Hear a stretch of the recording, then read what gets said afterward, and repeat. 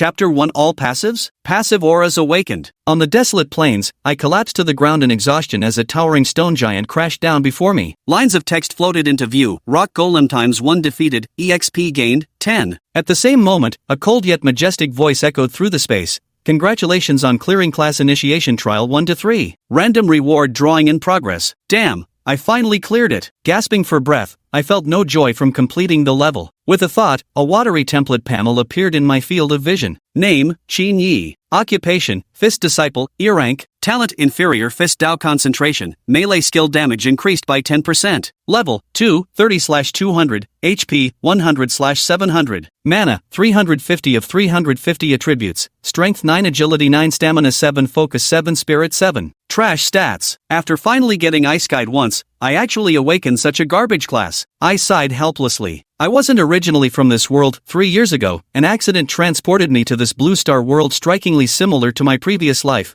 where I took over this body with the same name. Fortunately, this body was naturally an orphan, saving me plenty of trouble. I soon learned that 300 years ago, the power of professions descended. Upon adulthood, Blue Star humans awakened profession panels to become professionals while supernatural powers emerged. Blue Star was also dragged into the battlefield of 10,000 races, where every professional must fight for survival points. How utterly brutal. Today is my first day after awakening my class. Newly awakened individuals can enter the trial tower for their initiation test. The higher the floor cleared, the greater the rewards. Moreover, awakened classes vary tremendously between individuals, categorized into grades E, D, C, B, A, S, SS, and SSS. Unluckily, I awakened with the lowest grade E class, Fist Disciple. Across the entire Blue Planet's Yenxia Nation, hundreds of millions awaken their classes annually, yet E-class awakenings number fewer than 3 digits. 1 in a million odds, and it landed on me. I forced a bitter smile. Can't tell whether this luck counts as good or bad. At this moment, the majestic voice sounded again. Drawing completed. The reward for your clearance this time is Bloodthirst Aura. Immediately afterward, a golden light descended upon me. Bloodthirst Aura? My complexion changed abruptly, devoid of any joy from receiving this reward. With a darkened face, I opened the skill column on my panel. This was the 3rd trial of my professional initiation that I had passed, with each trial granting me 1 skill. I looked at the skill panel, which displayed 3 lines of skills. Double Strike. Level, Tier 1 Common Type, Passive Damage. Description: each attack has a 50% chance to strike twice. Burning Aura Level, Tier 1 Common Type, Passive Damage. Description: every 5 seconds, enemies within a 10-meter radius around you take 10 points of damage. Both skills are passive abilities. My gaze shifts to the final column. Bloodthirst Aura. Level, Tier 1 Common Type, Passive Healing. Description: for every target killed, you regain 50 health points. Passives. Nothing but goddamn passives. I smashed my fist into the ground, eyes brimming with frustration. 3 consecutive stage rewards, all passive skills. How am I supposed to play like this? Burn mobs to death with auras? I wanted to cry but had no tears left. According to beginner profession rules,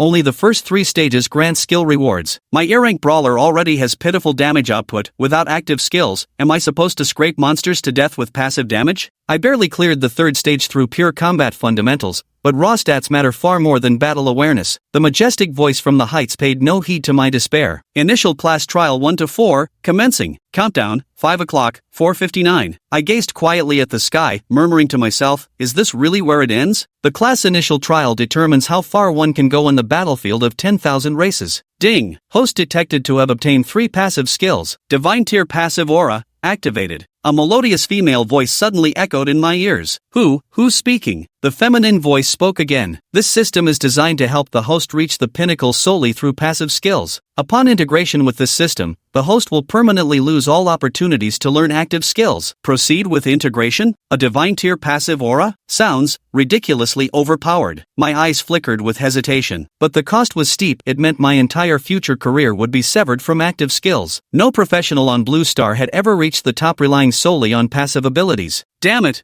Let's do it. Anyway, I'm just an E-class profession. Even if I can learn active skills, so what? Still worthless. Fuse, I shouted in my heart. The moment the words left my mouth, the female voice sounded again. Host has chosen to fuse. Divine grade passive aura merging in progress. Fusion successful. At the same time, the profession panel in my vision spun and distorted wildly. When it returned to normal, a brand new column slowly materialized. Divine passive aura LV0 divine enhancement. all your passive skills can evolve to Divine Tier. Chapter 2 Clearing Stages While Lying Down? Divine Enhancement? My eyes lit up. In the battlefield of 10,000 races, skills and items are categorized into 6 tiers: common, fine, rare, legendary, epic, and divine. Even among the pinnacle of Blue Star's professionals, the 10 divine rankers, it's impossible for all their skills to be Divine Tier. I hastily opened my skill panel, which was previously ordinary but now adorned with golden intricate patterns. I wonder what changes would occur when a first-tier skill evolves into divine. Blue Star's records show divine tier skills don't exist below 5th tier, with first-tier divine skills being unheard of. I looked at the panel. Multi-strike rank.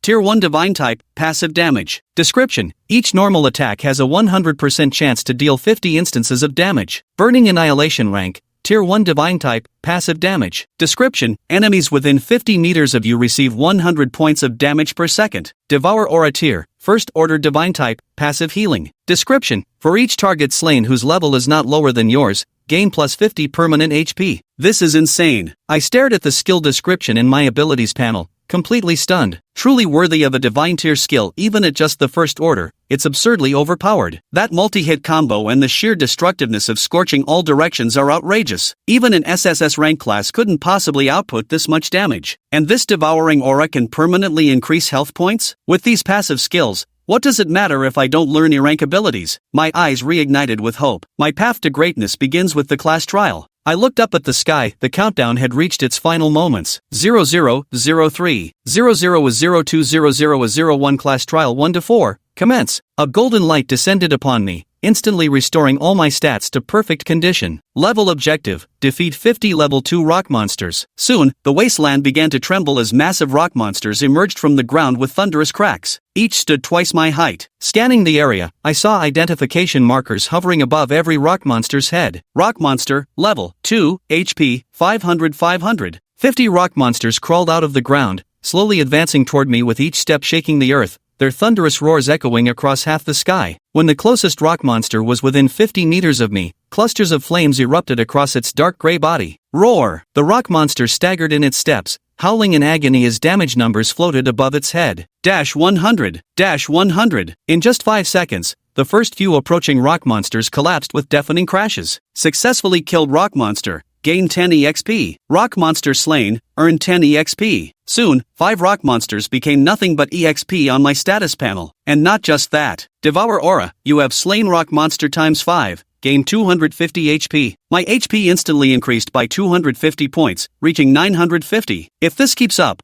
won't my future health bar become absolutely monstrous? The thought flashed through my mind just as the remaining rock monsters entered the range of my Scorched Wilderness skill. 100, 100. Damage numbers floated above the rock monsters' heads one after another as massive figures kept collapsing across the wasteland. Successfully killed rock monster, gain 10 EXP. Completed rock monster kill, gain 10 EXP. I simply sat cross-legged on the barren plain, quietly watching the rock monsters shuffle toward me. As they continuously fell, the experience points and health values on my panel kept rising. This is way too easy for me to pass the level, I couldn't help but complain. Fused with a divine grade passive aura, I've truly upgraded from a makeshift rifle to a cannon. Just minutes ago, I struggled immensely, losing several hundred health points to barely defeat 20 rock monsters. Rock monsters defeated, gaining 10 XP. Congratulations, you leveled up. A golden light surged from my body. All 5 attributes increased by 1. Free attribute points times 2 acquired. Please allocate. Strength, I said after a moment's thought, then opened the profession panel. Name, Genie profession, Fist Disciple, E-rank. Talent, Inferior Fist Mastery, increases damage of melee skills by 10%. Level, 3, 0/400, HP, 1650/800 plus 850. MP, 400 attributes, Strength 11 Agility 9 Stamina 8 Focus 8 Spirit 8, over 1600 HP. I thought to myself, every point of Constitution only gives 100 HP,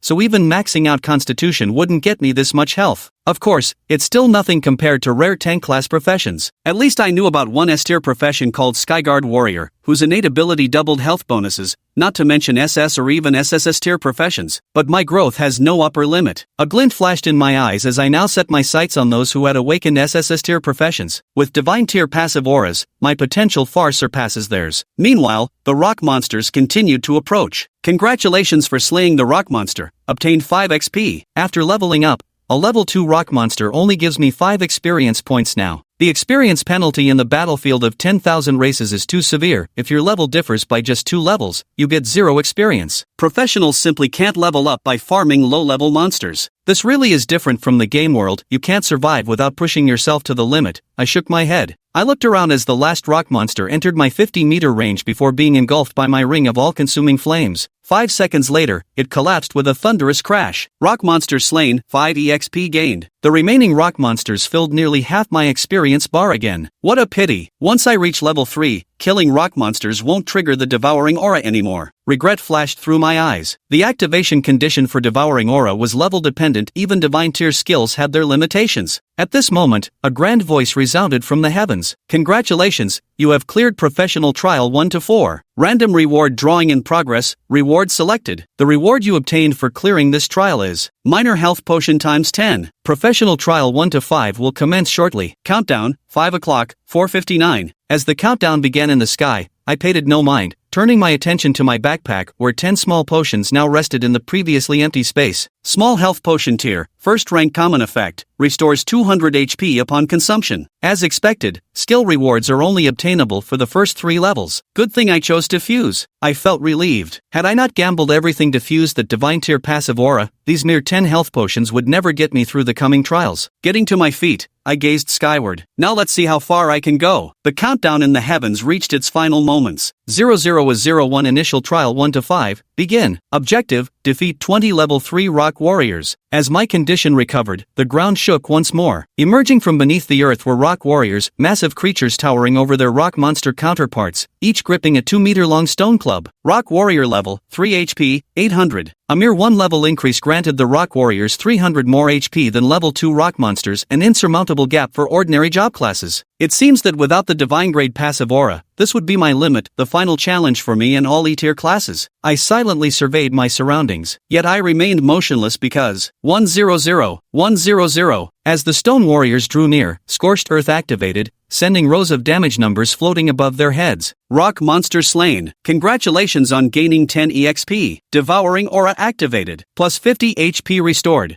I killed a rock monster, and the system notification rang in my ears. Rock monster slain, 10 EXP gained. Immediately after, Devour aura activated, additional 50 HP obtained. Meanwhile, in Moonview City on Blue Star, a massive square was filled with professionals who hadn't yet entered the battlefield of myriad races. At the center of the square stood a gigantic screen displaying thousands of flickering names, each representing a newly awakened professional taking their initial trial. Behind every name was a long number, denoting their initiation trial ranking among all professionals on Blue Star. All eyes scanned the screen, searching for the names they cared about. Someone found what they were looking for and exclaimed excitedly, "Ha, my little brother is ranked 800th in Moonview City. Not bad at all. My son is at 500th place. He hasn't embarrassed his old man." No one noticed a certain name flickering incessantly, leaping forward rapidly from the very last position. I don't know how much time had passed when someone noticed something unusual and pointed at the front of the screen, asking, "Who's this third-place player?" Only then did everyone turn their attention to the less frequently changing top rankings, quickly realizing something was wrong. The screen displayed 3. Qin Yi, global ranking 2130. Someone questioned, "Qin Yi? Who is he? I've never heard of him. Was there someone named Qin Yi in this professional qualifying exam?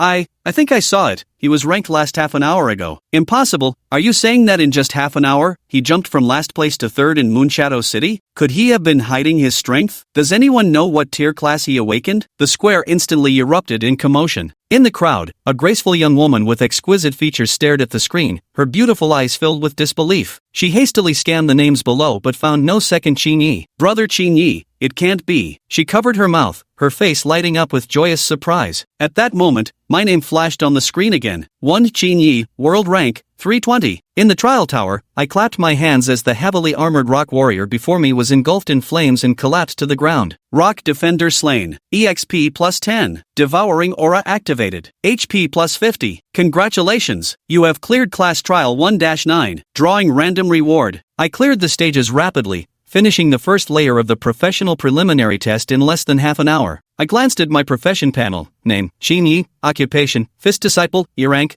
talent inferior fist focus, increases melee skill damage by 10%, level 6, 0/1000, HP, 7450 divided by open parenthesis 1100 plus 6350 close parenthesis, MP, 550. Attributes. Strength 20, agility 12, stamina 11, focus 11, spirit 11. After clearing 5 consecutive stages, thanks to the HP gained from the Devour aura, my health points had already exceeded 7,000. With this much HP, even an SSS rank profession would be nothing more than this. I let out a long sigh, feeling like I was finally on the same starting line as those overpowered professions. Extraction complete. Your rewards for clearing this stage are medium health potion times 5. I smiled faintly, still health potions, but this time, on a larger scale. Medium health potion, tier, 2nd rank advanced, description, restores 500 HP upon consumption. Seems like the upcoming stages will be even tougher, but with these potions, I should have more security. I took out a medium health potion, ready to face the next challenge of higher difficulty. Class qualification test 1 to 10, starting soon. Countdown, 3 o'clock, 2:59. I stood quietly in place. In Moonview City Square, the spectators were already buzzing with excitement as dramatic shifts appeared on the ranking screens. 1. Qin Yi, World Ranking, 50. Someone exclaimed in shock, 50th? Ranked 50th worldwide? How is this possible? Is he cheating? The girl in the crowd saw the number and curled her lips into a smug, expectant smile. She murmured, "Brother Qin Yi, just who exactly are you?" Then, the large screen displayed, the elimination round is about to enter the final elimination phase. All participants, please prepare yourselves.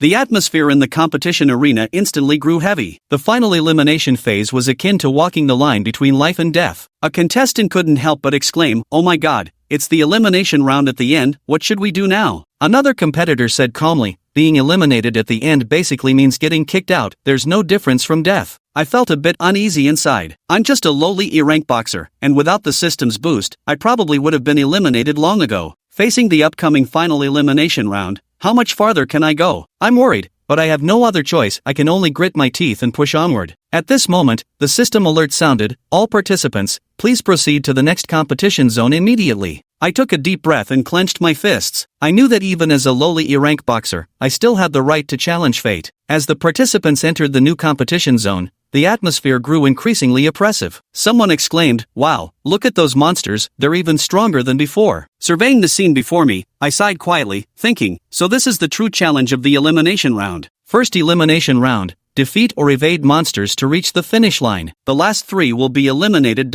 I stared at the clearly more powerful monsters ahead without fear. I knew well that to survive this elimination round, I needed to challenge stronger opponents. I took a deep breath and cautiously scanned my surroundings. Spotting a lava elemental, level 5, HP 1500. For me, such high-level monsters were no longer insurmountable challenges. I crouched slightly, steadying my breath as I focused on the lava elemental before me and shouted, "Devouring aura, activate." Instantly, streams of damage numbers floated above the lava elemental's body, continuously increasing. 300, 300, 500. I silently rejoiced. This divine-level passive aura truly gave me an astonishing advantage. Before long, the first lava elemental crumbled into a pile of rubble. Lava elemental slain, experience gained, 20. Devour aura activating, health points plus 100. I smiled faintly, taking a resolute step toward the next target. Now, let's see how far I can go. The system voice rang out again. Elimination round, 2nd stage, survival arena, the last place will be eliminated. Countdown, 3:002:59. I took a deep breath, glancing at the competitors around me and the monsters waiting ahead,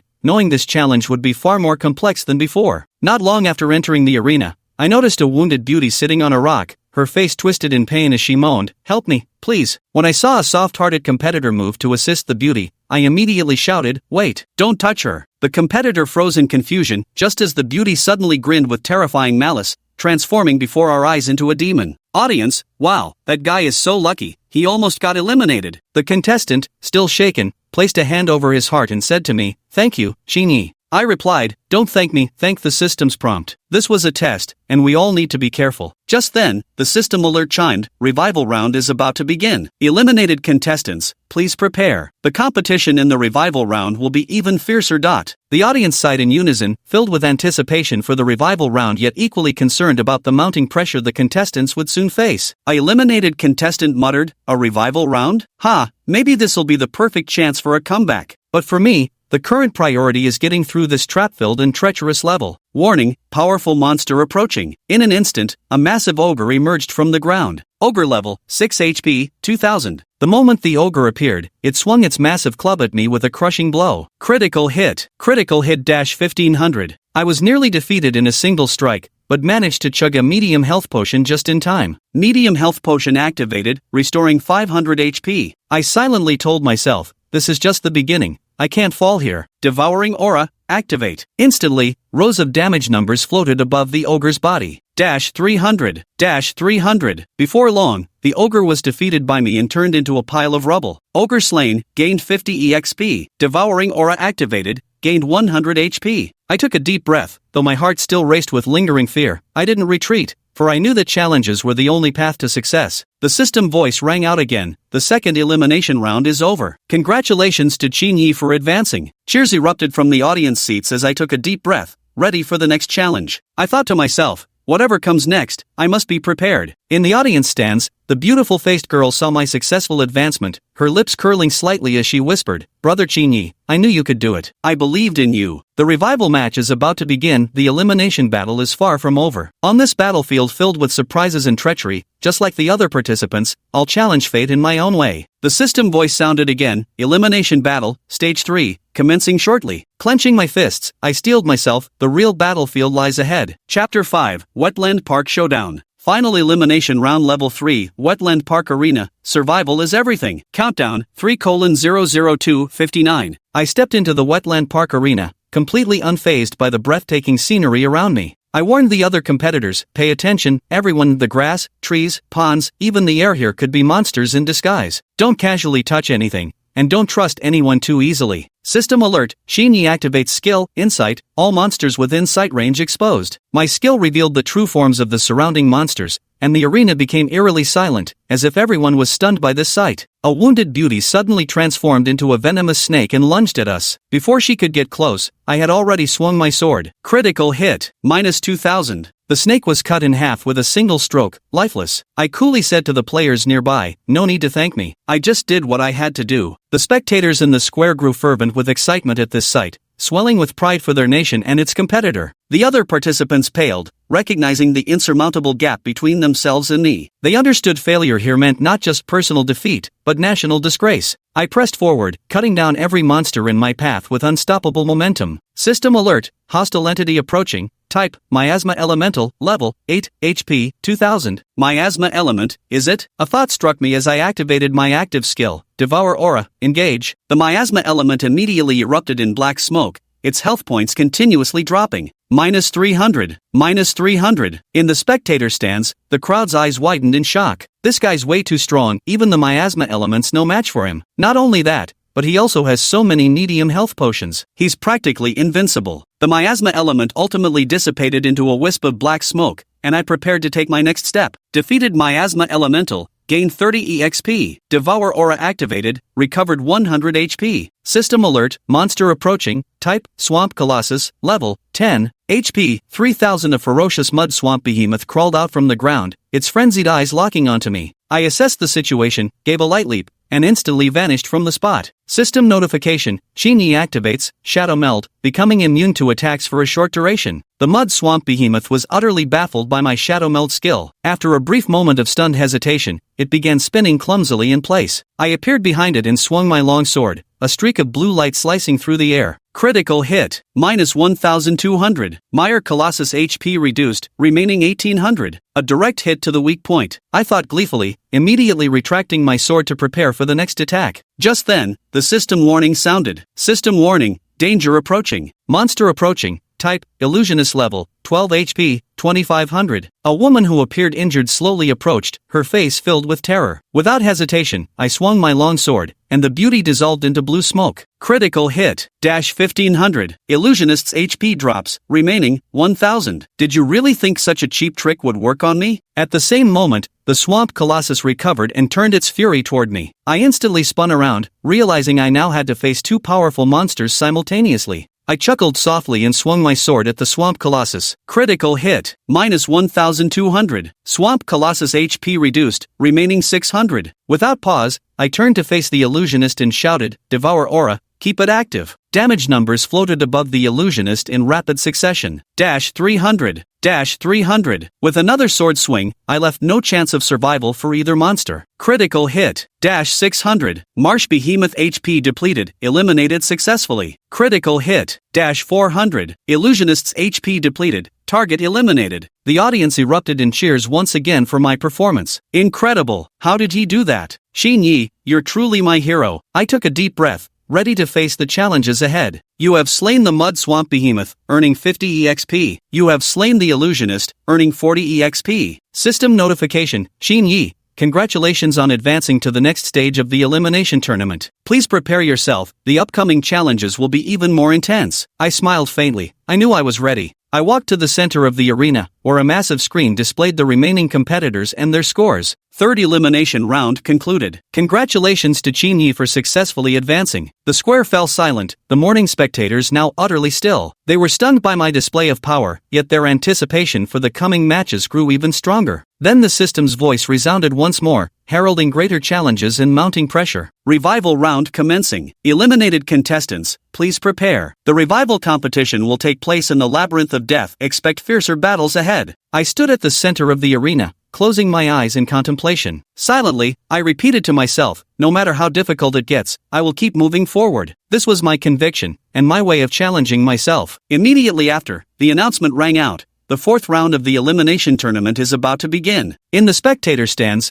the beautiful young woman watching my performance grew even more certain I would make it to the end. The moment I stepped into the infernal volcano zone, jeers and murmurs erupted from the audience. I knew this meant the other contestants were in trouble. System alert. Contestant Li Hua has been defeated by the Flame Demon, HP depleted. Li Hua has been eliminated and cannot continue the competition. The screen replayed Li Hua's battle with the Flame Demon, showing him desperately resisting but ultimately falling under the creature's relentless fire attacks. In the spectator seats, Li Hua's supporters sighed with regret. What a shame! Li Hua was actually quite skilled, but this Flame Demon was too powerful. He should have used water elements against the flames. Too bad he didn't get the chance, one viewer commented. System alert, Li Hua, you have been eliminated. Would you like to participate in the revival round? The competition in the revival round will be even fiercer. Brace yourself mentally. Chapter 6, Hero Saves the Beauty. Li Hua hesitated for a moment but ultimately decided to enter the resurrection match. At the same time, a new challenge also came my way. System notification, approaching monster, type, lava giant, level, 15, HP, 5000. I smiled faintly. From this basic information, I could tell this opponent was far stronger than previous ones, but this was precisely what I craved. Only by constantly challenging more powerful enemies could I unlock greater potential. I took a deep breath and charged forward with my blade. The lava giant roared as it swung its massive fist toward me. With agile movements, I dodged and appeared behind it. Critical hit, -2000. Lava giant HP decreased, remaining 3000. Not bad. Seems I'll need to step up my game. Just then, the system's warning alarm sounded again. System warning, danger approaching, monster approaching,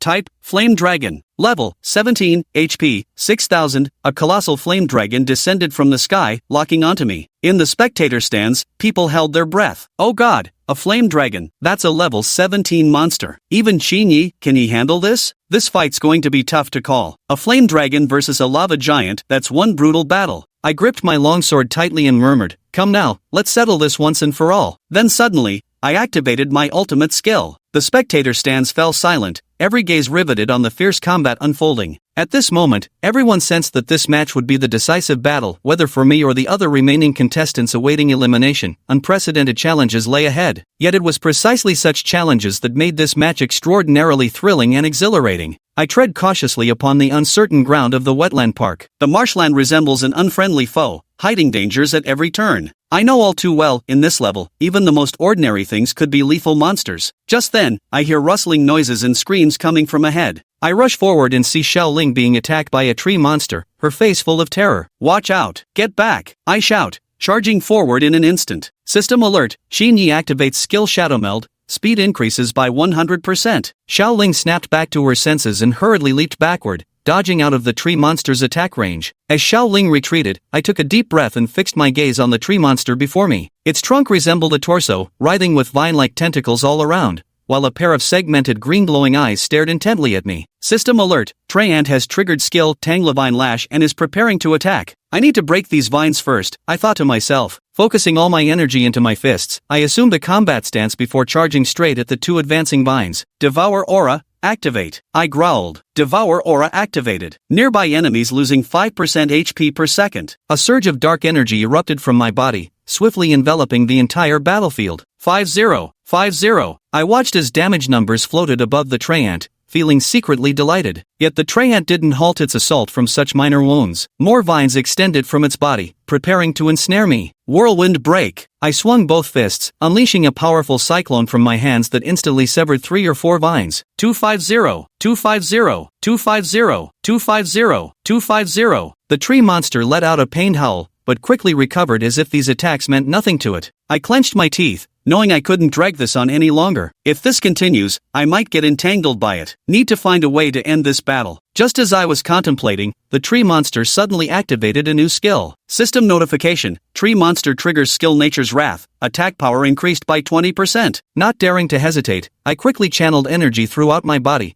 preparing for a final strike. This punch must unleash all my strength. I took a deep breath and charged at the Treyant at full speed, channeling all my strength into my fist. Heaven-shaking sunder! I roared as my fist slammed into the Trent's trunk. Critical hit, -5,000. The power of this punch exceeded my expectations. The Treyant was instantly defeated. Treyant defeated, gain 200 EXP. Devour Aura activated, gain 200 HP. I breathed a sigh of relief and smiled slightly, turning back to ask Xiaoling, need any help? Xiaoling's expression was somewhat complicated, but quickly returned to normal as she replied with a smile, thanks, but shouldn't you be worrying about yourself first? Something clicked in my mind. I realized Xiaoling might have ulterior motives, but I said nothing more, merely smiling faintly before continuing forward. I thought to myself, now let's see just how far I can go. I picked up the dropped items from the ground and turned to Xiaoling, saying, this place is dangerous, be careful. Mei Chum, I know, Xiaoling nodded gently. The audience outside the arena buzzed with discussion. Sho, look at Qin Yi, he actually defeated the tree monster single-handedly. That's unbelievable. An ordinary warrior would need several moves at least to deal with such a monster. Could Qin Yi be bewitched by that beauty? How can you say that? He clearly saved that woman's life. Saving people is part of the competition strategy, after all, this is a game. Xiaoling hesitated and glanced at me, saying, shall we go together? I immediately saw through her attempt to leverage my strength for an easy pass. Smiling faintly, I replied coolly, no need, I prefer going solo. System notification. Qin Yi rejected Xiaoling's invitation, steadfast mentality. Xiaoling's expression turned unpleasant,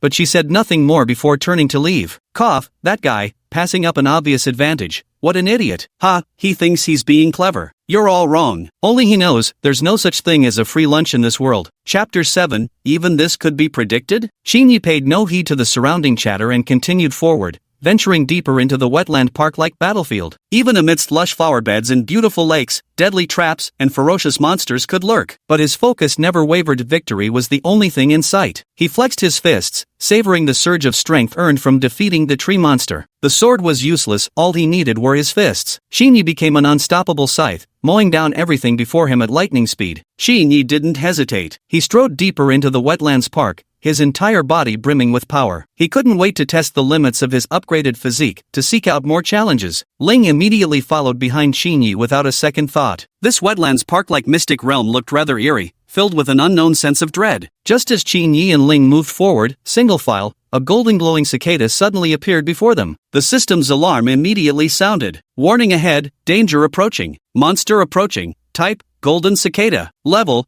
20, HP, 8,000. Qin Yi immediately went on high alert upon hearing this. Indeed, the further one progressed, the more formidable the monsters became. This golden cicada actually had a staggering 8,000 HP. However, Qin Yi wasn't overly frightened, for he possessed 3 divine tier skills. Before Qin Yi could make a move, Little Spirit behind suddenly darted forward, launching an assault on the golden cicada. Before I could clearly see Xiaoling's move, the system's cold notification sounded. Xiaoling uses Shadow Serpent strikes, attack power increased by 30%. Critical hit, -4,000. In an instant, Jin Chan's health was slashed in half. Qin Yi stared in astonishment at the deducted HP, never expecting this little spirit to possess such formidable strength. Without hesitation, Qin Yi immediately closed in. Passive skill, Devouring Aura, activate. Critical hit. 2500. Xinyi swung his sword toward the golden cicada, the devouring halo's radiance accompanying his strike as it instantly obliterated the creature completely. 1500. A mere casual swing from Xinyi's blade actually dealt a staggering 1,500 points of damage. The icy voice of the system rang out once more. Golden cicada defeated, plus 300 EXP gained. Engulfing aura activated, plus 300 HP obtained. As Xinyi stared at the system's rewards, his determination to grow stronger burned fiercer than ever. I must absolutely live up to the opportunities of this lifetime and reach even greater heights of power. Xinyi paid no attention to Xiaoling and strode deeper into the ruins. Seeing this, Xiaoling secretly fumed with embarrassment. How infuriating. Even though I delivered the final blow, he didn't even spare me a word. But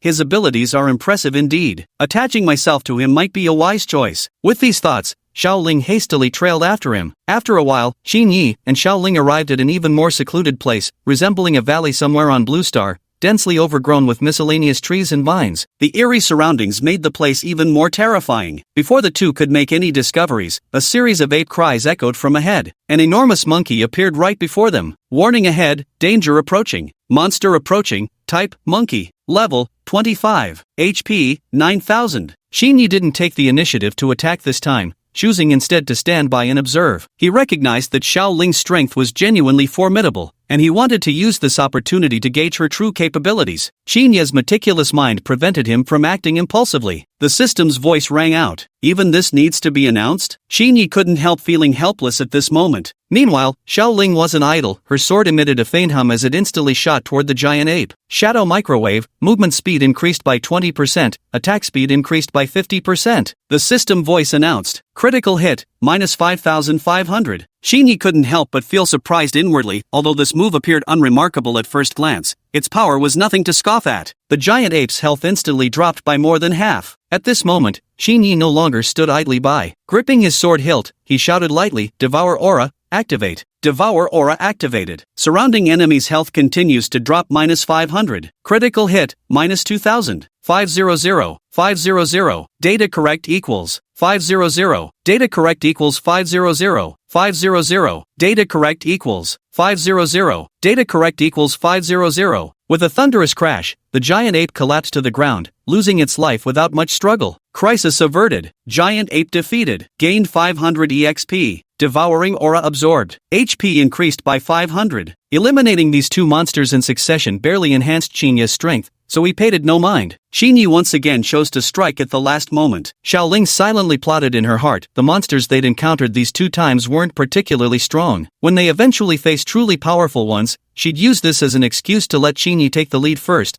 then reap the benefits afterward. Xiaoling's scheming mind was busy clicking away, while Xinyi wasn't idle either. Closing his eyes to focus, he directed his consciousness into the system to check his current strength. On a white screen, Xinyi's various stats appeared in crisp display. Class, Fist Disciple E rank. Talent, Divine Fist Focus, increases melee skill damage by 100%. HP, 6,000. ATK, 8,000. With his HP now reaching a staggering 6,000 and having mastered 3 divine passive skills one after another, Xinyi's combat prowess had soared to unprecedented heights. A single casual strike from me now can reach up to 6,000 damage, and if it crits, the damage can soar to 8,000. This means I could one-shot that golden cicada we encountered when we first entered the Wetland Park. With his power surging, Xinyi's confidence grew immensely. His newfound strength not only secured him a spot in the revival match but also drastically reshaped his mindset. Monsters he once feared and dared not even look at now filled him with no dread at all. Instead, all he wanted was to unleash his passive skills and challenge them head-on. Host mental capacity increased by 50 points. The cold system voice rang out. Xinyi slowly opened his eyes and stretched his limbs, noticing something unusual about Xiaoling's behavior. In these two encounters, she had actively charged at the monsters instead of hiding behind him as before. This wasn't just because these monsters were relatively weak, perhaps she had other motives. Ding! Warning, detecting Xiaoling's scheming intentions to exploit the host. Host should heighten vigilance. The system's voice unexpectedly rang out. Holy crap, it can even predict this? No wonder this system can upgrade 3 useless passive skills into god-tier abilities. Xinyi was utterly shocked. He had expected the system to be powerful, but never imagined it could detect even this. Amidst his astonishment, Xinyi grew increasingly excited. With such a formidable system supporting him,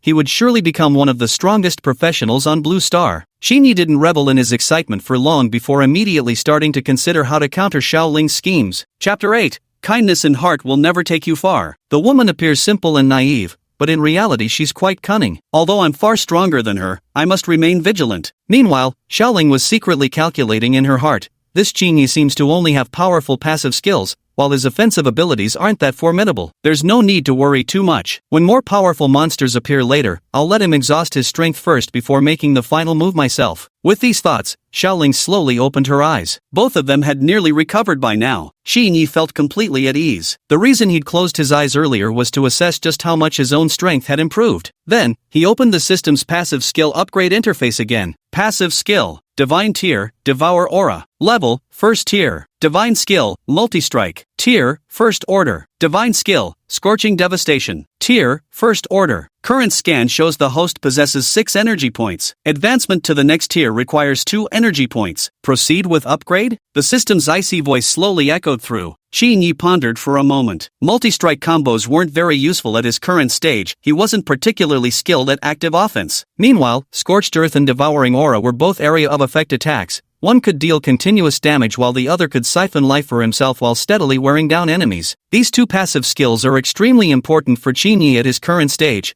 providing the most significant enhancement to his personal growth and combat capabilities. Xinyi hesitated no longer and immediately chose to upgrade both skills to Tier 3. Legendary, Flames of Annihilation has been upgraded to Tier 3. Legendary, Devouring Aura has been upgraded to Tier 3. The system's icy voice promptly rang out. Divine Tier, Scorching the 8 Directions. When activated, this skill continuously deals 1000 damage to all enemies within a 2-kilometer radius. Divine Tier, Devouring Aura. While active, this skill continuously inflicts 500 damage to surrounding enemies' HP. When defeating enemies of equal or higher level, permanently gain 1000 maximum health. Looking at the upgraded passive skill description, Xinyi couldn't help but feel a surge of joy in his heart. Just 2 levels and the improvement is already this significant. The power of this system is truly extraordinary. Xinyi, who had initially been somewhat wary of Xiaoling's schemes, no longer paid her any heed. Yet even as he mentally dismissed Xiaoling's machinations, he remembered the old adage, despise your enemies strategically but respect them tactically. Xinyi never let down his guard entirely. After checking his gear, Xinyi set off deeper into the unknown. The landscape remained monotonous,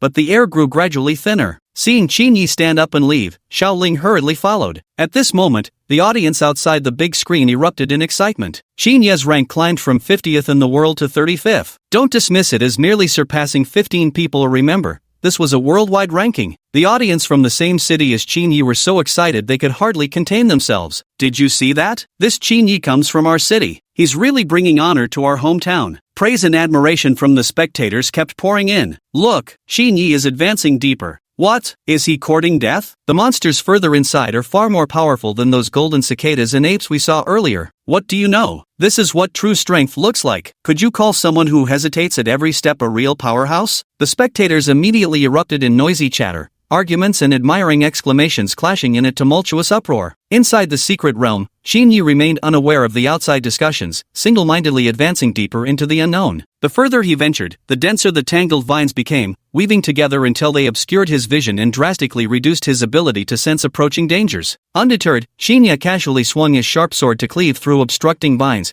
pressing forward with unhurried confidence. With his system's constant support and timely warnings about unseen perils, Xinyi harbored no fear of the unknown threats lurking ahead. But poor Xiaoling behind him was having a tough time, constantly swinging the blade in her hand. Not only was she slower than Xinyi, she was already struggling just to move forward. Unlike Xinyi's calm and unhurried ease, Xiaoling couldn't help feeling angry. This Xinyi had no gentlemanly manners at all. He didn't even bother to help her block the vines ahead, leaving her in such an embarrassing mess. Just as Xiaoling was fuming with anger, an enormous serpent suddenly burst out from the vines beside her. Warning ahead, giant monster spotted. Monster name, Giant Python. Level, 25. HP, 10,000. The system alert immediately sounded. Before the system's voice could fade, Xinyi had already sprung into action, his Scorching All Directions skill unleashed instantaneously, immediately followed by his Devouring Aura. Xinyi swung his sharp blade with all his might, cleaving toward the giant serpent lunging from his flank. Basic attack, triggering 100% critical hit. Dash 4000. Burn All Directions deals damage. Dash 1000. Dash 1000. Dash 1000. Aura of Devastation dealt damage. 500. 500. 500. Dash 500. Monsters remaining HP 1000. The screen lights up with the monsters remaining HP. Little Ling, who had been standing there dumbfounded, finally snapped out of it and sprang to her feet, eager to finish the fallen enemy off. Qin Yi knew exactly what Xiaoling was thinking. Before she could make a move, he swung his blade at the giant serpent. Basic attack,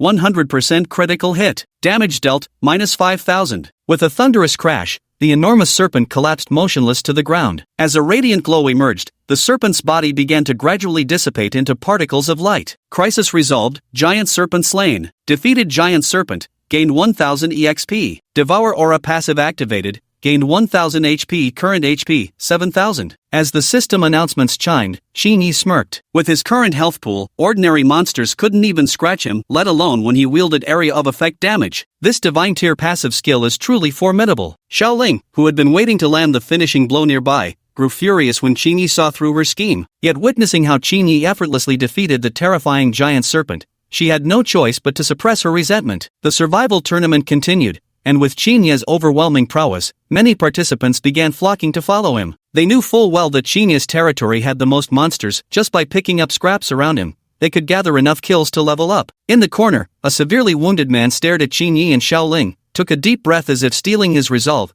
then trudged toward them with heavy steps. Noticing the man approaching, Xiaoling asked proactively, "Can we help you with something?" The man pleaded, "I'm injured. Please let me travel with you. I beg you, help me." He didn't even think before refusing. "I won't travel with you. Find someone else." Little Ling couldn't accept this and chastised Qin Yi. "He's injured. You're so strong, what's the harm in taking him along?" Qin Yi didn't respond to Little Ling, instead coldly closing his eyes to rest. Little Ling snorted angrily, "If you won't take him, then I'll bring him with me." He didn't bother persuading Xiaoling either. This was the elimination round's final phase. Saving her earlier had already pushed his limits. Here, enemies weren't just monsters but fellow contestants who'd survived the trials. Kindness would only take one so far on this path. Chapter 9, Parting Ways. Qin Yi continued forward without chasing after the departing Xiaoling. Although he had saved her life before, he had no intention of meddling in others' fates. Since the system hadn't prompted him to intervene, he wouldn't act. In the blink of an eye, Qin Yi arrived at a swampy area. The humidity here was overwhelming, making him slightly uncomfortable. With a soft command, he activated Devouring Aura. The Devouring Aura instantly activated, and the surrounding environment immediately improved. Like an invisible barrier, it now shielded Qin Yi's body. Warning ahead. Monster alert. Monster name, Nether Toad. Level, 27, HP, 11000. This was Qin Yi's first encounter with a monster after obtaining the system, and this shadow toad gave him a completely different feeling from all previous monsters. Unlike ordinary monsters, this shadow toad possessed darkness attributes. As he was contemplating this,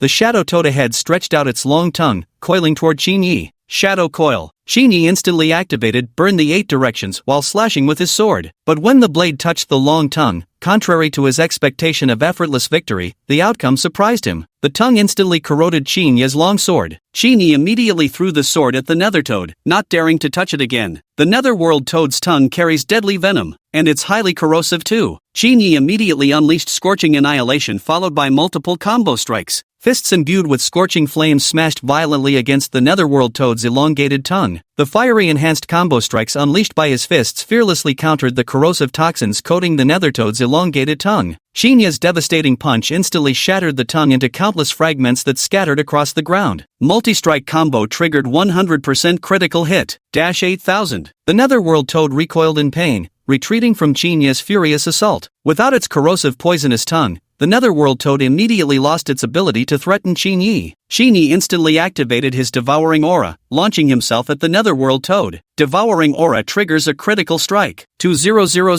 Qin Yi swiftly followed up with another punch, landing squarely on the netherworld toad before it could even react, dealing explosive damage to the monstrous creature. Basic attack, -1000. Emergency averted. Defeated monster, Nether Toad. Gained 1500 EXP. Devour Aura passive triggered. Permanently gained 1000 HP. After defeating the Phantom Toad, Qin Yi didn't linger and immediately headed toward more distant areas. He hadn't gone far when the sound of weeping reached his ears. Drawing closer, Qin Yi saw it was none other than Xiaoling, who had parted ways with him not long ago. Gone was her composed demeanor, now she looked utterly disheveled and exhausted. Xiaoling, upon seeing Qin Yi approaching, dashed toward him as if clutching at a life-saving straw. Hot on her heels was the professional fighter she had been battling. With just a glance, Qin Yi instantly realized Xiaoling's weapons and equipment were missing. Everything made sense now. Just as expected, not long ago, that professional seeking help had taken advantage of Xiao Ling's distraction to steal her gear. Left defenseless, she had been forced to travel alone. Before she could walk far, she encountered the professional fighter now engaged in combat with her. For some reason, the moment this fighter saw Xiao Ling, he immediately attacked her without any explanation. Without her weapons and equipment,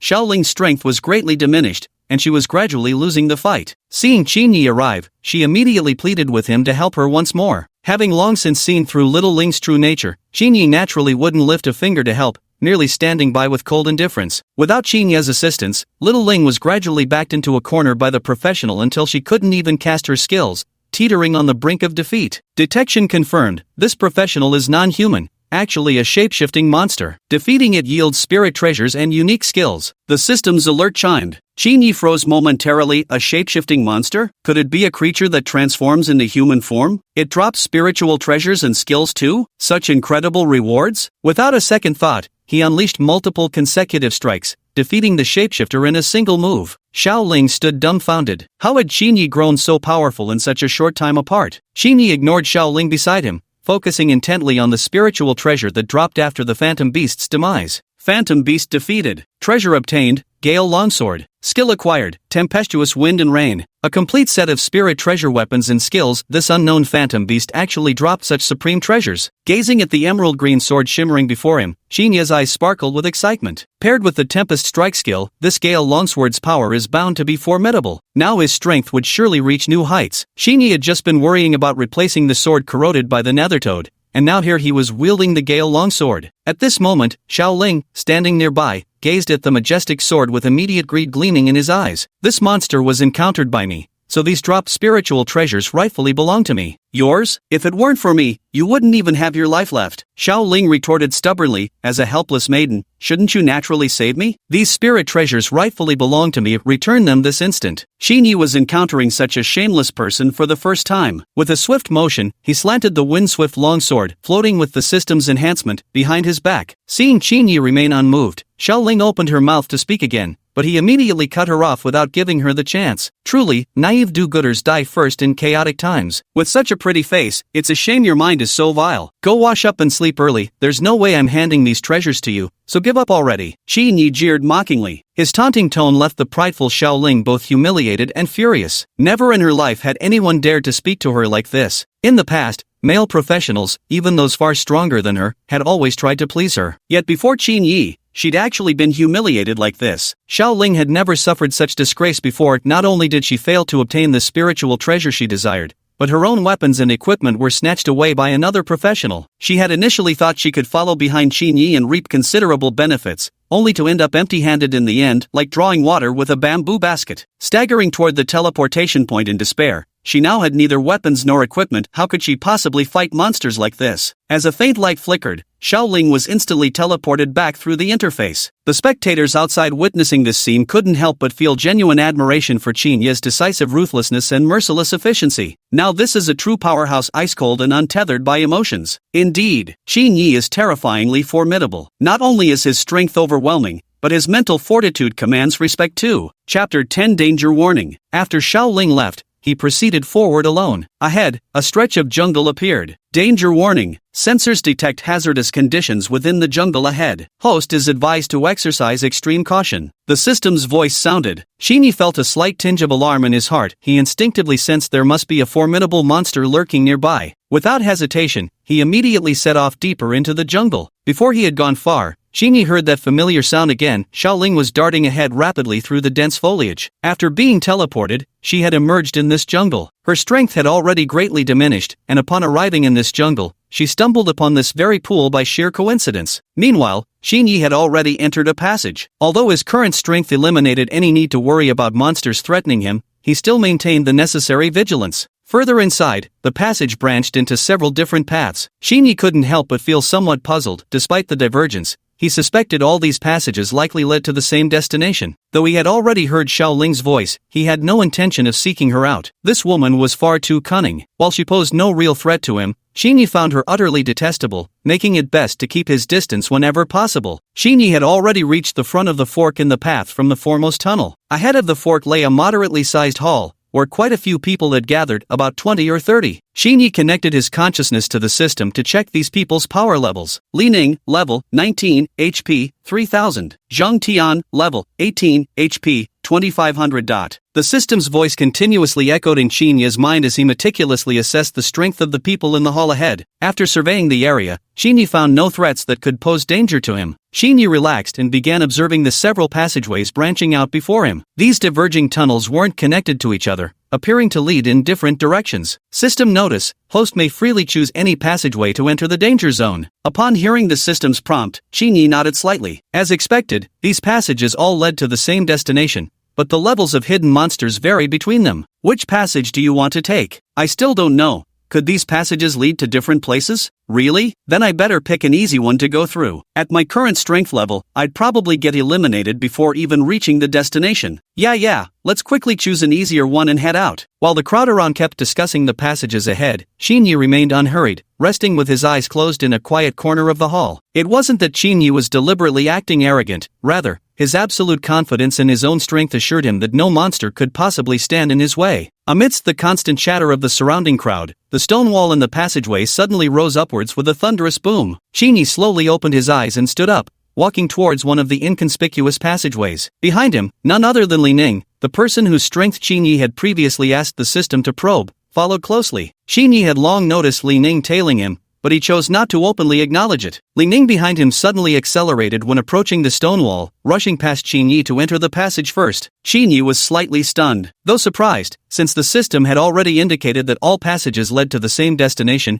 He wasn't concerned about the monsters he'd encounter inside. With a light sigh, Xinyi sped toward another nearby passage instead. Upon entering the passage, he discovered it was illuminated by candles burning with draconic oil. The interior was neither stuffy nor dark as Xinyi had imagined. On the contrary, the air was incredibly fresh, and the surroundings were brightly lit. Xinyi pressed forward when suddenly, the sound of clattering bones echoed through the passage. Warning ahead, danger approaching. Monster approaching, name, Skeleton Warrior. Level, 27, HP, 11500. The system notification sounded instantly. Without hesitation, he lunged forward with a sideways dash and softly chanted, _devouring halo, scorch the 8 directions, activate, _. The Windrunner's sword materialized in his grasp instantly. Before the skeletal warrior could react, Xinyi's blade was already slashing through its bony frame. The Galeforce longsword blazed with all-consuming flames, its scarlet and emerald hues radiating deadly menace. Incinerate all creation triggered, critical hit, -8000. Devouring aura triggered, critical hit, 500. 500. Gale longsword normal attack triggered, 100% critical strike, 2500. Monster HP depleted, monster defeated. Threat ahead neutralized. Skeleton warrior defeated, gained 1000 EXP. Devour aura passive triggered, permanent HP increased by 1000 points. After defeating the skeletal warrior, Xinyi didn't linger. He immediately dashed forward, and soon, as the surroundings shifted, he arrived at a small pool of water. No sooner had he arrived than he spotted a translucent water monster in the pond, its body rippling with watery undulations. Trapped within those ripples were numerous class holders imprisoned by the creature. But the strangest thing was, none of them could utter a single sound, only their desperate movements could be seen, completely devoid of any noise. Xinyi had no intention of interfering, but as he turned to leave, he spotted 2 familiar figures in the pond, Xiaoling, who had previously schemed against him, and that Li Ning who'd stolen his passageway. At the same time, the audience outside the giant screen saw Xinyi turning to leave, and couldn't help but start discussing. That Xinyi is truly cold-blooded and heartless. Those trapped adventurers, he couldn't even be bothered to glance at them before walking away. Indeed, forget his formidable strength, his temperament is downright icy. But, why aren't any of those trapped adventurers making a single sound? What do you know? This monster is called Sound-Devouring Water Fiend. It has the ability to swallow all sounds. Once trapped by it, you can't make a single noise to call for help, and any attack power you use against it will be reflected back onto you, dealing damage to yourself instead. So this monster's power is that terrifying? The spectators outside the giant screen were all discussing the sound-devouring water fiend within the display. As for the trapped, pitiful professionals, they were merely topics for idle chatter on people's lips. No one cared about their lives or deaths. By entering the elimination tournament's final phase, they had already cast all regard for survival beyond consideration. At this moment, after defeating the skeleton warrior, Xinyi's rank soared from the top 35 in the world to the top 25. This ranking is now approaching the world's elite. The surrounding spectators immediately erupted in an uproar, all stunned by Xinyi's terrifying strength. Host's rank has risen, experience points gained, 3,500. Qinyi paid no attention, instead quietly observing the vulnerabilities around the pool. Chapter 11. Saving Li Ning. After careful observation, Qinyi turned his gaze toward the person trapped in the pool. Seeing him look over, Li Ning immediately began struggling frantically in excitement. Qinyi remained completely silent, then moments later heard Li Ning's pleading voice reaching him through transmission. "Please, I beg you to help me. I'm begging you." To this, Qinyi remained unmoved. His fate was his own affair, having nothing to do with Qinyi. At that moment, the system's voice suddenly rang out. "Detected a sound-swallowing water demon ahead. Defeating it will yield spiritual treasure and combat techniques." Hearing this, his interest was immediately piqued. He now possessed the Gale Longsword and the Storm Strike technique. What kind of spiritual treasure would this victory bring? Without hesitation, he immediately charged toward the sound-swallowing water demon. The creature was truly bizarre even before making contact. Qinyi felt an inexplicable restraining force. Warning ahead, danger approaching. Monster approaching, name, sound-devouring aquatic fiend. Level, 30, HP, 13,000. Without waiting for the aquatic fiend to detect his presence after hearing the system announcement, Qinyi immediately activated Devouring Aura and Incinerate all directions. With the Gale Blade in hand, he activated Tempestuous Fury and instantly charged toward the water monster. Tempestuous Fury triggers 100% critical hit, dash 5500. Scorching Annihilation triggers 100% critical hit, 6500. Devour Aura triggered, 500. 500. The water monster is dead, danger eliminated. Defeated the silent water spawn, rewarded 3,500 EXP. Devouring Halo passively triggered, permanently gained 1,000 HP. Qinyi defeated the silent water spawn, a creature that had trapped countless others, with surprisingly little difficulty. Slayed the silent water monster, bonus acquired, Jade Armor. Gained offensive skill, Execution Threshold. As he gazed at the emerald green armor before him, his heart burned with excitement. In the past, without the system's blessing, he had only heard others discuss such armor. Rumors said this armor was incredibly valuable, only the wealthy or noble could possess it, all of them beings of formidable power and influential backgrounds. Qinyi couldn't contain his excitement. With such armor now protecting him, he needn't fear enemy attacks when unleashing his 3 divine-level passive skills. Now he could fully utilize those 3 god-tier passive abilities without worry, and his strength would undoubtedly reach new heights. As for the other reward, the combat technique called Execution Line, it appeared to be a finishing move designed to deliver lethal blows at critical moments. It required intense concentration, causing a distinctive line marking the enemy's weak point to appear within his field of vision. This line is the enemy's execution line. Simply align your blade with it to effortlessly behead your foe. Qinyi couldn't get enough of this offensive technique. In specific circumstances, it would provide him with incomparable assistance. At that moment, the rescued Li Ning approached him and hurriedly expressed his gratitude. "Thank you, elder brother, for saving me. I'm Li Ning. I apologize for any offense caused earlier. I beg for your forgiveness." As Li Ning was about to kneel, Qinyi extended his sword hilt to stop him, replying in an icy tone, "Your gratitude is unwarranted. There's no need for that." Hearing this, Li Ning quickly stood up and positioned himself beside Qinyi, not daring to make any unnecessary movements. Qinyi didn't say much either, simply continuing to walk forward on his own. Seeing this, Li Ning hurriedly followed after him. How could he let slip such a precious opportunity to walk alongside a top-tier expert? It was a once-in-a-thousand-years chance. Missing it would be a lifelong regret. Qinyi neither refused nor acknowledged him, merely proceeding forward in silence. Seeing that Qinyi didn't reprimand him, Li Ning immediately sighed in relief. Having hooked up with a master, Li Ning couldn't contain his joy. In the blink of an eye, Qinyi and Li Ning had already walked quite a distance. The area was dense with trees, some soaring as high as 100 meters. These towering trees blocked out the sky, and Li Ning followed closely behind Qinyi, not daring to slack off for even a moment. Qinyi, however, showed no trace of fear, steadily forging ahead without hesitation. Danger ahead, warning. Monster name, Long-Nosed Bird Demon. Level, 35, HP, 15,000. The system announcement rang out. Qinyi immediately grew alert. This avian fiend was formidable, with an exceptionally keen sense of smell tracking ability. He immediately extended his Gale Sword and unleashed a Tempest Assault toward the long-nosed bird demon. However, the bird demon's nose was far too keen. The moment Qinyi got close,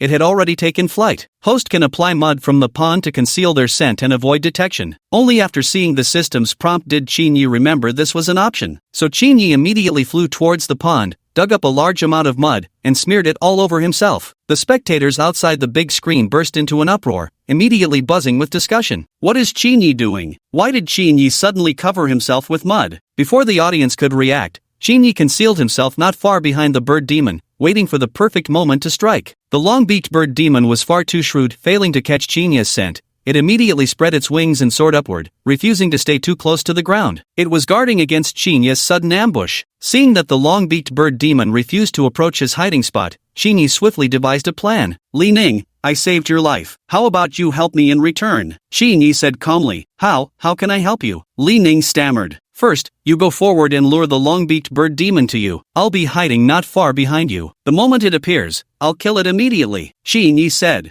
Alright, benefactor, I'll go now. Li Ning said, as if he had made up his mind. With a twist of his body, he shot straight into the sky, flying straight toward the long-nosed bird demon. Seeing how recklessly this human was throwing himself into danger, the long-nosed bird demon lowered its guard and extended its sharp claws toward Li Ning. Save me, noble benefactor. Just as the long-nosed bird demon's claws were about to strike Li Ning, Xinye unleashed his devouring aura to envelop the creature, followed instantly by scorching wildfire and sudden tempest. Xinye didn't dare be careless, fearing this beast might escape again, so he quickly focused his attention and triggered the decisive attack technique, the slaughter line. As his focus reached its peak, a silvery white line appeared before Xinye's eyes. Without hesitation, he swung his sword straight at this gleaming thread. With a thunderous crash, the long-beaked bird demon collapsed heavily to the ground. Long-beaked bird demon defeated. Devour aura passive triggered, permanently gaining 1000 HP, plus 5000 EXP obtained. The audience watching from the giant screen erupted in excitement. When had they ever witnessed such ferocious and overwhelming offensive power? A single strike had defeated the long-beaked harpy bird demon without even giving it a chance to resist. Xinye was simply too formidable. For this year's Elimination tournament, the final championship seemed already decided without further competition. This Xinye's strength had already surpassed his peers by an insurmountable margin. Chapter 12, Entering the Desert. After defeating the long-nosed bird demon, Xinye continued making his way through the dense jungle. The foliage was so thick that one could easily lose their bearings without careful navigation. With the system guiding his sense of direction, Xinye marched onward without fear of straying. Covering a considerable distance, he encountered several minor monsters along the way. Although these creatures weren't particularly powerful,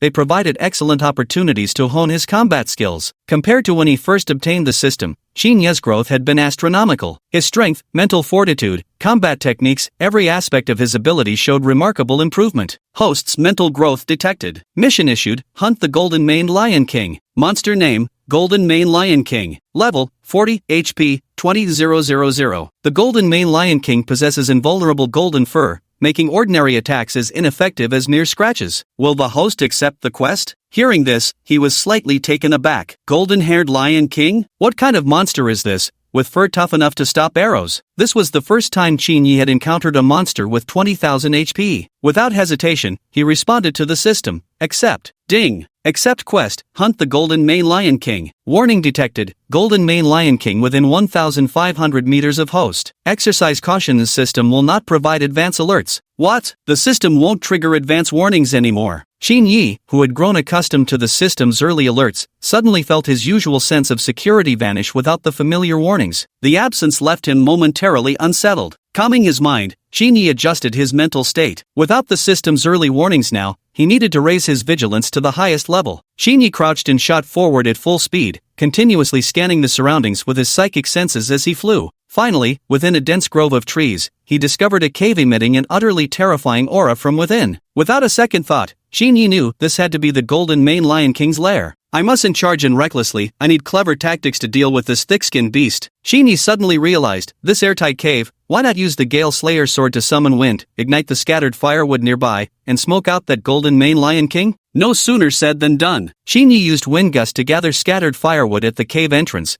then cast Inferno Eruption to set it all ablaze. Instantly, thick smoke began billowing into the cave. Less than 15 minutes had passed when a furious roar echoed through the cave. The Golden Mane Lion King came flying out of the cave, wreathed in thick smoke. Now completely blackened, the lion looked as if it had been charred over coals, a truly pitiful sight. Spotting a human before him using a longsword to conjure blazing flames, the lion immediately realized this was the culprit responsible for his smoke-blackened state. The Golden Mane Lion King instantly flew into a rage, swiping its massive paw toward Xinye. Xinye hastily leaped backward while shouting, "Gale and rainstorm." A sudden barrage of sword strikes rained down upon the Golden Mane Lion King. Astonishingly, this ferocious assault felt like mere tickles upon the beast's body. The Golden Mane Lion King remained completely unscathed. Xinye was utterly dumbfounded. The Golden Mane Lion King's fur was frighteningly resilient. Even though he had been on guard, he never expected it to be virtually impenetrable. He halted his movements and pondered quietly. If ordinary attacks couldn't even scratch the Golden Mane Lion King's fur, What would happen if he used fire instead? With that thought, Xingyi immediately unleashed Incinerate All Corners and Devouring Aura. The moment these two god-tier skills were unleashed, a brilliant blaze engulfed the Golden Mane Lion King. Devouring Aura triggered a critical hit. 5000. This time, the Devouring Aura actually dealt a critical damage of 5000 points. Reduce All to Ashes passive effect activated. 10000. Never imagined my two god-tier skills would counter the Golden Mane Lion King so perfectly. Flames engulfed the Golden Mane Lion King's body. Where was its majestic demeanor from moments ago? Xingyi pressed his advantage, leveraging the suppression from Scorching All Corners to immediately unleash a deadly strike at the golden-haired Lion King. A direct hit. The golden-haired Lion King yelped in pain and collapsed to the ground. Critical attack. 5000. Golden Lion King Hunt quest completed. Skill acquired, Rain of Blows. 1-2 energy points obtained. Acquired treasure, Immortal Golden Body. Rain falls in all directions. What kind of skill is this? Xingyi hurriedly opened the skill description interface and studied it carefully. A silhouetted figure flashed onto the screen, wielding a gale-quick sword as it floated into the air. Just a brief pause, then a torrent of sword rain descended like a raging storm. The hilt was coated with rippling water patterns, appearing breathtakingly beautiful while radiating formidable power. Xingyi felt thrilled. Now, in addition to Wind and Rain Assault, he had gained another technique, Rain Falls in 8 directions. Next, his gaze shifted to that Indestructible Golden Body. Indestructible Golden Body. When activated, the user will be enveloped in a golden bell shield, becoming completely immune to all damage and negative effects for 5 minutes. This invincible golden body passive is absolutely insane. He quickly stowed it away, looking at his remaining energy points before deciding to accumulate more before spending them all at once. Without lingering further, Xingyi turned and walked forward only for the scenery to abruptly transform into a vast desert,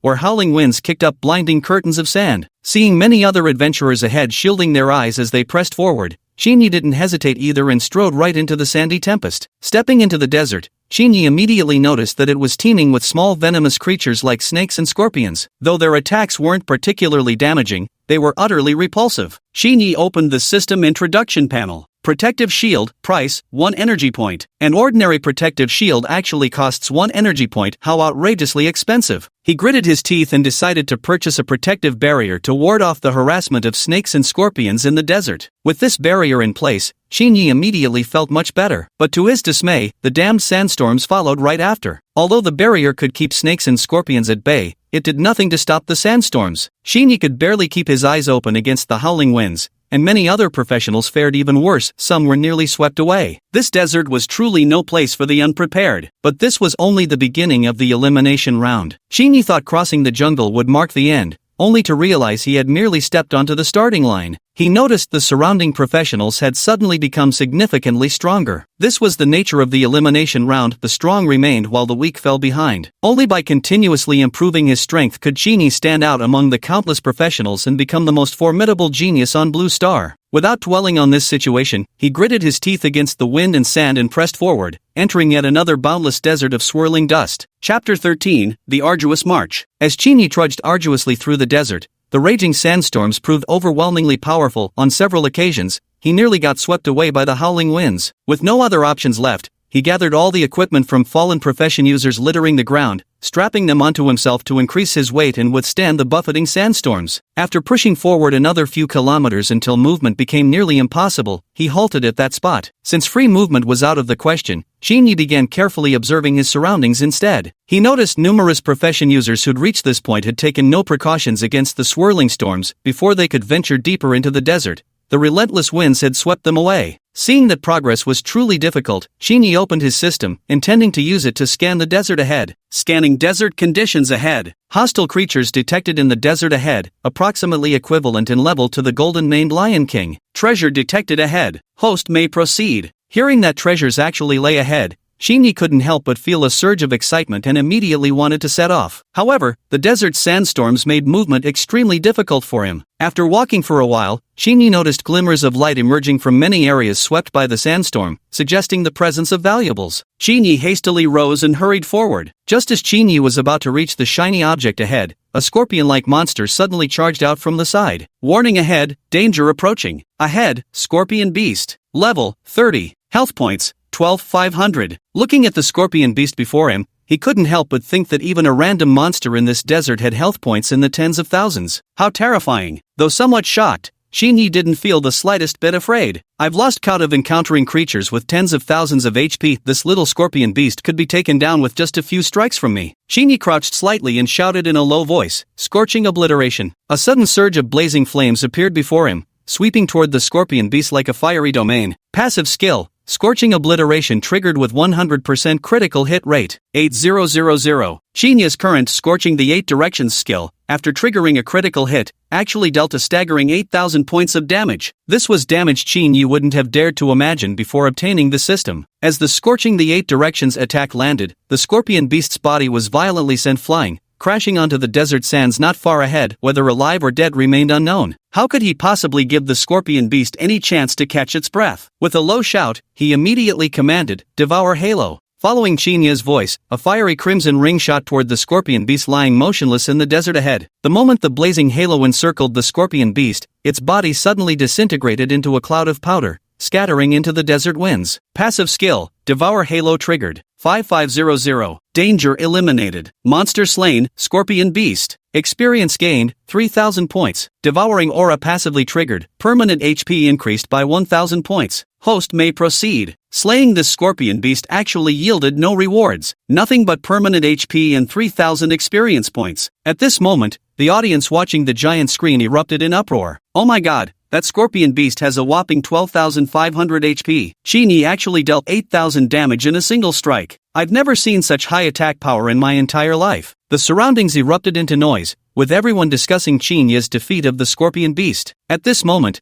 Xin Yi inside the screen actually looked disappointed. But upon second thought, he realized this would become the norm. Defeating such ordinary monsters probably wouldn't earn him any system rewards anymore. However, slaying those monsters with special abilities would definitely grant the system's rewards either rare spiritual treasures or other valuable items. Xin Yi straightened himself up and continued moving forward. Not far ahead, Xin Yi spotted numerous seashells scattered across the desert sands. This shell looked just like the ordinary kind found on Blue Star, appearing entirely unremarkable at first glance. So Xin Yi stepped forward, planning to smash a few open and see what was inside. If these were just ordinary shells, the elimination tournament wouldn't have placed them here. Thinking this, he gritted his teeth and picked up his pace toward the nearest shell. Finally, Xin Yi reached a shell, yet the system didn't issue any prompt whatsoever. As these thoughts crossed his mind, the system's voice unexpectedly rang out. Notice, host may forcibly shatter this shell, which contains various treasures. However, to prevent disturbances from other class users, it is recommended that the host gather other class users to break the shell together. Hearing the system's prompt, Xin Yi couldn't help but freeze. These shells truly had something fishy about them. Inside lay various treasures. In that case, he should smash this first to test the shell's hardness and see if it would launch any attacks on its own. As this thought crossed his mind, Xin Yi silently commanded, "Devour Aura, multi-hit combo, activate." Following Xin Yi's mental command, a crimson aura accompanied his figure as he lunged toward the seashell ahead. With a thunderous boom, as the swirling dust settled, he couldn't help but feel stunned. The seashell was completely unharmed. There were only some cracks on its surface. This seashell is incredibly tough. What's inside must be extraordinary treasure. Xin Yi immediately intensified his attacks, unleashing the Scorching 8 Directions technique to engulf the seashell in a blazing inferno. With a resounding boom, the seashell was finally shattered by Xin Yi, revealing a mysterious necklace that suddenly flew out, its purpose unknown. Congratulations, host. You have obtained the Storm Sand Necklace. Storm Sand Necklace, when activated, grants the power to manipulate wind and sand briefly. Wind sand power? Great stuff. Extremely satisfied with this treasure, Xin Yi promptly stored it back in his system inventory. To avoid being accused of hoarding by other players,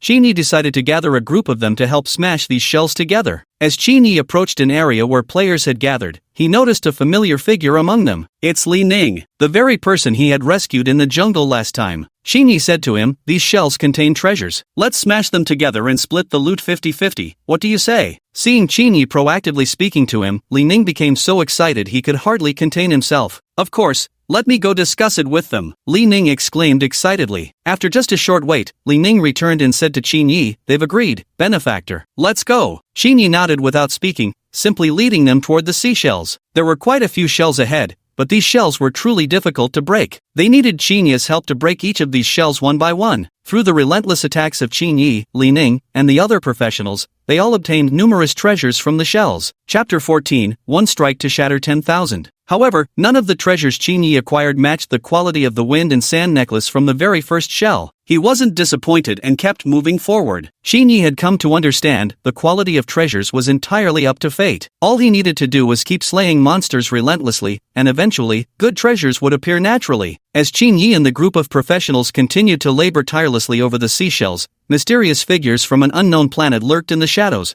watching intently. These blue planet folks are so simple and honest, totally lacking any aggressive traits. Yes, go back and tell the commander that the blue star humans are nothing to worry about. At this moment, Qin Yi and the others were naturally unaware of the conversation among the unknown aliens in the shadows, still relentlessly smashing these seashells. Li Ning felt deeply grateful for Qin Yi's help. During this seashell operation, he had acquired quite a few treasures, things he wouldn't have dared to dream of under normal circumstances. Thanks to Qin Yi's introduction and assistance, Li Ning had gained considerable benefits. While these might not mean much to Qin Yi, for him, they were more than enough to secure his life. As time passed, the surrounding seashells were mostly cleared out by the professionals led by Qin Yi, leaving only a handful still intact. Qin Yi addressed the group of professionals, saying, "Everyone can stop now. Leave some of them here, don't wipe them out completely." The professionals now held Qin Yi in extremely high regard. Not only had he given them the opportunity to obtain treasures, but his strength was also something they couldn't afford to underestimate. Some of these shellfish were aggressive enough to attack on their own, yet Qin Yi effortlessly killed them with a single strike. His terrifying power left the professionals both in awe and fear. Seeing all the professionals had stopped their actions, Qin Yi continued, "Everyone, take this time to organize your treasures and rest here for a while." The group of professionals nodded in agreement, responding with affirmations before settling down to reorganize their gear. Right at that moment, a familiar voice rang out. "Big brothers, as a weak woman stranded in this place, I nearly got hit by the monstrous creatures here. Could you possibly lend me a hand? It's Xiao Ling. Why is this woman haunting me like a vengeful ghost? Wherever I go, this woman follows, how utterly revolting. Had I known it would come to this, I should never have saved her in the first place. Aren't you a professional? Since you've made it here, you must have some skills. Don't play the poor victim here, none of us are fools," one of the professionals said coldly. "How could you say that about me? I'm just a weak girl. My strength was never that high to begin with. I only got here by sheer luck," Xiao Ling said with feigned grievance. "Good luck? So you're saying even we professionals got here just by sheer luck?" retorted another career player, his voice simmering with anger. These seasoned adventurers had weathered life and death trials to reach this point. Far from being soft-hearted, they'd seen through Xiao Ling's true nature the moment she uttered her first words. "I really am not. I just want to ask for your help," Xiao Ling continued to plead. "Enough said. We won't help you. Save yourself if you can," the first professional said coldly. "Humph. Fine, suit yourselves. I'll find my own way," Xiao Ling snapped in frustration. The moment Xiao Ling approached one of the clamshells, her guard slipped and suddenly one of the shells snapped shut on her. At this moment, a strange phenomenon occurred. She suddenly trembled violently, slowly transforming into an identical seashell, then lunged toward the crowd. Seeing this, Qin Yi immediately activated Burn the 8 Directions, repelling it with a single strike. Before Xiaoling's transformed seashell could react, Qin Yi had already unleashed multi-strike combo and Devour Aura. The devouring aura transformed into a crimson ring that drifted toward Xiaoling. Qin Yi also sprang up and charged toward Xiaoling. With a thunderous boom, the latter shattered into fragments. He showed no mercy, delivering a single decisive strike that utterly annihilated Xiaoling. The audience outside the giant screen erupted in excitement once more. "What a pity. I really liked that manipulative bitch. Would have been nice to keep her around. Serves her right, that woman was too cunning. Keeping her would have just brought trouble for Qin Yi." The spectators outside the screen chattered endlessly, opinions flying in every direction. At this moment, inside the screen, Qin Yi and the group of professionals were already packing up to set off again, with no one mourning Xiaoling's death. In this world, the strong reign supreme, and survival is all that matters. No one cares about the life or death of others. Just then, a streak of fiery sunset clouds appeared in the distant sky. This fiery sunset was truly bizarre,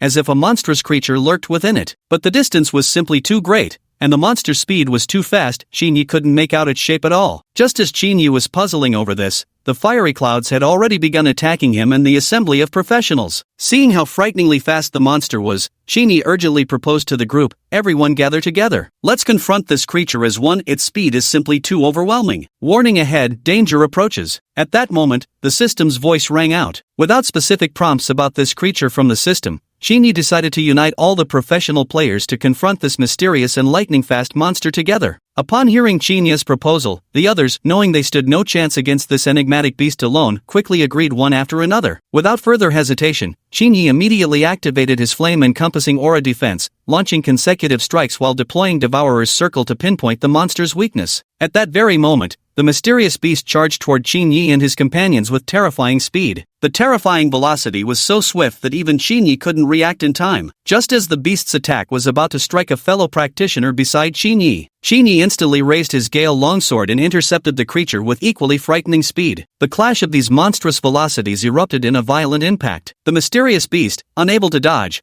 was struck squarely by Qin Yi's blade. Passive skill, multi-hit combo activated, guaranteed critical strike, minus 10,000. Qin Yi's attack dealt over 10,000 damage in a single blow. This was the most powerful strike he had ever unleashed. The professional fighters saw that Qin Yi had severely wounded the mysterious beast and immediately rushed in to finish it off. Though the mysterious beast was powerful, it couldn't withstand the combined assault of the fighters and soon plummeted straight down from the sky. The moment the beast crashed to the ground, the fighters burst into cheers. Meanwhile, Qin Yi remained stunned by his own attack, dealing over 10,000 points of damage. My own strike could actually be so powerful. It must be because, in my subconscious reaction, I gathered all of Qin Yi's energy and directed it towards this mysterious beast. Chapter 15, Passive Mummy. Ding! Defeated monster, Sand Dragon. Acquired, permanent health points, 1,000. Experience points acquired, 5,000. Staring at the system notification on the screen, Qin Yi snapped back to reality. He was growing stronger by the day, gradually gaining prestige among these professional players. Qin Yi noticed several slain professionals lying around, defeated by the Sand Dragon. Before the battle, these individuals had believed they could evade the monster's attacks,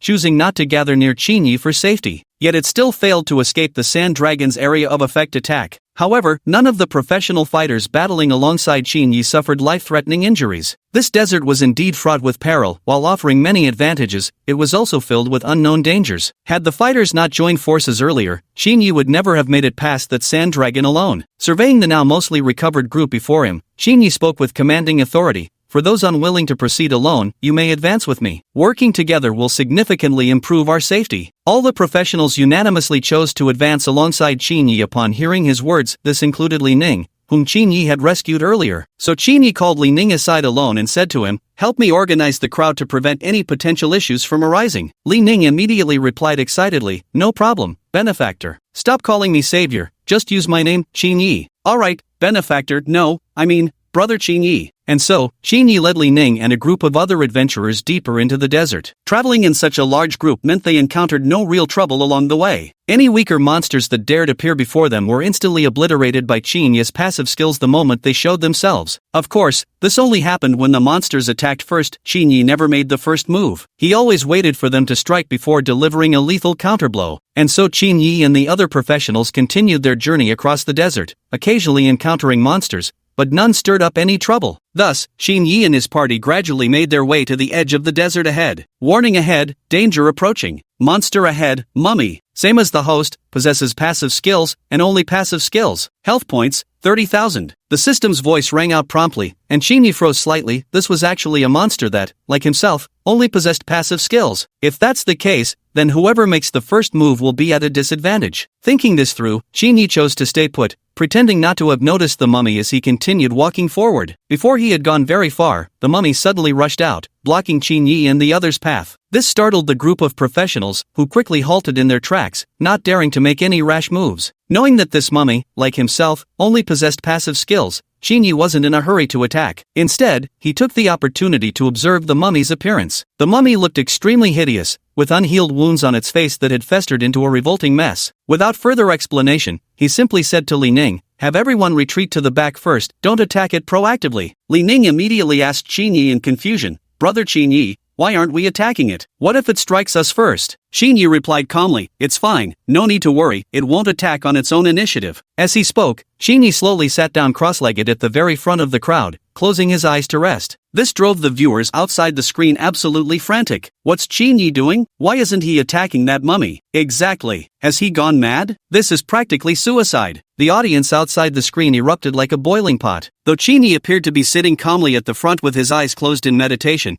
he was actually scanning for weaknesses in the mummy ahead. He pondered, if this mummy wouldn't actively attack him, then what purpose did its existence serve? Could it be that this mummy was guarding the desert's exit, preventing their escape? At this thought, Qin Yi suddenly had an epiphany. So that's how it is. Without wasting another moment, Qin Yi abruptly opened his eyes, startling Li Ning, who had been anxiously watching over him. "Brother Qin Yi, what's wrong? Did you figure something out? Li Ning asked with concern. Let's head for the exit now and ignore these mummies, Qin Yi said. Is this really okay, brother Qin Yi? Li Ning asked. Let's go, no problem, I'm here. Under Qin Yi's leadership, the group hurried toward the desert exit. Just as Qin Yi and the group were about to reach the exit, the mummy behind Qin Yi could no longer contain itself and launched an attack against him. Qin Yi's passive skill instantly erupted. Incinerate all directions. Multi-strike combo. Devour aura. And Qin Yi had been waiting for this exact moment when the mummy could no longer resist attacking him to activate his passive skill. In the blink of an eye, Qin Yi, wielding the Gale longsword with a fiery red halo encircling him like a deity, swung the blazing domain at the sword's tip toward the mummy. Passive skill, multi-strike critical hit triggered. Minus 8,000. Passive skill, devour aura triggers a critical hit. Minus 3,000. Minus 3,000. 3000. Passive skill,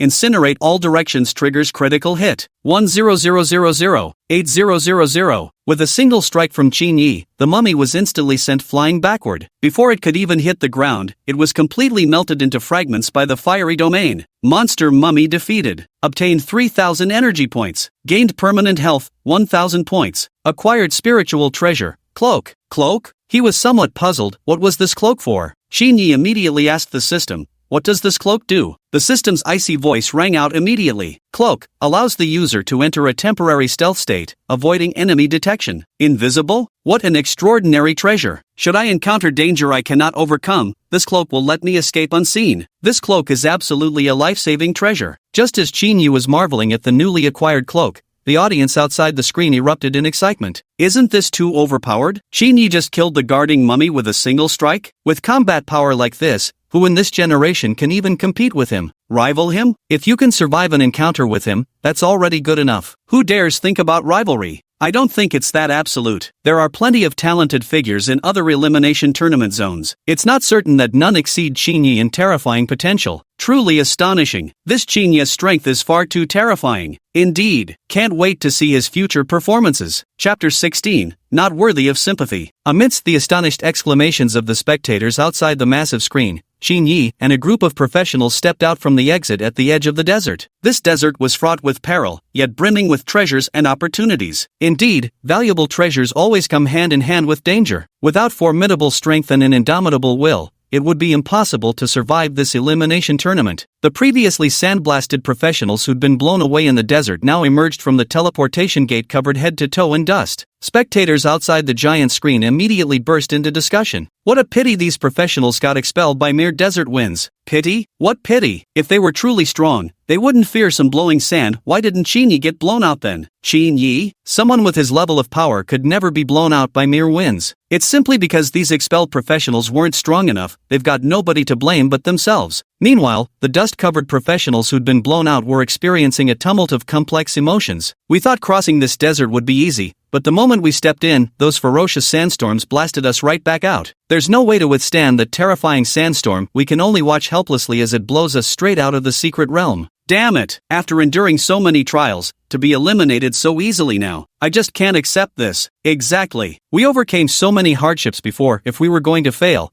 at least we should have been able to put up a fight. That strange sandstorm didn't even give us a chance to resist. Forget it, everyone. There's no point dwelling on it. We've been eliminated. Let's just go. Yeah, let's go. The group of vocationists complained among themselves about their unfair fate, but recognizing their elimination was simply due to their own lack of strength, they didn't linger and soon left the area. In the blink of an eye, Qin Yi and the remaining vocationists arrived before a mysterious body of water. This watery expanse was bizarre, completely surrounded by water, with only the entrance point where Qin Yi and the others stood offering any solid ground. How do I get through this? Why is this entire place flooded? Asked one of the professionals. We don't even have any tools. What are we supposed to do now? Another professional cried out. Qin Yi was also at a loss. The entire area was surrounded by water. Forcing their way through clearly wasn't an option. If they tried, they'd only end up putting themselves at a disadvantage. One careless move, and I'd probably become another tragic soul claimed by these waters. Yet there wasn't a single tool to be found in this watery expanse, nothing but water as far as the eye could see. Meanwhile, the spectators outside the massive screen had already begun buzzing with commentary. How bizarre this place is, nothing but water everywhere. Yeah, this level is really interesting. Let's see how Qin Yi plans to get through it. There aren't even any tools in this water area. What possible way is there to cross? At this moment, Xinyi was also pondering how to get through this expanse of water. Just then, faint cries for help began echoing from all around. Xinyi turned his head and saw it was the fellow adventurers traveling with him. How did they end up submerged in water? Without wasting time to ponder the reason, Xinyi immediately activated his devouring aura to rescue everyone from the water. Only after successfully pulling everyone to safety did Xinyi finally hear their full explanation of what had happened. It turns out that one of the class-based players suggested attempting to bypass it with offensive skills, but instead of succeeding, they ended up falling into the water. If it weren't for Xinyi coming to the rescue, I'd probably have drowned by now. Xinyi urged, "Everyone, don't act rashly. Hundreds of miles around here are nothing but water. There's no way we can cross using ordinary methods. Just wait until I figure something out. I'll definitely find a way." The rescued professionals hastily nodded in agreement, too ashamed to voice any objections. After all, if not for Xinyi, they'd have lost their lives long ago. How could they possibly dare to oppose him? "Wait for you to come up with a solution? We'd all be long dead by then," one of the professionals sneered. This professional belonged to the previously indecisive faction. Who'd have thought he'd dare be so insolent toward Xinyi now? "How can you say that? Without Xinyi, you'd have died at hands of that mummy ages ago." Li Ning stood up at once to defend Xinyi. Xinyi reached out to stop Li Ning. His gaze remained calm, utterly devoid of anger, as he asked the insolent professional with composed indifference, "Oh, and do you have a better way to get across?" Feeling the faint but powerful pressure emanating from Xinyi, this professional could only sense he was facing a colossal behemoth. This terror instantly engulfed his entire body, even making his soul tremble. You said you'd take us there, but who knows if you really have a way or are just stalling us," the professional stammered. "If I've given everyone my word, I won't go back on it. My credibility is well known, and I believe everyone trusts me," Xinyi replied without a trace of panic. Cheers immediately erupted from all around. "Xinyi, we believe in you. Without you, we would have died in the desert long ago, never having the chance to make it here." "That's right, we trust you. What a heartless bastard. We stand with you." Xinyi ignored his words. Listening to the echoing voices of the surrounding professionals, Xinyi smiled faintly, nodding slightly with the corners of his mouth curling up. He spoke coolly to the disrespectful professional, "If you don't believe me, I won't force you. Suit yourself." With that, Xinyi didn't give the professional a chance to respond before turning and walking away from the scene. Right now, Xinyi was too busy figuring out how to cross through this eerie expanse of water. He hardly had time to waste arguing here. Outside the big screen, the audience was already boiling with indignation on Xinyi's behalf. How can this adventurer be so shameless? Xinyi saved his life for nothing. Yeah, at least saving a dog gets you some tail-wagging gratitude in return. Such people are truly undeserving of sympathy, let alone forming deeper connections. To speak words that shake morale at a time like this,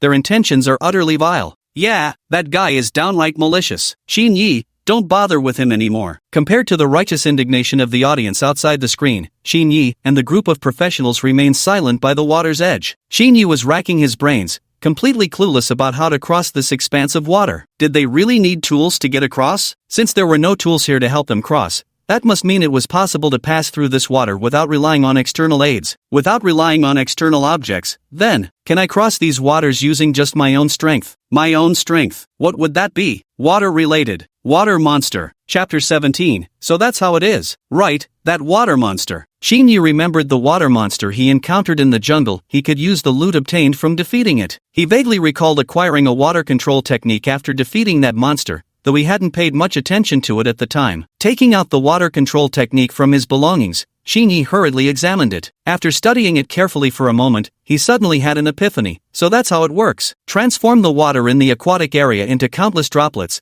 then use a special technique to connect them together. This can turn the water surface into a solid walking plane. He quickly mastered the method of connecting water droplets and tried it by the shore. It actually worked. Thus, Xinyi gathered everyone by the lakeside. Seeing that most had assembled, he announced, "I've discovered a way to turn the water surface into a walkable plane. Follow me." The group of professionals grew excited at Xinyi's declaration that passage was possible, all jostling to be the first to cross. Xinyi ordered Li Ning to have everyone maintain order, not to rush, and follow one by one. At this moment, Xinyi stood on the shore, channeling energy within his body to activate a secret technique. He felt as if the water surface had transformed into individual droplets. His task now was to connect them one by one. While activating the secret technique, Xinyi was directing everyone across the water's surface. Just then, the player who had previously mocked and insulted Xinyi tried to sneak through among the crowd, but Xinyi saw through him at a glance. Figure your own way out, you won't be coming with us, Xinyi said coldly. While ashore, Xinyi had seen right through his intentions to shake morale. In ancient times, such behavior would have warranted public execution. Xinyi's decision to spare his life was already the greatest mercy. Just as that professional was about to argue further, a monstrous creature resembling an octopus suddenly burst from the water's surface. Warning ahead, danger approaching. Monster approaching, mutant octopus. Level, 40. HP, 38,000. What? This mutated octopus actually has a staggering 38,000 HP, nearly reaching 40,000. Before that professional could even struggle, the colossal mutated octopus dragged him from the shore into the water, instantly engulfed by the raging waters. Some spectators outside the screen immediately erupted in cheers. Good riddance, such people are nothing but trouble when alive. Nice death to him, that's what he gets for his ingratitude. At this moment, Xinyi didn't hesitate and immediately activated his passive skills. Incinerate all directions, devouring aura, multi-strike combo. All three passive skills were activated simultaneously. Xinyi dared not let his guard down. This mutated octopus's health points were absurdly high, and he wasn't entirely confident about defeating it. With Xinyi's battle cry echoing across the waters, a fiery red halo suddenly enveloped a sword shadow before shooting toward the mutated octopus. Bang! A tremendous explosion resounded. Passive skill, Incinerate all realms triggered 100% critical strike. 12000. Passive skill, Devouring Aura triggered with 100% critical hit rate. 2000. 2000. 2000. Passive skill triggered, multi-hit combo guarantees critical strike. 15000. Just as the attack slammed into the mutated octopus, a thunderous boom erupted. Xinyi couldn't discern what happened beneath the water, only that a massive dark shadow suddenly burst through the surface once more. At this moment, Xinyi hadn't reacted yet and instinctively dodged the attack, but Li Ning nearby responded swiftly and immediately pushed Xinyi aside. Xinyi was momentarily stunned, unable to comprehend what had just happened. He had clearly dealt a critical blow to this mutated octopus moments ago. How could it have surged out from the water again? Meanwhile, Li Ning, who had pushed him away, was now firmly gripped by the mutated octopus. As Li Ning struggled frantically within the octopus's tentacles, Xinyi saw that his companion was about to give way. Without another thought, he activated his devouring aura and charged straight at the mutated octopus. Passive skill, Devour Aura triggers 150% critical hit. 5000. With a deafening boom, a massive ring of fire surges toward the mutated octopus. In an instant, the dazzling ring of flame reaches the mutated octopus's tentacles. A loud noise rang out. The mutated octopus in midair hadn't even had time to fall back into the water before being blasted into fragments by the fiery ring, scattering in all directions. Xinyi was momentarily stunned. How could the attack be so powerful? But when Xinyi turned to look, he instantly understood. It turned out all the professional fighters on the water's surface had joined in the attack. As the old saying goes, he who has truth has many aides, he who errs has few. Strength is merely a prerequisite, while natural leadership is the key. Only those who can command hearts deserve to be called true leaders. Through the combined efforts of Xinyi and the team of professionals, the mutated octopus was blasted to smithereens. Wait a minute, I feel like I've forgotten something. Li Ning was still trapped in the tentacles at this moment. Remembering this, Xinyi hurriedly searched for Li Ning's figure, and finally spotted the struggling man in a patch of water. He quickly activated his devouring aura to fish Li Ning out. Xinyi gently laid Li Ning on the water's surface and scolded him with concern. Are you trying to get yourself killed? That mutated octopus's attack wouldn't have done much to me. Why did you risk your life to save me like that? Big brother Xinyi, you've saved me more than once. My life belongs to you now. I'd gladly give it up for you, Li Ning declared fervently. Enough, don't ever pull such a reckless stunt again, Xinyi commanded sternly. Seeing Xinyi's anger, Li Ning fell silent. Just then, a group of fellow players began rushing towards Xinyi and Li Ning's location. Are you all right? A professional asked with concern. We're fine, just some minor injuries, Xinyi replied. Seeing that everyone had gathered, Xinyi suggested they take a break where they were. Once everyone had rested, they would continue their journey forward together. Xinyi finally had time to properly examine the rewards he gained from defeating this mutated octopus. Display reward details. Ding! Opening now, please wait. Monster defeated, mutant octopus. Reward obtained, permanent plus 1000 HP. Obtained spiritual treasure, octopod vine whip. Octopod vine whip? Xinyi wouldn't have much use for this, his weapons are all longswords. The Gale longsword Xinyi currently wields feels perfectly suited to his hand, boasting formidable power. As for this octopod vine whip, he thought he might as well wait until this elimination tournament concluded, then find some place to sell it off. Thinking about this, Xinyi stored the 8-lashing vine whip into his system inventory. Chapter 18, Catch the Poisoner. Thus, Xinyi and the group rested and recuperated on the water's surface for a while. During this respite, a sudden blood-curdling scream erupted from among the crowd. "What's wrong with you? Why does your face look like that?" a professional asked another whose complexion had turned ghastly. Shinji also noticed the situation and quickly stood up to check what was happening. "What's going on here?" Shinji asked one of the professionals present. This professional accidentally touched a droplet from the water surface just now, then his whole body started trembling, and soon his body began to swell up, another professional nearby explained. Hearing the professional's explanation, Shinji opened his system and asked, "System, can you test water quality?" Ding. Reply to host, affirmative. Energy points required, 3,000 points. What? 3,000 points just to test water quality? Is there no justice in this world? Shinji gritted his teeth and commanded the system,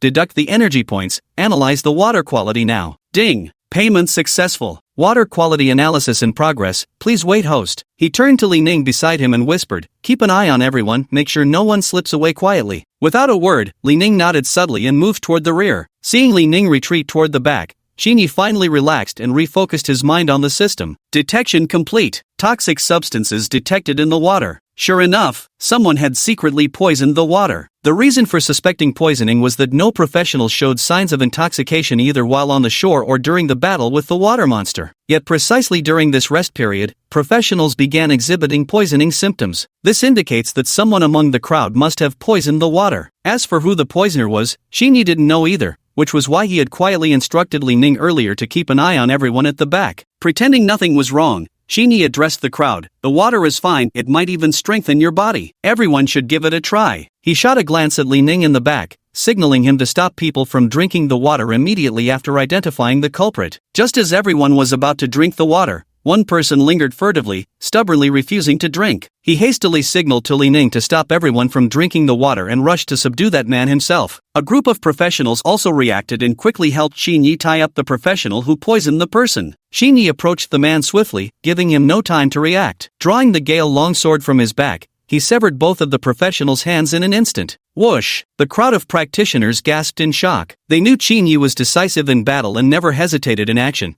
but no one expected him to be this terrifying when pushed to his limits. Not a single one dared to speak up or intervene, afraid they might be the next to lose a hand. Meanwhile, the audience watching the giant screens outside had already erupted into chaos. That Shinji is way too brutal. He didn't even ask a single question before cutting both hands off that professional. Too heartless. I actually liked him before, but this version of Shinji terrifies me. I'm switching from fan to hater. Yeah, that's just too cold-hearted. They didn't even give him a chance to explain. The audience buzzed with discussion about Shinji's actions moments ago. Some viewers believed he had done the right thing. Poisoning the water supply could have killed the entire party had someone not discovered it in time. This was already merciful, only cutting off both his hands instead of killing him. Some viewers thought it was far too bloody. That person wasn't even given a chance to explain before Shinji severed both his hands. The sight of those wounds made everyone gasp in horror. Inside the screen, Shinji showed not the slightest emotional fluctuation, only sheer disgust for this poisoner. Others might not understand, but he knew exactly how vile this professional's intentions were. After a long time, when the agony of losing his hands had reduced the poisoner to a wretched state, Shinji finally spoke. Shinji asked in an ice-cold voice, "Was it you who poisoned him?" The practitioner endured the excruciating pain and replied with a trembling voice, "It wasn't me, I swear it wasn't me." Shinji saw how badly he was suffering yet still refusing to admit it, so without another word, he just gave Li Ning a meaningful glance, signaling him to explain instead. "Don't think we don't know that these waters connect to the entire Blue Planet's water resources. If something happens here, the whole Blue Planet's water supply will be contaminated." Li Ning shouted at this professional with righteous fury. The audience outside the screen immediately erupted in an uproar. What? This water area is actually connected to the entire planet's water resources? Oh my god! If Shinji hadn't stopped that poison-wielding professional in time, who knows what irreparable disaster could have happened. At this moment, not a single viewer remained from those who had turned from fans to haters earlier. Everyone was now filled with respect and admiration for Shinji. That Shinji is too damn cool, he didn't even have to speak. What a badass. Meanwhile on screen, Shinji was still contemplating the motives of this poison-spreading profession user. Could they have been sent by people from another planet? These waters connect to Blue Sphere's water resources. Agents from other planets might have infiltrated here to poison and contaminate the entire water system. Thinking of this, Shinji directly swung his Gale longsword and beheaded the one-handed poisoner. No one dared to utter a word of dissent,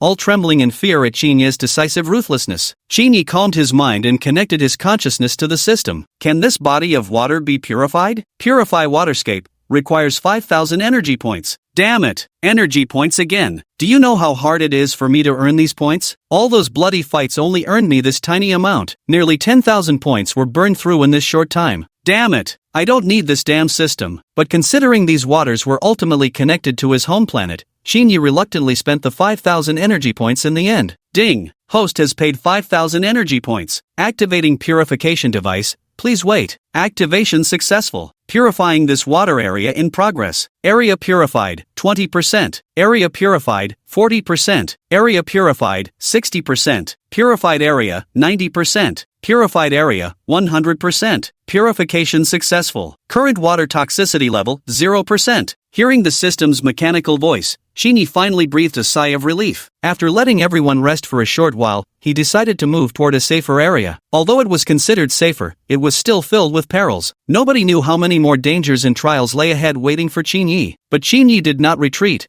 pressing onward into the deeper unknown. Chapter 19. Not that simple. After walking for some time, Shinyi and his group arrived before a cave entrance. He signaled for everyone to stop while he himself continued walking into the cave. The system had just warned him that there were suspected high-level creatures inside the cave. Bringing everyone in would undoubtedly result in heavy casualties. Therefore, Shinyi decided to scout ahead alone. After all, his abilities were undeniable in everyone's eyes. The moment he stepped inside, a bone-chilling wind struck him. Further in, he discovered numerous unidentified creature remains, and upon closer inspection, what appeared to be human thigh bones. Even more unsettling was the drastic temperature difference between the cave's interior and exterior. The inside was so cold that thick layers of ice had formed. After carefully investigating, Shinyi discovered that the high-risk creature mentioned by the system seemed to be temporarily absent from the cave. Just as he was about to retreat and urge everyone to seize the opportunity to pass through the cave, he noticed the light inside was gradually fading, though he couldn't tell exactly when this had begun. Scanning his surroundings, besides the terrifying piles of bones, he found nothing particularly unusual. Suddenly, Shinyi felt a chilling sensation on his scalp and instinctively turned to dodge the attack. Unfortunately, the unknown creature moved too swiftly, and his arm was wounded regardless. System, can you identify what this thing is? Currently unavailable. Detected poison in the wound. Commence purification? The system incidentally informed Shinyi that the previous attack had been venomous. Purification requires 2,000 energy points. The system's ruthless voice echoed in Shinyi's mind. Got it. Shinyi nodded. This wasn't the time to worry about energy points. Survival took priority. Are you alright? Hearing noises from inside, Li Ning immediately rushed in with the others who'd been waiting outside. Li Ning breathed a sigh of relief upon discovering only Shinyi's arm had gotten slightly frozen. I'm fine for now,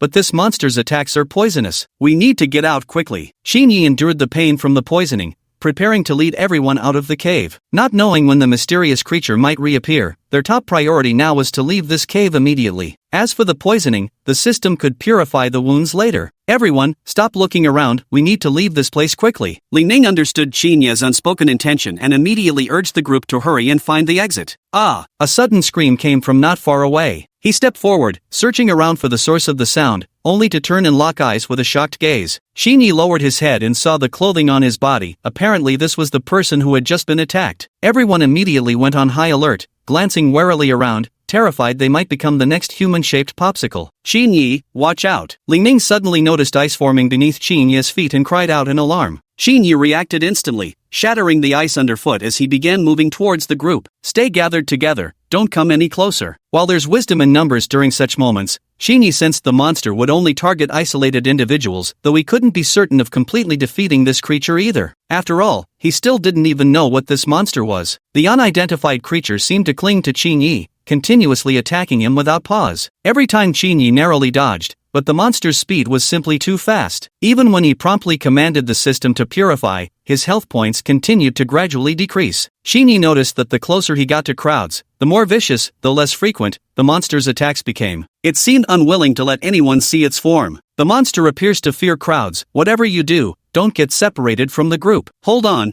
I'm coming. Dragging his wounded body, Shinyi quickened his pace. He'd attempted to attack the creature before, but every strike failed to graze even a single hair while leaving him with fresh injuries. Clearly, his only chance was to rejoin the crowd as quickly as possible. At this moment, the people outside the screen were completely losing their minds. Holy shit, that's terrifying. Killing without even batting an eye. Isn't this perfectly normal? Just look at those skeletal remains on the ground. Seems some previous visitors also ended up dying here. What kind of monster is this? I can't even see it clearly. Even Qin Yi suffered at that monster's hands. Returning to the cave's interior, Qin Yi, I'll draw its attention outward, seized the chance to come over. Li Ning also realized Qin Yi couldn't hold out much longer and began diverting the monster's focus. He knew if he delayed any further, he'd either die from poisoning or get frozen into a human-shaped popsicle by the creature. He could only nod and agree to Li Ning's request. Li Ning hadn't come unprepared. He gathered everyone to take off their clothes and tie them around his waist. As soon as Qin Yi returned to the group, everyone immediately pulled Li Ning back. With Li Ning's help, Qin Yi quickly reached the group. At the same moment, Li Ning was also pulled back. I found it! I found the exit! Li Ning exclaimed excitedly, looking at Qin Yi. Right next to that dead contestant from earlier. While distracting the monster, Li Ning had walked over to where the fallen player lay. There was a branching path with light filtering through. It had to be the exit. Same as before, everyone stick close together. Nobody gets left behind. After giving his instructions, Qin Yi took the lead toward the exit. The rest of the group remained on high alert, following cautiously behind. It's unclear whether Qin Yi's guess was correct, but after what had just happened, the situation never recurred. The group smoothly left the area and arrived at the waiting grounds for the next match. The elimination round is complete. Next is the points round. Contestants ranked last will be directly eliminated. The system notified Qin Yi. Qin Yi nodded and began observing the participants arriving from different venues. From the poisoning incident just now, Qin Yi couldn't help but suspect that there were people with malicious intentions mixed among these contestants. Later, Qin Yi handed over the items found on the poisoner to the command center, hoping they could investigate who exactly wanted to destroy Blue Star. After waiting briefly, Qin Yi soon received a response from the command center. This is an unknown virus. What we currently know is that Blue Star inhabitants who ingest this poison will show no obvious changes in the short term, 3 to 5 years. The terrifying part is that this poison can be genetically transmitted to the next generation, who will exhibit significant mutations. The officer paused before continuing. We suspect infiltrators from the supernatural planet among the contestants. In past years, there have been some participants from there, but this year we received no applications. It seems they've come with ill intentions. Qin Yi, this is all we've uncovered. For the upcoming matches, be cautious in everything. I will. Qin Yi nodded and turned to leave. It seems things are far more complicated than they appear. Chapter 20, the Qinghai Tibet Plateau. Teleportation completed. Teleportation location, Qinghai Tibet Plateau. Qin Yi opened his eyes to find himself standing in an endless expanse of grassland. There was nothing around him but grass stretching in all directions. Finding another contestant like himself here would probably be an extremely difficult task. It seems we've been scattered separately. This makes sense. After all, the elimination in the point-based tournament depends on accumulated points. If we were transported together, there would be unfair distribution of prey. That logic holds true, but with this scattered approach, we can no longer monitor suspicious members within our group. Under these circumstances, it'll be extremely difficult to identify which members might be aliens infiltrating our team. Never mind all that for now, let the hunt begin. He wasn't God after all, there was no way he could be flawless at everything. And so, he began scouring the Qinghai Tibet Plateau in search of prey. The more points he could rack up, the better his ranking would be, and with that, the greater the rewards he could claim. After trekking for a while, Qin Yi spotted a yak. Warning ahead, danger approaching. Enemy ahead, yak. Level, 45. HP, 50,000. Did you find a monster this quickly? A smirk tugged at the corner of Qin Yi's lips. As expected of a point-based match, the monster's levels far surpassed those from the elimination rounds. His HP was also ridiculously high, but Qin Yi wasn't worried. Qin Yi approached the yak, which quickly noticed his presence. Immediately, the beast entered combat mode, stamping its right forefoot, snorting through its nostrils, before charging straight at Qin Yi. Despite its massive size, the yak's speed was surprisingly formidable. As the yak closed in, Qin Yi dashed forward with a punch aimed directly at its head. Passive skill, Scorched Earth triggered, 100% attack, -10,000. Passive skill, Devouring Aura triggered, 100% attack, -2000, 2000, 2000. Passive skill activated, Chain Combo guaranteed crit, 2000. Critical hit on yak's weak spot, 2000. Though the yak had substantial health, Qin Yi managed to score a direct hit on its head, instantly taking down the enraged beast with a single strike. Defeated Monster Yak. 100 points obtained. Permanent health points obtained, 1000. 1 yak equals 100 points? Not bad. Outside the spectator seats, the onlookers couldn't help but voice their admiration. Damn, Boss Qin Yi is insane. He just got in and already took down a monster. Nobody does it like Boss Qin Yi. Punching a bull to death with one strike, what savage strength. After dealing with one yak, Qin Yi continued moving forward. After walking for a while, he spotted a young girl locked in a fierce battle. Warning ahead, combat in progress. With a glance, Xinyi noticed the girl was also a class holder. Judging by her appearance, the girl bore a striking resemblance to Xiao Ling. What's going on here? Xinyi was puzzled, but seeing the other party struggling in battle, he still decided to go help. Monster ahead, Yak. Level, 45. HP, 90,000. What? The level remained unchanged, but its health was a full 40,000 points higher. This Yak was definitely not normal. Thus, Xinyi joined the battle. He charged forward without hesitation, landing a fierce punch directly on the Yak's head. Passive skill, Scorching Annihilation triggered 100% critical hit. -10,000. Passive skill, Devouring Aura activated 100% critical hit. -2000. -2000. -2000. Passive skill activated, Multi-strike combo 100% critical hit. -20,000. Critical hit on Yak's weak point. -20,000. Judging by the sensation in my fist, this Yak's head was several times harder than the one I just dealt with. What? The girl who looked like Xiao Ling was startled by Xinya's sudden appearance, but seeing he was here to help, she inwardly sighed in relief. Xinya's punch just now had deducted 56,000 HP from the Yak. Half its life was gone in an instant. The Yak retreated several steps. Who are you? Asked the girl who resembled Xiao Ling. Just a good passerby, Xinyi replied. The girl's eyes sparkled. You're amazing. Could you take me along? Then, the girl introduced herself. My name is Xiao Yun. Can I latch onto your coattails, big shot? Xiao Yun? This person isn't Xiao Ling. Just as Xinyi was puzzled, the half-dead Yak suddenly grew violent, its entire body swelling to twice its original size. The monster mutated into a ferocious beast. Monster Yak has mutated. Status updated. Ferocious beast, Yak. Level, 50. HP, 120000/64,000. What's going on? It mutated unexpectedly. Health points soared by 30,000 directly. Level also skyrocketed by 5. With just a stomp of its hooves,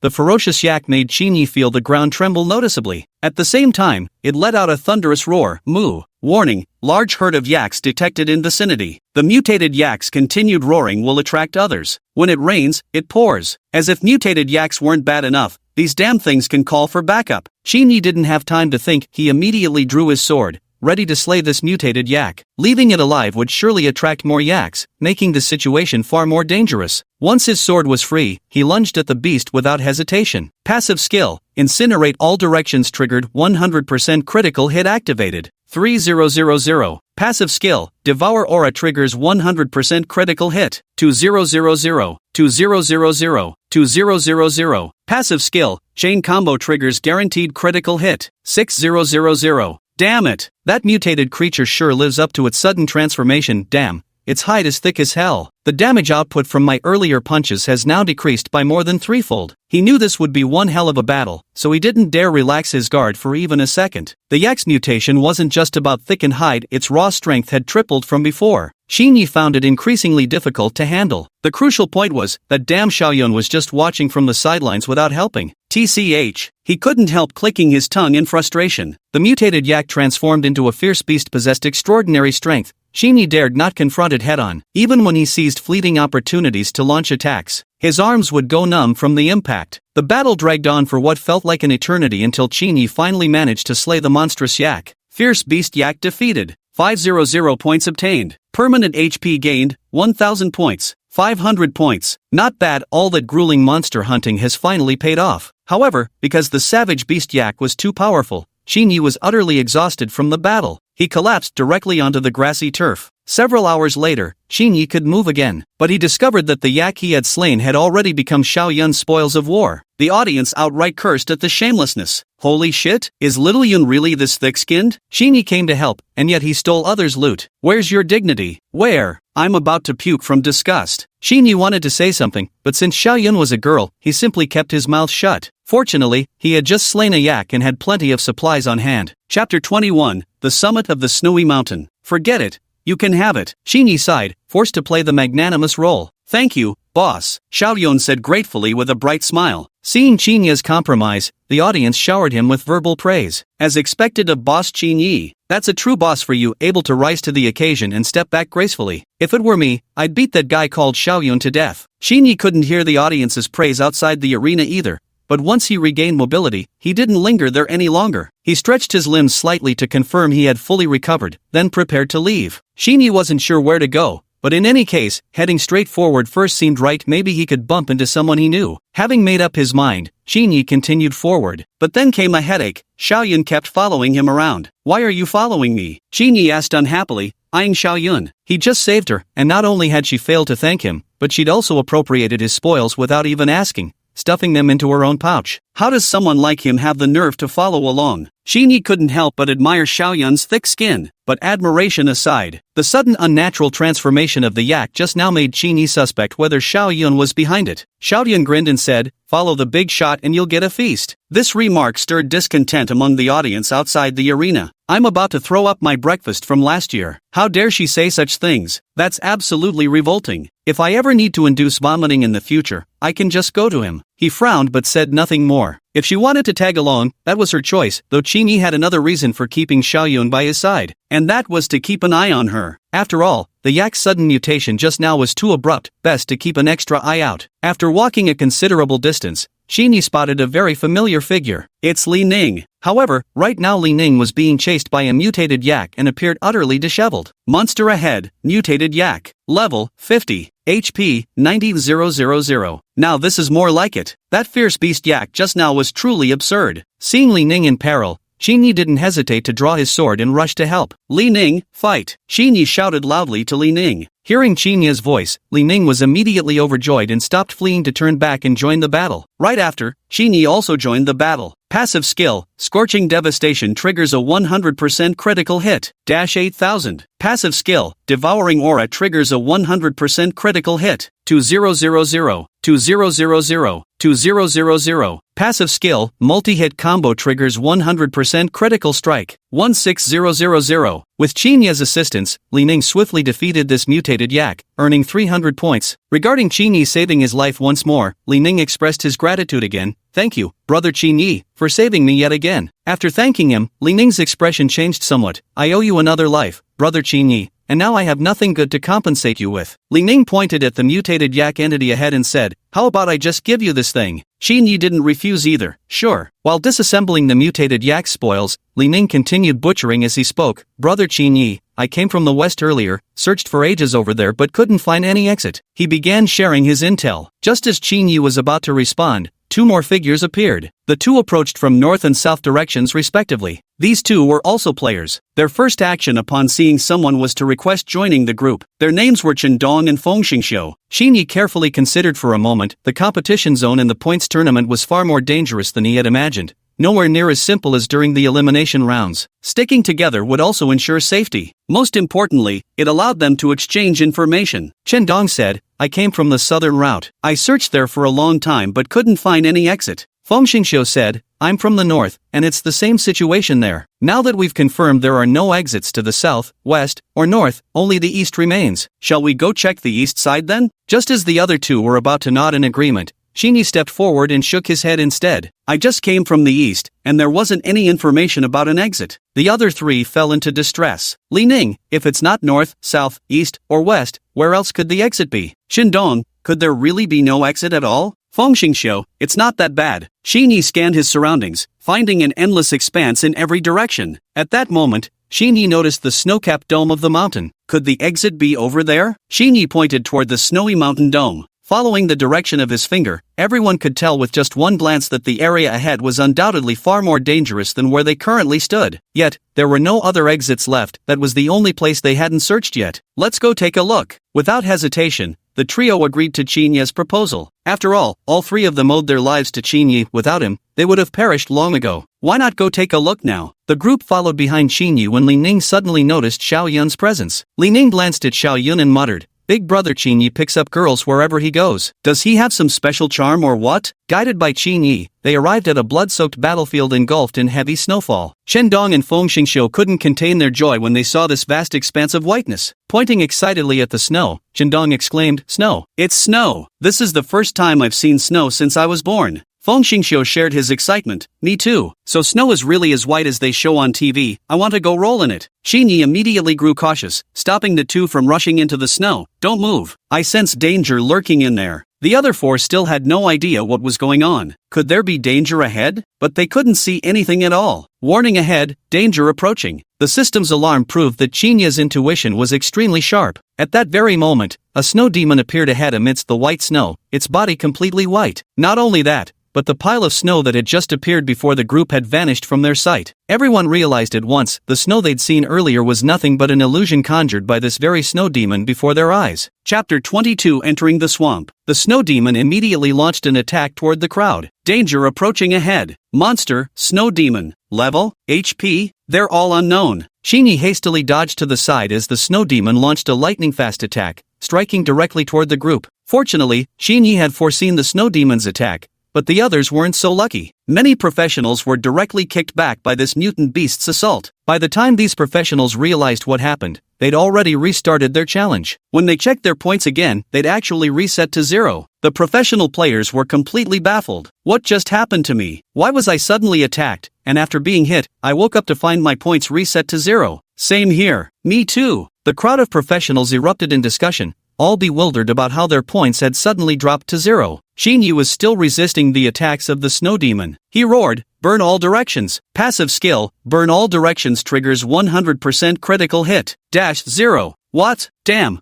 I can't even scratch the snow demon. How does it have so much health? With another low shout, he commanded, multi-strike combo. Xinyi brandished his swift wind longsword and charged at the snow demon, but when the blade struck the creature's body, it dealt absolutely no damage whatsoever. He was utterly bewildered. How could this be? This can't be right. No matter how low my attack power is, it shouldn't be delivering 0 damage. Xinyi refused to believe this was happening and unleashed another flurry of strikes at the snow demon. With a loud thud, the snow demon remained completely unmoved. The other players also refused to accept this reality, raising their weapons to slash at the snow demon. Just like Xinyi, they couldn't deal even a single point of damage to that snow demon. The professional combatants immediately stood by dejectedly. Xinyi instantly began strategizing in his mind. This snow demon feared no attacks, no matter how powerful the physical strikes were, none could wound it. Wait. Physical attack. Then if we use fire, which counteracts the snow demon, to deal with it and make it melt, it would be much easier to handle. Thinking of this, Xinyi quickly gathered everyone and used fire-based attacks against the snow demon. Devour the halo, burn all creation. Instantly, a ring of fire wrapped around a cluster of flames and surged toward the snow demon. Alongside the fire skills of other class users, it shot towards the snow demon. With a deafening boom, the snow demon's body suddenly began to melt. Useful. Using fire elemental skills can indeed melt the snow demon's outer shell. Doing so would significantly weaken the snow demon's defenses. This would make it much easier to inflict damage on the snow demon. Xinyi pondered this, yet it didn't slow his movements in the slightest. Devouring aura, multi-strike. Ding. Razor smile, passive skill, multi-strike activated, guaranteed critical hit. -90,000. Passive skill, devouring aura activated,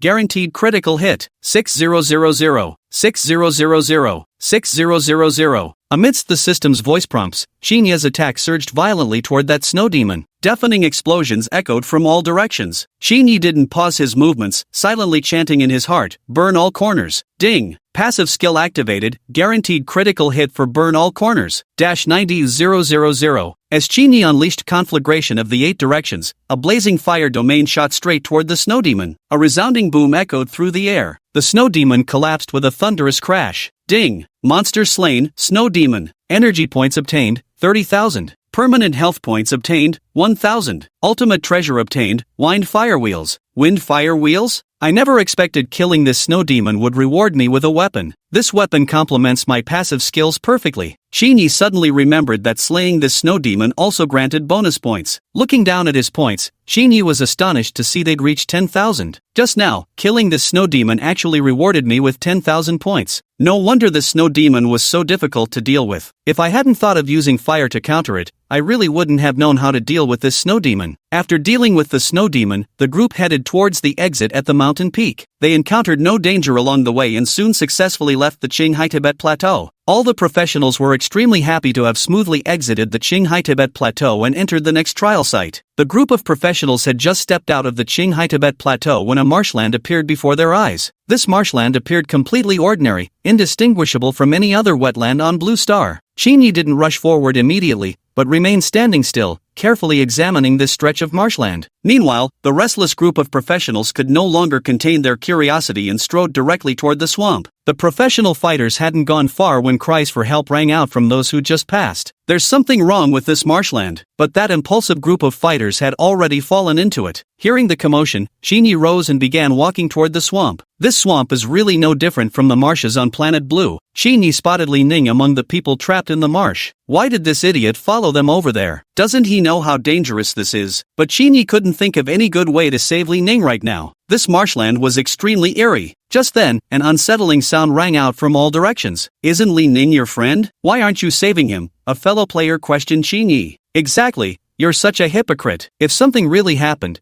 you wouldn't even lift a finger to help, chimed in another professional. We all contributed to defeating the snow demon just now, so why does he get all the rewards? Shinyi paid no attention, simply watching quietly as Li Ning sank into the marshland. This swamp was treacherously bizarre. Only by using the wind fire wheels to bake the mud into solid ground could they possibly rescue Li Ning. Without hesitation, he immediately summoned the wind fire wheels. Shinyi stepped onto the swirling wheels and pulled Li Ning out of the swamp. He didn't rescue all the stranded professionals from the swamp. Instead, he only saved those who had followed him since the early stages of the elimination round. Meanwhile, within the larger group, factions were forming among the members from Eagle Nation, USA, and Kimchi Nation, Korea, but Shinyi paid them no mind. He believed true strength was what truly mattered, and alliances were merely supplementary aid. Rather than wasting energy on forming alliances, it was far more important to focus on cultivating one's own strength. Shinyi didn't say anything, but many professionals still chose to follow him. Of course, Li Ning and Xiao Yun naturally decided to go with Shinyi. Chapter 23, The Dissenting Crowd. Shinyi led the professionals from his own faction, planning to cross the swamp using wind fire wheels. Seeing Shinyi about to leave, the other professionals hastily pleaded, "Please, Shinyi, take us with you." He naturally ignored them and coldly replied, "I've helped you quite a bit along the way, yet you betrayed me. I won't take any of you with me." Without waiting for responses from the other professionals,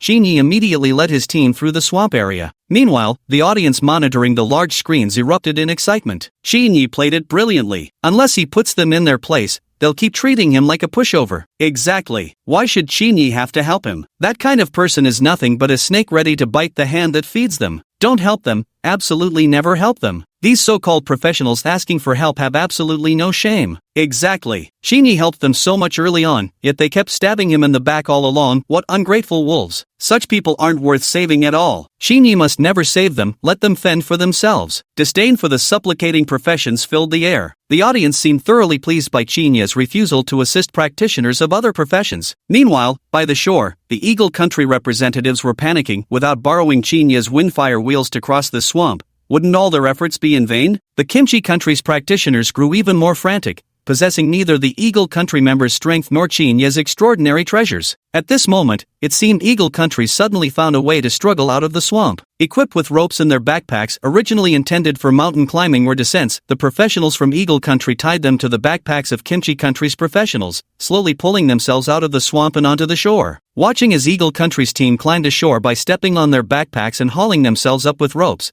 the professionals from Kimchi Country panicked. They frantically pleaded beside Shinyi, "Shinyi, please help us. Take us up with you." He replied coldly, "I can't take many people, only a few." Shinyi didn't give the professionals from Kimchi Nation any further chance to plead, immediately preparing to lead his own people across the swamp. Seeing Shinyi was truly about to leave, the professionals from Eagle Nation took the initiative to seek peace, saying, "My ranking is quite high. If you can take us across, we'll reward you." Hearing this, Shinyi couldn't help but laugh. "What does your ranking matter? I just haven't been going all out to kill monsters. Don't flatter yourselves." The American professionals grew furious upon hearing this and demanded, "You wanna fight?" Shinyi didn't respond, merely looking at them with contempt. This provoked the American professionals into a rage, and they all launched attacks at Shinyi. Meanwhile, the audience watching the big screen outside erupted when they saw Shinyi being surrounded and attacked by the American professionals. "Look, they're fighting. Can Shinyi still get out of this unscathed?" Meanwhile on screen, Shinyi stood his ground calmly, raising a hand to stop those who wanted to help. "Let them come at me together, don't worry," Shinyi said with effortless composure. What did he say? One person fighting everyone? How ridiculously arrogant is this? No matter how weak their side was, it shouldn't be possible for several people to lose to just one. How dare he say such words? Is he really not afraid we'll beat him to death? Hearing this, the professional from Eagle Nation immediately charged towards Shinyi in fury. "I'll kill you." Seeing everyone attacking him, Shinyi simply uttered a light shout, burn all directions clean. A blazing fire domain instantly enveloped the crowd charging towards Qin Yi. With a deafening boom, a thunderous boom rang out. The professionals from Eagle Country writhed in agony within the fiery domain, desperately struggling to break free from its grasp, yet finding themselves hopelessly trapped. Before the Eagle Country professionals could react, Qin Yi unleashed a relentless barrage of sequential strikes that swept toward them like a tempest. Bang bang bang! The air resonated with a symphony of brutal impact sounds. In an instant, the Eagle Country professionals in the fiery domain vanished on the spot. Hiss! This Qin Yi is absolutely terrifying. He actually faced the combined attack of a group of Eagle Country professionals all by himself. What's more, none of those Eagle Country professionals could withstand even a single move from Qin Yi. This is utterly shocking. Just how powerful is Qin Yi? All the professionals from the Kimchi Nation were stunned, yet they also felt a wave of relief. Thank goodness they hadn't clashed head-on with Qin Yi earlier, otherwise, he might have single-handedly slaughtered every last one of them. Without strength matching the Eagle Nations, nor the leverage to negotiate peace with Qin Yi, their fate would be nothing but total annihilation. Qin Yi swiftly dealt with the charging professionals from Eagle Country, not bothering to collect their dropped items. He truly didn't care. Compared to the system's rewards, such loot was nothing but a pile of garbage. Seeing his own people standing frozen in hesitation, Qin Yi chuckled and said to the crowd, "What are you staring at? Go ahead and take whatever you need, help yourselves." With Qin Yi's permission, the others eagerly rushed over to search for useful treasures. As for the remaining professionals from Eagle Country nearby, though furious, none dared to voice even a hint of protest. Not only had the negotiations failed, but he was also no match for Qin Yi in a direct confrontation. How utterly frustrating! How could Qin Yi's strength be so overwhelming? Seeing that his side's fighters had gathered enough items, Qin Yi signaled for everyone to regroup around him. The audience outside the big screen was absolutely thrilled at this moment. That Qin Yi is just too handsome. Yeah, not only is he incredibly strong, but he's also so good to his subordinates. I'm totally in love with him. Qin Yi is simply the best. The way he deals with enemies is just so cool. I want to be his wife. Damn you, I'm his wife. That's me, you hag. Dream on if you think you can be Qin Yi's wife. You're the hag. Stop trying to steal him from me. The audience outside the screen felt as if they were Qin Yi themselves, their spirits lifted with triumphant satisfaction. Normally, the actions of these Eagle Country professionals would have been disgusting, but now that Qin Yi had single-handedly taught them all a lesson, the audience couldn't have been more thrilled. Meanwhile, on the screen, the remaining Eagle Country professionals didn't dare approach Qin Yi again, fearing he might suddenly strike and wipe out what few of them were left. He wasn't worried about these remaining Eagle Country professionals, it was the issues within his own team that concerned him. He could sense something was off among his own ranks. Though it's unclear who's at fault here, the first step is to cross the marshlands while keeping a close eye out. Chapter 24, A Test of Skills. Having figured this out, Qin Yi didn't linger any longer. He gathered all the warriors under his command, ready to use the windfire wheels to traverse this stretch of marshland. With the group gradually assembling, Qin Yi instructed Li Ning to maintain order while he summoned the windfire wheels, preparing to set off. He now suspects there might be an alien creature within his team, but Qin Yi doesn't know exactly who it is. He tried asking the system, which replied that the truth would emerge in time and he'd have to discover it himself. Qin Yi somewhat suspects Xiao Yun might be the alien creature. Xiao Yun has never spoken a word from the beginning, nor interacted with anyone. Yet it remained only Qin Yi's personal suspicion. He refused to believe Xiao Yun was an extraterrestrial being. Though these thoughts occupied Qin Yi's mind as he traversed the swamp, his body instinctively maintained combat readiness. This was an essential habit every true warrior must possess. As they pressed forward through the marshlands, a horde of treants and vine fiends suddenly emerged before them. These monsters weren't particularly strong, but their sheer numbers made them quite troublesome. The awakened from Eagle Country also noticed the massive horde of treants and vine monsters ahead. Without another word, Qin Yi gripped his hurricane longsword and began slicing through the advancing treants and vine monsters. Just then, one of the Eagle Country awakened approached Qin Yi and challenged, "Want to compete to see who gets more points by the end?" Qin Yi said, "Why should I compete with you?" The American professional was taken aback by the question, thought for a moment, and replied, "If we lose, we'll give you whatever you want. But if you lose, you must hand over the skill you obtained from the water monster." Qin Yi pondered and asked, "Anything at all?" The American professional, consumed by his desire to acquire Qin Yi's skill, immediately agreed without hesitation, "Of course, name your price." "All right, let's compare then." The practitioners surrounding Qin Yi hurriedly tried to dissuade him. "Big brother Qin Yi, don't act rashly," they urged. "Their challenge is clearly aimed at uncovering your mysterious skill." "Yeah, bro, don't agree to their terms. They wouldn't dare do anything to you anyway. Don't act rashly." Li Ning also urged Qin Yi by his side. Qin Yi said with a relaxed expression, "No worries, I wouldn't agree to something I'm not sure about. Rest assured, wait for me to return." As soon as Qin Yi finished speaking, the awakened from Eagle Nation charged toward the tree demons and vine demons. However, Xinyi wasn't in a hurry to attack those tree demons and vine demons. Since all his skills were passive, he didn't rush to make a move. After a while, when Xinyi noticed tree demons and vine demons beginning to emerge around him, he immediately murmured in his heart, "Scorching annihilation." No sooner had Xinyi's words left his lips than a massive fiery domain erupted from the swing of his longsword. Ding! Begin trial mission. Mission completion reward, 30,000 energy points, weapon, Purgatory Blade. This duel unexpectedly triggered the system's quest. Ignoring the system's voice, as the massive sea of flames surged toward the surrounding vine demons in trance, Xinyi's points continued to rise relentlessly. At this moment, the American professional by his side also unleashed his ultimate trump card, slaughtering the nearby tree demons and vine fiends with all his might. At this moment, Xinyi was far from satisfied. Without hesitation, he roared inwardly, "Devouring Aura, Multi-Strike." As Xinyi silently recited the command, a flurry of sword shadows and a dazzling giant ring of fire surged toward the overwhelming horde of tree and vine demons. Ding! Passive skill, Devouring Aura activates 100% critical hit. -6000, -6000, -6000, -6000, 6000, 6000. Passive skill, multi-hit combo triggers 100% critical strike. 90000. Countless tree demons and vine demons were annihilated one by Xinyi's passive skill, their endless offensive terrifying even the professional players from the Eagle Nation standing nearby. He never paused in his movements, relentlessly attacking the tree and vine demons. Xinyi's points skyrocketed at a terrifying rate as he continued his massacre. Just as Xinyi continued his frenzied slaughter, he suddenly realized the tree demons and vine demons before him had all disappeared. What? He had actually wiped them all out single-handedly. This was absolutely terrifying. He had annihilated every single tree demon and vine demon alone. Is there even a need for this contest? The outcome is already obvious, isn't it? Meanwhile, the faces of the Eagle Nation's professionals nearby were turning purple with rage. Even after playing their trump cards, they still couldn't surpass Xinyi. Just how powerful is Xinyi? The professionals from Eagle Country were somewhat helpless.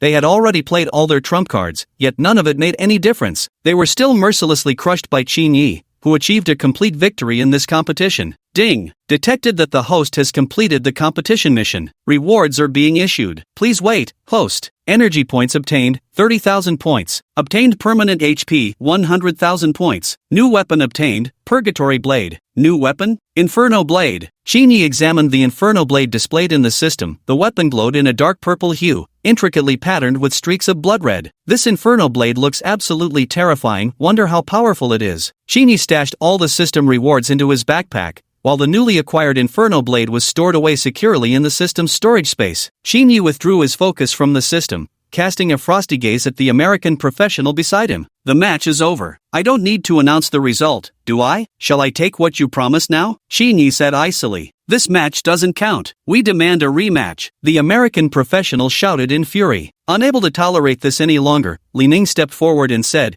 "You're going back on your word." It was clearly agreed before the match that the result would be final. Now that you've lost, you won't honor it? How disgraceful. What kind of thing are you? Who gave you the right to speak? We suspect Xinyi cheated and demand a rematch, the American pro shamelessly declared. Li Ning's face flushed crimson with rage. Seeing this, Xinyi reached out to stop him from confronting the American pro, saying nothing but fixing them with an icy stare. Meanwhile, the audience watching the broadcast were having none of it. What's wrong with these American pros? How can they be so despicable? They agreed to the terms, then turned around and demanded a rematch after losing. Yeah, absolutely shameless. Just what you'd expect from someone from Eagle Country, really disgusting. Meanwhile, among the spectators were some from Eagle Country who argued in embarrassed defiance. How do we know he didn't cheat? Can you guarantee he didn't? But the other spectators weren't having it. You know perfectly well whether he did or not. Chapter 25, yet another undeniable victory. The audience outside the screen was engaged in heated debates, while inside the screen, Xinyi, upon hearing Yu Yang propose another match, calmly responded, "There's a place ahead with some monsters of moderate strength. How about we compete there, just the two of us?" Yu Yang replied, "All right, let's bet the same stakes again." Xinyi didn't respond, merely giving a silent nod as he walked toward the indicated direction. Yu Yang noticed that Xinyi didn't even acknowledge him but instead walked straight towards the competition grounds. His expression darkened instantly, and he silently followed behind without a word. In the blink of an eye, the two arrived at the practice grounds Xinyi had mentioned. Ahead of them, the area teemed with moderately powerful small monsters,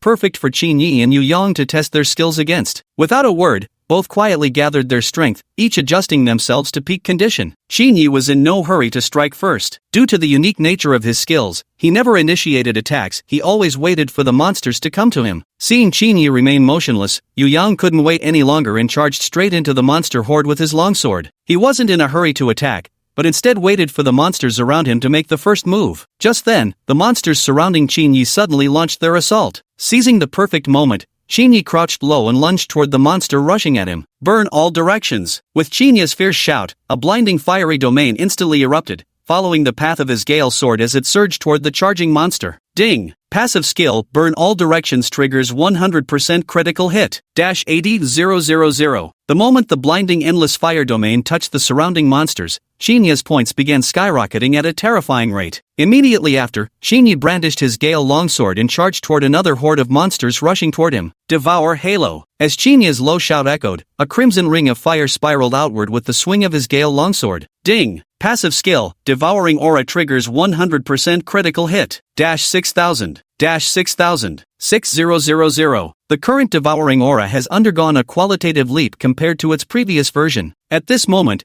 Qin Yi was like a god of slaughter. With the gale longsword in hand, Qin Yi swung madly at the monsters around him. Multiple strikes. Passive skill activated. Multiple strikes triggers 100% critical hit. 90000. Qin Yi fiercely swung his gale sword at a horde of monsters. Qin Yi's points skyrocketed instantly. In just a moment, they had reached an unbelievable number. At this moment, Qin Yi had once again secured victory in this contest without any suspense. Meanwhile, Yu Yang, who was diligently slaughtering monsters nearby, had no idea what had happened. When he turned to look at Qin Yi's current score, his mind went blank in disbelief. This is insane. How did he wipe out all the monsters so quickly? How is anyone else supposed to compete with this? This is absolutely terrifying. God damn it. In just this short time, Qin Yi actually managed to kill all these monsters. And with these points, no matter how hard I try, I'll never surpass him. How can this be so terrifying? He must have cheated. Yu Yang stood frozen on the spot, his face filled with utter disbelief, and the audience outside the screen was stunned. Qin Yi is downright terrifying. To wipe out so many monsters in such a short time, it's unbelievable. Yeah, those points are almost 5 times what Yu Yang has. How's he gonna surpass that? With his life or something? Qin Yi is absolutely terrifying, truly terrifying. The audience was utterly stunned, completely at a loss for words. Qin Yi stood quietly,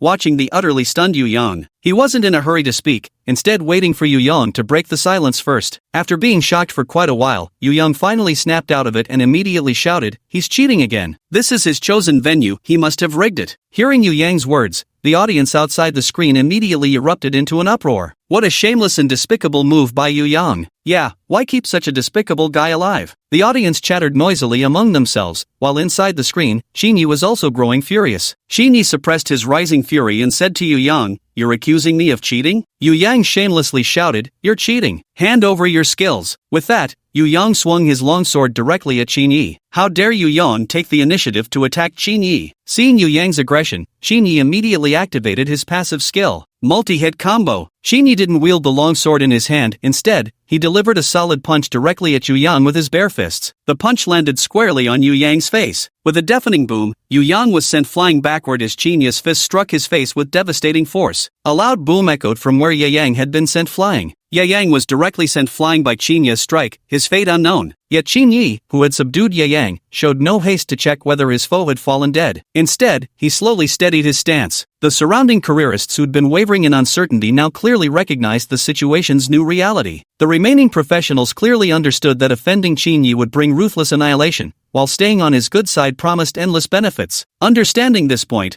the professionals no longer hesitated and immediately positioned themselves beside Qin Yi. After a brief pause, Qin Yi rushed toward where Yu Yang had been sent flying. In the blink of an eye, Qin Yi arrived at Yu Yang's side. Yu Yang had regained consciousness by now. Standing in one spot, he said to Qin Yi, "You're something else. Keep whatever you promised me, just get lost." After finishing his words, he ignored Yu Yang entirely and continued leading the group of professionals forward. At this moment, Yu Yang also stealthily followed right behind. Yu Yang struck up a conversation with one of the professionals at the rear. "Do you want to get across faster?" "Oh, how do we do that?" asked the professional. Find a few professionals, and we'll step on them to get across first, then repeat the process. Yu Yang tempted. Nearby professionals immediately shouted angrily upon hearing Yu Yang's words. Yu Yang, do you think we don't know what you're plotting? Don't we see through your schemes? Get lost. Not daring to show anger, Yu Yang continued. Look, if you all go first, the rest can follow afterward. Everybody wins, why not do it? The group of professionals refused to buy into Yu Yang's reasoning and kept denouncing his deceitfulness and ulterior motives. Seeing that the crowd remained unconvinced by Yu Yang's words, Qingyi said nothing more and simply strode ahead on his own. Chapter 26. Why do you keep asking? After walking for a while, Yu Yang was still chattering behind the group of professionals, incessantly suggesting sinister methods and continuing to bewitch the crowd. Qingyi, walking at the front, suddenly stopped in his tracks and fixed Yu Yang with an icy glare, saying, "You won't stop until you see the coffin, will you?" Yu Yang retorted, "What can you do to me? Got the guts to kill me?" Qingyi didn't waste words with him, instantly darting to his side and reaching out to grab Yu Yang. He seized Yu Yang in his grasp and hurled him straight into a monster-infested swamp nearby. The moment Yu Yang landed in the swamp, a blood-curdling scream pierced the air, reaching the ears of all the professions and Qingyi alike. The gathered professionals nearly burst out laughing. Yu Yang truly got what he deserved. Back when he was wreaking havoc, he never hesitated to make life miserable for these professionals. Now that Qingyi has thoroughly taught Yu Yang a lesson, it's nothing short of satisfying to everyone. Now, all the professionals hold Qingyi in high regard, placing their full trust in his leadership. They've come to see that Qingyi is decisive in action, magnanimous in demeanor, incredibly generous to his allies,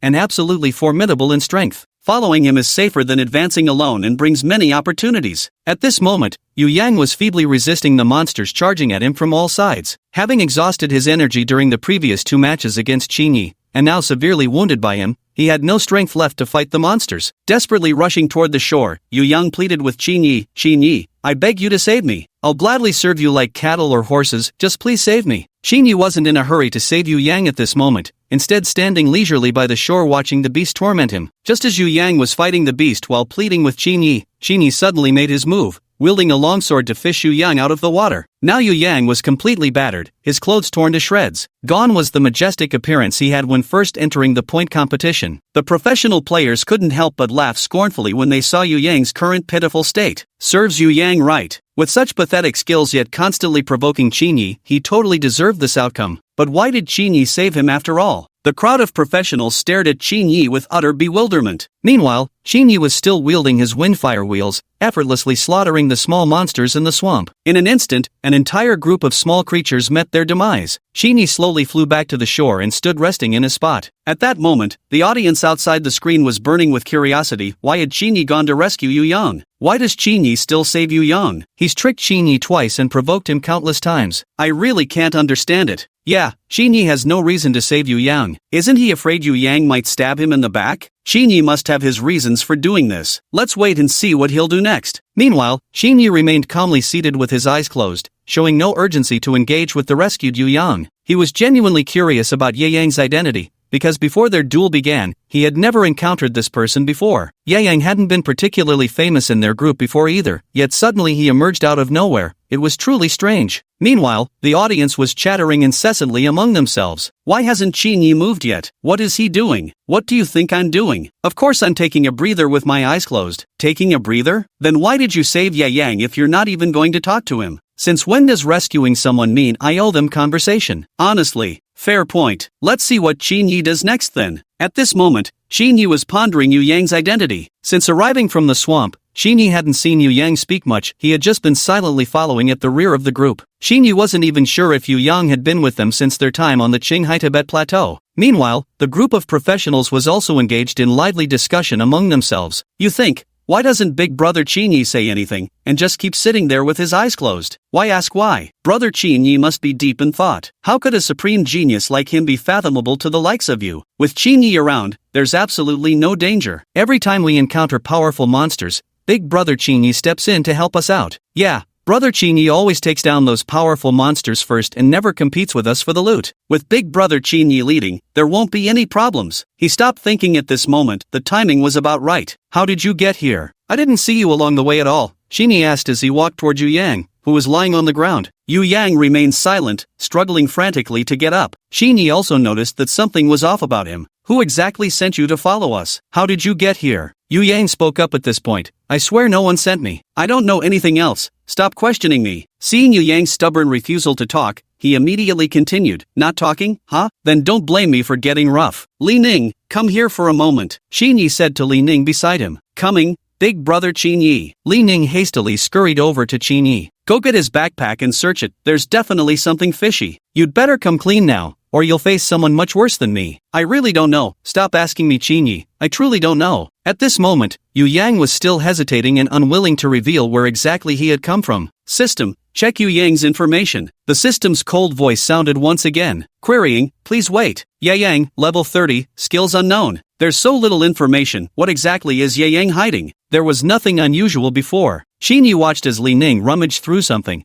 but so far hadn't found anything useful. Seeing this, Qin Yi continued interrogating Yu Yang. "I said I might let you go if you talk, but if you keep silent, I definitely won't spare you." Seeing Yu Yang persistently refuse to speak, Qin Yi began issuing threats. Now they were just waiting to see what Li Ning might uncover. Meanwhile, the audience outside was already discussing the situation. Is Qin Yi suspecting he's a spy? Why's he interrogating him like this? Just as Li Ning was rummaging through the items, he suddenly called out loudly to Qin Yi, "Brother Qin Yi, I found something. This guy even has the shells we collected at the very beginning." Qin Yi asked in surprise, "A shell? Why would he even have something like that?" Chapter 27 Pure, Unadulterated Villainy. As Li Ning uncovered the evidence, Ye Yang could no longer hide the truth. He confessed everything to Qin Yi. "I've been tagging along with the group since the desert, secretly reaping benefits at the rear. When I saw how powerful Qin Yi's skills were, I grew envious. I thought to challenge him and steal those skills for myself." Hearing Yu Yang's explanation, Qin Yi also understood, saying, "So that's how it is. You've been hiding quite well." At this moment, Qin Yi realized this Yu Yang was truly a rotten seed through and through. All he wanted was to secretly reap benefits behind the scenes without ever taking action. But this time, the skill Qin Yi displayed was simply too overpowering, and Yu Yang couldn't resist exposing himself, leading to his exposure. At this point, Qin Yi no longer wished to waste time entangled with Yu Yang. He stood up directly and summoned his windfire wheels. Qin Yi activated the windfire wheel and hurled Yu Yang straight into the heart of the swamp. Qin Yi said to Yu Yang, "Since you enjoy pushing others to the front so much,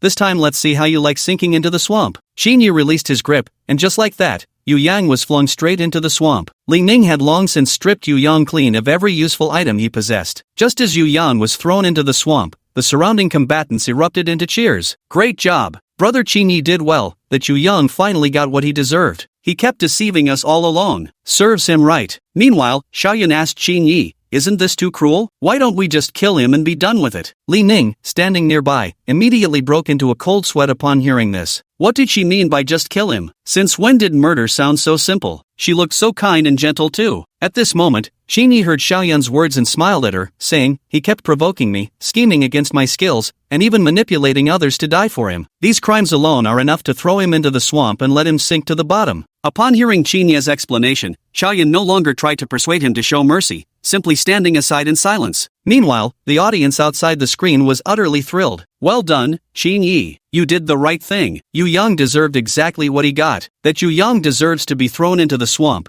Let him experience what it feels like to sink into the mire." Yu Yang totally had this coming. Qin Yi no longer paid attention to Yu Yang's situation and simply said to Li Ning, "Li Ning, go tell everyone to prepare for battle." Li Ning asked Qin Yi in confusion, "Why the sudden call to battle readiness? Has something happened, brother Qin Yi?" Qin Yi didn't explain but said gently to Li Ning, "It's nothing, just go make the arrangements. I've got everything under control." Hearing this, Li Ning felt much more at ease and replied, "In that case, I'll go make the arrangements, brother Qin Yi." Seeing Li Ning go to make arrangements, Qin Yi himself sat down to rest and recuperate. There was another reason why Qin Yi chose to throw Yu Yang into the swamp. There was something unusual about this particular swamp area. Qin Yi had a vague feeling that there was an enormous, immensely powerful beast lurking within this swamp, one that had yet to reveal itself. Just as Qin Yi hurled Yu Yang into the swamp, a violent surge of energy erupted from its depths. At that very moment, the system's warning chime rang out. "Warning, danger approaching, monster approaching. Monster name, Giant Leech. Monster level, 50, HP, 90,000. What? Leech? This leech actually has a staggering 90,000 HP. Qin Yi wasn't in a hurry to attack this giant leech either. Instead, he maintained combat readiness while observing the enormous creature before him. The group of professional adventurers, upon seeing such a colossal leech suddenly appear before them, were instantly frightened into silence and hastily retreated backwards. The audience outside the screen was utterly astonished. That leech can actually grow this huge. That leech's HP is shockingly high at 90,000. How is anyone supposed to defeat it? Even Chinyi might struggle with this leech. Let's just see how Chinyi deals with this giant leech. As the audience was speaking, Chinyi on the screen was intently focused on the colossal leech before him. Just then, the enormous leech suddenly charged straight at Chinyi. Chinyi had long prepared for battle. As the giant leech charged toward him, he shouted loudly, "Incinerate the 8 directions." Passive skill, Incinerate the 8 directions triggers 100% critical hit. -50,000. A terrifying blaze surged toward the giant leech. The moment the creature touched the enormous fiery domain unleashed by Chinyi, it immediately began convulsing violently. A shrill howl erupted from the giant leech. Chinyi gave the enormous creature no chance to react, immediately summoning his wind fire wheels and hurling them straight at the monster. With a commanding shout, Chinyi declared, "Devouring Halo." Passive skill, Devouring Halo activates with 100% critical strike chance. -6000, -6000, -6000, -6000, 6000. Under Chinyi's fierce shout, a dazzling crimson halo surged toward the giant leech. Boom! Another thunderous explosion rang out. Chinyi's previously thrown windfire wheels were now deeply embedded in the giant leech's body, the blades wreathed in crimson halos as they relentlessly assaulted the monstrous creature. The colossal leech, completely overwhelmed by Chinyi's relentless assault, immediately attempted to flee from the shore into the depths of the swamp. But Chinyi would never give it that chance. With another soft shout, he commanded, "Multi-strike combo." Passive skill activated, multi-strike combo with 100% critical hit rate. 30000. Chinyi, holding the swift wind longsword, charged toward the giant leech fleeing into the depths of the swamp. Chinyi intended to finish off the giant leech with a single strike. In an instant, Chinyi hurled the swift wind longsword at the giant leech. A surge of immense energy radiated from the blade as it sliced toward the monster. A deafening explosion rumbled through the air. Before the giant leech could even scramble from the shore into the depths of the swamp, its body was already riddled with holes from the flaming chakrams and hurled tempest blades. The colossal leech let out a piercing shriek before collapsing into the marshland. Giant leech defeated. Danger ahead cleared. Permanent HP obtained, 100,000 points. Supreme treasure acquired, slime. Slime, what's the use of this thing? As Chinyi pondered the object's function, the ground suddenly shook violently around him. The tremendous commotion made him furrow his brows, a foreboding sense flashing through his mind. He quickly steadied himself and warned the others in a low voice. "The danger hasn't passed yet, stay alert." Chapter 28, Diverging Thoughts. No sooner had Chinyi spoken than the system's voice rang out, faintly crackling with static, a telltale distortion that forced him to take notice. "Warning, warning, mutant leech approaching. Danger approaches. Stay alert. Monster name, mutant leech. Monster level, 55, HP, 100,000. This mutated leech is even more formidable than the previous giant leech. Since the two could coexist here, their relationship must have been good. Now that he had killed the giant leech, how could the mutated leech possibly let it go? Chinyi frowned tightly, his heart inevitably filled with panic. The mutated leech burst out of the swamp. Yu Yong, who had just been thrown in, was directly scooped up and delivered into its mouth. The mutated leech was chewing with relish, trickles of blood seeping from his mouth in a horrifying spectacle. Surrounding professionals felt such intense oppressive force that they dared not exhale fully, frozen stiff in place. Viewers before their screens also found the scene unsettling, trembling involuntarily while feeling deep concern for Chinyi. That monster looks terrifying. How will Chinyi handle this? Could something awful happen? Hurry up and run. What are you doing just standing there? That giant leech earlier was tough enough to deal with, and now there's an even more powerful one. Are you trying to get yourself killed? The mutated leech approached Chinyi and immediately launched its attack. Chinyi originally intended to block it, but the mutated leech's attack was too fast. He didn't even have time to dodge and could only freeze in place. A passive skill triggered, completely nullifying the mutated leech's attack. It was as if the creature was merely scratching an itch for Chinyi, utterly ineffective. A glint of surprise flashed in Chinyi's eyes as all the tension in his heart dissipated. I thought this mutated leech would be formidable, but it turns out to be quite ordinary. Everyone, step back, I'll handle this creature myself. Chinyi's bold declaration stunned the surrounding professionals. After a brief silence, they all retreated in unison. They feared this mutated leech. Since Chinyi was determined to throw his life away, they saw no reason to stop him. The mutated leech was utterly baffled, unable to comprehend what kind of monstrous being Chinyi was. Why had its attack left him completely unharmed? And why was he now laughing maniacally? Before its tiny brain could process these questions, Chinyi actively taunted it. "Mud-brained leech, come on, hit me." What a stupid, brainless creature. Though just a monster, the leech understood human speech. Enraged, it glided effortlessly across the swamp like walking on flat ground, slowly charging toward Chinyi. In the moment of crisis, Chinyi shouted, thunder shakes the heavens. This was his first active skill, possessing tremendous power. Active skill, thunder shakes the heavens, summons heavenly lightning to aid in battle, all monsters incinerated. HP minus 90,000. A single blow left the monster on the verge of death, such terrifying power. The surrounding adventurers widened their eyes in disbelief, each exhaling in awe. Terrifying? What kind of monster is this? No, what kind of person is this? How can anyone be this strong? Defeating that beast in just one move. The monster's still moving. It's not dead yet? Is it gathering energy for some ultimate attack? Everyone's nerves were once again on edge, but Qin showed no fear at all. He strode right up to the mutated leech and pierced its head with his magical artifact, finishing it off completely. Defeated mutated leech. Danger neutralized. Acquired treasure. Rare ghost equipment, Fury Sky Bow. Qin stored the dropped treasure and smeared the previously obtained slime onto the Fury Sky Bow. As the two combined, the weapon's attack power surged dramatically, becoming comparable to a divine artifact. Qin put the item away and, using skillful maneuvering, led the sacred remnant through the swamp. With the immediate crisis resolved, joy filled everyone's hearts. The viewers behind the screens erupted in praise, all thoroughly impressed by the power Qin had just displayed. Qin is truly amazing. I'm so impressed. Such a formidable giant leech, and he defeated it in just a few moves? To be honest, I only saw him strike once. His strength is genuinely terrifying. I can't help but admire it. If I had power like that, I'd absolutely go wild and get into all sorts of trouble. Ha! The bow that dropped when the leech was subdued was nothing short of extraordinary. Everyone present coveted it, every eye gleaming with desire. Now that the danger had passed and everyone was safe, the players present began to harbor different thoughts, each wanting to claim the item for themselves. Led by Wang Peng,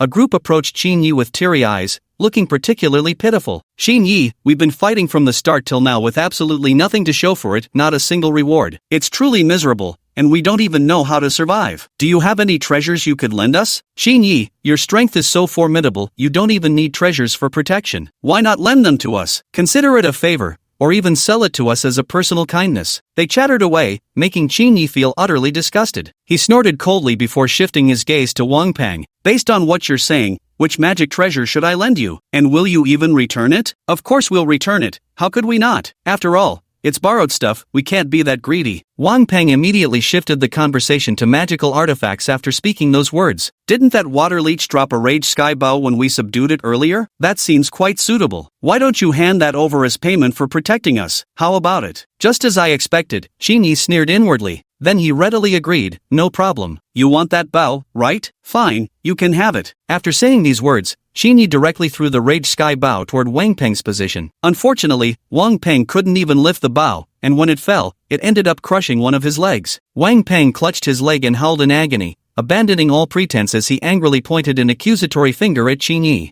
You must have tampered with it, there's no way a bow should be this heavy. What kind of trick are you pulling? This bow is exactly as it was originally. I didn't tamper with anything. If you can't lift it, that just shows you lack the skill, proves the bow refuses to acknowledge you as its master. Who can you blame? Who's really at fault here? Qin's brazen taunts left Wang Peng visibly agitated, yet utterly incapable of mounting a rebuttal. Li Ning observed the unfolding scene with growing curiosity. Approaching the longbow cautiously, he kept a watchful eye on Qin. Mind if I give it a try? Of course. Qin nodded. Li Ning mustered up his courage to pick up the bow, yet lifted it effortlessly. The rage bow instantly recognized Li Ning as its master. This turn of events left Li Ning utterly bewildered. He looked around dazedly, completely at a loss as to what had just happened. Chapter 29 Shooting the Sun. Then he looked somewhat embarrassed, awkwardly glancing at Qin. I think I messed up, this thing is yours. I just wanted to try it out. No problem. I'll give it to you. You can keep it. Qin showed extraordinary generosity by turning around and unhesitatingly giving away the bow without reservation. This instantly filled Li Ning with joy, who immediately bowed deeply in grateful appreciation. Thank you. Thank you. I'll definitely put it to good use. Witnessing this scene, Wang Peng burned with such envy that it made his teeth itch, yet he dared not utter a word, forced to simply endure it. His leg was injured now, and if he wanted to survive, he had no choice but to follow Qin. The main group continued forward. Many participants who had just clashed with Qin were now shocked by his strength and shamelessly trailed behind, hoping to rely on him to stay alive. The group arrived at the next scene, a pitch-black space where nothing was visible. If they strayed too far from one another, even their companions would disappear from sight, leaving only their breathing as a means of recognition. Some arrogant players began discussing among themselves, convinced this situation was extremely simple. I think everyone shouldn't be too nervous. This is the simplest scenario, we just need to get through this darkness. Don't be afraid, everyone. We're people who've been through storms and waves, how could we be afraid of something like this? We'll get through it easily and reap plenty of rewards. Their cocky attitude didn't affect Xinya's judgment. He knew this place wasn't as simple as it seemed, but he couldn't be bothered to explain it to the other players, quietly speaking only to Li Ning instead. Li Ning, stay alert. This place isn't as straightforward as it appears. Xinyi had an acute sense of danger, and Li Ning clearly understood this, nodding slightly as his body instantly tensed up. The few boastful contestants who had been showing off moments ago immediately fell silent. Having witnessed Xinya's abilities firsthand, they were naturally inclined to believe in him. After all, in this terrifying place, the slightest lapse in attention could mean death. Stones occasionally emerged from the ground, nearly tripping them and causing them to be trampled by those behind, resulting in waves of agonized cries. Xinyi found the noise grating, so he helped them up with a gesture before they all proceeded cautiously, doing their utmost to avoid any mishaps. Yet despite their efforts, Xinyi still accidentally got separated from Li Ning and the others. Upon noticing this, the players with ulterior motives immediately perked up. Judging by the silhouettes, they trailed closely behind Li Ning. Finally, pulling out a flashlight to confirm the situation was safe, they suddenly pounced, encircling Li Ning completely. Seizing the opportunity with Xinyi absent, they sought to snatch the raging skybow from his hands. Hand it over now, or don't blame me for what happens next. We are allies. As long as we hold the rage skybow, we have nothing to fear. Hurry, seize it now. Li Ning, I advise you to be smart and hand over the raging skybow to us. Otherwise, you won't even know how you died. Faced with their threats, Li Ning clung tightly to the rage bow, swearing never to yield even at the cost of his life. He felt this was a gift from Xinyi, and no matter what, he had to protect it. Seeing Li Ning so stubbornly resisting, these players grew furious. They immediately pressed their weapons against Li Ning's neck, ready to torture him. Yet before they could act, the sky suddenly brightened as 9 suns rose slowly, bringing an intense, scorching heat. Danger alert! Danger alert! The sudden voice from the system made Xinya's nerves tense up. He quickly rubbed his eyes to ease the stinging pain from the abrupt exposure to light. Freed from the darkness's obstruction, Xinyi spotted Li Ning at a glance, noticing he was cornered by those players. His brows furrowed tightly. Damn it! With a furious curse, Xinyi darted to Li Ning's side, kicking away the person brandishing a knife in front of him before hauling Li Ning up from the ground. You okay? Hurt anywhere? Seeing Xinyi dart over to save him, Li Ning felt somewhat embarrassed. He scratched his head awkwardly and quickly responded. I'm fine. Thanks, bro. We didn't mean anything by it. We were just talking to him, nothing more. The people surrounding Li Ning anxiously explained, their hearts pounding with nervousness, afraid of confronting Xinyi. Xinyi snorted coldly and gradually approached them, while Li Ning retorted from behind. They wanted to steal my rage skybow, the one you gave me, brother Xinyi. No matter what, I won't let them have it. Wishful thinking on their part. Li Ning's accusation instantly frightened those men, making them flee in all directions. But Xinyi gave them no chance, swiftly drawing his sword and cutting them down, steel gleaming in cold white before emerging crimson. Brother Xinyi, you're truly amazing. When will I ever reach your level? You have great talent. With proper effort, there's absolutely no problem. Xinyi patted Li Ning's shoulder, giving him encouragement. 9 suns rose high into the sky, baking the ground like scorching flames. Solar flares fell from time to time, leaving Xinyi and his companions no choice but to continuously dodge and flee. Many competitors failed to dodge in time. When the solar flames struck them, they spontaneously combusted, writhing in pain on the ground with particularly harrowing screams. Hearing this, Li Ning couldn't help but feel timid. In a moment of inattention, a solar flame struck his arm. Xinyi noticed just in time and swung his sword, slicing off the sleeve of Li Ning's clothing. Only this prevented him from being completely engulfed in flames. This couldn't go on. Xinya's brows knitted tightly as he dodged, his mind racing for a solution. As time passed, the legend of Hoi shooting down the sun surfaced in his thoughts. Coincidentally, Li Ning carried the rage of heaven bow, a rare opportunity indeed. Li Ning, pick up your bow. Shoot down the sun, I'll cover you. Don't be afraid, stay calm. If you miss once, try twice. I have absolute faith in your skills. Xinyi employed the encouragement method, igniting a spark of hope in Li Ning's heart only for it to be utterly extinguished the very next moment. He had never handled a bow before and had no grasp of its essentials. Haphazardly releasing an arrow would be one thing, but hitting the target, let alone striking the sun dead center, was beyond him. He couldn't do it. He lacked the confidence. Brother Xinyi, I truly can't. I've never used a bow before and don't know what to do. You take it, here, I'll give you the bow. You should be the one to do this. You can definitely make it happen. Li Ning instinctively relinquished the bow, too timid to take up the challenge himself. Xinyi felt a bit helpless as he pulled him aside to dodge a streak of sunlight, then rapidly explained the situation in a hurried tone. Only you can shoot down the sun now, I can't. I need to cover you, but you can't cover me, understand? Although Qingyi spoke the truth, Li Ning knew it, yet he was genuinely terrified. His indecisiveness made the person in front of the screen extremely impatient. Can Li Ning do it or not? Qingyi is dying of anxiety. If it were me, I wouldn't overthink it, just shoot first and see what happens. Exactly. Li Ning's too nervous. How can he coordinate with Qingyi like this? He needs to learn to be bold. Chapter 30, A Man Made of Sunlight. Facing Li Ning's nervousness, Qingyi showed neither impatience nor urgency, merely soothing him with a gentle voice. It's alright, I believe in you. You can absolutely do it. Be brave and give it a try. Okay. Li Ning finally took that step, drawing the bow in his hand and aiming at the sun above. Qingyi provided cover from the side, using arrows and other magical tools to resist the sunlight. Li Ning hesitated to shoot first, wasting a long time. People watching the screen grew anxious and frantically urged him on. Hurry up and shoot. Just shoot it out already, succeed or not. Shooting it out gives you a chance at success, but not shooting guarantees failure. This Li Ning is truly indecisive. The sunlight seemed almost sentient, gradually increasing in intensity until it swept across with frenzied intensity, ultimately scalding Qingyi's arm. Qingyi swiftly sliced off the affected flesh, his arm left dripping with blood so gruesome it instinctively evoked fear. Witnessing this, Li Ning's pupils constricted violently. His concern propelled him to loose the first arrow, which successfully struck down one of the suns. The sun seemed to have taken physical form, falling from the sky. As its light paused for a moment, Li Ning hurriedly checked Qingyi's arm. Big brother Qingyi, what should we do? Does your arm hurt badly? Let me look, maybe I can find some medicine. It's fine, it doesn't hurt. Qingyi smiled reassuringly at Li Ning and then praised him. Your arrow shot was extremely accurate. Just keep using this method. This rage sky bow is a rare treasure. Used properly, it yields excellent results. Thank you,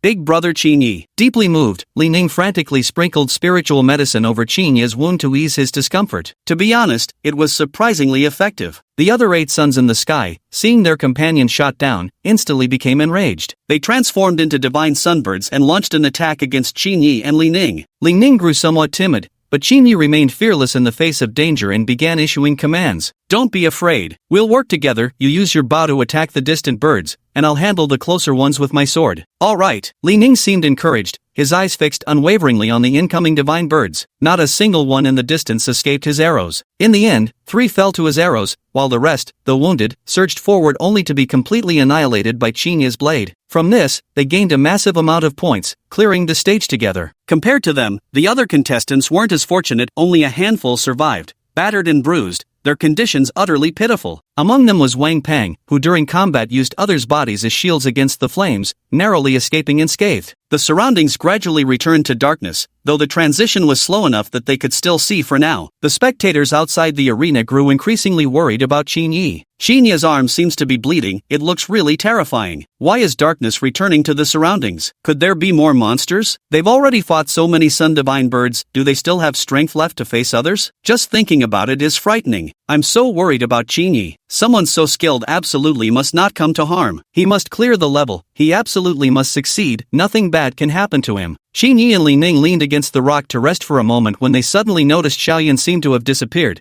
their brows furrowing tightly. Has anyone seen Xiaoyun? Upon hearing Qingyi's question, Li Ning shook his head blankly. He'd been entirely focused on dealing with the sun divine bird earlier and hadn't noticed anything else. I didn't see her. Should we go look for her? I have a bad feeling there's other danger here. Let's leave first. We won't look for Xiaoyun right now. She'll be fine. Let's go. After fighting side by side earlier, Li Ning fully trusted Qingyi. Whatever he said went, and the two immediately stood up and began running forward wildly. Rubble appeared around them, and the slight tremors kept them on edge. The system's voice echoed, confirming Qingyi's premonition was correct. Warning, warning, the world is about to collapse. How could the world collapse? System, don't joke with me. Qingyi furrowed his brows, silently inquiring the system in his mind to verify the truth of this matter. The system didn't directly answer his question, only relentlessly issuing warnings. Qingyi and Li Ning quickened their pace, but the surrounding darkness had already closed in again. They had no way to clearly see their surroundings, forced to move forward relying solely on their senses. The system's voice changed, explaining the primary reason for this imminent danger. Host has shot down 9 suns, causing this interface to have no sunlight. This violates natural laws, and this world is about to collapse. There is insufficient time for the host to successfully leave. Host, please find a solution on your own. Not. Shinyi was truly speechless at this moment. Since escaping was impossible, shouldn't the system come up with a solution instead of telling him to figure it out himself? This was practically a death trap. Shinyi stopped moving forward abruptly, freezing in place. Li Ning, perplexed by this sudden halt, immediately voiced his confusion. What's going on? Brother Shinyi, why have you stopped? We need to hurry, the ground is shaking and mountains are crumbling, so danger must be near. We can't leave. None of us can leave now. Shinya's absolute certainty left Li Ning frozen on the spot, utterly confused about the situation. After a long pause, he finally spoke up again with questions. Why? Why can't anyone leave? Brother Shinyi, have you discovered something? What should we do now? Shinyi didn't respond to Li Ning's questions, instead continuously interrogating the system in his mind. System, think of something quickly. What should we do? Perhaps annoyed by Shinya's questioning, the system directly provided the solution. This interface will collapse without a sun. The host simply needs to create a new sun and hang it up there. It's very easy. Very easy. How is this easy? Hang a new sun in the sky. He wasn't a god, how could he possibly do that? Shinyi was utterly overwhelmed, instantly feeling extremely irritable. He looked around but couldn't find any source of light, there was no trace of the sun anywhere either. During this precarious moment, violent tremors began shaking the surroundings,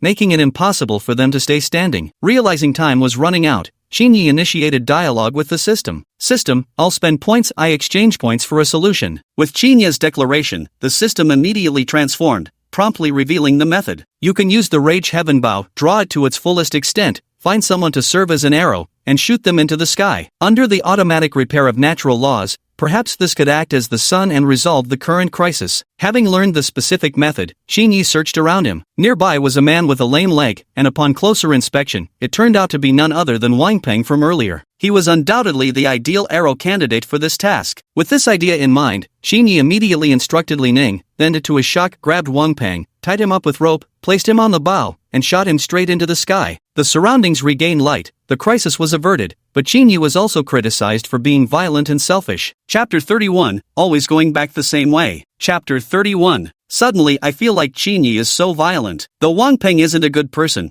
just hanging him up like that doesn't seem right. What can I do? I heard this level collapses without sunlight. It's just self-preservation, what's wrong with being a bit selfish? Still though, I think it's somewhat selfish. Outside the screen, the audience automatically split into two factions, those who thought Shinyi did nothing wrong, and those overflowing with righteous indignation who deemed him selfish. Meanwhile, Shinyi, having teamed up with Li Ning to defeat the Sunbird, obtained a massive amount of points. At the same time, the system's voice echoed in Shinya's mind. Congratulations, host. Thunder roars across 9 heavens, skill level increased by 1. Keep up the good work. While Shinyi saw his skill level up, he also noticed something peculiar. Li Ning, have you seen Xiaoyun? Shinyi turned to ask Li Ning. Given her temperament, she should have come bouncing over by now. No, I haven't seen her since I asked you earlier. Li Ning had inquired with Shinyi when the cave was collapsing earlier, and it was Shinyi himself who said they didn't need to worry about her. He genuinely didn't know. Folks, did anyone notice that it looked like someone from Wang Peng's group took that girl earlier? I wonder if those do-gooders who spoke up for Wang Peng earlier are feeling embarrassed now. Looks like isn't the same as being sure. Who exactly are you criticizing with these indirect remarks? The viewers outside the screen unsurprisingly started arguing again. Shinyi also sensed something was wrong. Could Xiaoyun have found a place to hide on her own? Shinyi, stop looking. The little girl is in our hands. The voice came from beneath his feet. Shinyi looked down and spotted Wang Peng's henchmen. Behind them, Xiaoyun was tied up. Shinyi, save me. Xiaoyun cried fearfully, her eyes brimming with tears as she kept calling for Shinyi to rescue her quickly. What do you want? Didn't you see what just happened to Wang Pan? Shinya's gaze turned icy, and everyone present felt the temperature around them drop considerably. We don't want much, just take us out of this damn place. The girl will be returned to you unharmed, but if you dare try anything, we won't mind going down with you. I don't believe so many of us can't hurt you, even if it's just one of you. The leader voiced their demand. Shinyi stood above them, watching silently, as if weighing the truth behind their words. Boss, do you really think Shinyi will let us go for this little girl's sake? Nonsense? Or do you want to end up strung up like the previous boss? This is our only way out. I've seen this girl following Shinyi everywhere. It's definitely doable. The group chattered away discussing their options. Little did they know, Xiao Yun behind them had already broken free from her restraints unnoticed. Just as Qin Yi was about to agree to their demands, he noticed Xiao Yun's movement, though he had no idea how she broke free from her restraints. But right now, the most important thing was to keep their attention diverted so Xiao Yun could slip away unnoticed. Stop arguing. I won't shoot you up. But have you ever considered that Wang Peng is just using you? Qin Yi deliberately rambled, trying to shift their focus. Before they could even respond,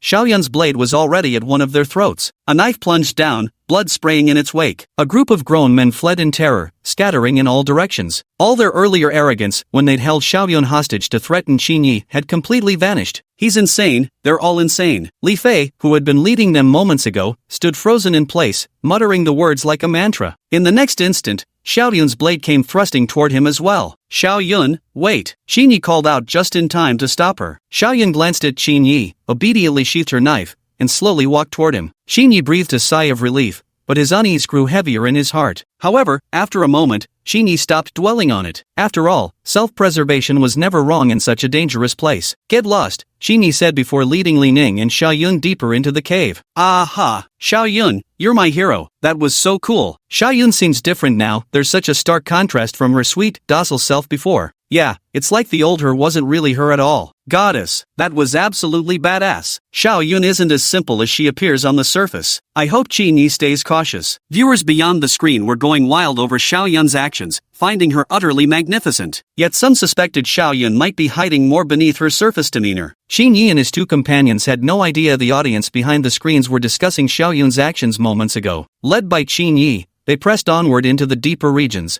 Warning! Warning! Suspected human parasite detected nearby. Host exercise caution. The system kept warning Qin Yi of nearby dangers. Yet after walking for quite some time, neither he nor his companions encountered anything threatening. However, this path seemed endless no matter how far they traveled. Qin Yi, why is this road so long? Are you sure we're going the right way? Li Ning, also sensing something amiss, caught up to Qin Yi to ask if they'd taken a wrong turn. I'm certain we're on the right path. Let's keep moving forward. Qin Yi gestured for Li Ning to continue onward. He walked at the back and casually picked up a stone, placing it in the middle of the path. Wait a moment. After the group had walked for quite some time, Qin Yi stepped forward and picked up the stone from the ground. Staring at it, he furrowed his brows in deep thought. Why are you picking up a stone? Have we been going the wrong way all this time? Having walked for too long, Li Ning was beginning to grow impatient. I think we're trapped here. Qin Yi revealed the fact he had just discovered. I don't know what's going on, but this place is like a loop. If we take a wrong turn, we'll just keep going in circles. Qin Yi explained what he understood. So what do we do? Are we just gonna keep walking here forever? Might as well become perpetual motion machines, Li Ning wailed before flopping down in protest. I don't know either. Let's take a break here for now. Qin Yi could tell Li Ning was exhausted,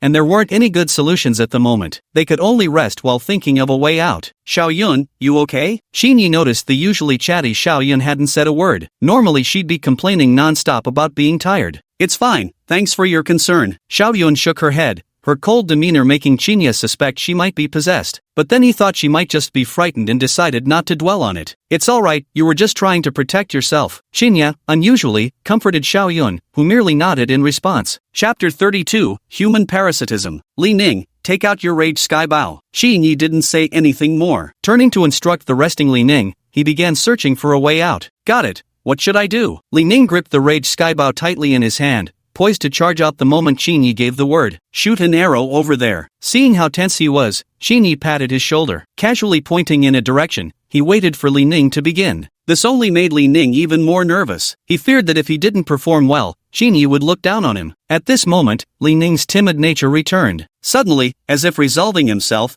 Li Ning's entire aura underwent a transformation. Drawing the arrow, pulling the bow, releasing, all in one fluid motion. Qin Yi nodded in satisfaction. Though he didn't understand why Li Ning had changed, it was certainly for the better. Now all that remained was to see what surprise this arrow would bring them. The arrow vanished before everyone's eyes, then as if summoned by some unseen force, it curved back in a returning arc. Back and forth it went, until thwack, an arrow pierced right through Little Cloud's heart. Little Cloud collapsed to the ground, his fate unknown. The crowd froze for a moment, then hastily scattered, each trying to stay out of trouble. Xiao Yun. Seeing that his sword had accidentally wounded Xiao Yun, Li Ning hurried forward in agitation to check on her. If anything were to happen to Xiao Yun, he would be plagued with guilt for the rest of his life. never daring to touch the Rage Heaven bow again even if it had been a gift from Qinyi. She's fine, just temporarily unconscious. Qinyi was also surprised. Logically, the arrow should have appeared where it was meant to dispel the mist. How did it accidentally hurt someone? Unless... Qinyi abruptly looked up. Though he'd been anticipating something, the sight of the health bar above Xiao Yun's head still shocked him. What's going on? Why does Xiao Yun have a health bar above her head? Could she have been sent to assassinate Qinyi and the others? No way, my goddess. How did she turn into a monster? Look closely up there, that's a monster, not a goddess. Not just Qinyi, even the audience behind their screens were gaping in shock with their mouths hanging open. Li Ning, stay back. Li Ning could also see the health bar above Xiao Yun's head and understood Qinyi was telling him to retreat for his own safety. After all, the Rage Skybow only works on demons, yet now it seemed things weren't quite adding up. Qinyi slowly stepped forward, preparing to examine Xiao Yun's wound. Inside Xiao Yun's wound were numerous plump,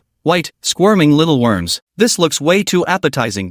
What are these things? Could this be Xiao Yun's true form? The audience beyond the screen began to speculate. Had enough of watching? At that moment, Xiao Yun awoke from unconsciousness, her gaze hollow and dull, devoid of any trace of her former innocent charm. Qinyi quickly determined that Xiao Yun was parasitized, though he couldn't identify the specific species. Xiao Yun, are you okay? Qinyi decided to test the waters first. If Xiao Yun still retained some consciousness, he could figure out a way to eliminate the parasite after they got out. I'm fine. Xiao Yun shook her head and pulled out the arrow embedded in her chest. She casually handed it to Li Ning, warning him not to shoot arrows indiscriminately. What's going on with Xiao Yun? Qinyi. Li Ning was dumbfounded by this situation. Parasite infection. She still retains her own will for now. We'll figure out how to remove it after we get out. Qinyi briefly explained the current circumstances. Let's keep moving. We'll look for ways to escape as we go. Qinyi gathered their supplies and led everyone forward. The other contestants didn't care about Xiao Yun's condition. As long as she didn't harm or hinder them, it was fine. Only Qinyi and Li Ning occasionally turned their heads to check on Xiao Yun's condition. Just then, a curious contestant reached out and touched the parasite on Xiao Yun's chest. Don't touch it. Qinyi's warning came too late as hundreds of parasites crawled out from Xiao Yun's body, frantically burrowing into the person. Any opening they could find, the parasites persistently forced their way in. In mere moments, the person was reduced to a skeleton. The parasites then returned to Xiao Yun's body. Xiao Yun seemed like a completely different person as she began preparing to strike down her next target. Xiao Yun, stop. Xinya's shout of warning made her shift her target to him instead. At that moment, Xiao Yun acted as if she'd lost all memory. Mumbling repeatedly, so hungry,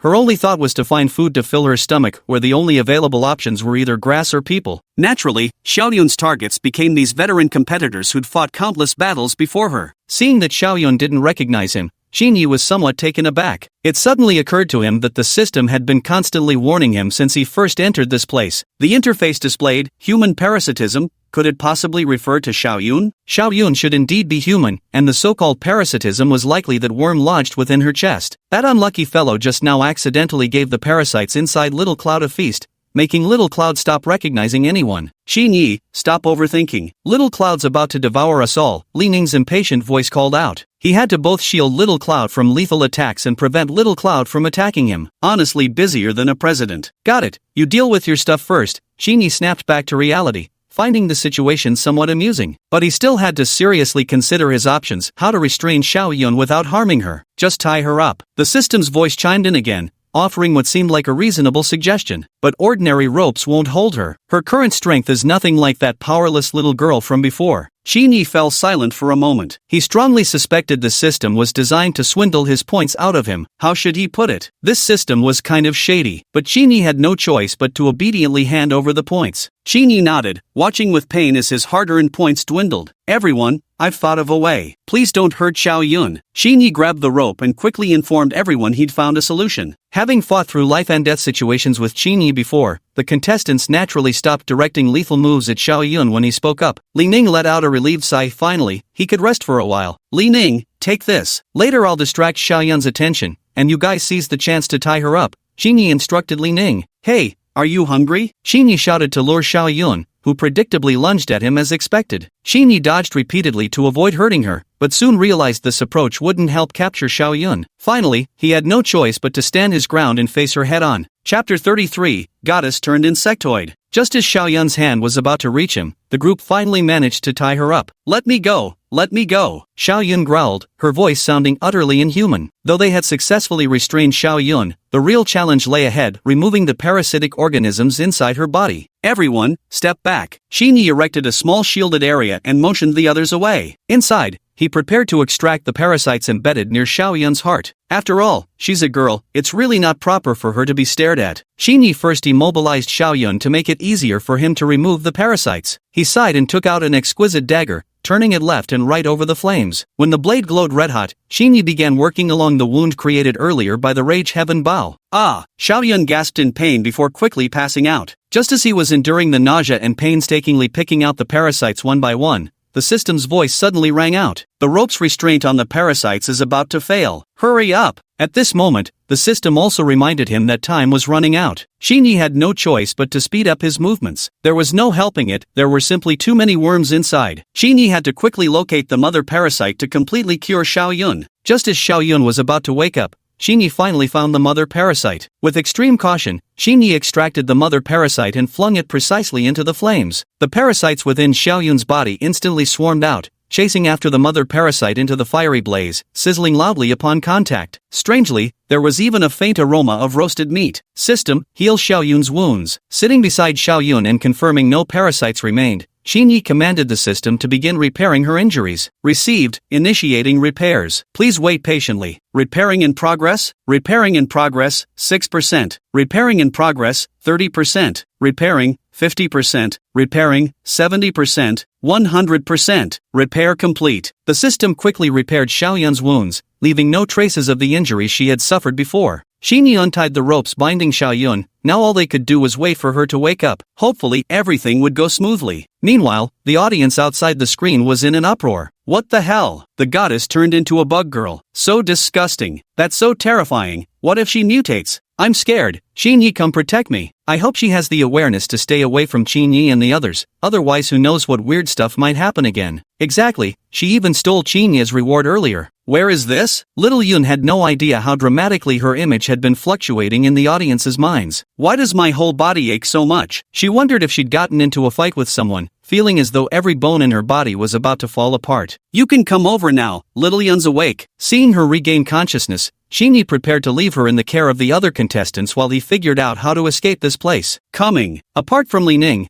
Xinyi didn't hear anyone else respond. The scene of the parasite devouring its victims had left most of them too terrified to move. It's the first time I've seen such a creature, so fiercely snatching away a vibrant life. Who are you? Xiao Yun gazed warily at Xinyi. That face seemed familiar, yet she couldn't recall where she'd seen it before no matter how hard she tried. I think I know you. Xiao Yun stared at Xinyi's face and unconsciously blurted out these words. Immediately after speaking, she covered her mouth, as if she'd said something terribly inappropriate. Seeing this, Xinyi realized she had lost her memory. Though he didn't know how much was gone, at the very least, she remembered nothing about them. Xinyi had no choice but to set the matter aside for now and began explaining how they came to know each other. Xiao Yun's wariness toward him gradually faded. She didn't sense any hostility from Xinyi. He seemed like someone she could trust. Do you at least remember who you are? Xinyi asked, afraid she might have even forgotten her own identity. Remember, I'm Xiao Yun. Xiao Yun nodded, staring at Li Ning standing at the door. She looked at Xinyi with questioning eyes. This is the Li Ning I told you about. He protected you earlier too. Xinyi began introducing them. Xiao Yun obediently trailed behind Xinyi, occasionally nodding to greet others. Yet everyone still seemed somewhat afraid of Xiao Yun. Out of respect for Xinyi, they forced stiff smiles as they greeted her. Let's go, everyone. Let's see if we can find a way out. Seeing that Xiao Yun had rested enough,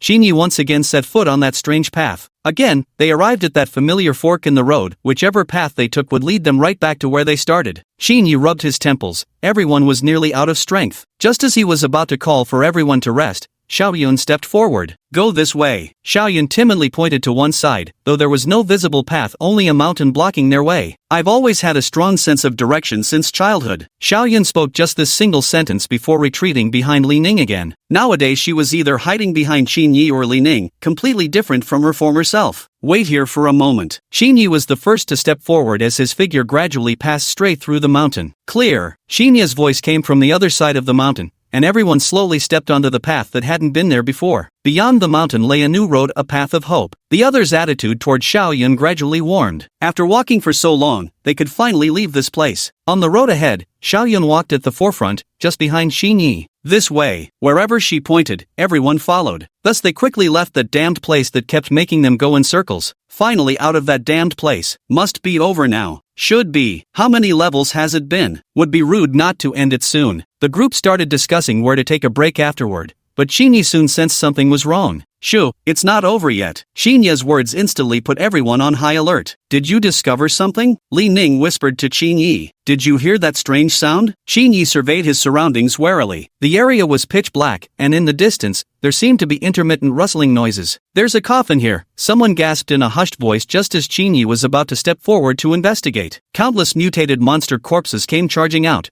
assaulting Qin Yi and his companions. Qin Yi had no time to even glance at the coffin now. Fighting was his only option. What the hell is this? Aren't these supposed to be completely dead monsters? Someone noticed the anomaly. Why were the slain monsters mutating like zombies? Chapter 30 for the main burial chamber. Warning, warning, the ancient tomb zombies before the host carry poison. If injured by them, you will be infected with corpse toxin. The system's electronic voice carried a hint of panic as it had already noticed several dark-faced teammates at the edge of the group clutching their arms. Their lips were ghastly pale, their steps unsteady, everything about them spoke of severe illness. A chill ran down Qin Yi's spine. He instinctively turned to look behind him, and sure enough, it was already too late. Damn system! Your warning came too late. With no time to complain, Qin Yi raised his hand to get his squadmates' attention. Everyone check yourself for any dark, painful wounds. These zombies are all venomous. His words were barely out when several screams erupted from team members nearby. Those already poisoned writhed as toxins surged through them. Soon their faces turned coal-black before collapsing to the ground. Several men rolled in agony, their features contorted beyond recognition, until suddenly, silence. Go check on them, someone in the team shouted, and the next moment, they saw those who had touched the zombies have their bodies dissolved by the toxin. They melted into pools of black pus right where they stood. If not for the tattered clothes left on the ground,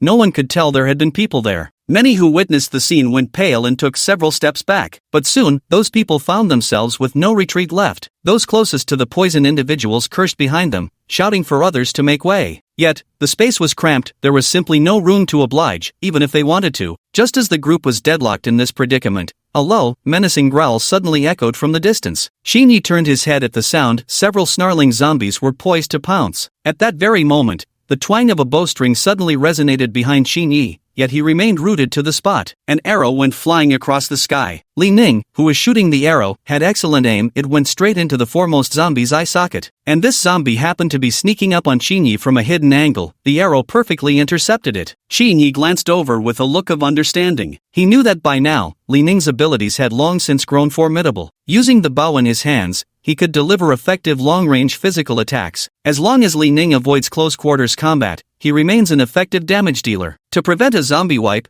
Qin Yi immediately adopted a stern expression and shouted orders. Li Ning, focus on ranged attacks. Don't let those things touch you. Host, you're playing support, keep the zombies pinned down. With assignments issued, the host positioned himself up front, using his abilities to trip up the advancing zombies. Behind him, Li Ning fired arrows with furious precision, pouring on the ranged damage. Although the tomb zombies were entirely venomous, under the duo's seamless coordination, their numbers quickly dwindled. The few that occasionally slipped through were promptly finished off by other team members. The zombies' offensive gradually collapsed into disarray, and the team members could finally breathe easier. When only a handful remained, the tomb's zombies suddenly retreated as if responding to some unseen command. Qin Yi also stopped Li Ning, who was about to give chase and shoot his arrows. Let's focus on making progress with our journey instead of chasing after those things, he said. Li Ning nodded and put away his bow and arrows. The group quickly packed their gear and continued their journey. After just a few minutes of walking, they suddenly received news about temporary changes to the competition rules. Qin Yi and the others unconsciously came to a halt. After the long list of mostly useless rules came a new requirement. Those who find the ancient tomb silk manuscript will automatically qualify through the points competition and advance to the next stage. Upon hearing the news, all the competitors grew restless, itching to get their hands on the silk manuscript. After enduring all the preceding trials, every squad had lost at least one member. Many timid individuals had already thought of retreat,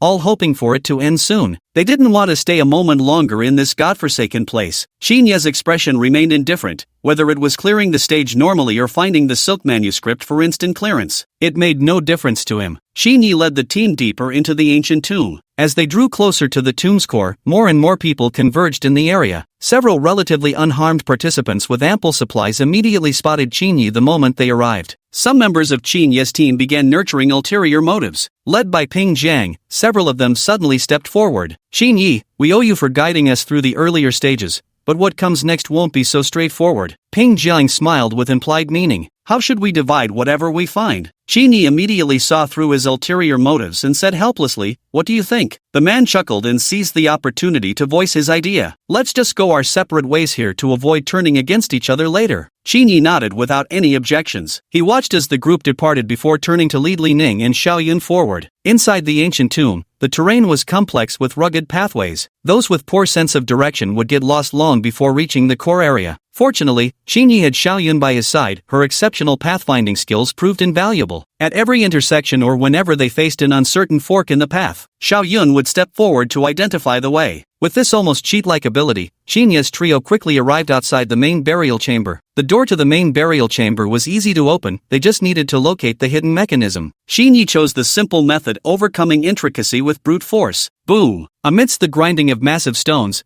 the long-sealed main burial chamber was unveiled before the crowd. Unexpectedly, the tomb chamber contained neither a coffin nor burial objects, only a single wall stood within. Qin Yi took the lead, with the other two following closely behind as they entered one by one. He scrutinized the wall before him. The surface was densely covered with drawers, roughly counting. There were hundreds of them packed tightly together. Qin Yi speculated in his heart that the silk scroll for clearing the level should be among them, and Xiao Yun's words confirmed it. After pondering for a moment, she approached the wall for a closer look and said, the silk scroll is right here. Li Ning's face lit up with joy. Great! This is truly effortless fortune. With that, he eagerly reached out toward the wall, intending to open several drawers for inspection. Fortunately, Qin Yi swiftly stopped Li Ning, cautioning sternly, with so many drawers here, no one knows what's inside. What if you open the wrong one? Li Ning froze momentarily as Qin Yi continued, don't forget how perilous the previous paths were. Do you really believe treasures would be quietly waiting in the main burial chamber? Qin Yi gave a cold snort. All these drawers placed here were clearly meant to trick people. Anyone getting carried away with excitement might assume they contained funeral objects and open them one by one. Chapter 35, A Labyrinth of Traps. If the first one they encountered was indeed the silk manuscript, that would be fine. But if they made a mistake, who knows what kind of harmful thing might be released, something that could swallow them whole. Listening to Qin Yi's speculation,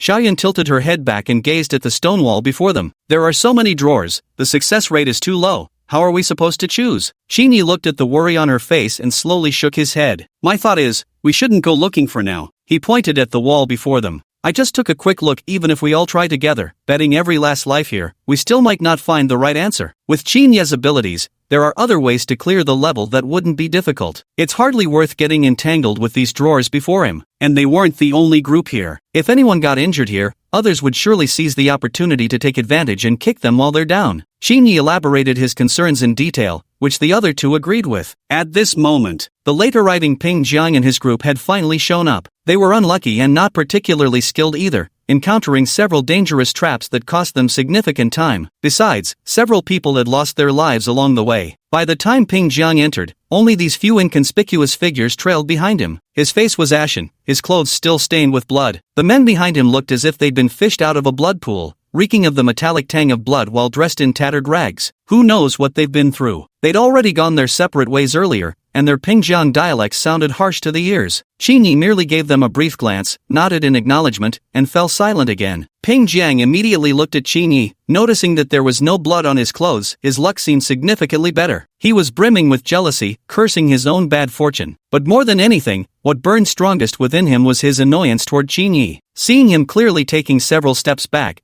vacating the sprawling section of wall ahead, Ping Jiang felt slightly relieved. He wasn't afraid of sacrifice, just needed an opportunity. He glanced back twice. These people were alive, though slightly injured. Ping Jiang casually grabbed one of his underlings and shoved him against the stone wall. Go ahead and open the drawer. Ping Jiang's eyes brimmed with excitement, his voice trembling as he spoke. Even so, the remnants of his rationality could still discern the danger before him. Among so many drawers, only one could possibly be real, the others were certainly traps. What made Ping Jiang most suspicious was Qin Yi. He didn't seem like a newcomer, yet he hadn't tampered with the drawer before them. Something was clearly wrong. Was he afraid of the traps inside? Ping Jiang laughed darkly in his heart. The underling pushed forward had a brain as muddled as papier-mâché. His face flushed with excitement as he rushed toward the drawers, disregarding the blood staining his body. and grabbed the closest one with both hands. Qin Yi instinctively frowned and pulled both companions backward, an uneasy premonition creeping up on him. The gangster gave the drawer a forceful tug. After some initial resistance, it slid open abruptly. Before his triumphant grin could fully form, a dark shadow shot out from inside, gaping jaws swallowing him whole in an instant. Nothing remained where the figure had stood moments before, as if it had been an illusion. In an instant, Ping Jiang and the few men behind him froze in place. Qin Yi sighed inwardly, having already guessed this person's fate. Terrified, Ping Jiang and the others exchanged glances. None dared to take another step forward. Suddenly, a thunderous noise erupted from somewhere. Everyone was startled, especially those underlings. They croaked in panic and tumbled to the ground. Ping Jiang swallowed hard, trying to suppress his fear, but it was no use. Qin Yi turned his head and whispered to Xiao Yun and Li Ning, "You saw it too, the things inside are truly vicious. Who knows what might come out of there?" He lowered his head in thought, hesitated briefly,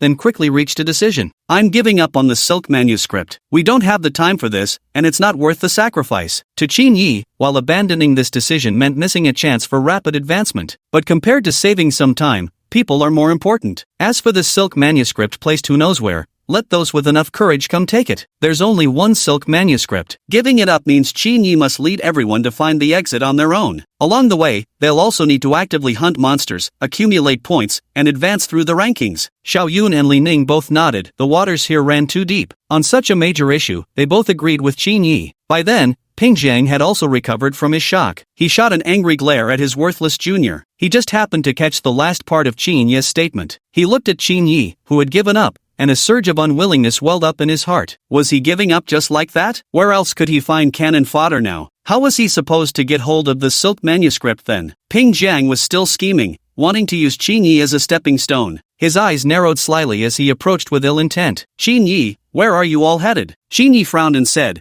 "We'll level up by killing monsters. You can keep whatever's inside here." Though he was just being polite, Ping Jiang took his words to heart and became dead set on obtaining the silk manuscript. With a slick smile, he said, "Finding that manuscript could mean instant level up. You've come this far, what a waste to give up now." Ping Jiang wore an exaggerated expression of concern that made everyone around him distinctly uncomfortable. Qin Yi refused, "No need. My team is small, I'm afraid we wouldn't survive carrying this silk manuscript out." Xiao Yun also spoke with undisguised disdain. "If you want that manuscript, go get it yourself. Or better yet, send your lackeys to do it." Hearing the other party's attempt to use Qin Yi as cannon fodder, she couldn't help but stand up for him. Ping Jiang grew angrier with every word, his face darkening completely as he shot a furious glare at Xiao Yun. Unable to stop Qin Yi, and now thoroughly humiliated in his anger, he threw a straight punch at him. Qin Yi reacted swiftly, dodging to the side while sweeping his leg out to force the man back 3 steps. The two exchanged blows. The audience outside the arena also grew anxious. Why did that guy attack without saying a word? He's insane. The other guy already backed off to grind monsters. Beat him up, punch him hard. Qin Yi's martial arts skills were outstanding, and Ping Jiang could also hold his own in a fight against him. The two quickly became entangled in combat. As for Ping Jiang's underlings, seeing their leader engaged in battle, they didn't stand idle either. They all simultaneously gravitated toward the stone wall, setting their sights on the drawers. Several drawers were opened, with the first 2 proving harmless. The minions thought they'd gotten lucky, but the next few drawers all released monsters. Some had green faces and crimson fangs, others bore human faces on serpentine bodies, while some sported rooster combs upon their heads with fishtails trailing behind. Those monsters looked like they'd been stitched together from several different animals, making for some truly unnatural abominations. Chapter 36, Obtaining the Silk Manuscript. All sorts of strange beasts emerged. The underlings who'd unleashed those monsters were the first casualties of their own creations. They had little skill, barely managing to block a couple of strikes before quickly meeting their demise. Most were devoured whole, while the survivors were left missing limbs. Qin Yi had no intention of dragging out the fight with Ping Jiang. Seizing the moment when his opponent threw a punch, he delivered a vicious kick to the abdomen. Ping Jiang collapsed to the ground, only to turn his head and find himself staring into a gaping, blood-drenched maw. 2 black claws clamped onto his arms. The monster his underlings had unleashed actually tore him apart limb by limb. Watching their leader meet such a gruesome end, the lackeys panicked like ants in boiling water. A few survivors spotted Qin Yi's exceptional combat prowess immediately. Sobbing uncontrollably, they came scrambling toward him. "Help! Please save me! Help! There's a monster!" These people could do nothing but shout for help and beg Qin Yi to save them. Every last one of them had lost their wits. Qin Yi remained perfectly composed, while behind him to the side, Li Ning pulled out his bow and arrows to attack the beast. Xi Yi struck with ruthless efficiency, monster after monster falling to his blade. Points poured in like a roaring river, their numbers cascading upward. He wasn't slaughtering these creatures to save lives, each kill represented vital points for the taking. Working in tandem, their killing pace became terrifyingly swift, matched only by their soaring point totals. He had no idea what those underlings had opened. Xi Yi watched helplessly as a serpent-like monster resurrected twice before his eyes. Time lost all meaning in the endless battle. Both Qin Yi and Li Ning's arms ached with exhaustion, their minds drained to the point of collapse. Xiaoyun suddenly leaned forward with sparkling eyes. She cautiously hid behind Qin Yi and whispered, "I've got it. As long as we close the drawer that released these monsters, they'll all be sucked back in." Amidst the chaos, Qin Yi glanced back at the wall covered with drawers. "Are you sure about this?" Xiaoyun gave it some thought, then nodded emphatically. "Confirmed." Seeing his two companions exhausted from battling the monster, Xiaoyun volunteered eagerly, "You two keep the beast distracted while I go shut that drawer." Without waiting for their response, he seized an opening between attacks and dashed toward the wall. Close one of the drawers. Just as expected, the moment the drawer shut, a wisp of black smoke seeped in. Meanwhile, on the battlefield confronting Qin Yi, one colossal entity had vanished. "Perfect. My judgment was correct." Xiaoyun let out a delighted cry and sped up the motion of closing the drawer. By the time all the open drawers were shut, Qin Yi and the side character had also finished their battle. The side character wiped sweat from his forehead. "These monsters are really troublesome. Good thing we found a way to shut them down." Xiaoyun smiled. However, Qin Yi gazed thoughtfully in the direction of the drawer and suddenly exclaimed, "If we can simply admire the drawer to recall the monster, then finding the silk manuscript would be much easier." With that thought and reasoning, there was no harm in trying. Qin Yi stepped in front of the wall. "Xiaoyun, you're in charge of pulling open the drawer. If something feels off, shut it immediately." Qin Yi and Li Ning exchanged a glance before saying, "Li Ning and I will draw their fire and protect you from harm." "Good." Xiaoyun nodded emphatically, placing full trust in Qin Yi as she positioned herself by the drawers, fully prepared. One by one, the drawers were pulled open. The monsters inside barely had time to peek their heads up before Xiaoyun shoved them back in. The few that were particularly quick were immediately distracted by Qin Yi and Li Ning standing nearby. Seizing the opportunity while the two were preoccupied with the monster, Xiaoyun closed the drawer again. Working in this coordinated manner, they managed to test almost half the wall of drawers. When they opened the first drawer on the left, all three braced themselves for another monster attack, but nothing emerged. Their faces simultaneously lit up with joy. "Found it!" Xiaoyun rose on tiptoe and carefully withdrew the golden silk manuscript from the drawer, turning to hand it to Qin Yi. "Good thing we found it. If we'd kept searching any longer, I would have been exhausted to death," Xiaoyun grumbled in complaint. Qin Yi smiled, but as soon as his fingers touched the artifact, he heard a whistling sound approaching from behind. His instincts kicking in, he twisted sideways just in time to evade a blood-soaked hand that came whistling past. "What do you mean by this?" Xiaoyun stepped forward, glaring fiercely at those greedy underlings of Ping Jiang. All those monsters just now were unleashed by these few people. Qin Yi and his companions not only refrained from holding a grudge against the group,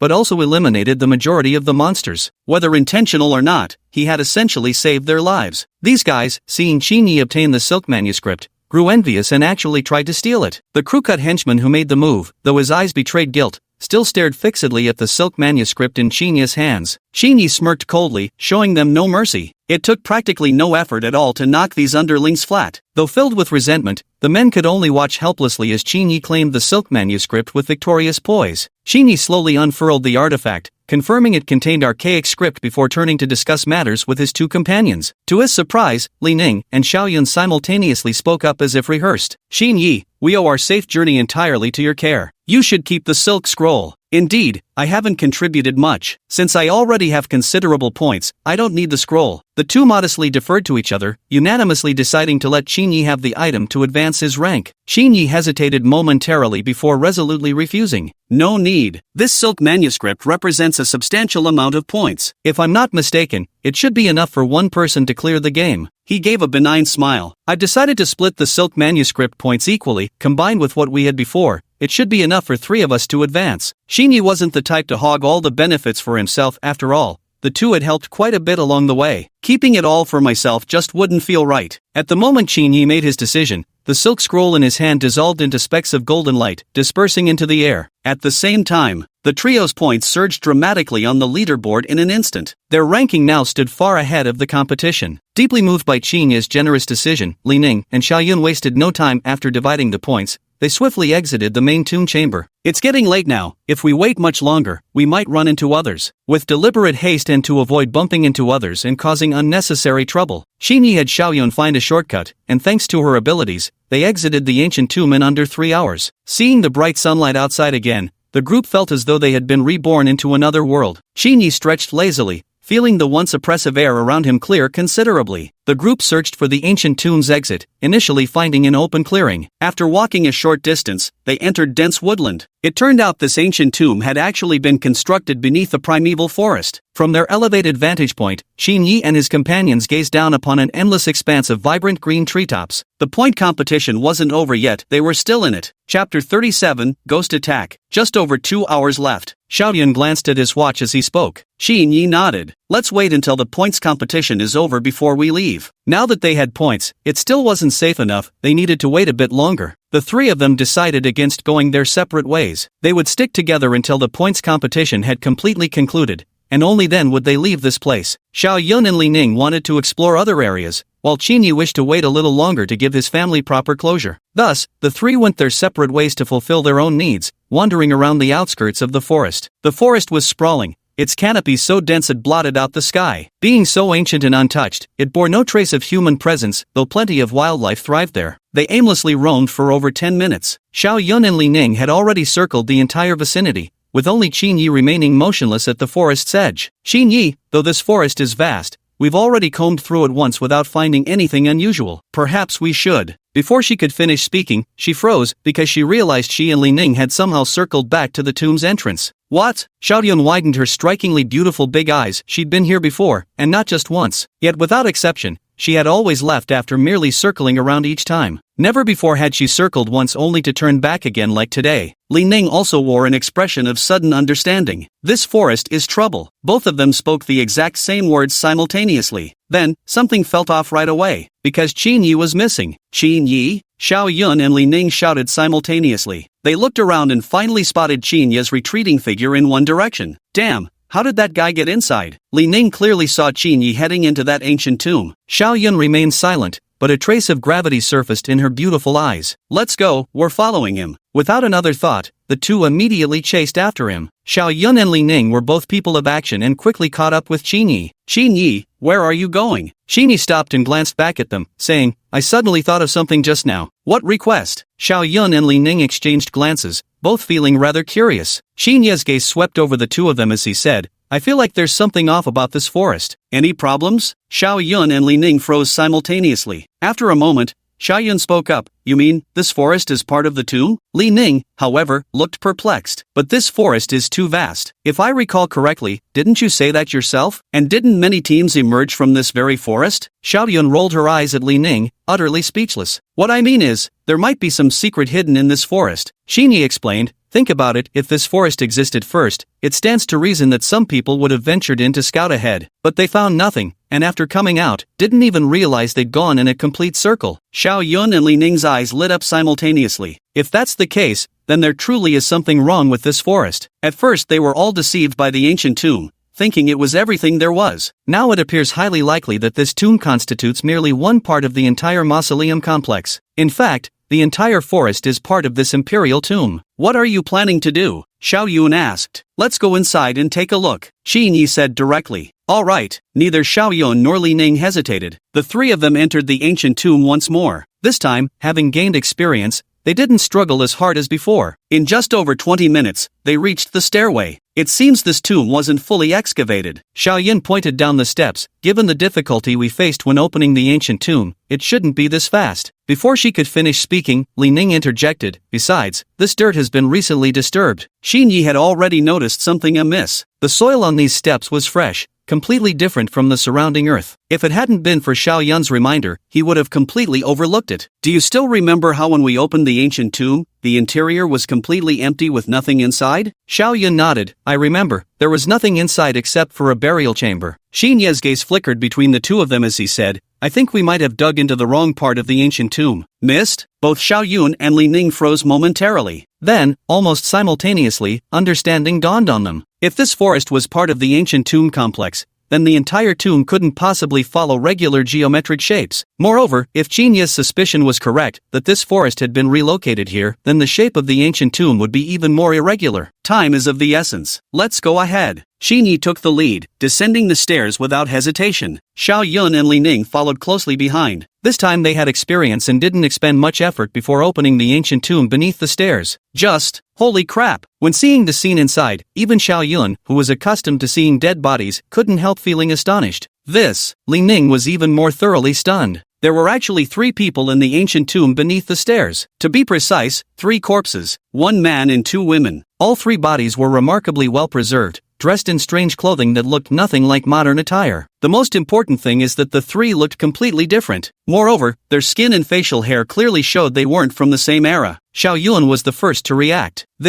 Could it be? Qinye nodded. It must be them, no doubt about it. Li Ning couldn't help but ask, who are they? Xiao Yun and Qinye spoke simultaneously, the gravekeepers. The 2 exchanged glances, both feeling somewhat speechless. The gravekeepers would continue guarding the ancient tomb until someone could enter and bring the artifact out. Regarding this rumor, Qinye had heard about it from others, but what they said was that those who entered the ancient tomb would be killed. Now it seems the matter isn't that simple. These 3 corpses must be the tomb guardians. But the question is, how did they die? And why did they die, yet not leave? That's not right. Li Ning suddenly said, if they were gravekeepers, then why didn't they appear when we opened the ancient tomb? Xiao Yun and Qinye were both momentarily stunned. Immediately, both of them were rendered speechless. If it was really the graveyard keeper, they should have come out to kill immediately. Look over there! Xiao Yun suddenly shouted. Qinye and Li Ning followed Xiao Yun's pointing finger and saw strands of black mist rising from the corpse. It's a ghost. Qinye recognized it instantly. Almost immediately, 3 separate ghosts charged toward each member of their trio. Look out! Xiao Yun shouted. Qinye and Li Ning attacked directly. These ghosts had no physical form, they were completely untouchable. Not only that, these ghouls seemed to have locked onto the 3 of them. No matter how they fought, they couldn't land a single hit. Damn it! Li Ning stared wide-eyed as a ghostly figure charged straight toward him. Before he could react, a tremendous force shoved him forward. Qinye, Chapter 38 Passive Skill, Divine Invocation. Xiao Yun only had time to shout out one sentence. The next instant, Qinye rushed to Li Ning's side and shattered the ghost about to collide with him in a single punch. This ghost was extraordinarily powerful. Even with Qinye and Xiao Yun's abilities,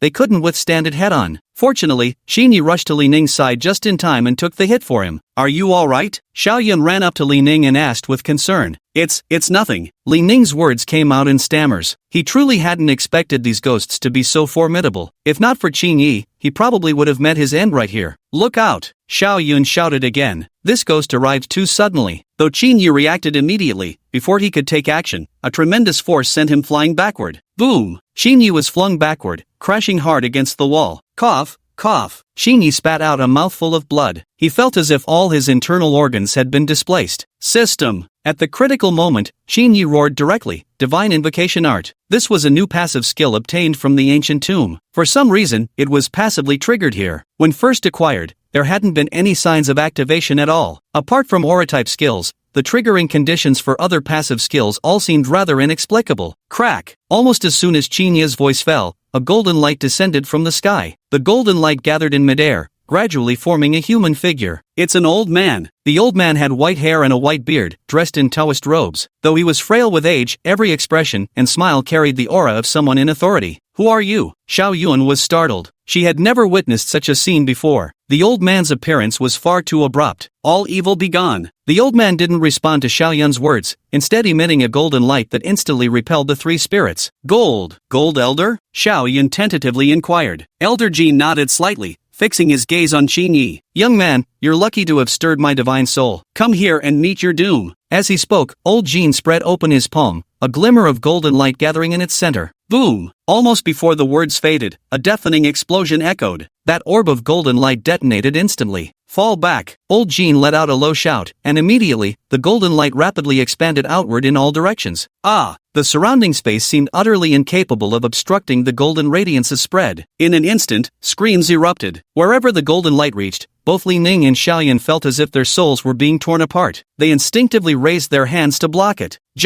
With their current strength, there was absolutely no way to withstand the golden light's assault. Old Jean, Xiao Yun couldn't help but shout. She never expected old Jean to strike so ruthlessly. This was clearly an attempt to exterminate every single person in the entire forest. Are you all right? Old Jean turned his gaze toward Qin Yi. Qin Yi shook his head. I'm fine. Got it. Old Jean nodded with satisfaction, then slightly raised his hand. Almost as soon as the words were spoken, all the ghosts in the square vanished without a trace. Xiao Yun was utterly dumbfounded. Li Ning was also at a loss. Not just the two of them. The entire square fell into stunned silence. None of them could have imagined that Qin Yi would actually summon a real-world celestial master. Damn, Qin Yi's summoning skills are this overpowered? He just casually summoned a celestial master like it's nothing? That can't be right. Aren't heavenly masters supposed to be high-level? Why would Elder Jean come? Don't talk nonsense. Elder Jean is a heavenly master from the real world, not this one. Could it be that Qin Yi summoned his own grandfather? Someone else mocked jeeringly. At this moment, everyone seemed convinced that this old man had been summoned by Qin Yi as reinforcement. After all, given Qin Yi's capabilities, it was completely plausible for him to enlist the assistance of someone at Senior Jin's level. Some were even beginning to feel a tinge of jealousy. What a junior, so young yet capable of invoking such divine arts, summoning a celestial master of Senior Jin's caliber with just one move. Such strength, such daring, truly beyond anyone's reach. If it weren't for Qin Yi, no one else could possibly have achieved this. Everyone watching the point competition in the square felt a twinge of envy toward Qin Yi. Having witnessed Qin Yi's journey firsthand,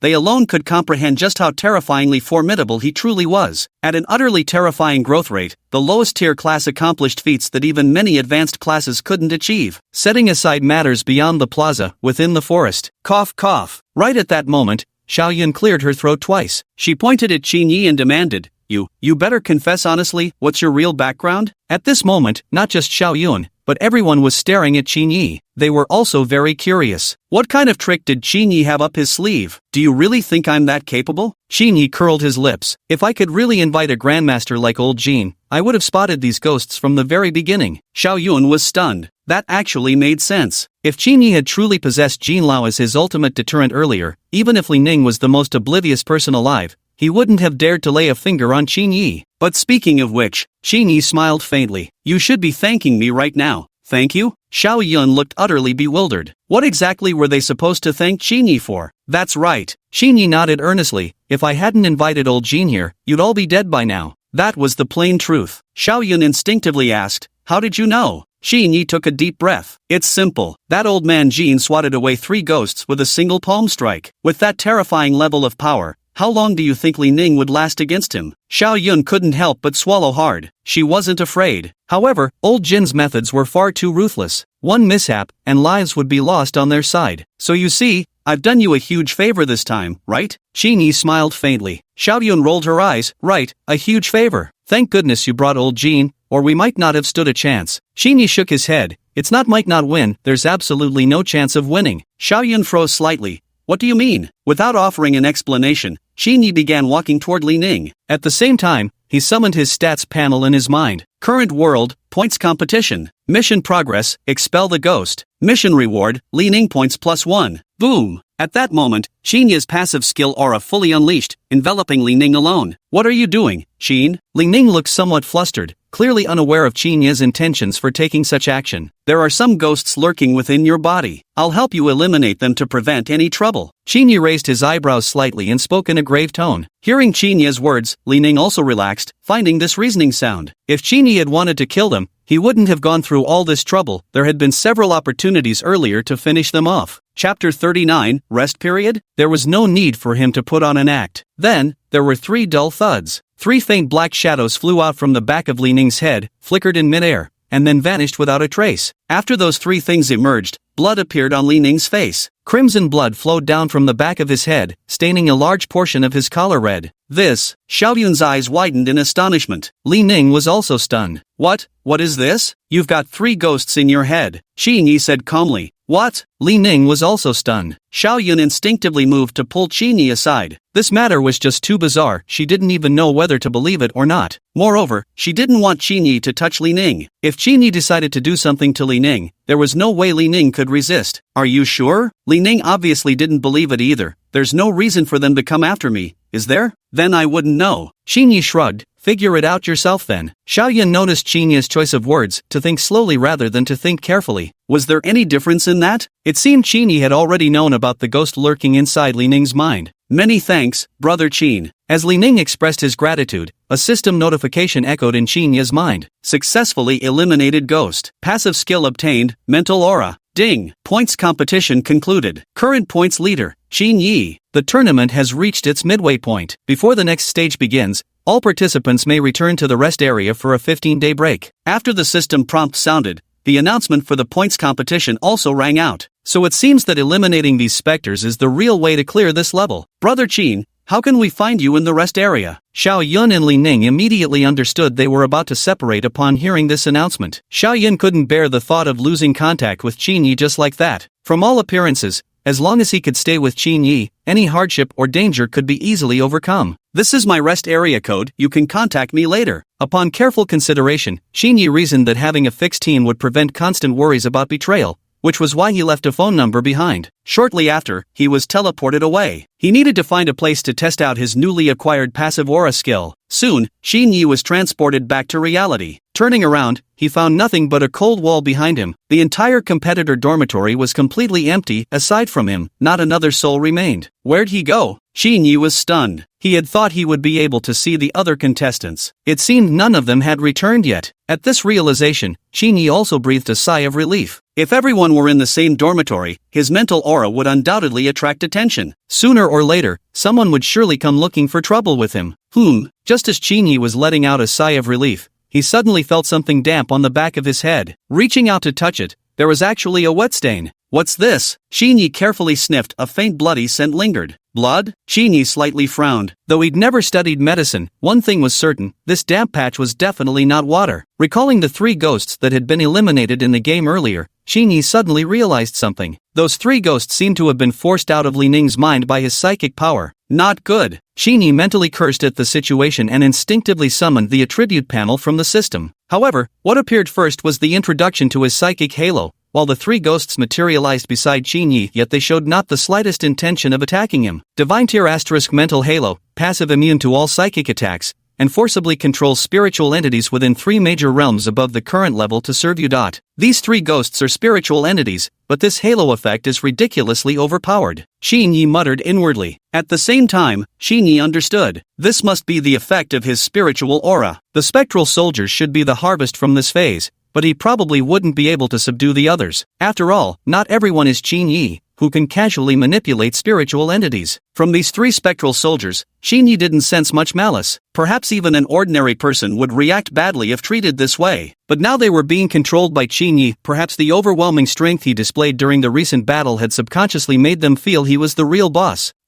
Just as Qinyi was pondering this, a sudden shout came from outside. Then came the sound of someone banging on the door. It must be Li Ning and the others coming back. Qinyi was just about to call them inside when he noticed the door had already been forced open from outside. The next moment, Li Ning and Xiao Yun appeared at the doorway. You too? Qinyi was taken aback, not understanding what these 2 were doing. Qinyi, are you okay? Xiao Yun spotted Qinyi at first glance and immediately rushed over to him. I'm fine. Qinyi shook his head slightly. What's wrong with you guys? We saw ghosts in the rest area. Li Ning, sweating profusely, spoke up. Right after we returned, we felt our bodies grow incredibly heavy. Then we saw 3 huge men crawling out of the walls. They were wearing blue ancient soldier armor and carrying broadswords. The most terrifying part, they didn't have any human presence about them. We were completely paralyzed with fear. Though those 3 didn't attack us, can you imagine feeling like there are 3 people staring at you from inside your own body? Li Ning and Xiao Yun clearly hadn't recovered from their shock yet. You encountered shadow soldiers. Qinyi said casually, the shadow soldiers are the final reward of this stage. If you can subdue them with your power when they appear, you'll gain an extra ally, just like these 3 of mine. As he spoke, Xinyi released those three spirits while simultaneously noticing the mental fluctuations of Li Ning and Xiaoyun manifest before his eyes. This means no one can lie or deceive Xinyi to his face anymore. Moreover, with this aura, he can even sense people who harbor hostility toward him in advance. For Xinyi, this is truly like adding wings to a tiger. So that's how it is. Doesn't that mean we've missed out on the rewards from this points competition? Li Ning and Xiaoyun finally understood, never imagining that those ghost soldiers were actually the reward for this stage, and couldn't help feeling deep regret. They also couldn't help but envy Xinyi, who always managed to be one step ahead of everyone else every single time. However, when considering Xinyi's terrifying combat prowess, Li Ning and Xiaoyun eventually felt at peace with it. Not everyone can be like Xinyi, that guy is practically a monster. Chapter 40, Seeking Revenge. There will always be another reward next time if we miss this one. Xinyi smiled faintly. Now let's hurry to get some food. Li Ning and Xiaoyun didn't have much energy left to continue talking, so they simply nodded in agreement. The trio casually found a place to have dinner. Of course, their so-called casual choice was still a rather modest diner. After all, this particular competition operated on an elimination basis. While the organizers wouldn't let them go hungry, they certainly wouldn't provide anything too lavish either. Xinyi. The moment Xinyi stepped into the dormitory, he was blocked by another contestant. You're Xinyi, aren't you? Why didn't you help my brother during that challenge earlier when he begged for aid? You just watched him die in that round. You killed my brother. Xinyi was inexplicably stopped and then heard these baffling words. He couldn't help but raise an eyebrow and say, this points tournament can be deadly. If you're not capable enough, why even participate? As soon as he finished speaking, Li Ning and Xiaoyun caught up with them. That guy's codename is King Kong. His awakened class is an A-grade profession called Vajra Buddha. He's one of the hottest contenders in Group B. Li Ning briefed Xinyi about King Kong's background. Earlier rounds of this points tournament were conducted in group stages, with only the final being an open competition. Xinyi's team had been placed in Group A. It seems his younger brother really is in our team, Xiaoyun added, while Xinyi raised his eyebrow, thoughtfully eyeing this Vajra. Perhaps avenging his younger brother was just an excuse. Looks like someone has set their sights on those popular contestants, that's why such things are happening. No fighting in the rest area. I challenge you to a virtual duel on the martial stage if you've got the guts. The loser has to kneel and kowtow. Jin Gang opened his mouth to explain combat wasn't permitted in the rest zone, but there was still a place to settle disputes. Virtual duels were exactly that kind of place. It involved uploading a professional's consciousness, allowing near-perfect simulation of all skills and techniques. But with that came 100% pain feedback, hardly something anyone would casually initiate without good reason. I'll fight you. Xinyi spoke calmly. In the real world, Xinyi's combat skills wouldn't stand a chance against Jin Gang, since Jin Gang was a professional fighter by trade. Although everything in the virtual world provided 100% feedback, Xinyi's formidable mental strength allowed him to execute much more dynamic movements. Good, then we'll settle it tomorrow morning. I'm determined to get to the bottom of this. Jin Gang gave Xinyi a long, deep look before turning and walking away. A virtual battle is scheduled for tomorrow morning. Let's get some rest too. Li Ning looked at Xinyi and said, although you're strong, King Kong isn't weak either. In the virtual world, it's always an opportunity for the weak to overcome the strong. Got it. Xinyi nodded without saying much, and the three of them parted ways. Although virtual space couldn't upload God-tier system-enhanced skills, dealing with a mere anti-metal with Xinyi's current abilities wouldn't pose any problem at all. The next day, virtual space. Xinyi, is he the powerful professional player you guys were talking about? Jin Gang stared at Xinyi and spoke solemnly. This points competition incident has caused enormous repercussions. My younger brother died at Xinyi's hands. I must demand justice for him. Let's do this. Without wasting any words, Xinyi immediately chose to strike. On the adjacent combat platform, Li Ning and Xiaoyun were also watching the battle. Xinyi's fighting style has changed so much. Li Ning and Xiaoyun noticed that Xinyi's combat style had changed significantly, no longer relying solely on speed as before. He now alternated between retreating and attacking. Jing'an's attacks were devastatingly powerful, each strike packing immense force. However, Xinyi's formidable mental strength allowed him to fully endure and reflect both the pain and visual impact of every blow. Every time Kong Gang swung his blade to attack, Xinyi could dodge in advance. If this continues, Kong Gang is bound to lose. This is obvious. Though Diamond was formidable in attack, Xinyi seemed to avoid direct confrontation entirely, adopting an evasive combat stance. With every sweep of Diamond's blade, Xinyi would retreat a step, 1 slash, 2 slashes, 3 slashes. Each strike cleaved only empty air, never landing on Xinyi. At this rate, Kong the Invincible is doomed to lose. He's definitely going to lose. Xiaoyun said softly. Xinyi seems to be wearing him down. Fighting while moving? Li Ning raised an eyebrow. The berserker has overwhelming attack power and superb combat skills. Xinyi refusing to engage him head-on is practically suicidal. Wait a minute. Xiao Yun shook her head. Xinyi isn't seeking death, he's seeking an opening. Though his fighting style has changed, his combat instincts seem unchanged. Indeed. Combat instinct, that's an innate ability every individual possesses. Some can kill wild beasts barehanded, while others wield weapons to slay vicious foes. These are all manifestations of combat instinct. Although Jin Gang is a martial artist, his combat instinct doesn't seem particularly formidable. But let's not forget, while Xinyi's profession is rated E-class, its designation is Fist Disciple. He could absorb experience in battle. From awakening his profession until now, Xinyi had experienced countless battles, big and small. When it came to combat experience, who could possibly have more than him? Lo and behold, Xinyi had already found the flaw. Jin Gang swung once, twice, thrice, his attacks came faster and faster, yet the openings in each strike grew larger and larger. Although Xinyi appeared to be constantly dodging, he had already locked onto Jin Gang's movements. Jin Gang's probably done for. Li Ning remarked coolly. This bout was a complete rout. Xinyi had secured victory with hardly any effort. Xiao Yun nodded. Jin Gang's fighting style is too one-dimensional. In the virtual space, every specialist developed their own distinctive combat traits. Jin Gang's signature trait was his monstrous strength, a single earth-shattering strike that could flatten even a freight train. But this head-on, brute force approach came with significant drawbacks. While you could defeat Jin Gang through frontal combat, you'd inevitably suffer injuries yourself in the process. This violates the unspoken rule of stopping at the right point in virtual space. Instead of confronting head-on, Xinyi opted for hit-and-run tactics. The higher the frequency of Kong's attacks, the greater his openings became. Though Kong's blade strike carried tremendous force, Xinyi could effortlessly dodge it and seize the opportunity to deliver a heavy counterpunch. Bam! Jin Gang was sent flying by Xinyi's punch. Unlike Xinyi, who possessed formidable mental strength,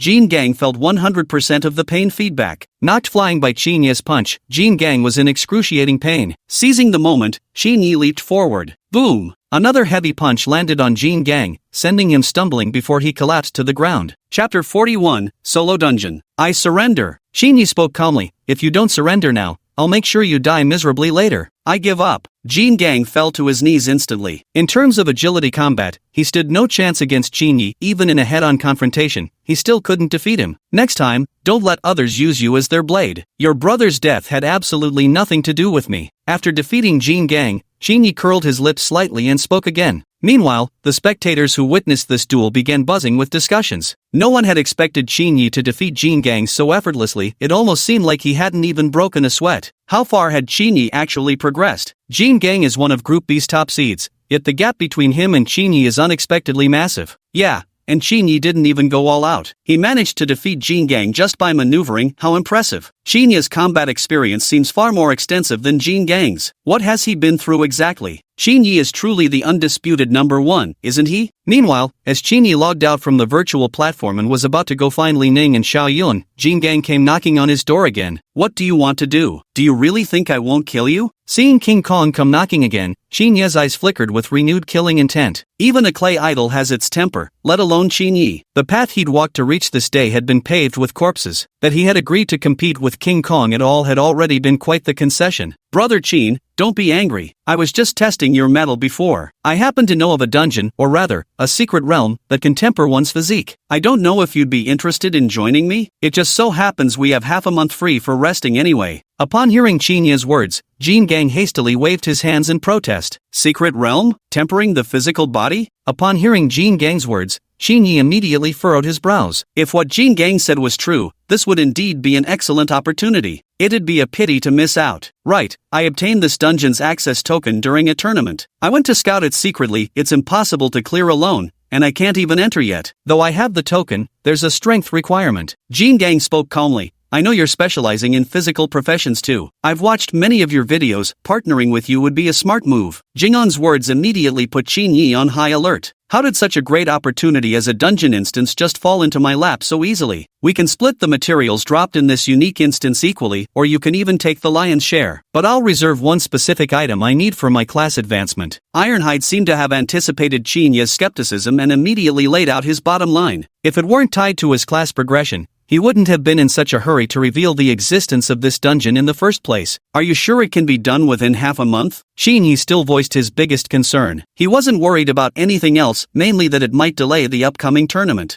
Don't worry about that. My class advancement quest told me this, it absolutely won't interfere with this tournament. As if afraid Qin Yi wouldn't believe him, Jin Gang immediately thumped his chest while speaking. Alright, I'll go with you. After some consideration, Qin Yi ultimately agreed. There were two reasons for his decision. First, this was an isolated secret realm. By teaming up with Jin Gang, he could definitely reap significant benefits. Second, he possessed a mental aura, yet when Jin Gang spoke those words earlier, no warning emerged from it. This meant that every word Jin Gang said was true. Good, we'll set off immediately to that secret realm. Neither of them was the type to dawdle, they simply left behind letters and departed the city at once. Jin Gang led Qin Yi through twists and turns until they arrived at the base of a small hill, about 50 meters high and utterly unremarkable in appearance. The entrance to the secret realm is right behind this hill, said Jin Gang. Under normal circumstances, no one would ever notice it. Leading Qin Yi to the back of the hill, Jin Gang spoke calmly. To enter, you must first pass the gravity test. You need to push aside that boulder under increased gravity. I can't do it alone. Qin Yi gave a faint nod, of course he understood all this. Under gravitational conditions, attempting to unleash one's full physical strength truly tests one's muscle control capabilities. Working together, the two of them effortlessly resolved the boulder problem. Then, a radiant light emanated from the talisman in Jin Gang's hand, instantly enveloping both Qin Yi and Jin Gang within its glow. The next moment, Qin Yi felt his vision go black. When he opened his eyes again, he found himself standing amidst ruins. Surrounding him were decaying ruins filled with the scent of rot. Beneath his feet were jagged stone bricks,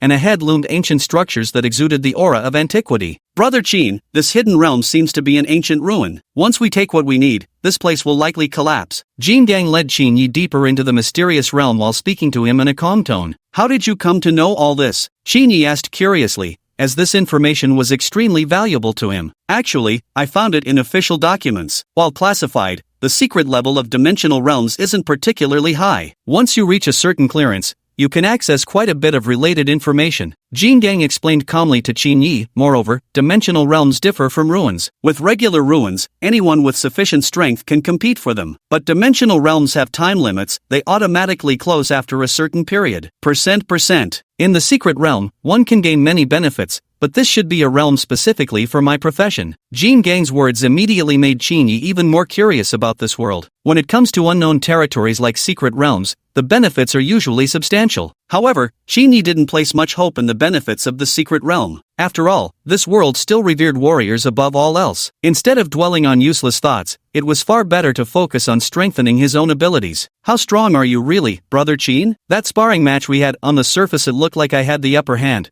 but I kept feeling like you were leading me by the nose the whole time. Not many awakened can pull that off. As they advanced deeper into the secret realm, Jin Gang turned to Qin Yi with curious eyes and voiced his question. He still couldn't shake off the lingering resentment from that previous battle. It was undoubtedly the most humiliating fight he'd experienced since awakening his adamantine strength. Chapter 42, The Spirit of Totems. I'm not entirely sure exactly how strong I am, but I should be slightly stronger than you. Qin Yi spoke calmly to Jin Gang, keeping his true strength to himself. This was merely a temporary cooperation after all. As the saying goes, guard against others' harm while harboring no evil intentions yourself. Jin Gang nodded and refrained from pressing further. After walking for a while longer, Jin Gang seemed to have noticed something amiss. He stopped and said to Qin Yi, I can sense it now, my class advancement trial must be just ahead. Is that so? Then let me take a look. Qin Yi perked up at Jin Gang's words, immediately spreading out his mental aura to quickly assess the situation in all directions around Jin Gang's position. You awakened as the Vajra Buddha class, didn't you? Why would there be a totem spirit trial? Although if you really think about it, it does sort of make sense. Qin Yi felt somewhat puzzled, yet it did seem reasonable upon reflection. Totem spirit? What kind of nonsense is that? Jin Gang frowned as he asked Qin Yi, seeming rather unfamiliar with such things. Totem spirits are formed from awakened beings or objects of faith. They're a special type of energy entity that can transform into anything. They're considered quite troublesome energy forms. Qin Yi explained to Jin Gang. Moreover, totem spirits are divided into many ranks, and each rank possesses different abilities. So should we just charge straight in now, or what? As Jin Gang listened to Qin Yi's explanation, he roughly understood the situation, the concept of spiritual entities. Just go straight in. This totem spirit has likely been around for quite some time. I reckon you'll need to defeat it to advance your profession. Xinyi spoke lightly to Jin Gang. This is just my inference based on what you said. The actual situation can only be confirmed upon entering. Alright, Jin Gang nodded slightly, letting the matter drop without further thought. As they spoke, the two arrived in front of some ruins. Before King Kong stood a massive Buddha statue, surrounded by shattered stone bricks that appeared to have been broken with a single strike. Behind the Buddha statue was a dilapidated stone pagoda, long since rendered useless. Xinyi gave the surroundings a fleeting glance before saying to King Kong, "This totem spirit should be a level 100 creature, but right now it probably feels more like level 40 or 50. Levels 45 to 50, this is no ordinary mob. Brother Qin, this totem spirit was born within the ruins. Could it really be that powerful?" Hearing Xinyi speak, Jin Gang immediately frowned and questioned him.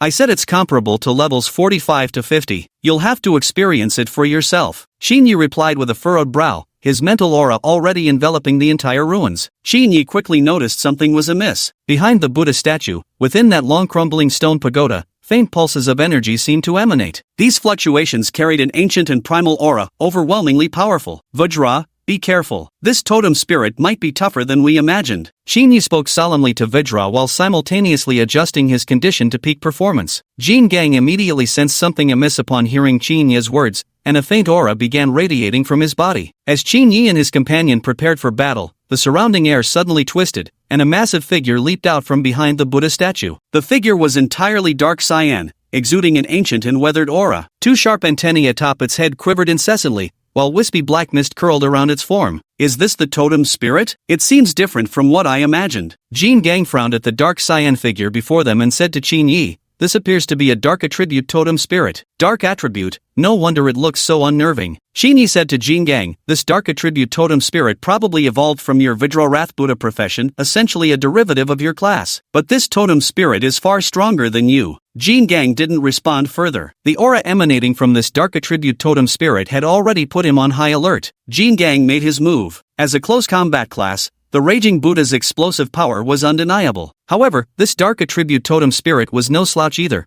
with every strike carrying the aura of darkness that continuously corroded the Raging Buddha's body. Against the Raging Buddha, this dark attribute totem spirit displayed astonishing combat capabilities, and it could shapeshift into anything at will. For a time, the entire ruins echoed with an endless series of thunderous collision sounds. Bang bang bang! These sounds were all produced from the collisions between Jin Gang and the totem spirit. Jin Gang and the totem spirit were locked in combat, completely inseparable. As a melee class, Jingun's bursts weren't weak by any means, but he simply couldn't do anything against this totem spirit. Every attack felt like punching cotton, without any visible effect. Jin Gang grew more alarmed with each strike. However, the totem spirit showed no intention of killing Jin Gang, making every one of his attacks feel like punching air. Meanwhile, many small totem spirits emerged from the surrounding ruins, charging straight toward Xinyi. These miniature totem spirits drifted through the air like dark shadows before launching their assaults on Xinyi. The attacks of these small totem spirits were eerily bizarre yet incredibly potent. Xinyi blocked the assaults of these small totem spirits with his force extremity manifestation. While his mental halo flickered incessantly, each pulse of light annihilated one of the small totem spirits outright. Yet these small totem spirits seemed inexhaustible, launching wave after wave of attacks against Xinyi. Jin Gang had already engaged the totem spirit in combat so fierce it reached white-hot intensity. The dark attribute totem spirit was extremely cunning and troublesome, with every attack laced with illusions that made the Vajra Buddha's strikes feel like punching thin air. Moreover, this dark attribute totem spirit was like a shadow, utterly untouchable. The more Vajra fought, the more horrified he became. This dark attribute totem spirit far surpassed him in strength, yet it showed no intention of killing him, treating each encounter as mere play. Jin Gang had long lost count of how many blows he'd endured. His body was covered in bluish-black bruises that resembled dark handprints, a horrifying sight to behold. Golden Vajra's body also emitted faint fluctuations of blood-chi energy. These undulations rose from his body like clusters of tiny bubbles. Jin Gang felt as though his body had been hollowed out, each eruption of strength wrenching him apart with excruciating pain. Chapter 43, Danger. At this very moment, Xinyi, who had been closely monitoring Vajra's situation, spoke up right on cue. "Vajra, this dark elemental totem spirit is draining your vital energy." Upon hearing Xinyi's words, Vajra immediately realized his physical condition was deteriorating rapidly. His vital energy seemed like bubbles emerging through his pores, seeping into the body of this dark attributed totem spirit. The dark attributed totem spirit shuddered violently, emitting a faint layer of black mist around its form. Seeing this, Jin Gang immediately understood the dark attributed totem spirit was draining his vital energy. Though the dark attributed totem spirit had no intention of killing him, the process of siphoning his vital energy was, in itself, fatal to Jin Gang. It was akin to boiling a frog in warm water, slow but deadly. The more Jin Gang fought, the more alarmed he became, forcing him to unleash his full strength. But at this very moment, the power unleashed by the Diamond Wrath Buddha was truly astonishing. The power of the enraged Buddha Vajra class surged forth like a herd of colossal beasts. Layers of golden radiance emanated from his body as the Buddha statue above his head blazed with dazzling light. Then, with a single mighty punch, he smashed toward the darkness-attributed totem spirit before him. Adamantine fist. Jin Gang roared angrily. This punch was his full-powered strike. Though the dark attribute totem spirit was extremely powerful, Jin Gang's strength shouldn't be underestimated either. Boom! The punch landed directly on the dark attribute totem spirit's body. The dark attribute totem spirit trembled violently, emitting a faint bluish-black glow from its body before being blasted over 10 meters away. The dark attributed totem spirit slammed into the wall, making the entire structure tremble violently. Immediately afterward, a spiderweb of cracks spread across the wall's surface. Jin Gang heaved a sigh of relief at the sight before him. The dark attribute totem spirit was repelled,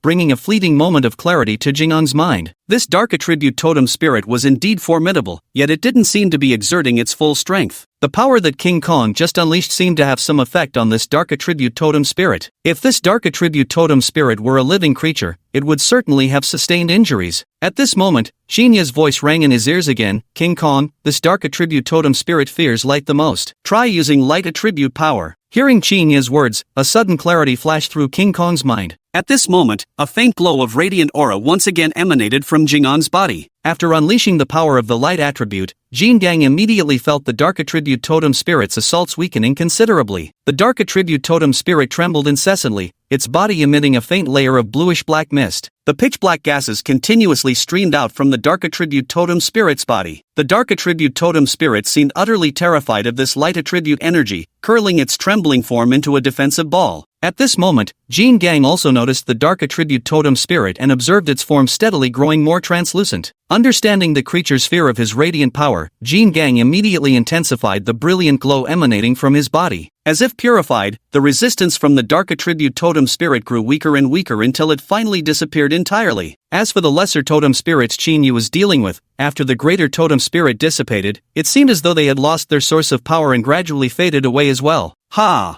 Seeing this, both of them let out a sigh of relief, worried that this thing might be unkillable. It seems your class advancement will likely branch into two paths, one of darkness and one of light. Jin Gang froze momentarily at Chinya's words, then turned his focus inward to examine the changes within his body. After a prolonged silence, he finally replied, "That does appear to be the case. My class is indicating that I still need to collect 8 more dark totem spirits to properly complete this stage of advancement." An overwhelming pressure instantly weighed upon Jin Gang. He'd struggled immensely with just 1 spirit, yet 8 more awaited him. To advance his class to the 2nd rank, the ritual required sacrificial offerings from 9 totem spirits of equivalent tier. This really proves the saying true. The path to strength for powerful professions comes at a harsh price indeed. Not everyone could be like Qin Yi, blessed with a system of their own. But we can leave any time now. This seems like a long-term mission. Would you like to join me in exploring what happens next? Jin Gang looked somewhat embarrassed. These great totem spirits were like mini-bosses, each possessing 2nd-tier strength. Although these great totem spirits don't possess 2nd-tier strength in comprehensive evaluations, if we're solely considering raw power, each of these great totem spirits actually reaches 2nd-tier level. This explains why Jin Gang felt somewhat embarrassed. After all, he'd come to ask Qin Yi for help without offering anything in return yet. Agreed. However, what surprised Jin Gang was that Qin Yi directly nodded in agreement. Thus, Jin Gang and Qin Yi cautiously advanced forward. Meanwhile, Qin Yi's focus remained on his system interface, or a passive skill, Dark Aura, was gathering power. This was precisely why he had agreed to Jin Gang's proposal. After just a few steps,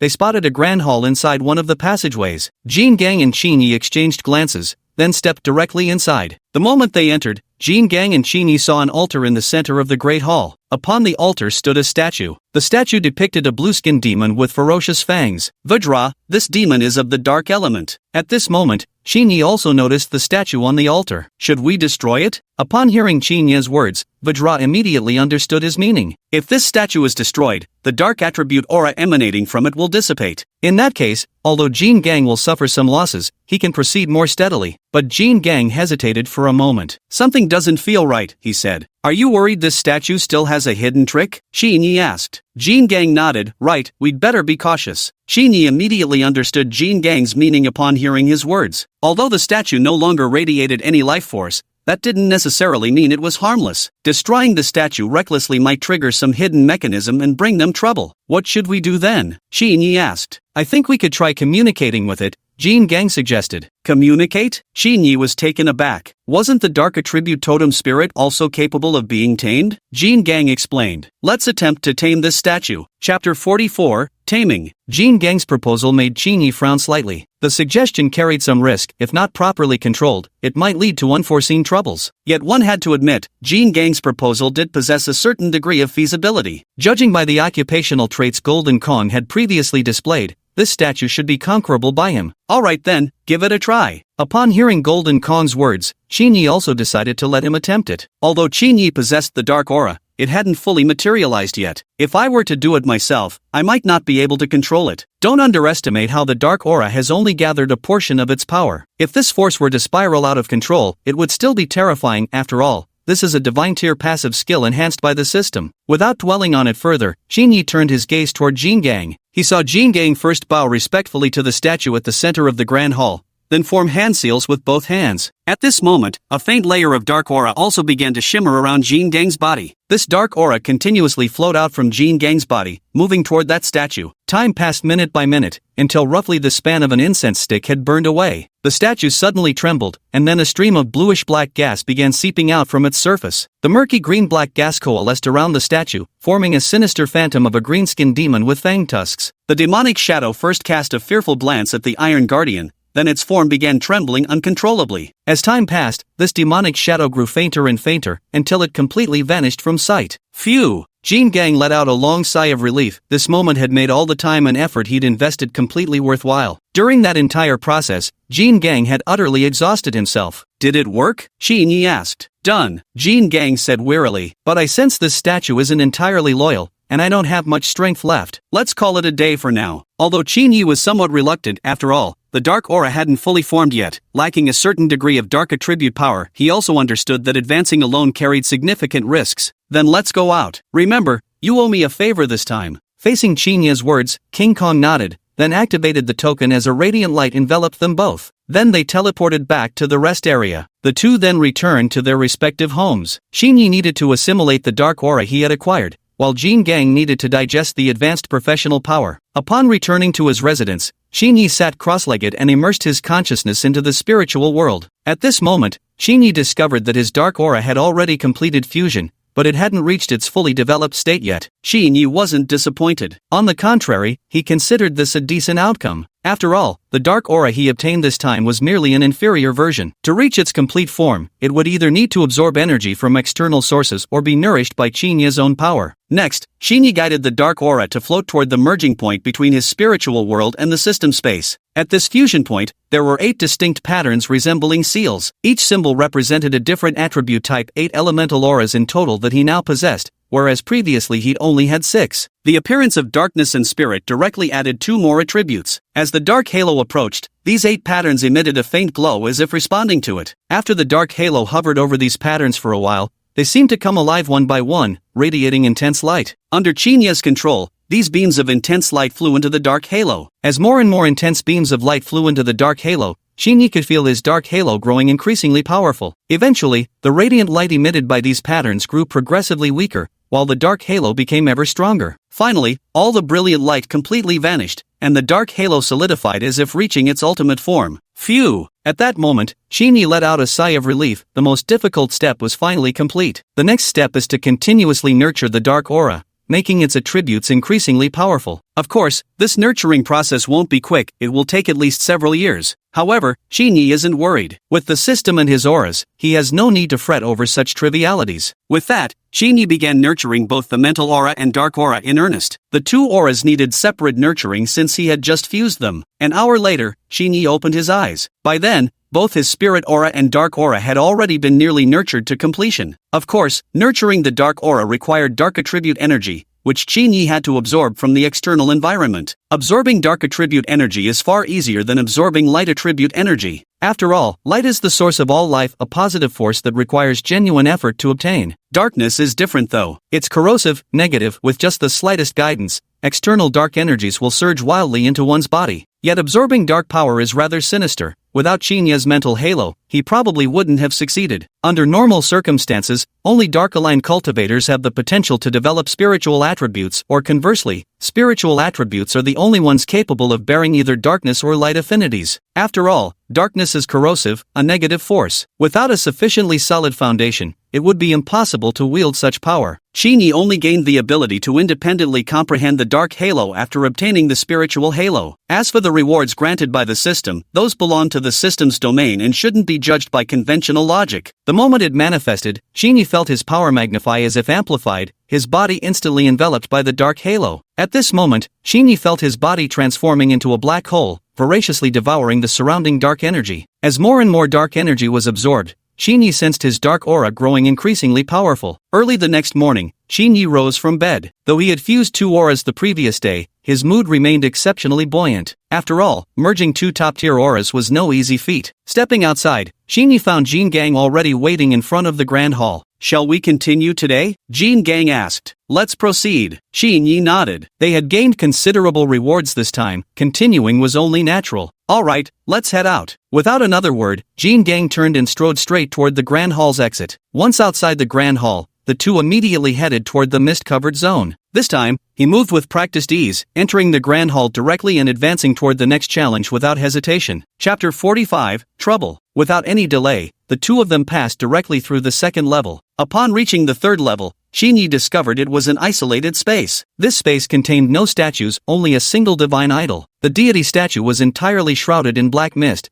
making it impossible to see clearly. When Chinyi and Jin Gang approached the statue, Chinyi was about to move when Jin Gang suddenly stopped him. "Wait!" Jin Gang extended his hand to halt Chinyi, and suddenly a crevice split open at the statue's feet. The opening wasn't very large, just big enough for an adult to squeeze through. Chinyi looked at Jin Gang, unsure of what he meant. "Go down," Jin Gang explained. "The real location of the statue is below. If we want to subdue this statue, we must go down." Chinyi didn't ask how Jin Gang knew this. After all, this was Jingon's professional awakening mission space. It made sense for him to know a bit more. The two leaped into the fissure one after another. The moment Chinyi entered the crack, he felt as though he had stepped into another world. The space within was surprisingly vast, spanning several thousand square meters. At the center of this space stood a platform, upon which rested a stone tablet. Beneath this stone tablet lay the true location of the statue. The statue stood approximately half a meter tall, entirely black and emitting a faint layer of dark mist. "Then let's get to work." After nodding in agreement, Jin Gang strode directly toward the platform. Chinyi followed closely behind. Upon reaching the platform, Jin Gang immediately reached out toward the statue. Black mist began swirling around them once more, but instead of totem spirits, this time a host of skeletons wreathed in ghostly flames emerged. "I'll handle these skeletons, you deal with the statue." Seeing the skeletons emerge, Chinyi also stepped forward, unleashing multiple passive skills to block their advance. Seeing this, Jin Gang stopped overthinking and focused solely on dealing with the totem spirit. These skeletons exuded dense ghostly energy, appearing eerie and terrifying. However, Chinyi's current abilities were far from ordinary, and with numerous passive skills at his disposal, he faced the skeletons calmly and unhurriedly. Killing these skeletons also yields experience points while allowing Chinyi to absorb external dark energy. He couldn't wish for more of them. Meanwhile, Jin Gang was locked in fierce combat with the statue. The statue was indeed formidable, each attack materializing from solidified black mist. Jin Gang had the misfortune of getting entangled by the black mist during his very first strike. Had he not been exceptionally powerful, he would have long since met his demise. Even so, King Kong was severely injured. Seeing this, Chinyi quickly rushed to support him. Instead of directly attacking the statue, he expanded the range of his passive aura's influence, intervening in the battle. These skills applied to the statue, effectively preventing it from breaking away to deal with King Kong. Seizing this opportunity, Jin Gang swiftly escaped from the statue's attack range. After withdrawing from the battle, Jin Gang immediately sat cross-legged on the ground and began meditating to regulate his breathing. Seeing this, Chinyi wasted no time and launched his own assault on the statue. The statue possessed extraordinarily formidable defensive capabilities, so strong that Chinyi found it completely impenetrable, which was an exceptionally rare occurrence. Perhaps it was due to the setting here. Apart from darkness and light, none of the other forces seemed to have any effect on these totem spirits. Left with no choice, Xinyi also resorted to the power of darkness. After a fist struck the statue, the black mist surrounding it visibly condensed and solidified into a tangible fog. Moments later, the statue revealed its true form, completely transforming into a black skeletal general. Seeing it turn into a skeleton, Xinyi also let out a sigh of relief. At least the dark aura was effective, so there was no need to worry about the attack being ineffective. How's Jin Gang doing? Feeling a bit troubled, Xinyi quickly turned to look at Jin Gang. At this moment, Jin Gang was lying on the ground, his face extremely pale. A faint layer of black aura was emanating from Jing'an's body. Not good. Seeing this black aura, Xinyi's expression also changed. This black aura is a curse. Damn it! Xinyi cursed under his breath before charging straight toward the Steel Guardian. Jin Gang was now severely injured, and with the curse continuing to erode him, his condition was extremely dire. Jin Gang, hold on. After arriving beside Diamond Kong, Xinyi hurriedly took out a health potion from his backpack and fed it to him. Cough, cough. After drinking the health potion, Jing'an's complexion regained some color. How are you holding up? Xinyi asked. If it's really too much, I can get you out first. No need. Jin Gang waved his hand. Let's take the statue quickly. I feel this curse has a lot to do with it. Alright, without wasting any more words, Xinyi immediately launched an attack toward the black skeleton. Seeing this, Jin Gang also fought against the black skeleton despite struggling with the curse within his body. As the two fought fiercely against the black skeleton, Xinyi's aura gradually withdrew inward. The black skeleton was no longer the invincible terror it had once been. Under the combined assault of Xinyi and Jin Gang, the skeleton's sinister energy had noticeably weakened. Jin Gang, I think I can lift this curse now. Xinyi called out to Jin Gang while attacking. Buy me some time. Got it. Though seriously wounded, Jin Gang understood Xinyi's intention perfectly and immediately engaged the black skeleton in fierce combat. Seizing an opportunity, Xinyi abruptly launched his assault directly at the black skeleton. The strength of this black skeleton is roughly at middle tier 2-star level, but the curse energy radiating from it is exceptionally powerful, comparable even to that of a 3-star totem spirit. Now under the combined assault of Xinyi and Jin Gang, the black skeleton was growing progressively weaker. Soon, the dark aura emanating from the black skeleton noticeably diminished. At this moment, Jin Gang also sensed the curse within his body beginning to weaken. This curse is indeed connected to that statue. With a sigh of relief in his heart, King Kong immediately dashed toward that statue. Now this statue is their last remaining obstacle. Jin Gang, you deal with those miscellaneous skeleton minions. Leave this statue skeleton to me. The statue was indeed extremely powerful. Without Jing'an's assistance, Xinyi truly wasn't confident he could handle it. Alright. Jin Gang didn't waste words and immediately attacked the miscellaneous skeleton soldiers. Having recovered considerably by now, Jin Gang had no issues dealing with these low-tier skeleton troops. Seizing an opportunity, Xinyi launched a direct assault on the statue. At this moment, an terrifying aura of darkness erupted from Xinyi's body. The ominous aura continued to erode the statue's surface. Xinyi's greatest fear now was this curse transferring from the statue onto himself. Chapter 46. Next step. The same sinister black miasma that had surrounded the dark skeleton now emanated from this statue. If this darkness clung to him, Xinyi would be in serious trouble. Therefore, when Xinyi attacked, he deliberately wrapped the entire statue in his own dark energy as a protective barrier. Soon, the black aura surrounding the statue significantly weakened. Noticing this, Xinyi let out a sigh of relief. This statue was about to be useless. By now, Jin Gang had already taken care of numerous skeleton minions, but the curse had taken a considerable toll on him. If they didn't quickly resolve this curse, Jin Gang would be in real trouble. How are you holding up, Jin Gang? Xinyi asked while continuing his attacks. Not good. Jin Gang was already drenched in sweat. This curse is too powerful. I feel like I can't hold on much longer. Hold on, this statue is about to be destroyed. By now, the statue had only 1/3 of its health remaining. Meanwhile, the dark aura surrounding Xinyi had begun to invade the statue's interior. Golden Kong, hurry and absorb this statue's power. Once you assimilate the statue's energy into your body, that curse on you should naturally dissipate. I'll cover the rear. Xinyi immediately bestowed Jin Gang with a passive aura. The aura's radius was only 2 meters, but it was sufficient for Jin Gang. Without another word, Jin Gang charged straight toward the statue. By now, the black mist enveloping the statue had condensed into a tangible fog, exuding an intensely sinister aura. Jin Gang approached the statue and immediately devoured the swirling mist. As the mist dissipated, Diamond's aura gradually intensified significantly. Xinyi, that statue was about to disappear any second now, be careful. As he absorbed the mist, Jin Gang shouted to Xinyi, don't worry. Xinyi was already in a killing frenzy by this point. Waves of overwhelming dark energy continuously erupted from his body, an external manifestation of the dark dark aura having absorbed sufficient power. With the help of the dark aura, those dark skeletons were quickly dissolved and melted away without causing much trouble. Jin Gang also successfully absorbed the totem spirit,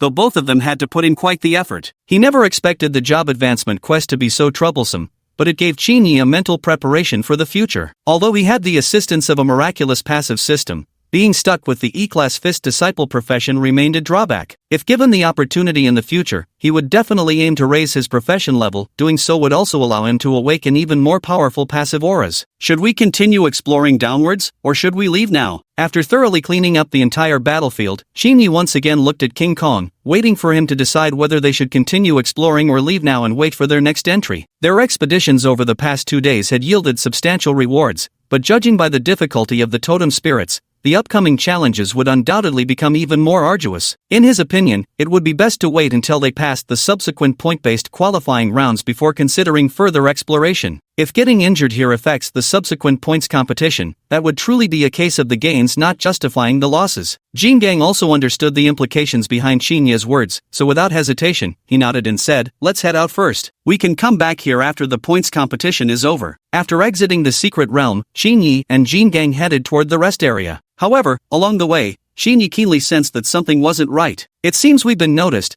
but that's to be expected after we showed remarkable potential in the last points competition. Our movements were bound to attract attention." Qin Yi took the initiative to speak to Jin Gang, who carefully scanned their surroundings upon hearing this before curling his lips in a disdainful smirk. "What kind of heroes hide like cowardly clowns? Come out if you dare." Jin Gang abruptly halted and turned toward the concealed spot where their pursuers lurked, then instantly launched a devastating punch in their direction. The gusts of fist wind sent flowers, grass, and trees trembling, forcing this group of stalkers out of their hiding places. At their head stood a middle-aged man appearing to be in his 30s or 40s, dressed in an elegant Western-style suit brimming with aristocratic grace. "Hand over the artifact for entering the secret realm. No wonder you two have been sticking together these past few days. You've discovered a hidden realm. Such treasure should be shared openly for all of us to explore, not hoarded selfishly by just you two." The middle-aged man in his 30s or 40s immediately claimed the moral high ground upon emerging, attempting to pressure Jin Gang into handing over the token for entering the secret realm. "I was wondering who could be so shameless. Turns out it's Lu Rusheng. You despicable bastard. Why didn't I see you acting so arrogant back when we were in the same team during the points competition?"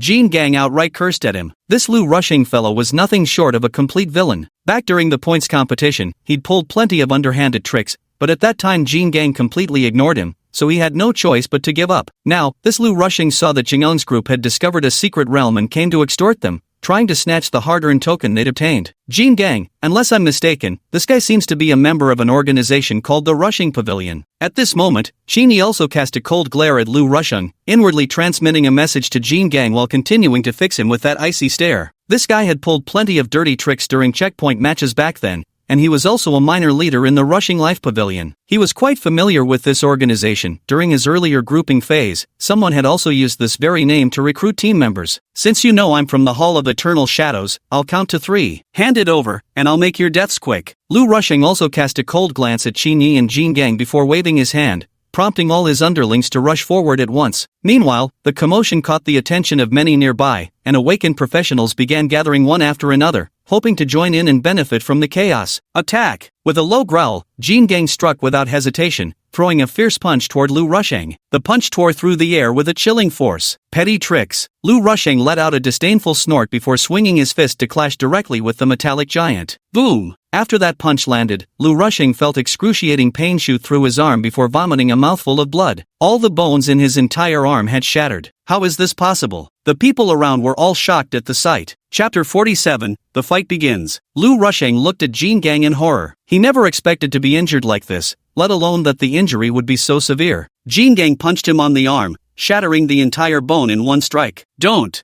just stand there watching. Fight them with everything you've got." Lu Rusheng also urgently shouted to his subordinates who were frozen in place, ordering them to quickly attack Jin Gang. He certainly didn't want to escape death in the point tournament only to die here at Jin Gang's hands. That would be truly humiliating. At that moment, a crowd of about 20 to 30 people had gathered around, each one already an awakened professional. Originally, they had intended to step in and assist Lu Rusheng in dealing with the Titan. However, Qin Yi, who was overseeing the battle from the sidelines, was no mere bystander. He unleashed an overwhelming aura that instantly intimidated them all. "Run? Do you still have time?" Jin Gang glared at Lu Rusheng with icy eyes, then abruptly slapped him across the face, sending blood spilling from his mouth. "You can't kill me, I'm a member of Rushing Pavilion. If you dare lay a finger on me, our organization will never let you get away with this." Lu Rusheng glared at Jin Gang with fury, invoking his faction's influence in an attempt to intimidate the adversary. His status was extraordinary. In his original world, he'd been a figure of renown. Yet now, Jin Gang had repeatedly humiliated him. "Enough chatter."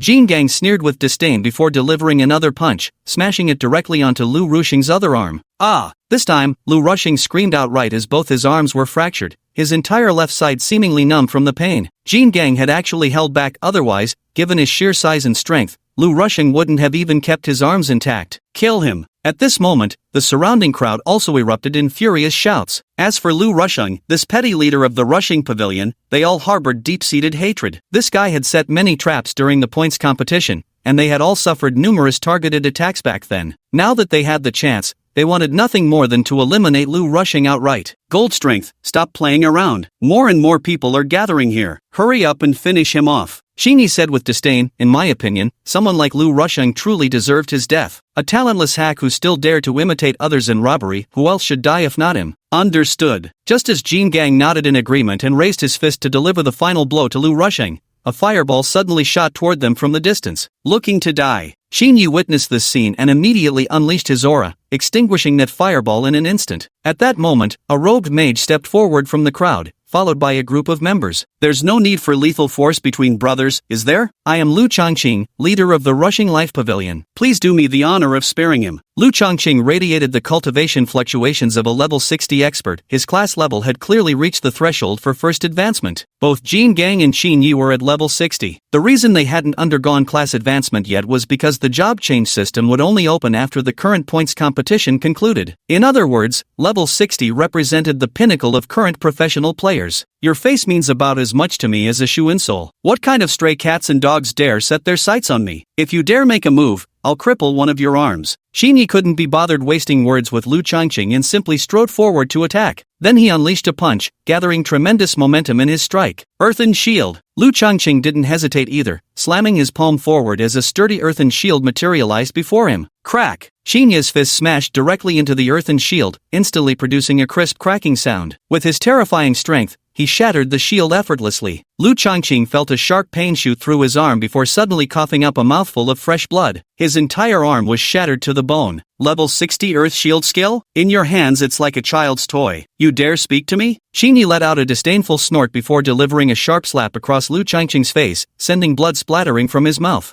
"I'll kill you." Lu Changqing roared in fury, his face contorted with rage as he glared at Qin Yi with murderous intent. The surrounding crowd was utterly stunned by this scene. For them, Sect Master Lu Changqing had always been like a deity, yet now they'd repeatedly witnessed him being humiliated before their very eyes. Their entire worldview seemed to be crumbling. "Someone like you isn't even worth my attention." Qin Yi let out a disdainful snort before throwing another punch, landing it squarely on Lu Changqing's arm once more. Crack! The sickening sound of bone snapping echoed again as Lu Changqing's entire arm went numb. His face drained of all color, turning deathly pale. The venom in his eyes grew even more poisonous. "Pavilion Master." The surrounding people grew anxious when they saw Lu Changqing injured. One by one, they disregarded their own safety and rushed forward to surround Jin Gang and Qin Yi. "Everyone, stand down." Lu Changqing growled in anger. Now that he'd been targeted by two level 60 professionals, allowing them to gang up on Jin Gang and Qin Yi would spell certain death for him, so he quickly shouted to stop his subordinates from coming out to throw away their lives. "Qin Yi, if you kill me today,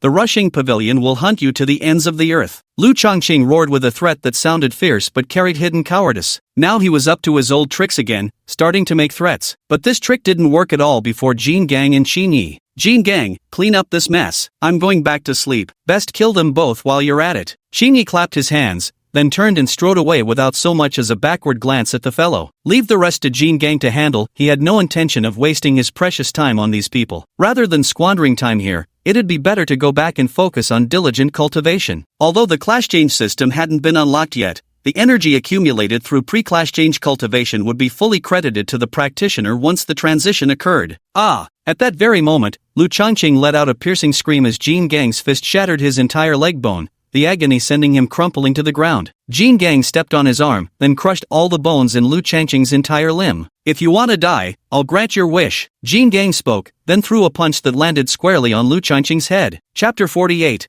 uprooting the weed at its source. Crunch! The sound of a skull shattering rang out. Lu Chongqing, master of the Rusheng Pavilion, met his end on the spot. Vajra actually dared to kill Lu Chongqing. Looks like Vajra truly doesn't regard the Rusheng Pavilion with any fear at all. There'll surely be a good show to watch later. I never thought I'd witness this scene today. Jing'an's action also shocked everyone present. None of them expected that Jin Gang would actually dare to publicly kill the pavilion master of Rushing Pavilion in front of such a large crowd. This also meant that both Jin Gang and Qin Yi were fully prepared for an irrevocable life and death conflict with Rushing Pavilion. At this moment, the surrounding onlookers quickly scattered in all directions. Lu Rusheng, who miraculously survived, was helped away by his associates and swiftly returned to Rushing Pavilion. Soon the entire Rushing Pavilion learned this news, and all members of the organization rushed back to headquarters immediately. Whoever dares to publicly assassinate our pavilion master is declaring war against us. In the main hall of Rushing Pavilion, an elder clad in black robes spoke with a darkened expression. Though the elder appeared to be in his 40s, his cultivation had already reached level 60. Known as Qin Zhe, he served as a senior elder of Rushing Pavilion. Most of Rushing Pavilion's strength was under his control. One could say this fellow was the organization's true master. Report!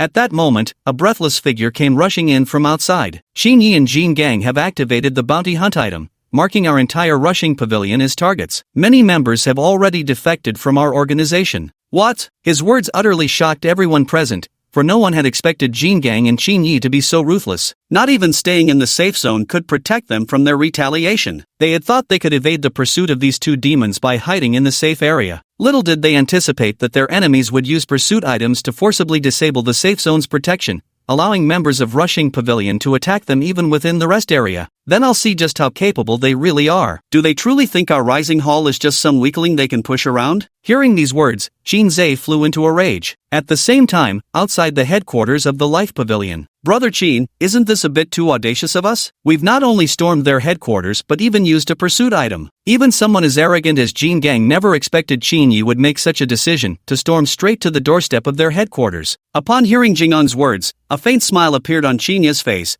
I'm someone who prefers to eradicate problems by the roots. I never leave loose ends in anything I do. If we let them go today, who knows when they might come back to trouble us later. Rather than that, we might as well take care of them now while we have the time. Qin Yi's tone was resolute, his gaze carrying a palpable intent to kill. Killing should be decisive, and weeds must be uprooted by the roots. He understood this principle all too well, which was why he dared to do something that others would deem utterly arrogant. After hearing this, Jin Gang nodded. Since that's the case, we'll proceed as Brother Qin suggested. With those words, Jin Gang strode straight toward the headquarters of Rushing Pavilion, while Qin Yi pulled out a pursuit item, the Yi Kill Order. Kill Order designate the target, exterminate with full force, no mercy. A beam of light erupted from the Yi Kill Order, enveloping the headquarters of the Rushing Pavilion in an instant. The previously silent members of Rushing Pavilion immediately scattered to both sides, clearing a path for Qin Yi and Jin Gang. With one earth-shattering step, Jin Gang gathered terrifying power in his leg. The ground shattered beneath him as that devastating force arrived at Rushing Pavilion's headquarters in the blink of an eye. A terrifying force descended from the heavens, instantly reducing the headquarters of Rusheng Pavilion to complete rubble. The entire Rusheng Pavilion was utterly destroyed,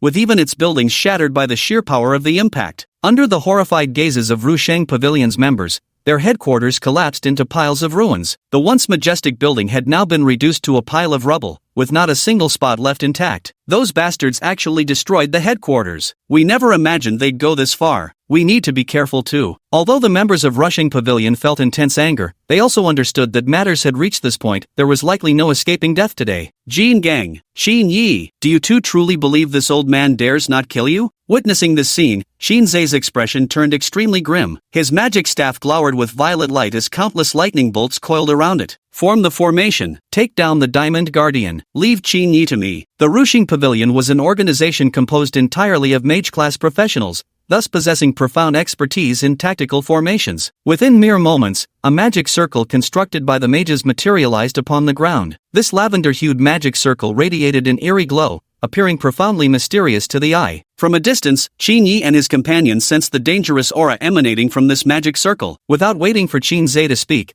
the two of them rushed towards separate directions. Kill! Qin Zhe immediately launched his attack upon seeing this. With a wave of his magic staff, a pale purple magic circle instantly lit up. Countless thick, arm-sized bolts of lightning shot out from the magic circle, splitting into two directions as they streaked toward Qinyi and Jin Gang. 8 bolts in total were unleashed, 4 aimed at Qinyi and 4 at Jin Gang. The power of these lightning bolts was overwhelmingly fierce. Each bolt carried the force of a full-powered strike from a level 50 warrior, and taking even one direct hit would be more than they could endure. That old man is indeed no simple character. Seeing these lightning bolts, Qinyi also furrowed his brow before charging forward in an instant. Though these lightning strikes appeared overwhelmingly powerful, they were far from capable of piercing through his protective aura. With his figure flickering rapidly, Qinyi materialized behind one of the lightning bolts. With a single punch, a surge of pale golden energy erupted, effortlessly dispersing the lightning bolt. In the next instant, his figure flickered again as another bolt of lightning materialized before Qinyi's path. With a swift turn of his body, a spinning kick was all it took to dispatch that bolt of lightning.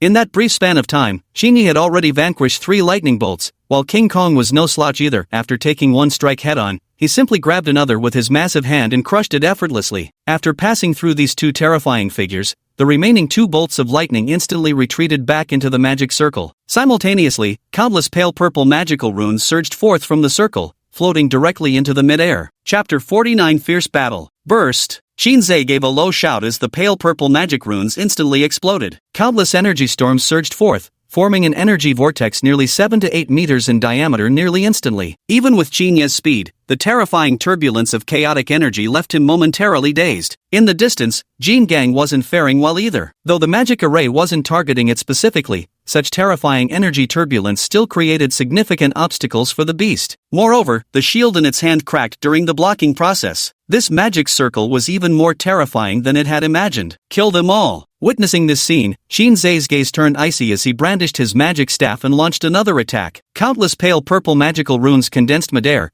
coalescing into a massive purple hand that swatted toward Qinyi and King Kong. The hand was enormous, over 2 meters long and more than a meter wide, presenting an utterly terrifying sight. Moreover, the palm radiated an aura of palpable danger. If they took this blow head-on, Qinyi and his companion would surely suffer grievously. King Kong, hold the line. I'll go kill that old bastard. Qinyi let out a fierce shout as his figure swiftly charged forward, his dagger aimed directly at Shinzei. Jin Gang also knew now wasn't the time to hold back, so he immediately rushed toward that enormous purple palm. Though its power was terrifying, it hadn't reached the level of killing someone with a single punch, so he could only block it with his shield. Meanwhile, Shinzei didn't hesitate for a moment as he closed the distance to stand before Shinzei. The dagger in his hand unleashed a lethal strike. Die! Shinzei caught sight of Qinyi charging towards him at high speed, a trace of gravity flashing through his gaze. The magical staff in his hand thrust forward, conjuring a pale violet energy shield before him. This shield was a magical barrier with exceptionally strong defensive capabilities. Even a full-powered strike from a level 40 warrior might not be able to breach it. And this shield's defensive power was even more formidable, far exceeding the offensive strength of a level 40 warrior. Shinya's dagger struck the shield, merely creating a faint ripple before disappearing completely. Shinya's eyes narrowed. He hadn't expected this old man to be prepared for this move. Swiftly retreating, he created distance between them.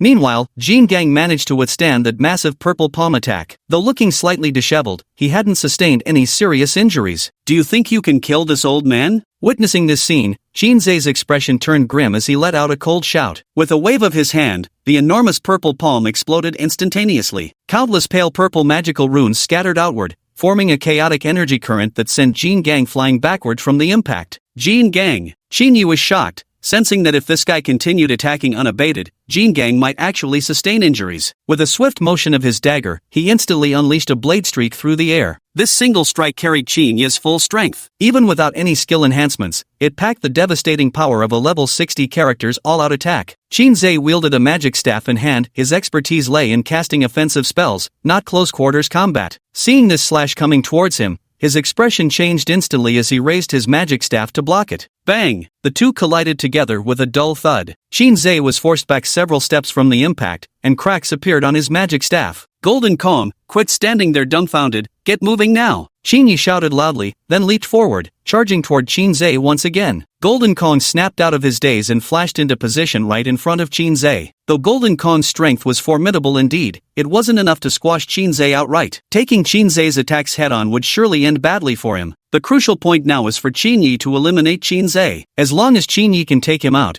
they can confidently charge forward without hesitation. After all, this isn't a game where death means respawning. At this moment, Jin Gang also went all out. His figure flickered as he appeared right in front of Shinzei, his large hand shooting out to grab Qinzhe's head. If this strike lands true, Qinzhe's head would undoubtedly be smashed like a rotten watermelon. Facing Jin Gang's attack, Qinzhe's expression drastically changed as he thrust his magic staff forward, conjuring a magical shield in front of him. Boom! Jin Gang's strike slammed directly onto the shield, nearly denting it backward without inflicting any substantial harm to Qinzhe. Jin Gang's eyes narrowed sharply. This old man truly wasn't simple. At this moment, Qinyi also rushed in front of Qinzhe, throwing a fierce punch. This punch concentrated all of Qinyi's strength, making its force utterly terrifying. Even with Qinzhe's abilities, he had no choice but to evade its edge, his figure rapidly retreating. How could Jin Gang possibly let such a golden opportunity slip by? He swung his shield with full force, smashing it directly toward Qinzhe. Boom! The impact sent Qinzhe staggering,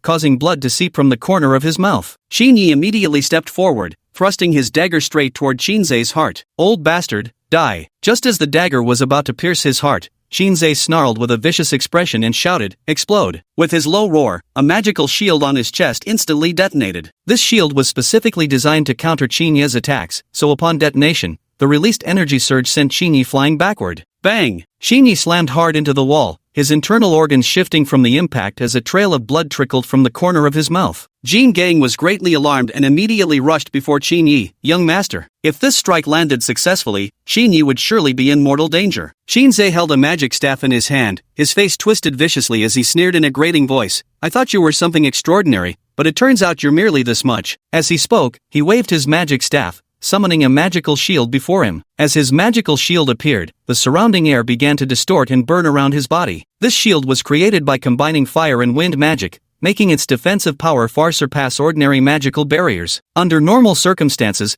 breaking this shield would require at least a dozen consecutive ordinary attacks. Jin Gang also understood this old man wouldn't be easy to deal with. A flash of ruthlessness crossed his eyes before he charged toward Qinzhe with massive strides. He feared nothing more than a direct confrontation. Boom! Golden Kong's fist smashed into the distorted shield, shattering it instantly. Before Qinzhe could react, Golden Kong was already before him, reaching out with a massive hand that clamped down on his head. Jin Gang's physical strength was formidable, capable of snapping steel reinforcements barehanded. Chapter 50, Strange Transformation. Although Qinzhe was a professional gamer, his physique was inferior to others since he was a mage class. Thus, the blow instantly crushed his head flat. Jin Gang froze in surprise. He'd expected this old man to unleash some earth-shattering skill. Qinyi froze at the sight before him. At that moment, the pale purple magical runes surrounding Qinzhe's body began scattering in all directions. Oh no! Jin Gang also reacted swiftly, his figure flashing as he reached out to grab at those pale purple runes. These pale purple runes were unleashed when Qinzhe cast his magic shield, containing the entirety of his magical power. If these pale purple runes and the magic shield were to detonate simultaneously, the three of them would undoubtedly be in grave danger. Jin Gang possessed formidable strength and lightning-fast reflexes, instantly seizing two of the pale purple runes with a single grasp. Seeing those lavender runes about to explode, King Kong didn't hesitate. He immediately crushed one of them with his bare hands. Boom! The moment it was crushed, the lavender rune detonated violently. King Kong's strength was formidable, so with that single squeeze, the pale purple rune exploded. Boom! Another explosion rang out, and King Kong felt his arm go completely numb. The two pale purple runes detonated simultaneously, unleashing a shockwave that radiated outward in all directions. Bang! Jin Gang was sent staggering backward, struggling to maintain his footing. At that moment, Qinyi also charged forward, wrapping his arms around Jin Gang's waist and shouting, "Fall back!" Jin Gang reacted swiftly. The instant his foot touched down, he immediately retreated alongside Qinyi. Boom! They had just left their original position when the magic shield exploded. The shield was extremely sturdy, so the explosion was incredibly powerful. Jin Gang and Qinyi were sent crashing into the wall by the shockwave, blood trickling from the corners of their mouths. Jin Gang crashed onto the ground and immediately threw out two pale purple runes. Boom! Boom! Two more explosions rang out, leaving Jin Gang feeling completely dazed. If this were following game mechanics, they probably could have withstood that many explosions. But this was the real world, not a game world. The consecutive explosions had already impaired their hearing and vision. A few more blasts like that and they genuinely wouldn't be able to endure it. So Jin Gang immediately tossed the two pale purple runes to Qinyi, his voice grave, "Destroy them." Qinyi reacted swiftly, crushing one of the pale purple runes between his palms. Boom! The explosion of this rune was considerably weaker in power compared to the one crushed by Jin Gang. Seeing that Qinyi had already crushed one rune, Jin Gang immediately rushed to his front, holding that pale purple rune in his hand, ready to crush it. But at that moment, Shinzei's body trembled several times, and from his mouth crawled out a rat. The rat was quite large, resembling something like a bamboo rat from the forest, but its body was pale purple in color and emanated a faint magical aura. Jin Gang and Shinyi were both stunned by what they saw. They watched helplessly as that pale violet rune detonated inside Shinzei's body. Boom! The pale violet rune didn't trigger all the magical shields, it only destroyed a small portion of them. But even this small portion was enough to give them a hard time. The shockwave spread in all directions, blasting Jin Gang and Shinyi away with a thunderous boom. They slammed against the wall. Though their internal organs weren't displaced this time, blood trickled from the corners of their mouths. When did he release this thing? Jin Gang felt his brain was barely keeping up. Logically speaking, they had ambushed Shinza this time, so there shouldn't have been any chance for him to cast skills. No idea. Shinya felt his soul had suffered severe trauma as he mumbled deliriously. But his blood? Blood? Jin Gang was stunned and immediately looked at Shinzei, only to see his body still trembling, but not a single drop of blood had spilled from him. Logically speaking, Shinzei's head had been crushed flat. How could there possibly be no blood? Just as Jin Gang was about to approach Shinzei, he suddenly saw Shinzei's body explode violently. Bang! Pale purple flesh splattered everywhere, and even with Jin Gang's strength, he couldn't avoid this onslaught. The pale purple flesh splashed onto his arm, and he immediately felt an intense burning sensation as if his arm was being fiercely corroded. A strong, pungent smell of blood filled the air. Vajra suddenly coughed up a mouthful of blood. By then, Shinyi had already scrambled to his feet and rushed to Vajra's side, urging in a low voice, "Get out of here, quick!" Vajra reacted swiftly, immediately supporting Shinyi as they fled the scene. The commotion drew quite a crowd. After all, it was practically unheard of for professionals to come to blows in the rest area, let alone fight to the death. Xiaoyun and Li Ning also arrived upon hearing the commotion, coming to assist Shinyi and Jin Gang. Only then did the group successfully withdraw back to their resting quarters. Jin Gang shook his head, wiping the blood from his face as he pondered. I never expected him to detonate his magical barrier. If I'm not mistaken, he must have possessed some sort of sacrificial skill, though exactly which one, I can't say. A sacrificial skill? Shinyi froze instantly upon hearing those two words. Jin Gang looked at Shinyi and said solemnly, "Do you have something you want to ask?" Shinyi took a deep breath and asked quietly, "Have you ever seen this skill before?" Jin Gang shook his head, pondering before speaking, "Though I've never heard of any professional possessing a sacrifice skill, if I had to guess,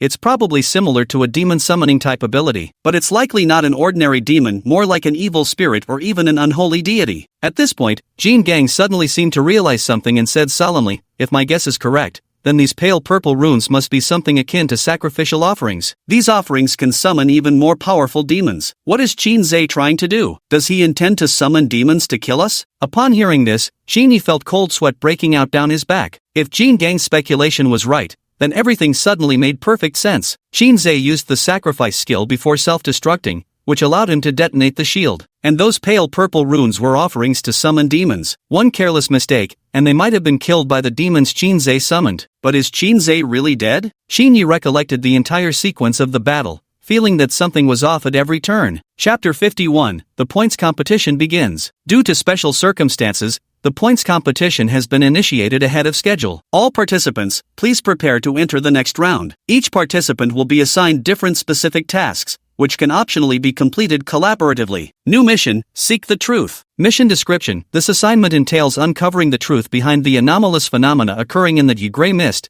zone over the past month. Lines of mission information popped up, leaving Jin Gang and Shinyi stunned. Neither of them had expected the points competition, originally scheduled for the end of the month, to arrive so early. Moreover, judging by the current arrangements, it had turned into a permanent month-long mission. The reward for advancing to the next round of the points competition has been increased to 5,000. Are you ready? Captain Yu said indifferently before opening his own mission list without another word. Both Jin Gang and Shinyi promptly opened their respective mission lists as well. Jing'an's mission list was uniformly filled with item retrieval quests. As for difficulty, they were mostly C rank at best, with the highest being only B rank. But Shinya's missions were downright disheartening by comparison. Uniformly, these were all investigation missions into certain events, each consistently rated as A-level in difficulty. The rewards for these A-level missions were indeed substantial, but if not for the early initiation of this points competition, Shinyi probably wouldn't have been able to take on these missions at all. Asterisk: investigate the Blood Pope's recent activities. Reward, 3,000 points, asterisk. Asterisk: investigate the cause of abnormal phenomena in the sky over the mist zone during the past month. Reward, 5,000 points, asterisk. Investigate the reason behind the recent coalition of several major bandit factions in the Grey Mist Zone. Reward, 4,500 points. Combined, these 3 missions total 12,500 points. If completed, he wouldn't be far from unlocking his second skill. Jean Gang looked at Xinyi's mission list and clicked his tongue. If I take on 2 of your missions, we could team up. Xinyi shook his head. Though I'd love to collaborate, these aren't easy missions. Both the Bloody Pope and the major bandit faction's objectives require venturing deep into Grey Mist territory. Moreover, the Bloody Pope mission is rated A+, high reward, but equally high risk. A+? Jean Gang froze for a moment, pondering, if these were just regular quests, they'd indeed pose some difficulty. But if all these missions appeared during the point-based tournament, Jean Gang didn't finish his sentence, but Xinyi already understood what he meant. Such point-based competition missions can indeed be refreshed, and their difficulty would decrease accordingly. Just look at the Bloody Pope mission for example. If it were a regular mission, failure would indeed be highly probable, since the Bloody Pope's strength is unfathomable. But since this was the elimination rounds, the difficulty of the Bloody Pope's quest being lowered was inevitable. If they could refresh and get the Bloody Pope's quest, they might actually stand a fighting chance. Neither of us are exactly weak now. Though these quests are risky, they're not necessarily impossible to complete. Goldstan got to his feet and said in a low voice, "There's no fixed grouping this time. How about we team up and form a permanent squad? What do you all think?" Xinyi hesitated slightly. He was well aware of Diamond's capabilities, whether in close combat or ranged attacks. He was an exceptionally rare talent. If he agreed to form a permanent team with Diamond, their combined strength would undoubtedly surge dramatically. However, while these missions appeared high risk, they equally represented tremendous opportunities. If the 2 of them staked all their points on these 2 missions and succeeded, their points could skyrocket, potentially propelling them straight into the top rankings of the leaderboard. You see, this is a permanent mission. If that's the case, the 2 of them could potentially earn a massive amount of reward points. Keep in mind, the area covered by the Grey Mist is vast. If both of them split up, chances are high they'd get delayed by unexpected encounters or special events. And let's not forget, the Bloody Pope and those major outlaw factions are no pushovers either. If the 2 of them acted alone, there was a high chance they'd get ambushed by these people. Moreover, most importantly, Xinyi had a feeling that this points tournament was far more complicated than it seemed. If the 2 of them formed a fixed team, they could at least watch each other's backs when trouble arose. Although Li Ning and Xiao Yun were decent teammates, their abilities still posed a significant problem. Alright, let's form a team and enter the points competition together. However, Xinyi didn't dwell too much on such matters and simply agreed. Subsequently, the 4 formed a team and directly joined the points competition, teleporting to the Grey Mist area. But this time, there was a rather novel rule when entering the Grey Mist area. During the points competition, you could choose to explore with teammates or proceed alone. But to increase the excitement of the point competition, a new rule has been added this time. During the point competition, any 2 players can initiate a battle challenge. The battle duration must not exceed 3 hours, and the location must be agreed upon by both parties. The winning side will receive half of the losing side's current task points as a reward. As soon as this rule was announced, Xinyi frowned. Jean Gang also asked with some confusion, "Xinyi, this rule seems disadvantageous to us." Xinyi nodded, indeed, quite unfavorable. Though his overall strength surpassed Jean Gang's, in a one-on-one scenario, Jean Gang's formidable physical power could undoubtedly defeat him within 3 hours. In a 2 versus 2 situation, they might still hold the upper hand, but if Li Ning and Xiao Yun were also accounted for, the 4 of them might not match up against just those 2. These rules truly put us at a disadvantage. Xinyi heaved a sigh before opening his mission list. Staring at the 3 A-rank missions, he felt a pang of bitterness in his heart. Originally, he had hoped to make a hefty profit during this points competition, but now, it seemed unlikely. Ding! Grey Mist Zone exploration initiated. A system notification rang out as Xinyi and his 3 companions entered the Grey Mist Zone. This time, instead of conducting a conspicuous reconnaissance like last time, they immediately sought out a secluded spot. Jean Gang, I think we should complete one mission first to strengthen our capabilities. Xinyi pondered for a moment and said, currently, we have 3 A-rank missions. If we can complete even one, we'll demonstrate A-rank mission capability. Plus, if we split into 2 teams of 2, we could maintain the upper hand in any 2 versus 2 scenario. Chapter 52 Mission Progress. Jean Gang remained silent, which was taken as acquiescence. Right now, completing an A-level mission first to enhance our strength is indeed the correct path. With the experience from 1 or 2 A-level missions, they'll be better equipped to make judgments when facing other tasks. Alright then, the 2 of us will form one team, Li Ning and Xiao Hong will form another. If any special situations arise, notify us immediately. Xinyi turned on his communicator and then opened the mission list. Jean Gang and Xinyi exchanged glances before opening the mission list. This time, the refreshed mission still wasn't the Bloody Pope quest, but rather an obscure B-rank task. While not particularly difficult, it also didn't offer much in terms of rewards. Jean Gang and Qin exchanged a glance before closing the mission list. This mission is rather pointless. Jean Gang clicked his tongue and said, completing this mission would only give us around 100 points at most, but if the two of us do it, the time and effort invested would be significant. Then let's set off now. Qin stood up and retrieved a map from his storage space. Jean Gang glanced at the map and then said, we already have a map of the Grey Mist Zone, and now we also have the capability to explore it. I think we should just go straight for the Bloody Pope mission. Qin nodded. The Bloody Pope mission was indeed their best option. If nothing else, just look at the Bloody Pope mission's rewards, that alone tells you it's worth it. If this were a regular mission, completing it would certainly be no easy task for the two of them. But since it's a points-based competition, the Bloody Pope's strength would inevitably be significantly weakened. If they gave it their all, they might just stand a fighting chance. Alright, the two of us will take the mission to find the Bloody Pope. Li Ning and Xiao Hong, you two form a team. If anything happens, notify us immediately. Qin also thought this idea wasn't bad. Although Li Ning and Xiao Hong were slightly weaker in terms of ability, it would still be manageable if they acted within their means. The Grey Mist Zone of the point competition encompassed over a dozen territories. Originally these territories all belonged to domains occupied by powerful figures, but this points tournament had activated teleportation arrays, leaving all these territories temporarily uninhabited. But these territories all have extremely detailed maps. Simply by opening them, one can see the general topography of the Grey Mist region. Qin Yi and Jean Gang headed straight into the depths of the Grey Mist region, their destination being the Bloody Pope's lair. In the original game, the Bloody Pope was hidden in the deepest part of the Grey Mist region. After the point-based competition began, although the Bloody Pope's power had weakened considerably, he remained hidden in the innermost reaches of the Grey Mist region. After opening the map, Qin Yi discovered that the deepest point of the Grey Mist area was still hundreds of miles away from their current location. Although this distance wasn't extremely far, it would still take several days to reach on foot. Therefore, Qin Yi immediately contacted Li Ning and Xiao Hong via communicator, instructing them to search for some B-rank missions at the outskirts of the Grey Mist area. Though somewhat confused, Li Ning and Xiao Hong complied with his request. Now all they need to do is earn as many points as possible. After completing several B-rank missions, Li Ning and Xiao Hong had already accumulated nearly 200 points. This speed was actually considered remarkably fast,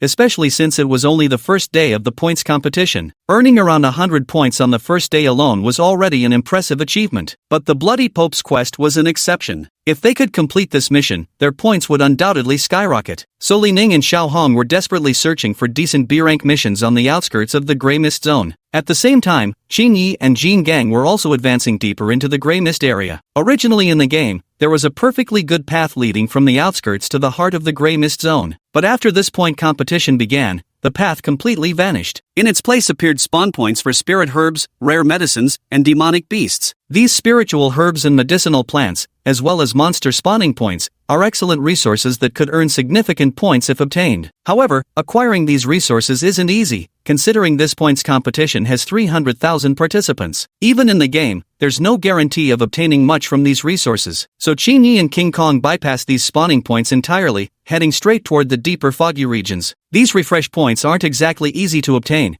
but there are always those who try to fish in troubled waters. Neither Qin Yi nor King Kong wanted to resort to such methods. After all, their real target was the Bloody Pope. The Bloody Pope was the most challenging target among Class A missions. Completing this task would undoubtedly skyrocket their points to an astounding figure. King Kong, do you think the two of us stand a chance against this mission right now? Qin Yi spoke while advancing forward. Hard to say, Jean Gang shook his head. We'll have to fight to find out. That was certainly true. Though Qin Yi possessed the system, whether he could defeat a Class A force like the Bloody Pope remained uncertain. But it definitely wouldn't take too long. After all, the Bloody Pope was capable of ranking among the top 10 in this misty region. King Kong's words hadn't even finished when suddenly a figure rushed out from the grass nearby. As soon as this figure appeared, it immediately lunged toward Qin Yi and King Kong. Look out! As Qin Yi's voice faded, Jean Gang had already charged forward. Before the figure could land, it was sent flying by Jean Gang's powerful punch. Even after delivering that punch, Jean Gang still felt unsatisfied and followed up with a mighty kick. The figure was sent flying over a dozen meters before finally crashing against a large tree. TCH. Witnessing this scene, Qin Yi couldn't help but inhale sharply in shock. Before them appeared a human figure, yet this figure's condition was truly ghastly to behold. Not only were its clothes tattered, but its entire body was covered in wounds. If not for the faint breath coming from this figure, Shinyi would have truly thought it was a corpse. Your participants, in the point competition. The trembling figure extended its hand, seemingly trying to grasp Shinyi's. Shinyi instinctively reached out in response when suddenly a weak voice sounded. Hurry, go to Misty Mountain, the Blood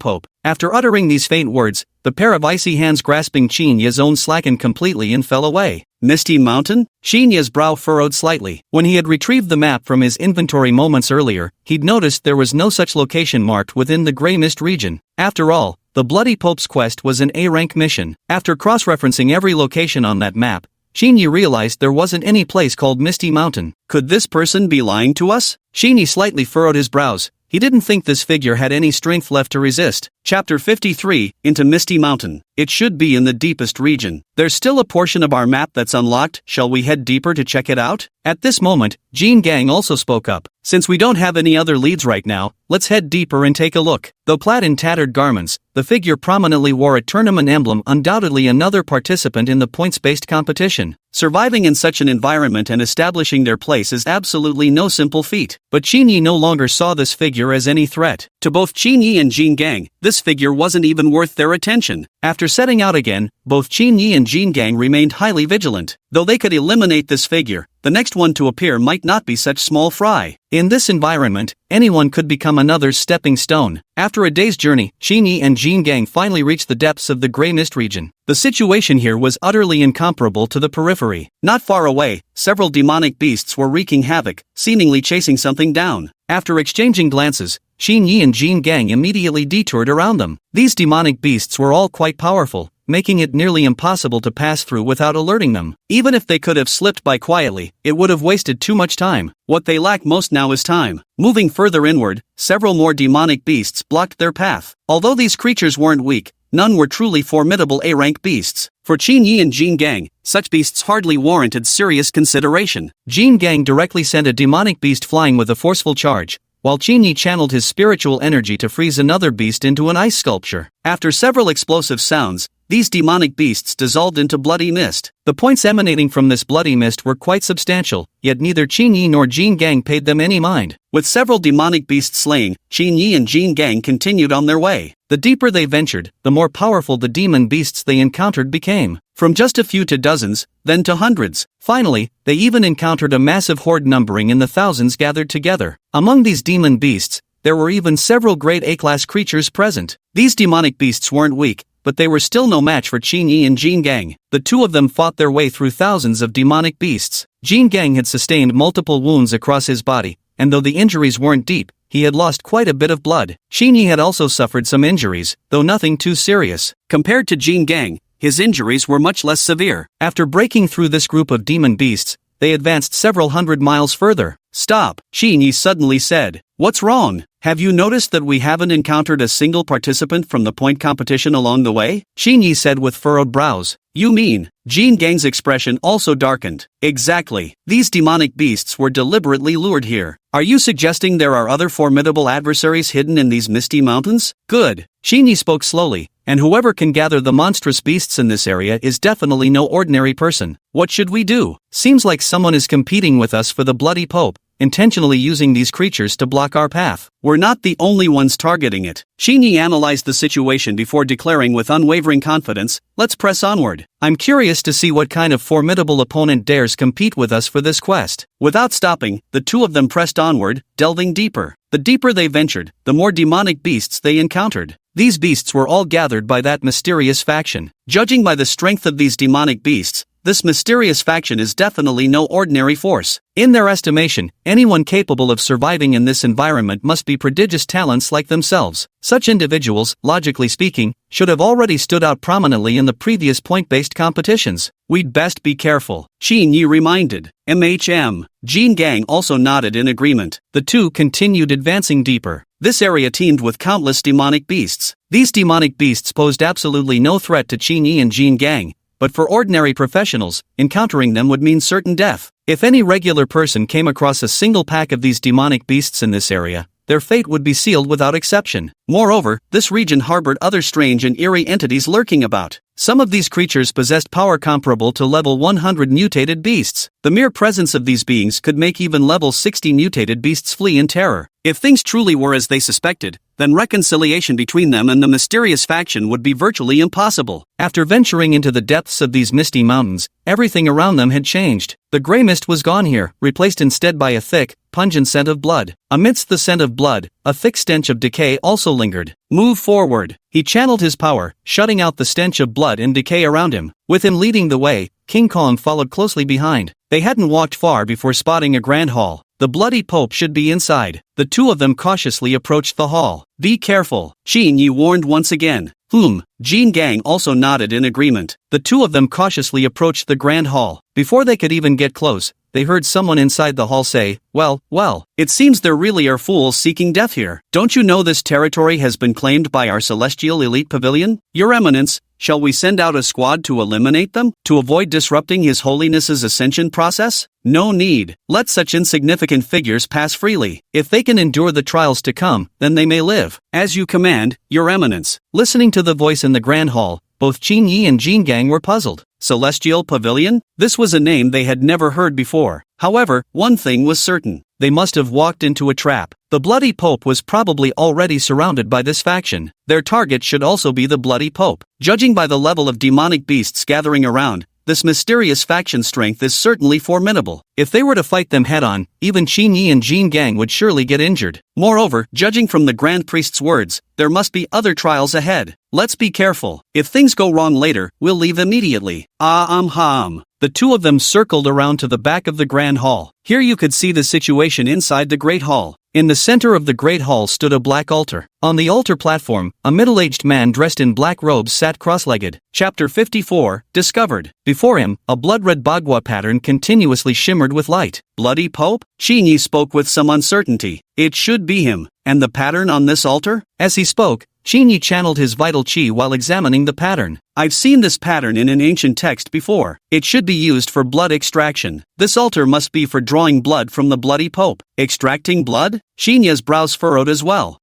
Once this altar is completed, the Bloody Pope will perish. The patterns on this altar are quite peculiar. Such markings were likely used by some major religious sect in the past as a method for blood extraction. Major religious sect? Qin Yi froze momentarily. Are you saying this Celestial Pride Pavilion used to be a major religious sect? That should be the case. Jin Gang nodded. Only a major sect would possess such profound heritage, capable of constructing an altar to this extent. These people truly have venomous hearts. Qin Yi's expression also darkened. Judging by these people's actions, they must have sensed impending danger, because their plan was to completely drain the Bloody Pope's blood. Wait, this Bloody Pope must have initially reached some kind of agreement with them. Agreement? Qin Yi was momentarily stunned. Exactly. This Bloody Pope should be exchanging his own blood for something. Exchanging blood for goods? Qin Yi was somewhat puzzled. Such things. To Qin Yi's thinking, wasn't this Bloody Pope just a pre-programmed NPC for the points competition? How could it possibly do such things? Or could it be that the locations hosting these points competitions were actually different world zones? When he thought about it this way, it didn't seem completely unacceptable after all. Who goes there? At that moment, several level 60 auras suddenly erupted from the shadows, charging straight toward Jin Gang and Qin Yi. Neither man anticipated being discovered so quickly. They immediately withdrew outward to avoid being encircled, but those level 60 presences pursued relentlessly. These guys react pretty fast. Jin Gang spoke while flying swiftly. Truly quick reactions. Only those with real capability can survive in a place like this. Qin Yi channeled his primal energy, pushing his speed to the limit as he and Jin Gang soared rapidly through the skies. Their incredible speed left ordinary level 60 demonic beasts unable to keep pace. However, there's a reason this place is called the Chaos Zone. Ahead of them, several level 60 demon beasts appeared. These beasts emanated formidable auras as they charged roaring toward Qin Yi and Jin Gang. Be careful. As the words fell, an overwhelming aura erupted from his body, sending a demon beast flying with sheer force. At the same time, several other demonic beasts rushed towards the two figures. These beasts exuded formidable auras as they pounced on Qin Yi and Jin Gang. Golden Fist Strike. Jin Gang roared and struck a demonic beast with a powerful punch, sending it flying backward. At the same time, a chill radiated from Qin Yi, causing the ground within a 10-meter radius around the monster to rapidly freeze. On the icy surface, the monster slipped and fell. Xinyi channeled his Jin Yuan and delivered a punch to the monster, instantly annihilating it. The remaining monsters were swiftly dealt with as Jin Gang and Xinyi joined forces to eliminate them. These monsters may be level 60, but when it comes to combat skills and tactical awareness, they are far inferior to Xinyi and Jin Gang. After dealing with these few monsters, they continued darting toward the outer perimeter. It must be said that these monsters possessed remarkable strength. Ordinary level 60 creatures would stand no chance against them. If not for Xinyi and Jin Gang's exceptional abilities, eliminating these monsters would have been no easy feat. Wrong. These demonic beasts were deliberately let loose. Deliberately let loose? These demonic beasts were likely controlled by someone from that celestial genius pavilion. Exactly. Judging by the aura emanating from these demonic beasts, they were indeed being controlled by those people. Controlled? Xinya's brows also furrowed. These bastards' methods are truly vicious. Indeed, extremely vicious. The Tianjiu Pavilion faction must be trying to eliminate both Xinyi and Jin Gang through this method. What should we do now? First, break through the encirclement. While continuing to fight, Xinyi spoke up. After we leave this place, we'll figure out another plan. Their current situation was extremely precarious. Though these demonic beasts were only around level 60 in strength, their numbers were overwhelming. Faced with such a horde of attacking demonic beasts, even Xinyi and King Kong found themselves helpless. Damn it! Damn it! Jin Gang muttered under his breath. These demon beasts have completely surrounded us with no way out. It's indeed sealed tight as a drum. Xinya's expression darkened as well. Breaking out won't be easy, he muttered. Still trying to run? No one has ever escaped from the grasp of our celestial elite pavilion. Surrender now. The figures quickly caught up,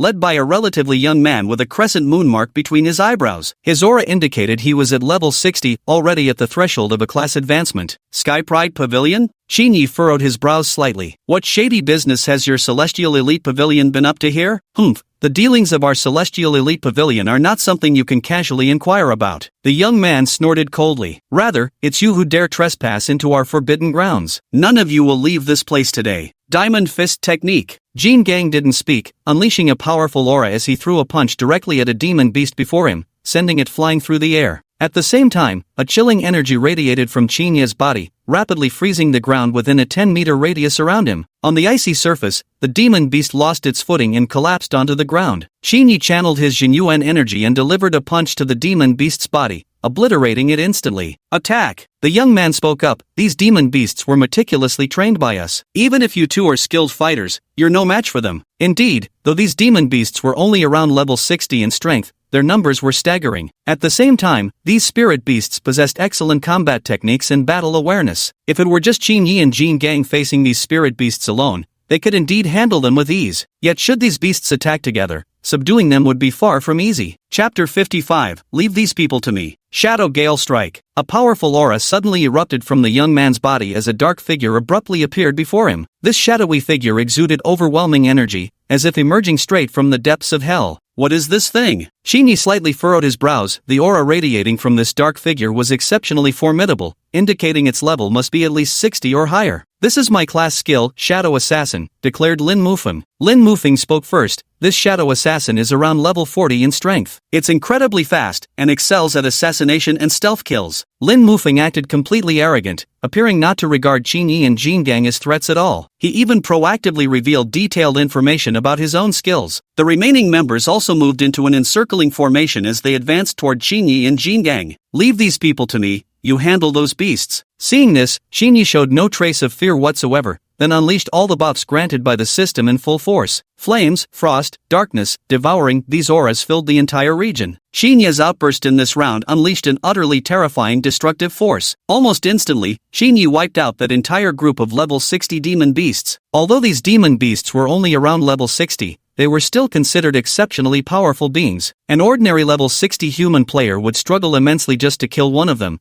let alone Xinyi clearing out a full 20 demon beasts in the blink of an eye. The experience rewards from these 20 demon beasts equaled what an average player could achieve only after several hours of intense grinding. In other words, the combat prowess Xinyi had just displayed was dozens, even hundreds of times greater than that of an average player. This, Lin Mufeng and the other members of Celestial Pride Pavilion were utterly astonished, having never imagined Xinya's strength could be so overwhelming. Ordinary players, upon reaching level 60, simply couldn't hope to challenge monsters higher than their own level. Yet Xinyi made it look effortless. At the same time, they were utterly shocked by Qinya's display of power. Their Tianjiao pavilion had exhausted every possible effort yet couldn't defeat so many monstrous beasts. In fact, they had suffered extremely heavy losses in the attempt. Yet Qinyi effortlessly wiped out these monstrous beasts with a casual wave of his hand. How is this possible? Lin Mufeng was also shocked. You're ruthless, but only someone like you deserves to be my opponent. Defeat me, and you'll earn the right to enter the Tianjiao pavilion. After speaking, Lin Mufeng added, today, there's no escape for you. You'd better surrender peacefully to avoid unnecessary suffering. As for defeating me, don't kid yourselves. That's simply impossible. Surrender peacefully? Qinyi frowned slightly. You underestimate me too much. Darkness halo. As the words fell, an overwhelming aura erupted from Qinya's body. A black halo materialized around Qinyi. The black halo radiated an eerie and formidable power. Once the black halo appeared, Qinya's speed suddenly surged dramatically. Under normal circumstances,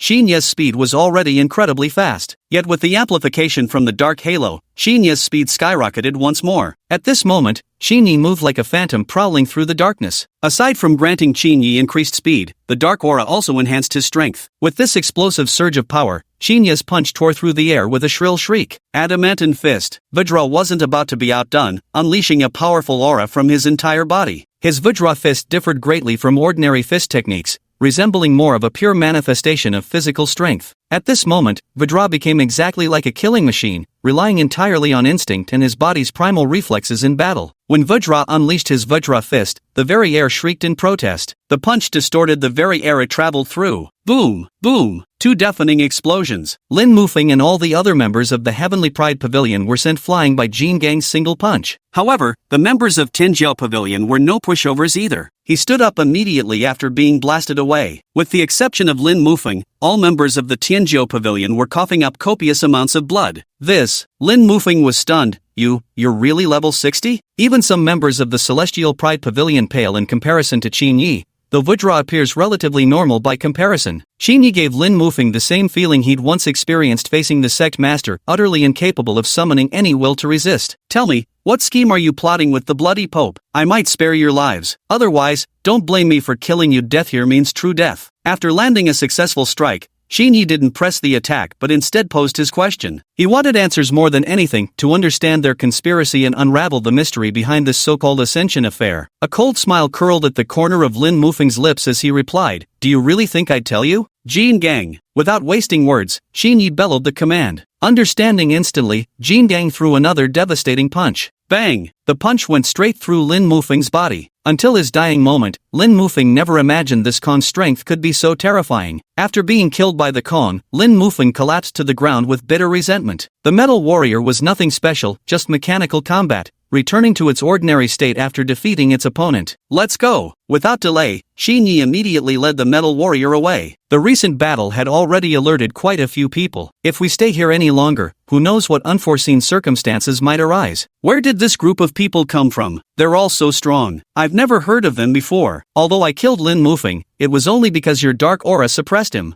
After being taken away by Qinyi, Jing'en's tone was full of puzzlement. It was clear that he found the sudden appearance of this group very strange. I've never heard of this group's existence before. It's as if they appeared out of thin air. I'm not sure, but they probably think we've left. I want to catch them off guard. Let's go back and see what these people are really up to, Qinyi said coldly, sensing something unusual about this group's origins. That so-called Ascension was also something that needed investigating. More importantly, the Bloody Pope was their mission target. If these people really had some shady connection with the Bloody Pope, then his mission would become troublesome. The two cautiously made their way back in stealth. Qinyi ordered Jin Gang to hide first, while he himself observed from the shadows. Before long, a group of people appeared within Qinyi's field of vision. I'm back. Chapter 56, Fishy Business. Qinyi muttered silently to himself as he narrowed his eyes for a closer look. There were about 15 or 16 people in this group. Their auras were remarkably powerful as well, with even the weakest likely exceeding level 50. The two leaders among them had even reached level 60. Your Holiness,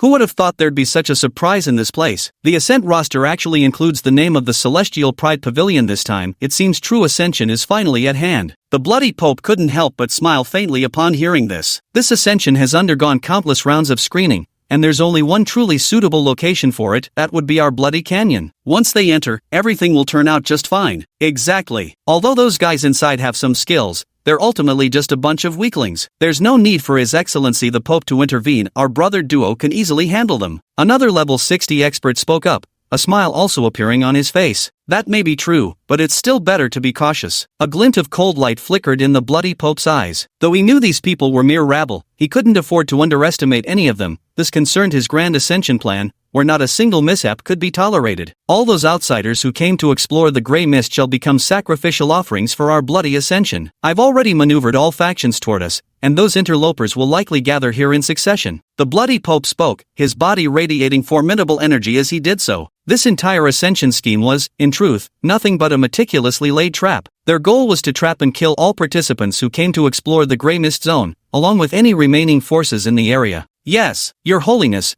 we brothers will handle this with utmost caution. The two level 60 powerhouses replied in unison, radiating formidable auras. By now, Shinyi had largely figured out what this group was up to. The reason why the job change system hasn't been opened yet is that some people have begun scheming through underhanded means, wanting to collaborate with these world residents resembling NPCs to forcibly break the system's restrictions. The ambitions of these people from the Celestial Pride Pavilion are certainly not small. I never imagined we'd encounter such things during a points competition. Is the world's will not intervening? Or does it actually enjoy watching us slaughter each other? In that instant, countless thoughts raced through Chinya's mind, yet he couldn't find a suitable explanation no matter how hard he tried. Of course, the most pressing matter at hand is deciding their next course of action. Should they abandon this mission, or should they press on? Ultimately, the decision rests with Qin Yi. Jin Gang remained motionless in the shadows, also awaiting Chinya's resolution. A moment later, a smile tugged at the corner of Chinya's lips as he spoke. Our mission target this time is none other than the bloody Pope. Since they're all gathered here now, wouldn't that make completing our mission even easier? Let's do it! Jin Gang instantly grasped Chinya's implication and promptly responded. To accomplish their mission under such circumstances would truly be the best possible outcome. They were in trouble planning to target the bloody Pope, though of course, Vajra could handle these people without any issues. However, Shinyi spoke up.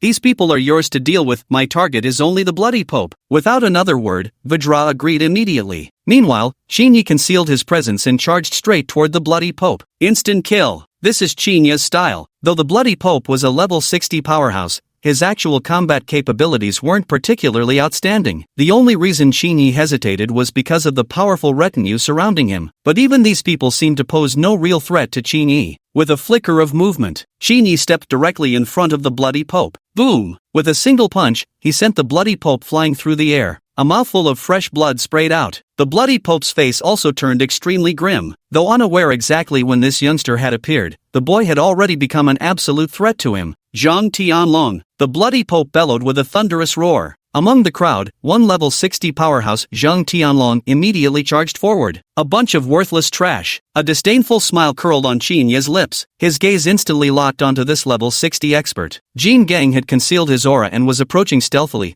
but Zhang Tianlong's level 60 strength made him no easy opponent to handle. Therefore, Shinyi had to keep Zhang Tianlong occupied, creating an opportunity for him, which meant Zhang Tianlong had to die. One-hit kill. This is Chinya's style. Before Zhang Tianlong could even make a move after rushing forward, Chinya's figure was already before him, a whip-like leg strike lashing out directly. Bang! Zhang Tianlong's expression changed as he felt the kick slam straight into his chest, sending his entire body flying backward. He crashed heavily to the ground. Before he could even scramble to his feet, Shinyi was already standing before him. A single devastating punch struck out. Bang! Zhang Tianlong died instantly on the spot. As an ordinary person, he was no match for this world. Even after awakening his bloodline power, he still couldn't compete with a level 60 powerhouse. However, Shinya's move also intimidated the other factions. Only now did they realize just when had this kid appeared here. Kill. Someone was the first to snap out of it, immediately raising their weapon and charging straight at Chinyi. Their eyes were also filled with overwhelming killing intent. Though fear still lingered in their gazes, they had no choice but to fight desperately at this moment. In the distance, Jin Gang's figure suddenly swelled in size. Bang! A single punch sent countless bodies flying through the air. In the current situation, it was a fight to the death for them, no retreat. In the distance, the bloody Pope barely managed to steady himself, blood already spilling from the corner of his mouth, his eyes blazing with towering rage. It's you, brat, the one who invaded earlier. The bloody Pope also recognized Qin Yi, aware of his identity, but trapped within the formation's confines, he couldn't move freely. All he could do was summon forth a single drop of blood, causing the surroundings to begin shifting ominously. Countless blood-red puppets materialized in the air. The blood-colored puppets swiftly launched their attack toward Qin Yi. Seeing this, Jean Gang didn't dare be careless. Although these crimson puppets weren't particularly powerful individually,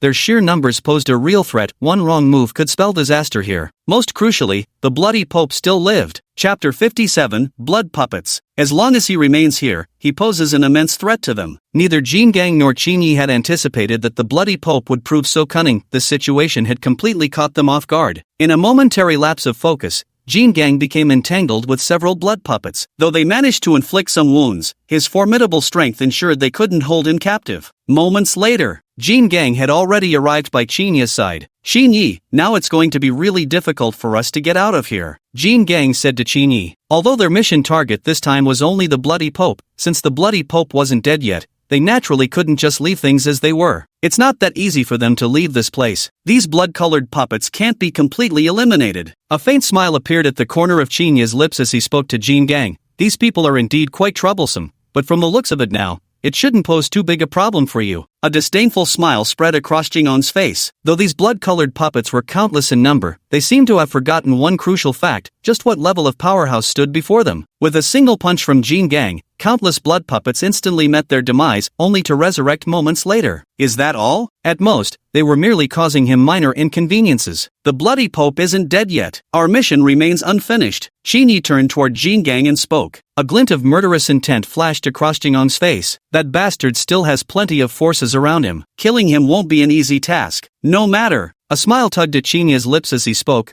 Let's stall for time until the other factions arrive. Then we'll find a way to fight our way out. Right now, there's only one way for them to leave this place: wait for reinforcements from the other factions. Their accumulated points were already remarkably high. Even with minor maneuvering, they wouldn't face significant issues anymore. As for these blood-red puppets before them, though troublesome, they truly weren't worth worrying about. Got it. Jean Gang also understood Qin Yi's thoughts and promptly responded. Leaving this place right now was indeed quite impossible. It would be better to stall for time and wait for other forces to arrive. Once they gathered, they could figure out a way to eliminate the bloody Pope together. Though the blood puppets were troublesome, Jean Gang never imagined he'd actually fall to these creatures. Looking to die. At that very moment, a figure rushed forth. This was a level 60 powerhouse. Seeing this, Jing'on's expression darkened. Though he wasn't afraid of this fellow, to slay the bloody Pope, one needed absolute overwhelming strength. Now it was already quite difficult for them to leave this place, let alone kill the bloody Pope under such circumstances. King Kong Tianzuan, we don't have much time. A smile crept onto Qin Yi's lips before he spoke to King Kong. King Kong remained silent. These blood-colored puppets are truly too annoying,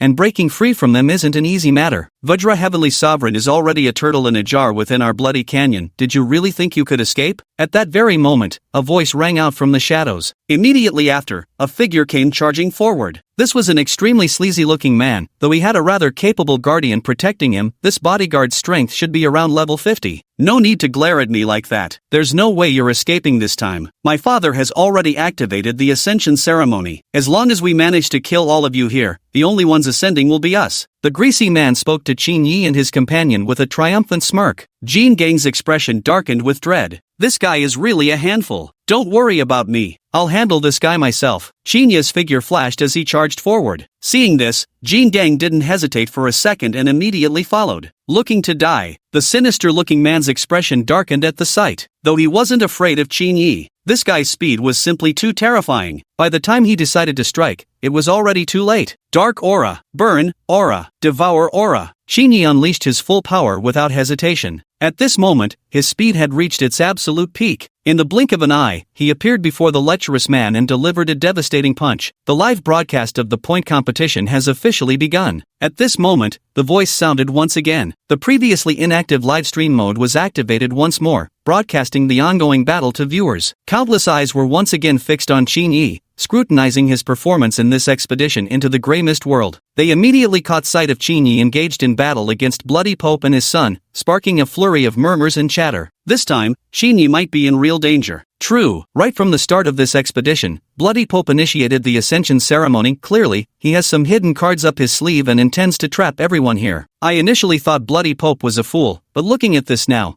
the guy definitely has some skills to survive and thrive in this kind of world. Discussions erupted everywhere, but soon, countless people's expressions changed dramatically. What did they see? Qin Yi threw a punch directly at the sleazy man, but a surge of formidable power erupted from the man's body, sending Qin Yi flying backward. Though this sleazy man wasn't particularly strong, he possessed an extraordinarily powerful piece of equipment. This equipment can withstand Chinya's full-force strike. Although Chinya's power was already formidable, he was still sent flying backward by this unseemly man. Father, activate the formation now. All competition participants have entered the canyon. After repelling Chinyi, the unseemly man turned back to look at the bloody Pope and loudly proclaimed. The bloody Pope immediately ceased his actions upon hearing these words, activating the magic circle inscribed here. Countless crimson patterns lit up, emitting an aura of malevolence. Shinya's body instinctively froze for a moment before he solemnly turned his gaze toward the bloody Pope. Then looking at Jin Gang, he said, "We can't let him complete the ritual. Once it's done, we'll all become fuel for this ceremony." As he spoke, Shinya's figure blurred as he dashed forward. Jin Gang followed without the slightest hesitation. Dark Halo, Burning Halo, Devouring Halo. 3 halos simultaneously ignited around Shinya's body,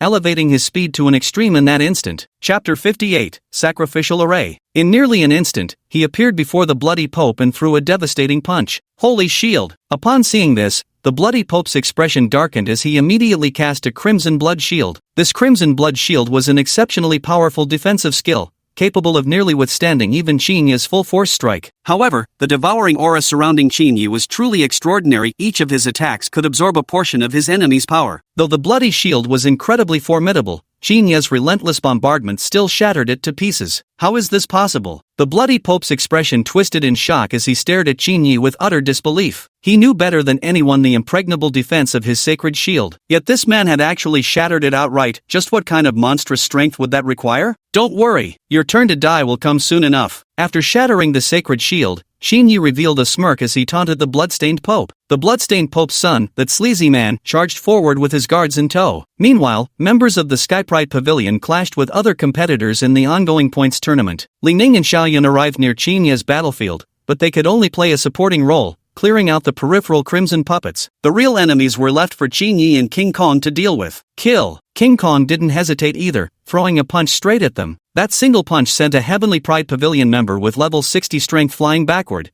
slamming into the wall and vomiting blood incessantly. King Kong's strength was simply too immense. His pure physical power alone could rival that of a level 90 expert. Moreover, this guy was incredibly fast, and his defensive stats were downright terrifying. In frontal combat, few could ever match King Kong's prowess. King Kong! Chinyi rushed before the bloody Pope and shouted. Upon hearing Chinyi's call, King Kong immediately fell back to defensive position, arriving before Chinyi. At this moment, the bloody Pope's expression had darkened to its extreme. Everything had been under perfect control. But this damned man, damn the Diamond Vajra, and the members of the Tianjiu Pavilion, they all became variables. Everyone, hear my command. Stop them at all costs, kill them. The bloody Pope spoke to those around him. Those men originally didn't want to confront Jin Gang, but after the bloody Pope issued an absolute order, their faces darkened as they rushed toward him one after another. However, these people were completely outmatched by Jin Gang's strength. Almost every single one of them was sent flying with just a single exchange. Activate the sacrifice. At this moment, the weaselly man also approached the bloody Pope,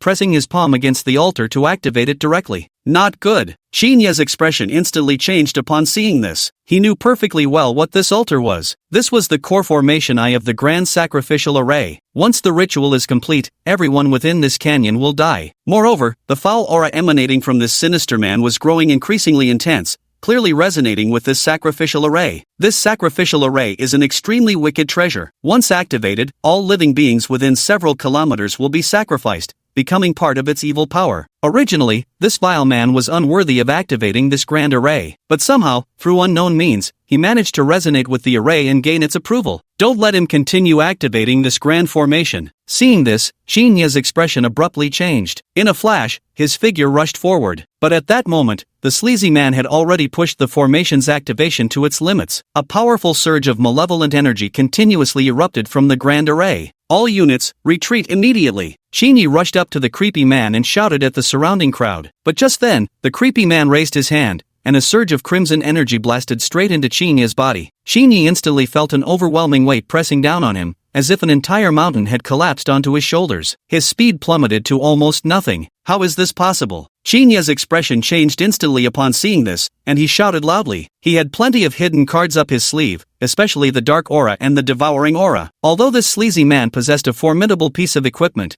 there was no way it could injure him. Blood chains. At that moment, the sleazy man also raised his palm, and countless blood-red chains surged from the grand formation, binding Qin Yi in an instant. These blood-colored chains possessed an incredibly powerful sealing effect. Qin Yi only felt a sudden tightness around his body as his devouring aura and dark aura were instantly sealed by these crimson chains. Sacrifice! The sleazy man shouted once again at this moment. As his voice faded, the altar exploded with a deafening bang as well. The blood-colored puppets surrounding the altar also burst apart one by one, their flesh and blood splattering everywhere. These blood-colored puppets, though merely the lowest tier of constructs, made up for their weakness in sheer numbers. The explosions from these puppets alone claimed many lives. Moreover, the sacrificial radius of this grand formation was terrifyingly vast. Centered on the altar and extending hundreds of meters forward, every living creature perished without exception. Originally, Jin Gang had no intention of fleeing. While possessing remarkable speed, his earthbound nature and considerable body mass worked against him. No sooner had he burst through the crowd than the shockwaves of the explosions engulfed him. King Kong! Qin Yi's expression changed instantly at the sight, and he shouted loudly. But by then, it was already too late. King Kong only felt an immense weight crashing down on him, as if crushed by titanic force, slamming into the ground with a thunderous boom that made the entire earth tremble. Jin Gang raised his head, his eyes blazing with fury. Bastard! With a low growl, powerful energy surged through Jin Gang's body. But at that moment, crimson chains erupted from all around, binding him tightly. These blood-red chains possessed an immensely powerful sealing effect. Jin Gang only felt a sudden tightness around his body as his strength was instantly diminished by more than half. Rather than being weakened, it felt more like his energy was being forcibly drained. An unending stream of power was being siphoned from Jin Gang's body, flowing directly into the Bloody Pope's form. The Bloody Pope rose into the air, hovering weightlessly as the crimson moon above erupted with blindingly intense radiance. Each wisp of crimson light descended,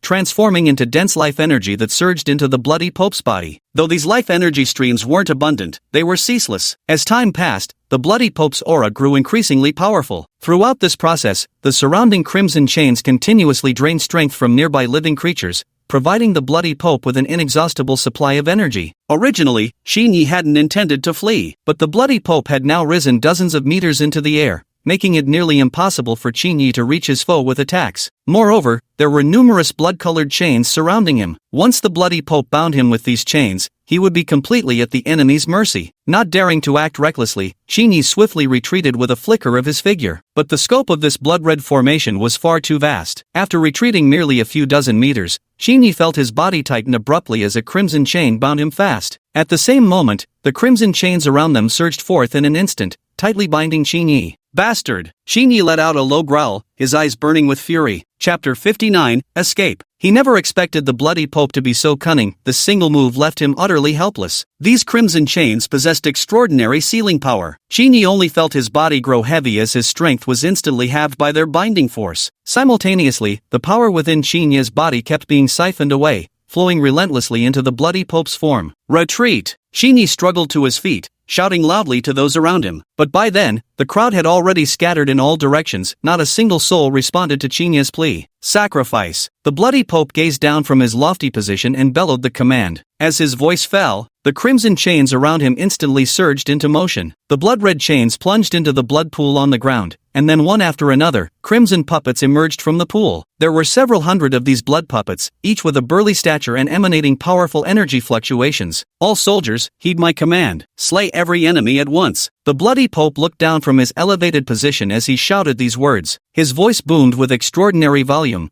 reaching every person present with crystal clarity. The moment his commands ceased echoing, hundreds of blood-colored puppets roared in unison, darting forward with flickering movements. Each of these crimson puppets radiated formidable energy fluctuations. Mere ripples of their power were enough to send everything in their vicinity flying. Many didn't even have time to flee before being sent flying by the charging puppets. Some unfortunate souls were smashed directly into scattered chunks of flesh and bone. Jin Gang was currently sealed motionless, collapsed on the ground as those blood-colored puppets rushed past him, the thick scent of blood and flesh flooding his nostrils. Blood-colored chains surrounded him in great numbers. Had the Blood Pope not shouted those words, perhaps Jin Gang might still have seized the chance to escape. But now, with countless blood chains encircling him, escape had become extremely difficult for Jin Gang. Qin Yi grew frantic. Though he struggled desperately to charge forward, these eerie blood chains only tightened their grip the more one fought against them. Offering, the Bloody Pope shouted again at this moment. As his words fell, the hundreds of crimson puppets exploded one after another with loud bangs. Although these crimson puppets weren't high-grade constructs,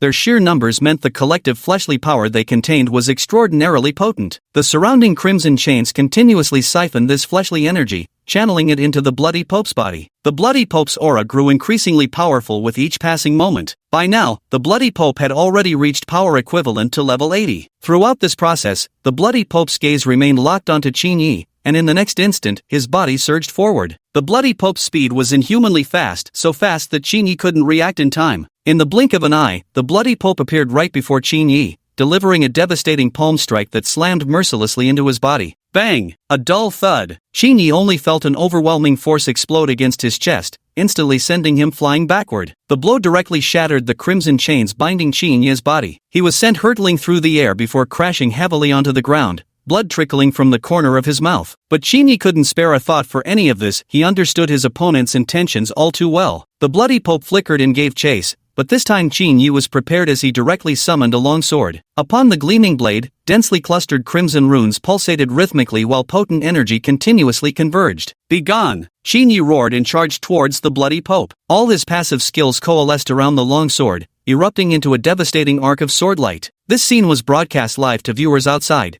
and instantly sparked heated discussions among all spectators. "What's the deal with this Bloody Pope? It's the first time I've seen Qin Yi look so desperate." "Yeah. And even through the screen, I could feel tremendous pressure. You can imagine what kind of situation the contestants on site must be facing. This is the world of professionals, truly beyond what us ordinary folks could ever imagine." Countless voices buzzed with discussion, as the tide of battle had completely defied their expectations. Many had initially assumed Qin Yi would win effortlessly, but now it became clear reality bore no resemblance to their assumptions. The Bloody Pope remained expressionless, treating Qin Yi's assaults with utter disdain. With one palm strike, he attacked. Instantly, the surrounding blood-red chains surged in unison as an utterly terrifying force erupted from the Bloody Pope's palm. Bam! The two forces collided head-on. A horrifying power exploded forth instantaneously. In that split second, the entire space seemed to shatter into fragments from the shockwaves. The surrounding houses, walls, and ground, everything seemed sliced apart by an invisible force, instantly exploding into ruins. Countless clouds of dust erupted into the air. Screams of terror rose incessantly from all directions. "Look out!" Not far away, a young man reacted swiftly, pulling the woman beside him behind his back. In the next instant, an invisible force swept through, cutting the woman cleanly in half at the waist,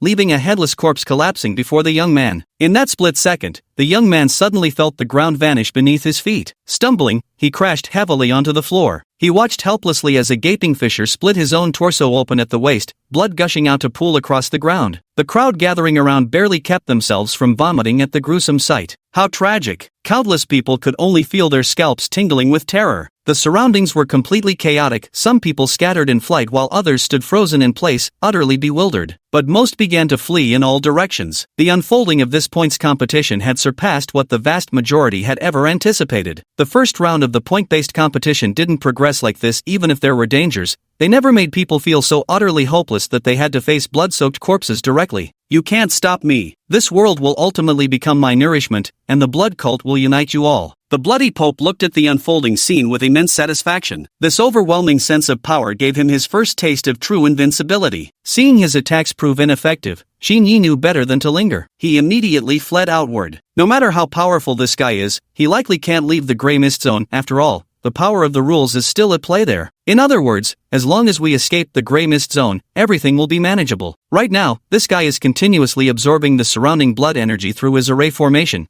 essentially acting like a perpetual motion machine. Killing him is practically impossible. Even with the assistance of Qin Yi's divine-level passive system, this remains the case. Realizing this, Qin Yi chose to flee rather than fight to the death. Chapter 60, Lingering Fear. The Bloody Pope remained expressionless. With a wave of his hand, the flesh and blood rapidly coalesced, reforming into crimson chains in the blink of an eye. Without hesitation, the Bloody Pope strode forward in pursuit. He now had a rough assessment of his own strength. Even if he couldn't kill Qin Yi, he had means to prevent him from escaping. With the formation continuously operating here, providing an unending supply of flesh and blood power, the Bloody Pope felt as if he had obtained a priceless treasure. Instant kill. Qin Yi's face was extremely grim at this moment. He felt all his plans had been disrupted. His opponent was truly too cunning. Clouds of black mist continuously swirled around Qin Yi's body as his figure flickered, already appearing at the edge of the Grey Mist Zone. At this point, Qin Yi's speed had reached its limit. For some inexplicable reason, the Bloody Pope seemed disinterested in everyone else, single-mindedly pursuing only Qin Yi. It was as if Qin Yi possessed something the Bloody Pope coveted in its wildest dreams. Were it not for the existence of the divine-level passive system, an ordinary class awakener in his place would have died countless times at the hands of the Bloody Pope by now. "You crazy old mutt, still chasing me like a mad dog." As the grey mist was about to clear, Qin Yi found himself in a relaxed mood. He turned around and taunted the Bloody Pope. The Bloody Pope cast an indifferent glance at Qin Yi and said coldly, "You possess something I desire. Rather than killing you, savoring you slowly might be more agreeable." "Ha ha!" The Bloody Pope let out a cold laugh, his figure flickering as he reappeared before Qin Yi. With a loud shout, the Bloody Pope bellowed, "Condense!" The surrounding flesh and blood energy obeyed his command, rapidly gathering together. In the blink of an eye, the coalesced energy formed into a crimson chain. The next moment, crimson chain swept out, charging straight toward Qin Yi. Seeing this, Qin Yi's expression changed as he swiftly dodged to the side. But the blood-colored chains seemed to have already locked onto Qin Yi, pursuing him with terrifying speed. Seeing the chains about to engulf him, Qin Yi could care no longer and threw himself sideways in desperation. Fortunately, Qin Yi reacted quickly enough, otherwise that lethal strike would have taken his life right then and there. Even so, the bloody chain swept through the spot where Qin Yi had just been standing, slicing clean through several dozen meters of ground in its path. At this sight, Qin Yi abandoned any thought of continuing negotiations with the Bloody Pope and immediately stepped out of the grey mist zone, choosing to temporarily withdraw from this round of the point competition. Winning the competition mattered, but staying alive to claim victory mattered more. "Old bastard, wash your neck clean and wait for me to return." Before leaving, Qin Yi also left behind a threatening remark that made the Bloody Pope's face turn livid. However, bound by the rules, he couldn't leave this area. A flash of light later, Qin Yi returned to the rest zone. All the participating members returned in miserable states. Jin Gang, Li Ning, and Xiaoyan also made it back unscathed. But the atmosphere on the field was heavily oppressive. Countless faces bore expressions of despair. The current situation had already exceeded what most people had anticipated. Never before had the first-round point competition witnessed such a spectacle. Some who witnessed this scene had their legs go weak, collapsing directly onto the ground. This point-gathering journey had utterly revealed the harsh realities of this world to them. To oppose the Bloody Pope is to court death. What kind of cracked points competition is this? How could such a situation appear? This should only be possible after job advancement. Unless everyone's level 60, clearing this Bloody Pope is nearly impossible. Li Ning spoke with lingering fear, recalling the Bloody Pope's various actions. Xiaoyan looked at Qin Yi with concern and asked, "Qin Yi, are you alright?" Qin Yi shook his head and said, "I'm fine, don't worry." Though he told her not to worry, how could Xiaoyan possibly not be concerned? At that moment, the giant screen on the field lit up again, revealing the Bloody Pope's face once more. This time, the host was so terrified she began screaming. Yet the Bloody Pope in the footage remained expressionless, silently murmuring something inscrutable. Then, a bloody glow surged at the center of the screen, revealing 4 bold characters before his eyes. Round 2 complete. Beneath these 4 characters, the score ranking began to display. However, the names on this score ranking had diminished by more than half, because in this round, many teams could practically be considered completely annihilated. Second round leaderboard. Xiaoyan recited the current round's leaderboard. This point competition had reached such an intense stage that it could now be considered white-hot. Every single team refused to lose, because losing meant instant elimination. Those who get eliminated will most likely die in the point ranking competition. Moreover, if no one manages to complete it, a serious problem will arise. That is, the advancement system cannot be unlocked, and levels remain capped. In other words, everyone will be stuck at level 60 until someone defeats the Bloody Pope. What's your take on this incident? Jin Gang also understood this, so he quickly walked over, his expression serious as he spoke to Qin Yi. Qin Yi frowned slightly, pondered for a moment, and then said, "Bloody Pope is clearly cheating. Under normal circumstances, his difficulty shouldn't be like this." Cheating? That Bloody Pope is obviously cheating, but since the system didn't detect it, there's nothing we can do about it. Jin Gang sighed, speaking weakly. Jin Gang, have you ever thought about what consequences there would be if we failed to defeat this Blood Pope? Qin Yi suddenly asked aloud. What consequences? Jin Gang froze for a moment, then asked in confusion. If no one can defeat this Bloody Pope, we'll be stuck at this stage forever, unable to advance our job class evolution. That means all our early efforts would be completely wasted. Qin Yi slowly voiced this possibility. Upon hearing this, Jingong's face suddenly changed, his eyes flashing with panic. I believe the Bloodfang Pope's transformation must be connected to that group calling themselves the Celestial Elite Pavilion. If we want a breakthrough,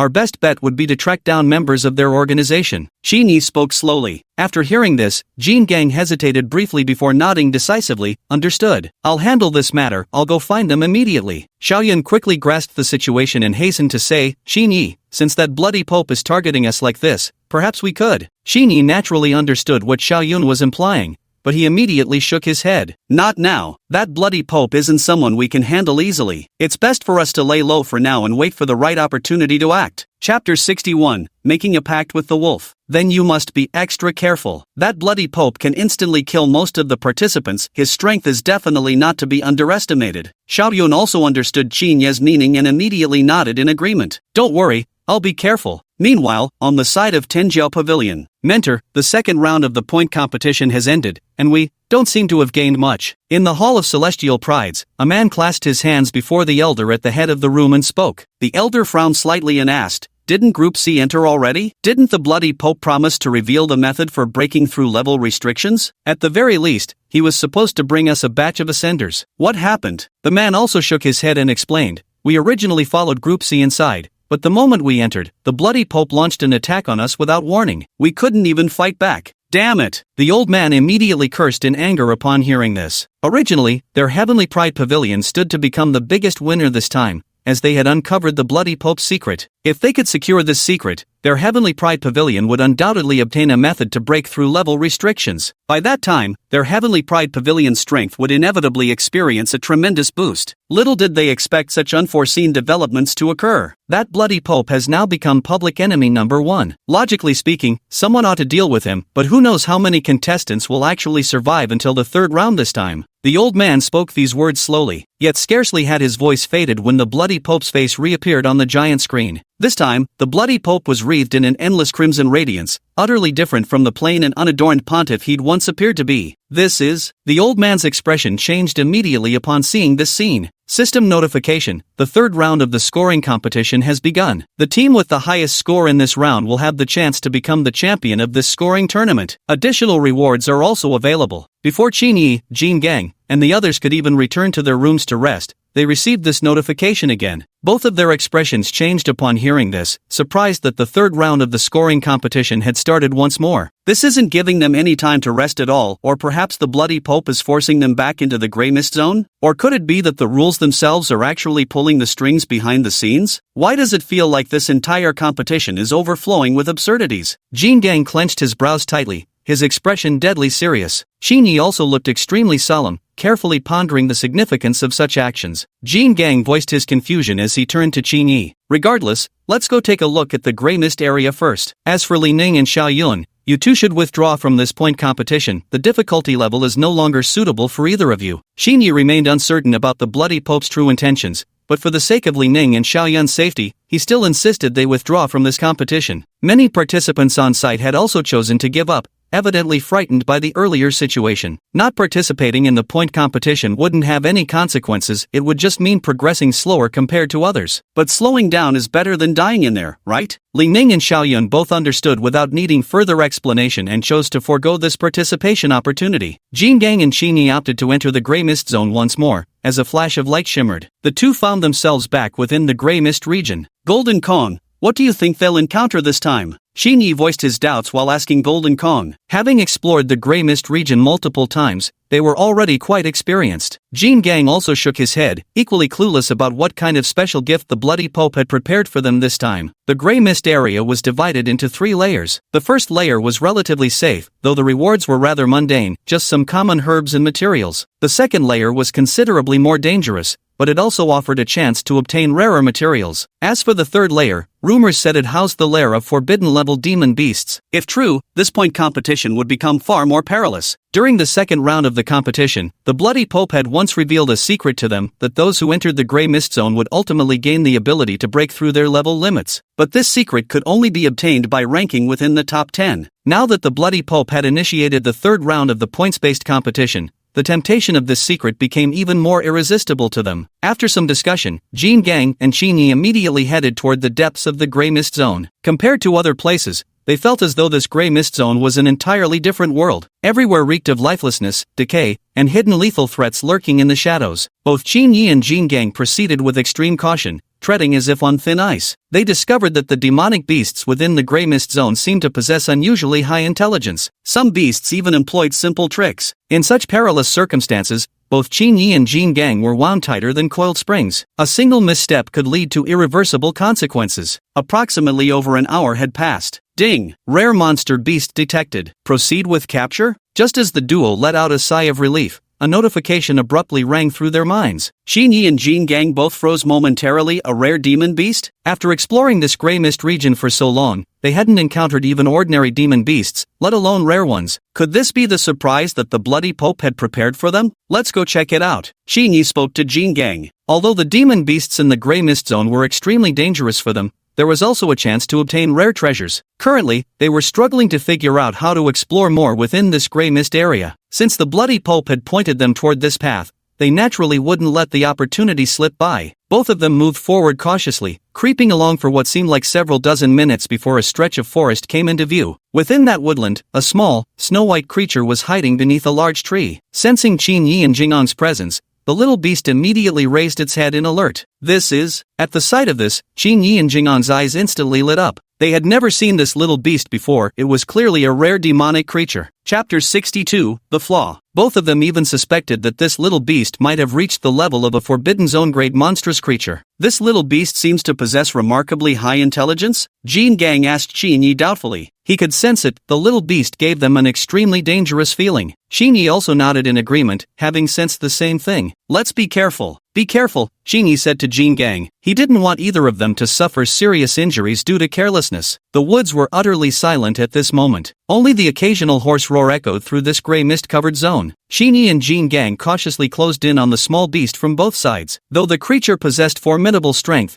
they were confident in their ability to subdue it. The little beast seemed to have discerned Qin Yi and Jin Gang's intentions as well, immediately kicking off with all four paws and lunging straight toward the two of them. It gave them no chance whatsoever. His gaze sharpened with diamond-like intensity as he immediately charged forward to meet the assault. Boom! The two collided violently, sending a powerful gust of wind sweeping outward that blew away all the dust in the vicinity. Qin Yi watched warily, realizing this little beast was exceptionally cunning. It had been maneuvering between them both entirely through trickery. At that very moment, the little beast suddenly lunged at Jin Gang with its teeth bared. Look out! Qin Yi reacted swiftly, immediately shouting at King Kong. King Kong also sensed the danger and instantly dodged backward to evade. Fortunately, the little beast didn't pursue further. Instead, it leaped onto a tree branch, poised to flee. Stop it! Qin Yi spoke to Jin Gang. Though this little beast is cunning, it also gives the two of us a chance to capture it. Jin Gang immediately understood and charged straight after the small creature. A fierce battle ensued between the man and the beast in the forest. Indeed, the little beast was extremely sly, launching every attack from the most unpredictable angles. Had it not been for Qin Yi's exceptional eyesight, the cunning creature might very well have escaped. Although Jin Gang's strength was decent, it seemed slightly inferior compared to this little beast, leaving him dizzy and disoriented from being thrown around. Jin Gang, step back. Let me handle this. Seeing the small creature attempting to flee, Qin Yi roared in anger and immediately gave chase without hesitation. He moved with incredible speed, intercepting the little creature in barely the span of a breath. The little beast seemed to sense the danger as well and immediately charged straight at Qin Yi. Boom! The two claws viciously swung toward Qin Yi, stirring up a fierce gust of wind. Qin Yi's eyes remained icy cold. Although he didn't know what level of demon beast this little creature was, one thing was certain: it was exceptionally powerful. An ordinary person would likely have been killed by this little beast by now. Yet for him, it posed absolutely no threat. He could sense a faint flaw hidden within the creature's attack. Though minuscule, it was just enough for him to seize the opening for a counterstrike. Instantly, his body lunged toward the little beast as a surge of force erupted from within him. Bang! His fist slammed hard into the small beast, sending it flying backward as if struck by an immense force. Indestructible! Qin Yi spoke to Jin Gang, who instantly grasped his meaning and dashed straight toward where the small beast had fallen. The small beast was forced back by Qin Yi's attack but didn't sustain serious injuries,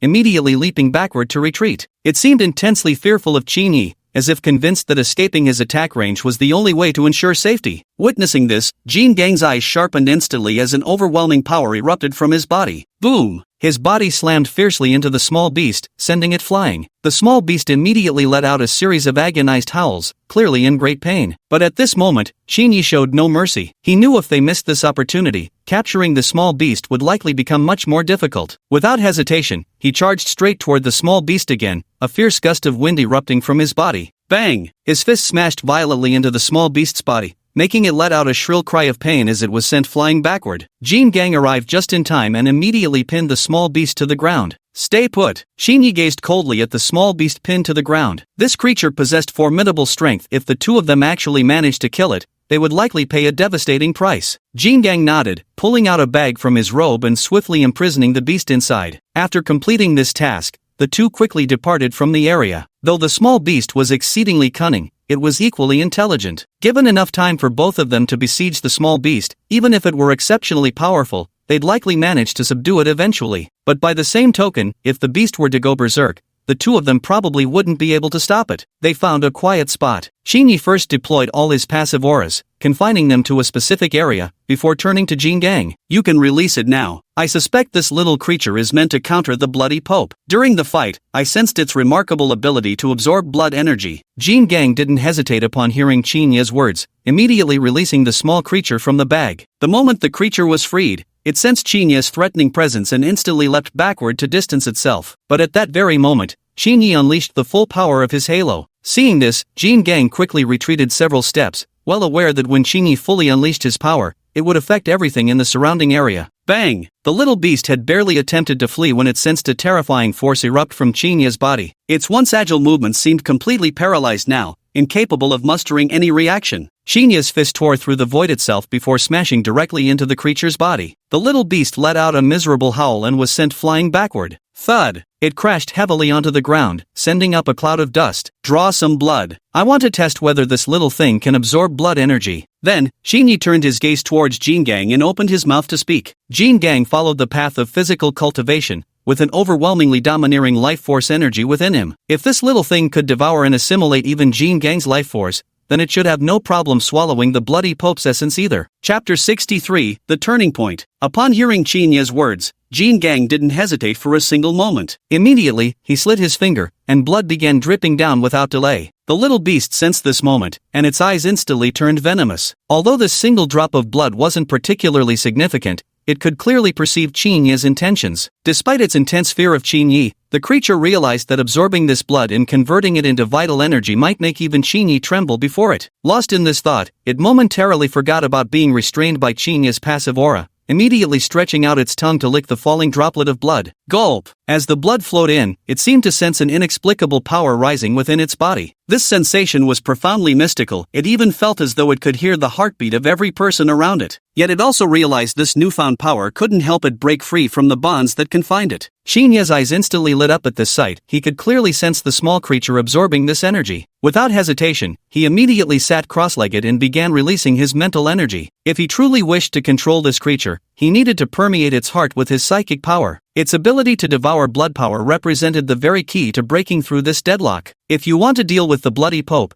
controlling this little beast is the key to breaking the deadlock. Now it depends on whether Xinyi can tame this little beast. Seeing this, Vidra also stood guard nearby. He too had noticed the unique nature of this small creature. The hardest part of dealing with the Bloody Pope is actually its dense blood aura. As long as that overpowering blood energy can be neutralized, the Bloody Pope becomes nothing to fear. In fact, one could say the Bloody Pope's power is entirely rooted in its blood aura. Eliminate the blood aura, and you've effectively eliminated the Bloody Pope. Such thoughts could only linger in his mind, for he couldn't find any leads whatsoever. Now that he'd obtained this little beast, it might truly be capable of taking down the Bloody Pope. Time trickled by, and soon 2 hours had passed. Xinyi slowly opened his eyes. He could sense that the blood energy within the little beast had been completely exhausted, yet its vitality remained extraordinarily strong, almost as if it were an indestructible, immortal existence. But this wasn't necessarily a good thing, because with such tremendous vitality, if the little beast wanted to escape from his grasp, it would naturally become much more difficult. At this realization, Xinyi's gaze gradually turned resolute. Having absorbed energy for over 2 hours now, wasn't it finally qualified to become his pet? At that moment, Xinyi continuously channeled his spiritual power into the small beast's body. The beast's body seemed like an endlessly dark tunnel, making it impossible for Xinyi to see anything within. Yet, Xinyi could sense the presence of a core within the small beast, something resisting the invasion of his spiritual energy. If he truly wished to control this small beast, he would have to destroy that core. There's only one way to destroy the core: keep draining its energy. With this thought, Xinyi immediately mobilized his mental power to continuously drain the core's energy. Though the little beast was exceedingly cunning, it was equally intelligent. It sensed Qinya's threat, yet also realized that resisting might be unnecessary. As long as it remained still, no harm seemed imminent. Gradually, it gave up resisting. Though it didn't understand why it was being controlled by Qinyi, the creature instinctively knew that continued resistance would only lead to a miserable fate. After 3 hours had passed, the core within the little beast was completely eradicated by Qinyi. Now the small creature seemed to transform into an empty shell, hovering motionless in midair. Its once agile body had turned utterly rigid, like a wooden puppet frozen in place. Qinyi breathed a sigh of relief at the sight. The little beast didn't disappoint him. After eroding its core, it became utterly docile. With this thought, Qinyi immediately channeled his psychic energy into the small creature's body. Soon he discovered a newly formed surge of blood qi within the beast's body, an exceptionally dense energy that burned with the scorching intensity of raging flames. Qinyi felt this surge of blood energy, sensing it didn't seem like anything harmful, because this blood energy appeared capable of making him grow even stronger. Without hesitation, he immediately guided this blood energy into his own body. Boom! As this surge of blood energy was absorbed, Qinyi instantly felt an extra force coursing through his body. This energy felt as scorching as flames, yet at the same time, icy cold to the bone. To his astonishment, he discovered he could seemingly control this power at will. With this realization, Qinyi immediately closed his eyes to carefully meditate on and comprehend this newfound energy. Jin Gang felt considerably reassured upon seeing Qinyi's current state. He knew Qinyi was currently assimilating this burst of power. Once the assimilation was complete, he'd probably be able to subdue that little beast. Time flowed steadily onward, and soon 7 days had passed. When Jin Gang noticed the newly emerged clarity in Qinyi's eyes, he finally let out the breath he'd been holding. After digesting this surge of power, Qinyi instantly felt as if his strength had risen yet another notch. If not for the undeveloped job transfer system, his level could probably have broken through to as high as 90. The sheer depth of his current level filled Qinyi with exhilaration. Now he finally possessed the qualifications to challenge the Bloody Pope. With this little beast's cooperation, eliminating the Bloody Pope wouldn't be difficult at all. At this thought, Qinyi couldn't help but exhale a long, heavy breath. As this foul breath was exhaled, Qinyi instantly felt as if he had been reborn. He couldn't help but move his limbs, only to find his body had become remarkably more agile. Not only that, Qinyi sensed his physical capabilities had undergone tremendous enhancement. Even if the Bloody Pope were to appear before him now, he'd be capable of standing his ground in battle. But now the most important thing is to tame this little beast. Seeing Qinyi's current state, Jin Gang couldn't help but reveal a faint smile. 7 days passed, and the little beast had completely exhausted all the sanguine energy within its body. Its originally tightly closed eyes slowly opened, but this opening would prove to be its downfall, because the moment it opened its eyes, it saw a young man smiling down at it. Chapter 64, The Attack. Instantly sensing danger, it recalled how every time humans had looked at it that way before, it had ended up being driven away. With this thought, the little beast instinctively summoned its blood energy, but this time, it only felt as if its body were locked by something, completely unable to stir its vital energy. There's no need to fear. Now that I've fully refined your vital energy, you don't need to worry about me harming you. Qinyi saw the little beast gazing at him with fear and immediately said with a smile. Though the little beast possessed extraordinary vitality, it was now completely under his control and thus posed no threat to him whatsoever. Hearing Qinyi's words, the little creature couldn't help but tremble uncontrollably. Although it didn't understand Qinyi's exact meaning, at the very least it could sense that Qinyi carried no bloodlust, which allowed it to lower its guard. Excellent, you're quite clever. You should have noticed by now that your body is completely under my control, isn't that right? Qinyi said with a faint smile. The little beast seemed to understand Qinyi's words perfectly, nodding its head repeatedly in response. Alright, in that case, you can follow me from now on. If you perform well, I might be able to grant you your freedom, Qinyi said with a smile. The little creature seemed to ponder for a moment, then displayed an oddly human-like smile. Excellent. In that case, you shall call me master from now on. Qinyi was quite pleased with the little beast's intelligence and immediately nodded repeatedly. Yes, master. The little beast clasped its paws in a remarkably human-like gesture, instantly making Qinyi burst into laughter. Since that's the case, you shall be called Devourer of Blood from now on. Let's go, Vajra, it's time to deal with the Bloody Pope, Qinyi declared to Diamond Fawn and Little Demon Blood Swallower. Yes, master, Jin Gang and Tun Shui replied in unison. Without hesitation, Qinyi immediately opened a spatial portal and stepped right through. Seeing this, King Kong and Devourer immediately followed suit. The Bloody Pope was patrolling incessantly through the Grand Hall, not far from the shimmering portal, the very gateway he had used to lure participants into this deadly tournament. He now needed enough blood energy to further enhance his strength, which was why he committed such deeds. Especially level 60 awakened ones, these were precisely the opponents the Bloody Pope most wished to encounter. Crack! At that very moment, a fissure suddenly split open across the Grand Hall's enormous doors. The Bloody Pope immediately furrowed his brows as the blood aura around him began boiling violently. The next instant, a young man's figure stepped unhurriedly into the chamber. When the Bloody Pope's eyes fell upon Qin Yi, an amused smile spread across his face. "I thought you wouldn't dare face me. Never imagined you'd actually come here. I truly wonder what goes through that mind of yours." Qin Yi looked at the Bloody Pope and couldn't help but laugh. "Bloody Pope, just wait to be slain by me." Qin Yi spoke coldly. Hearing Qin Yi's words, the Bloody Pope's expression instantly darkened as he saw the blood-devouring beast appear beside Qin Yi and Jin Gang. This made his expression turn extremely grim, because the blood devourer posed far too great a threat to him. He had been deeply fearful of this monster before, but regrettably hadn't managed to drive the blood devourer away earlier. Now that it was stationed by Qin Yi's side, achieving victory wouldn't be so easy for him. "It seems you've come seeking death this time, and since I'm currently in need of fresh blood essence, you'll serve as my blood cauldron." The Bloody Pope spoke with chilling indifference. As his words fell, the bloody aura around the Bloody Pope immediately began to seethe violently. The next moment, the Great Hall was already filled with crimson mist. Witnessing this scene, even King Kong couldn't help but show an expression of grave solemnity, because the bloody mist made it feel extremely uncomfortable. Staying within that crimson haze, it felt as though its strength was being suppressed. "King Kong, this battle depends on you. Blood Devourer and I will support you." Qin Yi spoke coldly. Upon hearing Qin Yi's words, King Kong instantly leaped into the air. Its hands continuously clenched together, and in the next moment, a terrifying force surged through its body. Boom! King Kong leaped straight into midair, then threw a fierce punch toward the Bloody Pope. The crimson mist churned violently, followed by a blood-red figure appearing right in front of King Kong. Jin Gang couldn't help but laugh when he saw this figure. "You dare fight me? Get lost!" With a cold sneer, Jin Gang threw a punch. The terrifying force sent the blood-red figure flying, and in the next instant, the Bloody Pope appeared before it. The Bloody Pope's expression had turned utterly sinister,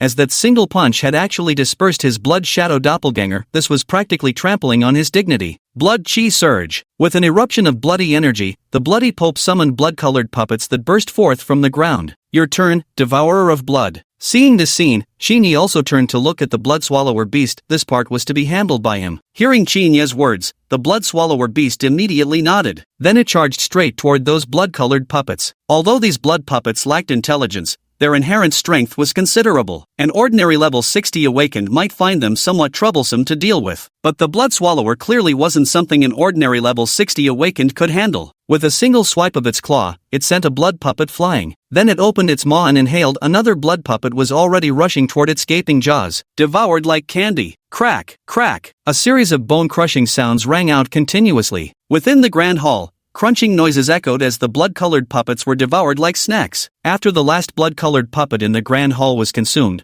the Blood Devourer had already arrived before the Bloody Pope. It struck with a single claw, instantly sending the Bloody Pope flying. Crack! Countless bones in the Bloody Pope's chest shattered, yet it didn't die immediately. Instead, it struggled to rise from the ground. But now, a look of solemn gravity had already surfaced on its face, because it realized this blood-devouring beast was unexpectedly formidable. "Bloody Pope, your sanguine aura is truly delectable to this king." The Blood Devourer's eyes flickered with a trace of green light as drool already dripped from the corners of its mouth. It looked just like a zombie that hadn't eaten anything for thousands of years. The Bloody Pope showed a cold smile upon hearing the blood-devouring beast's words. "If you want my blood chi, then let's see if you have what it takes." As the words fell, the Bloody Pope's blood chi instantly began to boil. In the blink of an eye, the hall was filled with a crimson mist. The blood-swallowing beast sensed the mist and let out a low growl. The mist made it extremely uncomfortable, as if detecting an intense corrosive property within the vapor. Chapter 65, Death Duel. This filled the blood-swallowing beast with profound dread, but it wouldn't back down, knowing this battle was unavoidable. With this thought, a crimson mist began rising from the Blood Devourer's body. Boom! The Blood Devourer's swipe sent the Blood Pope flying through the air. It cares not for skill nor technique. In the face of absolute power, all of this is useless. This is the Blood Devourer's way of battle. The Blood Pope was blasted away and crashed to the ground, immediately spitting out a mouthful of blood. The next instant,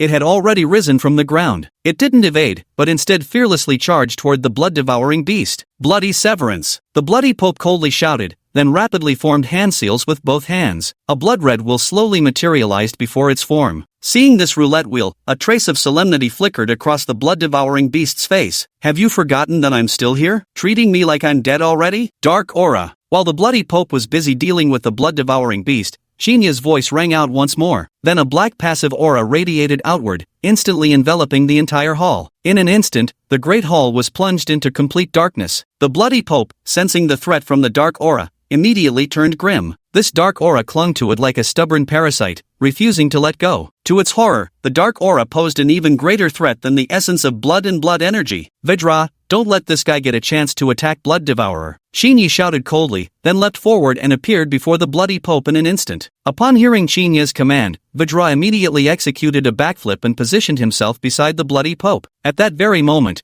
the bloody Pope had already reached the Blood Devourer beast and threw a devastating punch. The fist's wind carried faint traces of corrosive power. The Blood Swallower beast sensed the threat in this punch and dared not take it lightly. It charged straight forward, throwing out a claw strike. With a thunderous crash, the claw and fist collided, producing a deafening boom. The terrifying force sent the blood-devouring beast flying backward, yet it didn't stop. Instead, it rushed directly toward the bloody Pope and struck down with its claw. In that instant, Scarlet Thorn's chest was pierced with a gaping, bloodied hole. But it didn't die immediately. Instead, it let out a furious roar. Dark creatures, you're not worthy of living in this world either. The bloody Pope let out a furious roar as a terrifying surge of power erupted from his body. Under this surge of power, the black passive aura within the Grand Hall swiftly crumbled apart. Just as the dark aura was about to disintegrate, a cold smirk crept onto Xinya's face. Naive. Xinyi let out a cold shout and abruptly raised his hand, releasing a thick beam of black light from his palm. The black light streaked with terrifying speed, appearing before the bloody Pope in the blink of an eye. By the time the bloody Pope noticed the incoming black light,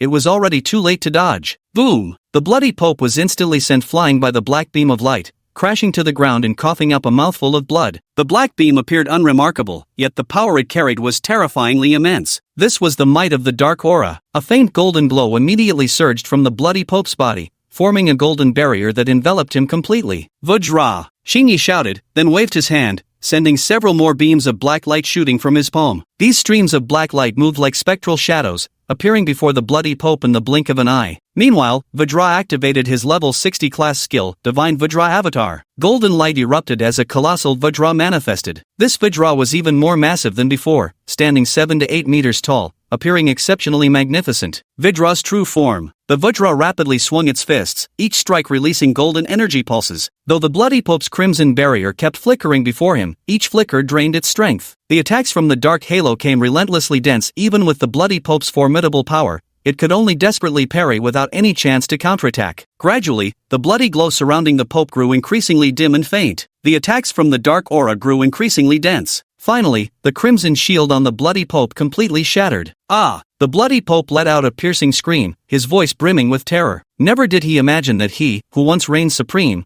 would now face the threat of death. Blood Devourer, don't hold back, go all out. Seeing that the bloody Pope was nearly at his limit, Xinyi wanted to seize the moment and shouted decisively. Hearing Xinya's command, the Blood Devourer let out a mighty roar as terrifying power surged through its body. This power was as vast and boundless as the ocean, carrying faint traces of blood in its currents. This was the Blood Devourer beast's true strength. Bloody sea reaches the sky. The Blood Devourer beast let out a cold shout, then swung its claws upward. Instantly, a crimson energy beam erupted from its claws. Midair, this blood-colored energy suddenly exploded, transforming into multiple crimson pillars of light. These scarlet light pillars surged like ocean waves, radiating overwhelming power. The golden barrier around the bloody Pope trembled violently as the crimson pillar of light surged. Bang! At this very moment, the bloody light pillar collided with the golden barrier. In an instant, a series of echoing shattering sounds reverberated throughout the entire Grand Hall. As the sounds erupted, the residual force of the crimson light pillar swept across the golden barrier. Ah! The bloody Pope let out a shrill and agonized roar, his voice brimming with suffering. At this moment,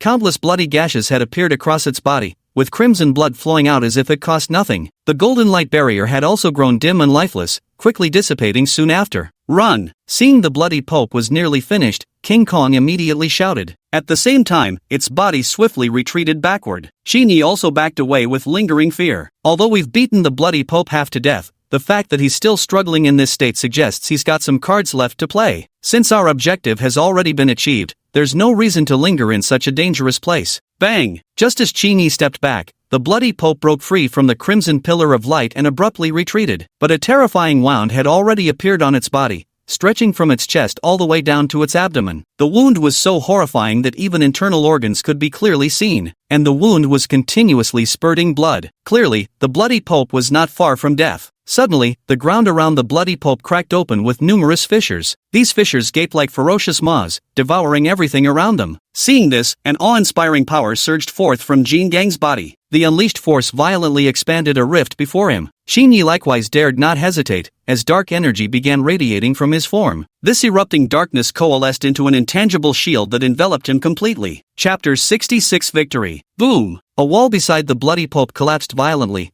burying several crimson fissures beneath the rubble. After this final act, the bloody pope lay gasping, all traces of his former divine radiance utterly extinguished. It recoiled backward while shouting loudly, "Retreat!" As the words fell, a crimson mist began emanating from the bloody pope's body. This blood-colored mist was utterly peculiar, exuding a faint stench of decay. Xin Ye's expression changed instantly when he saw the crimson mist. He knew this crimson mist must be the bloody pope's final life-saving measure. The bloody pope must be trying to use this to escape. Don't let it get away. Xin Yi knew that in this state, the bloody pope possessed less than 1/10 of its usual power. If it managed to escape now, finding it again in the future would be nearly impossible. With this thought, Xin Yi immediately took a decisive step forward. As his foot landed, an invisible force erupted from the ground, surging forth to envelop the bloody pope from all sides. This was the power of darkness. Dark energy surged from the ground, enveloping the bloody pope completely. In an instant, darkness shrouded the bloody pope as all the crimson mist visibly dispersed at a rapid pace. Heaven-devouring, earth-annihilating strike. Seeing the crimson mist continuously dissolving under the dark energy, Xin Yi roared fiercely. As the words fell, the devourer beast let out a thunderous roar, and from its gaping maw, a massive black vortex rapidly formed. This swirling black abyss emitted terrifying energy fluctuations, sucking in all the surrounding air. Nothing that entered this dark maelstrom could possibly escape. Ah! The bloody pope let out a piercing roar, a sound brimming with terror. The bloody mist surrounding its body had already been completely eroded by the force of darkness. In that fleeting moment, the bloody pope's body was swallowed whole by the black vortex. No! The bloody pope roared in terror, his voice echoing through the void. Yet the black whirlpool, like a gigantic maw, completely engulfed his entire body. In mere moments, the bloody pope had vanished without a trace. Seeing the bloody pope devoured, the heaven-devouring beast let out an earth-shaking roar. As its sound faded, the black vortex gradually dissipated. Xin Yi, you devil! At that very moment, an enraged roar erupted from nearby. Hearing this voice, Xin Yi's expression instantly changed. At this moment, even Jing'on's face showed a look of terror. Following the sound, Xin Yi's pupils suddenly constricted to pinpricks, because the approaching figure was none other than the bloody pope's most formidable general, the sacred Scarab King. Bzzz. The Scarab King immediately locked onto Xin Yi and King Kong's positions. In nearly an instant, the Scarab King had already closed the distance. At this moment, Xin Yi also noticed something unusual about the Scarab King. This creature radiated an overwhelmingly pungent bloodlust, its golden carapace streaked with dried bloodstains, especially above its two compound eyes. Blood seeped out in multiple places. Bang! As soon as the Scarab King arrived at that spot, a terrifying power suddenly erupted from its body. This power spread outward in waves, sending the stone tiles on the ground flying into the air. Jin Gang, the sky is all yours. Xin Yi shouted to Jin Gang while swiftly retreating without daring to delay for even a second. Wah! The sound of a heavy weapon swinging, the sacred Beetle King locked onto Xin Yi and immediately charged forward with lightning speed. Bang! The ground suddenly split open, forming a fissure that tripped up the sacred Beetle King. At the same moment, King Kong let out a thunderous roar as his body transformed into a streak of golden light rushing to meet the foe. Bang! The golden figure collided with the Scarab King like lightning, the terrifying force of impact instantly splitting the ground apart. Gold Fist! With an angry roar, Jin Gang simultaneously unleashed a devastating punch. This punch strike directly shattered the golden carapace of the sacred Scarab King, while the terrifying force penetrated its body, sending it flying backward. Boom! The sacred Scarab King was sent flying, crashing through a wall and sending bricks and stones scattering in all directions. At that moment, the system's notification tone also rang out. Congratulations to players Xin Yi and Jin Gang for completing the class advancement activation quest. The winners of this points competition are Xin Yi and Jin Gang. After the mechanical voice finished speaking, the space began to disperse. Bathed in radiant light, the trio, 2 humans and 1 beast, were swiftly teleported away. As the light faded, Xin Yi and King Kong found themselves in an unfamiliar place. This was an expansive hall, its ceiling lost from view, making the entire space seem endlessly vast. In the very center stood a raised platform. Upon the platform stood an elderly man clad in long black robes. Welcome, young warriors. The old man smiled as he stepped forward to greet the duo and their beast companion. Greetings, my lord. Xin Yi gave a slight nod, which served as his bow to the elderly man. Jin Gang remained wary, keeping a watchful eye on the old man with a posture ready to fight at any moment. As for the devourer beast, it too was curiously surveying this unfamiliar place. "There's no need to be so nervous, we won't hurt you." The old man smiled faintly before continuing, "This is the Dark Church, and I am its Dark Pope." Dark Pope? Shinyi froze, never expecting this elderly man to actually be the Dark Pope. He had sensed this guy's aura before. The Dark Pope's strength is terrifyingly formidable, at least on par with the Bloody Pope. "Yes, I was once the Dark Pope." The Dark Pope smiled faintly and said, "Now I have withdrawn from the Dark Church and am merely the guardian of this place." Guardian? Shinyi frowned, sensing that the Dark Pope wasn't lying to him. However, this matter was simply too unbelievable. The Bloody Pope had said something similar before, yet Shinyi couldn't shake the feeling these two were plotting something. "Yes, after the Dark Church was destroyed, I abdicated and lived as a recluse ever since." The Dark Pope smiled at Shinyi and said, "Young man, your strength is quite impressive. If one day in the future you grow even stronger, perhaps you'll be able to unravel the riddle I've left behind." Mystery? Shinyi gazed at the Dark Pope with perplexity in his eyes. The Dark Pope remained silent, slowly making his way toward the high platform. Then, the Dark Pope knelt down at the center of the platform. "This is the place of inheritance for the Dark Church, and also for the Dark Pope." The Dark Pope spoke slowly, his voice slightly hoarse. "The artifact of the Dark Church's legacy can only be retrieved by a true Dark Pope." As the words fell, the Dark Pope slammed both hands onto the floor. Boom! With that single strike, the ground around the platform suddenly cracked open. Then, an enormous black hole appeared before everyone's eyes. "This is..." Before Shinyi could speak, the Dark Pope already solemnly declared, "Enter, young warrior. This is your opportunity, but also your tribulation." Shinyi froze, sensing a mysterious power fluctuating within the black void. Chapter 67, The Dark Pope. This power feels ancient and profoundly malevolent. It somewhat resembles the black vortex that appeared after slaying the Bloody Pope. Could this be the Dark Pope's inheritance? Shinyi murmured inwardly while cautiously retreating several steps. "Kong, let's go." The Dark Pope smiled faintly and said, "If you wish to obtain greater power, then enter." As these words fell, the Dark Pope had already turned and walked toward the back of the high platform. Where does this black hole lead to? Shinyi seized the opportunity to ask. "This is the reward for the victor. If you can pass the Dark Pope's trial, your class will be promoted to Dark Saints, and in the future, you can ascend to become popes yourselves, controlling the entire power of darkness. Go forth." Without turning around, the Dark Pope slowly raised his hand and gestured toward the black void.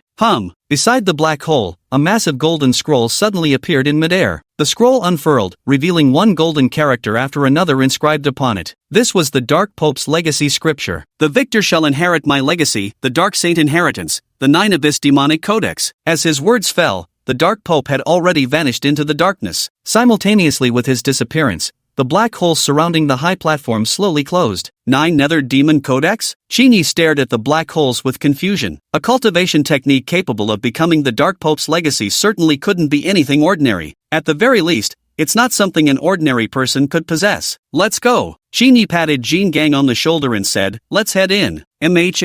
Jin Gang nodded heavily while clutching the devouring beast tightly in his arms. This black space was extremely unstable, falling into it would undoubtedly mean certain death. Boom! The moment Shinya's group of 2 humans and 1 beast approached the black hole's edge, it violently exploded. Immediately afterward, an enormous black vortex suddenly manifested. Buzz! The black whirlpool spun rapidly, exuding a terrifying suction force. Full defense. Shinyi let out a low shout while simultaneously summoning his soul-calming sword. King Kong, summon the protective spirit shield. Roar! Without the slightest hesitation, King Kong threw his head back and let out a deafening roar. Then, a translucent spirit shield materialized across King Kong's body surface. "Go in." Shinyi thrust his sword into the black vortex. Buzz! As the soul-calming sword pierced the black vortex, Shinyi felt an endless sucking force pulling at him. Then, his body was instantly swallowed by the black vortex like a cannonball.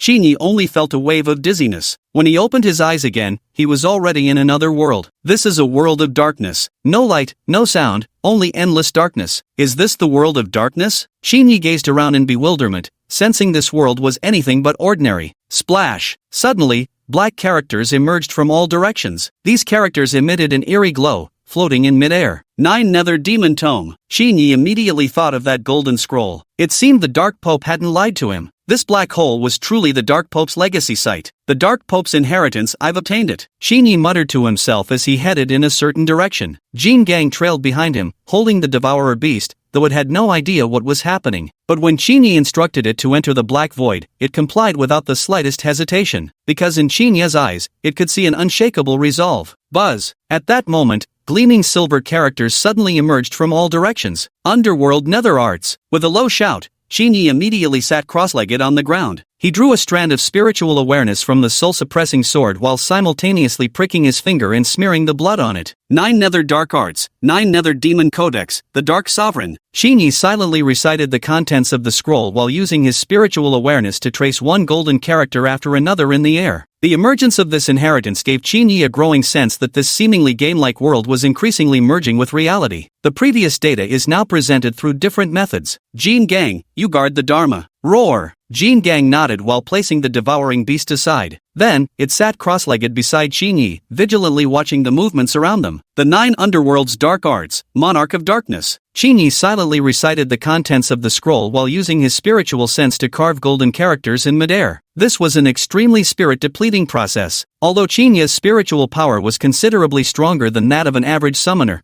tracing the 9 Underworld Netherarch required an utterly colossal amount of psychic energy to guide its formation. Soon, sweat began to bead on Qinyi's forehead. His spiritual consciousness was rapidly depleting. Jin Gang, if anything seems unusual later, you must support me immediately. Qinyi gave the warning, fearing his mind might lose control before this inheritance, potentially leading to unforeseen consequences. Jin Gang opened his eyes and nodded toward Qinyi. With King Kong's assurance, Qinyi felt reassured in his heart. He cleared his mind of distractions and focused intently on reciting the contents of the scroll. Netherworld's ninefold arts, Sovereign of Darkness, in my name, I covenant with the abyss. One by one, golden characters emerged in Qinyi's consciousness. As Qinyi continued to inscribe, his spiritual energy steadily condensed around the soul-calming sword. Gradually, dark runes began appearing one after another on the blade of the soul-calming sword. Netherworld Arts, Dark Covenant. Qinyi shouted in a low voice while channeling all his spiritual energy toward the soul-calming sword.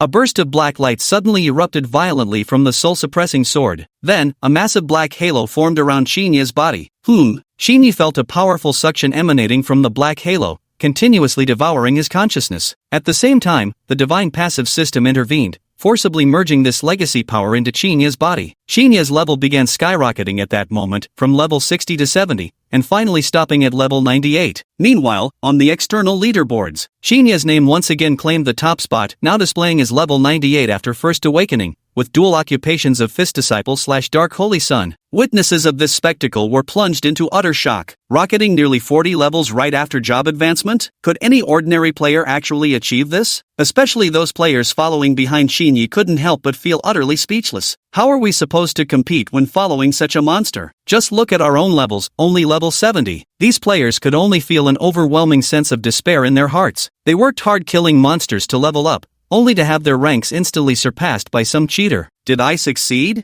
Qinyi opened his eyes and stood up from the ground. Chapter 68, Class Change, the New World Map. He could feel his level rising from 60 to 98 while simultaneously mastering all the skills of both the Dark Saint and Fist Disciple. Especially the soul-calming sword, it should have reached its highest tier. He just didn't know whether it could evolve into a spirit artifact. Vajra! Qinyi called out, and Jin Gang appeared before him holding the Devourer Beast. Roar! Jin Gang looked at Qinyi, while the Devourer Beast also revealed an adorable smile. Let's head out. Qinyi silently thought to himself while cradling the Devourer Beast in his arms. Passing through the channel where he came before, Qinyi arrived in the outside world. Wow, the light here feels so warm. The outside world is much more comfortable. King Kong sighed with emotion while placing the heaven-swallowing beast on the ground. The heaven-swallowing beast happily ran toward the distance, eager to share the good news with its other companions. Qinyi stretched his arms and looked up at the sky. The sunlight here feels so wonderfully warm. Ding-dong! Just then, a crisp sound suddenly rang out in Qinyi's mind, or rather, it seemed to echo in everyone's consciousness. Main quest activated, Light in Darkness. Side quest activated, Seek the Light. Teleportation channel unlocked, Light Empire. V-Room. A beam of white light suddenly descended from the heavens. A beam of white light formed a massive luminous gate in midair, emanating waves of ancient, time-worn aura from within. Then, a middle-aged man clad in white robes stepped out through it. The white-robed man surveyed the crowd with a faint smile on his face. "Welcome, all of you, to the world of radiance." Hearing these words, Shinyi felt an overwhelming sense of familiarity. Wasn't this exactly the same voice he had heard when entering Dark City before? "Excuse me, what fun things does this bright world have to offer?" A player looked at the middle-aged man in white robes, feigning a girlish tone as they asked with pretend curiosity. The middle-aged man in white robes flashed a sunny smile and said, "That's for you to discover." The Hall of Class Change is also located within the bright churches of every city. Players below level 60 cannot enter the Radiant Empire for now, so I encourage everyone to keep striving. Having spoken these words, the middle-aged man wasted no further time before dissipating into nothingness. As the white light faded, only a massive teleportation gate remained where he had stood. Gazing at the portal before him, Shinyi stepped through without hesitation. Passing through layers of white light, Shinyi felt his eyes dazzled from the brilliance. Finally, when he opened his eyes, he found himself in an unfamiliar place. This was a sun-drenched realm where all structures glowed snow-white compared to the dark city. The towering cathedrals of light appeared particularly sacred and inviolable. "Welcome to the Bright Empire." An elf flew in from the distance, a cheerful smile on her face. "Excuse me, where can I go for class advancement?" Shinyi asked. The elf pointed to the distant Church of Light and said, "The job change location is within those churches of light." From the outside, those church buildings look extremely sacred. However, compared to the dark churches in Dark City, the defenses here are much weaker. Shinyi thanked the elf and walked straight toward the nearest Church of Light. After walking for about 10 minutes, Shinyi finally arrived at the entrance of the Church of Light. Before even entering, Shinyi saw a priest walking out from within. "Wait a moment." The priest stopped Shinyi, then said, "For class advancement, you need to go to the instructor inside. Follow me first." It must be said, compared to the people of Dark City, the folks here were much more welcoming. Shinyi followed the priest to the innermost part of the church, where there was a room reserved exclusively for mentors. A mentor, apparently in his 50s, sat at the center of the room, smiling at Shinyi. "Little one, you're here for your class advancement, aren't you?" the mentor asked with an amused grin. Shinyi nodded and said, "Yes, but I sense an aura of darkness about you. Moreover, your level 98 suggests you've already undergone a class change. While multi-classing is possible, each additional specialization requires tremendous effort and leveling experience." The mentor looked at Shinyi with a faint smile. "That's not a problem. I completed my class change earlier." Shinyi looked at his mentor and spoke. "Little one, I truly admire your courage. You must understand that darkness and light are irreconcilable opposites. Though I don't know why you carry the aura of darkness, I'm still willing to help you complete your class change. After all, a player as unconventional as you, I've never seen one like you before." The mentor spoke with emotion while taking out an item from his chest. "This is the Radiant Scripture. Once you equip this item, you can complete your class change." Shinyi accepted the item and simultaneously opened his equipment panel. Shinyi immediately equipped the Radiant Scripture onto himself, and in the next moment, all his stats surged dramatically, especially in the attribute of comprehension. It was completely maxed out. Ding! Congratulations! You've leveled up to 100. Congratulations on your successful class advancement. A series of system notifications echoed through Shinyi's mind. After his class advancement, Shinyi's strength had indeed increased significantly. He could feel himself getting closer and closer to demigod-level power. "Thank you, mentor." Shinyi looked at his mentor and spoke his gratitude. The mentor waved his hand and said, "No need for formalities, you may go now." After expressing his thanks to the mentor, Shinyi walked out of the room. Although the class change was successful, it merely granted him a legal identity within the Bright Empire. It didn't add a new profession. If he wanted to acquire an additional class, he'd have to seek out the class change quest himself. After touring the Bright Empire, Shinyi learned some fragments of its history. Just like Dark City, the Bright Empire held numerous secrets. Most shockingly, through conversations with some native inhabitants, Shinyi uncovered a piece of information that utterly stunned him. This so-called Empire of Light is nothing but a plaything controlled by false gods. The true gods left this world millennia ago. It was only through the false gods' favor that this world came to have so many beings, light elves, luminous beasts, and all manners of angelic races. Shinyi found it increasingly intriguing. He initially believed the City of Darkness and the Empire of Light were two sides of the same coin, like yin and yang. Although Dark City and the Light Empire are two opposing factions, regardless of which side wins, the false god will emerge as the final victor. Shinyi found this false god quite intriguing. Does the path of a professional, when pursued to its end, also lead to godhood? And does the name of his divine-level passive system imply that there might actually be a deity behind it? Chapter 69, Class Advancement Quest. Numerous doubts swirled in Shinyi's mind as he suddenly felt an intense urgency. as though he needed to make some crucial decision immediately. But for now, he needed to focus on completing his class advancement quest first. The Radiant Empire had 4 major cities: Holy City, Moon City, Star City, and the Royal Capital. Around every main city, there exist some extremely dangerous locations. His job advancement quest was to venture into a death zone near Moon City, where a Death Knight stood guard. Only by slaying the Death Knight could he successfully complete the mission. Every player must complete their job advancement immediately after entering the game, regardless of whether they belong to the Dark Faction or the Light Faction. However, players from the Dark Faction can only advance into one of 3 classes: Dark Knight, Necromancer, or Dark Archer. Players aligned with the Light Faction could advance to become Paladins, Holy Priests, or Archers. Compared to the Dark Faction players, those in the Light Faction had a more diverse range of available classes. After wandering around the Radiant Empire for a while without encountering anything particularly interesting, Shinji headed straight for Moonshade City. Moonshade City was an extraordinarily tranquil place. Here, few players lingered, just scattered adventurers hunting the occasional wild monsters. After arriving in Moon City, Shinji directly approached a guard. "Excuse me, how do I get to the Land of Death?" Shinji asked. "Keep going straight ahead until you see a black desert. Continue deeper and you'll reach the Land of Death." The guard didn't ask further questions and directly told Shinji the route to the Land of Death. After expressing his thanks, Shinji left Moon City without hesitation. Soon, his figure disappeared beyond Moon City's boundaries. Across the desolate wasteland, a dark shadow trudged forward with difficulty. The shadowy figure was none other than Shinji. This desert was different from the Dark City's wasteland here. Sandstorms were frequent and moved at blinding speed. A moment's inattention could sweep you into their grasp, and once caught, the chance of escape grew vanishingly small. Especially in this desert,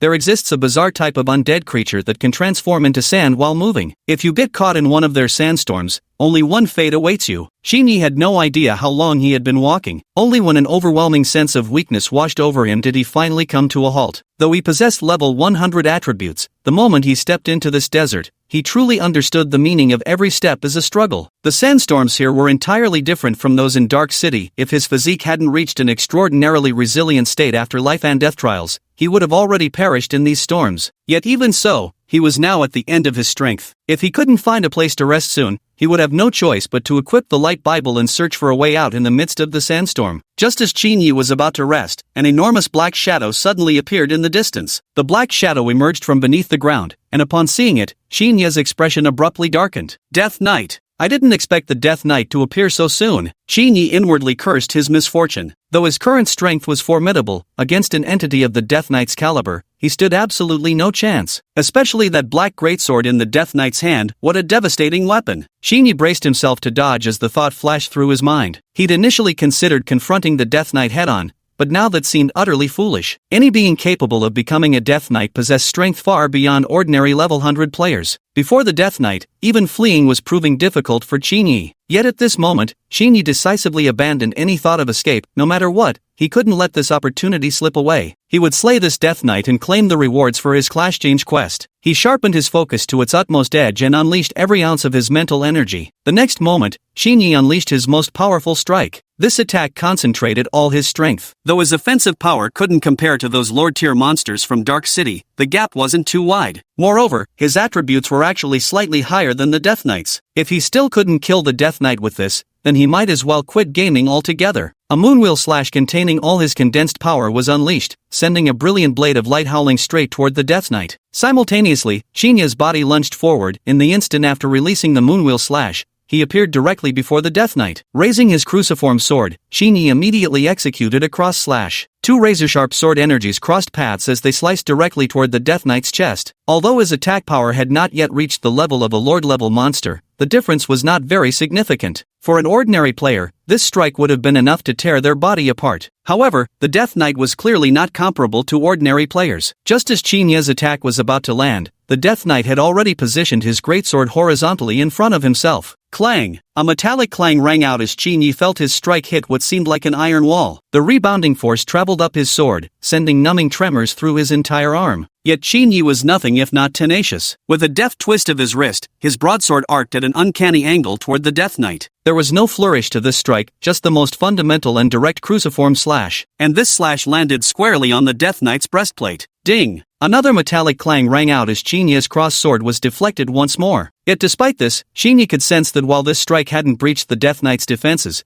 it had left a faint mark on its armored chest. Xinya's expression instantly changed. This Death Knight's defense is ridiculously strong. With his attack power, even those Lord-class monsters in Dark City couldn't withstand his strikes, yet unexpectedly, this Death Knight actually blocked his attacks. At this moment, Xinya also realized that massive sword in the Death Knight's grasp must be an extremely powerful piece of equipment. Such equipment can only be obtained during job advancement quests. In other words, if I wanted to slay this Death Knight, I absolutely needed to wrest that greatsword from its grasp. Only by doing so could I inflict actual damage upon the Death Knight. Yet this Death Knight's combat prowess was terrifying. If I attacked recklessly, I'd only plunge myself into an even more perilous situation. Moreover, the Death Knight's vigilance was unnaturally sharp. Unless I could eliminate it in a single decisive strike, there was every chance it would simply escape. Though Xinya couldn't fathom why this Death Knight had appeared in this desert, one thing was certain: this foe's power was extraordinary. Letting it escape now would mean all their previous efforts were in vain. With this thought, Xinya unleashed his most devastating attack without hesitation. There was no flair or flourish to the strike, just the simplest, most direct assault possible. Chapter 70, The Death Knight. The cross sword in his hand swung directly towards the Death Knight's neck. If this strike landed, the Death Knight's head would be cleanly severed. As Xinya launched his attack, his body was already rapidly retreating, with his Moonslash technique primed and ready. The moment his initial strike connected, the Moonslash would instantly activate, bisecting the Death Knight's body in half. Melee classes inherently have fast attack speeds,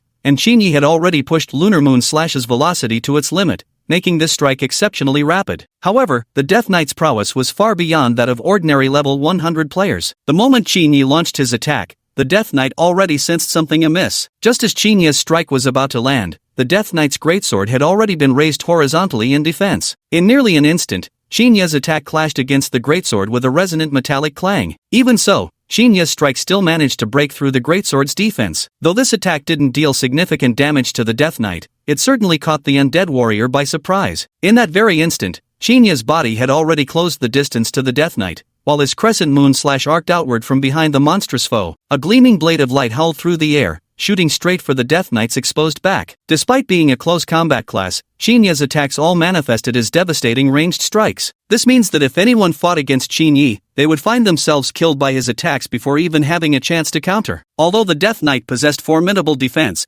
Xinya's strike still left a bloody gash on its body. The next second, Xinya's attack slashed out from its chest, striking precisely where that bleeding wound had appeared. Thud! A stream of blood spurted from the Death Knight's chest as it collapsed to the ground. A look of joy instantly flashed across Xinya's face. The Death Knight's defense was truly formidable. Although his attacks had dealt damage, they hadn't been enough to finish it off in one strike. If not for his swift attack speed, this Death Knight might have escaped. Seeing the Death Knight collapsed on the ground, Xinya instantly charged forward, his Moonlight Slash already primed in his hands. At the slightest change, he would immediately unleash Moonslash and finish off the Death Knight. Approaching the Death Knight, Xinya directly thrust his cross sword into the ground while retrieving a healing potion from his spatial backpack and quickly drank it. The previous battle had been extremely intense. Though Xinya's attacks had wounded the Death Knight, he failed to kill it and instead suffered injuries himself. Though the wounds weren't severe, this kind of damage drastically drained both his HP and MP. If things go wrong, it could drain both health and spirit points completely, leaving no chance to escape even if you wanted to. So Xinya immediately drank a healing potion,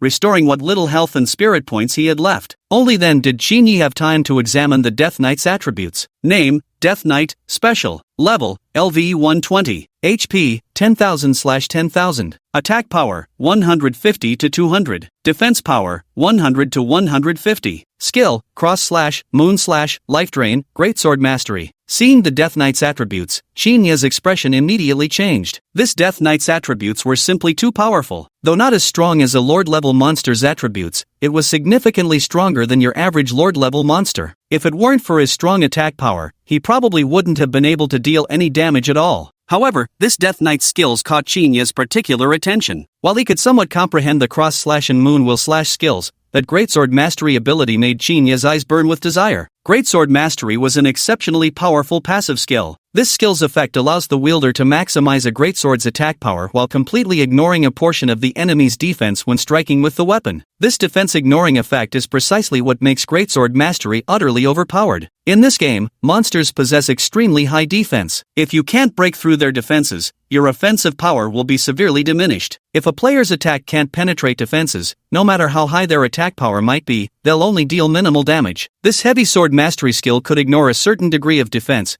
and in Chinya's view, this defense-piercing effect could absolutely ignore any monster's defenses. Though faint regret lingered in his heart, Xinyi didn't hesitate and immediately picked up the cruciform sword from the ground. For melee classes, a weapon with formidable attack power was absolutely crucial. Moreover, this cruciform sword possessed astonishing attack power. It already matched the offensive might of Chinya's moonwheel slash technique. As for that greatsword, Xinyi didn't bother to pick it up. Although the greatsword possessed tremendous attack power, it had already been used by the Death Knight and had completely lost its durability. Had Xinyi picked up that greatsword, he would have needed to repair it before being able to use it. Doing so would have consumed far too many resources. Though it was a pity not acquiring the heavy sword mastery skill from slaying the Death Knight, Xinyi felt he hadn't come out at a loss. Though the broadsword's attack power wasn't as strong as a greatsword's, it proved far more practical in use. This meant Xinyi no longer needed to worry about weapon issues. After equipping the broadsword, Xinyi immediately stood up while remaining alert to any movements around him. Although it was nighttime, Xinyi didn't rush off to find the boss recklessly. Instead, he decided to stay and cultivate to restore his health points and mana. The battle just now had been extremely intense. If not for Xinyi's exceptional strength, he would have likely met his end already. Therefore, Xinyi decided to cultivate where he was, recovering both his health and mana. At the same time, Xinyi resolved that once his strength was fully restored, he would immediately set off to find the boss. Though the Death Knight was incredibly powerful, the boss was overwhelmingly stronger. If I could defeat the boss, I'd definitely acquire the heavy sword mastery skill.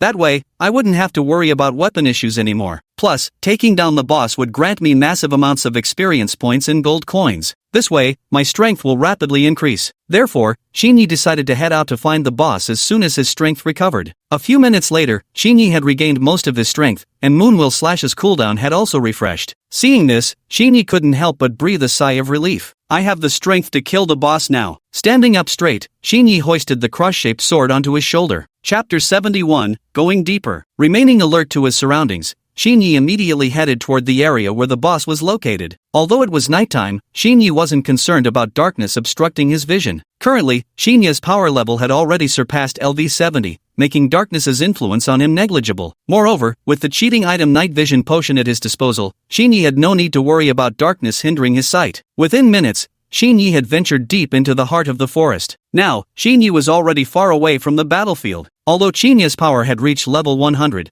the forest was simply too vast, and it housed many powerful bosses, so Xinyi still felt somewhat uneasy. However, he was now close to the boss's territory. According to the intelligence Xinyi obtained, this boss was hiding inside a cave, and this cave was located in the deepest part of this forest. After advancing a few more minutes, Xinyi had already arrived before a cave entrance. The cave was extremely well hidden. Without the map Xinyi had acquired, it would have been impossible to find. According to the map's markings, this cave is the boss's territory, but the cave entrance was completely obscured by dense vegetation. Without the map, Xinyi would never have spotted this hidden cave. Staring at the cavern's entrance, Xinyi swallowed hard. This cave is truly bizarre. Although this cave is the only path leading to the boss's lair, it's completely straight, meaning, if I rush in recklessly, I'll get ambushed from behind by the boss. In that case, I'd be in grave danger. So Xinyi decided to first scout around the cave entrance to see if there was a route to bypass the boss from behind. After more than 10 minutes, Xinyi finally discovered a way to get behind the boss. Although this method was somewhat troublesome, it could guarantee his safety, because this method required Xinyi to set up a teleportation scroll within the boss's lair. This way, once he defeated the boss, he could instantly return to its lair using a teleportation scroll. However, this method required Xinyi to enter the boss's lair, so he first needed to lure the boss out. But this cave is far too well hidden.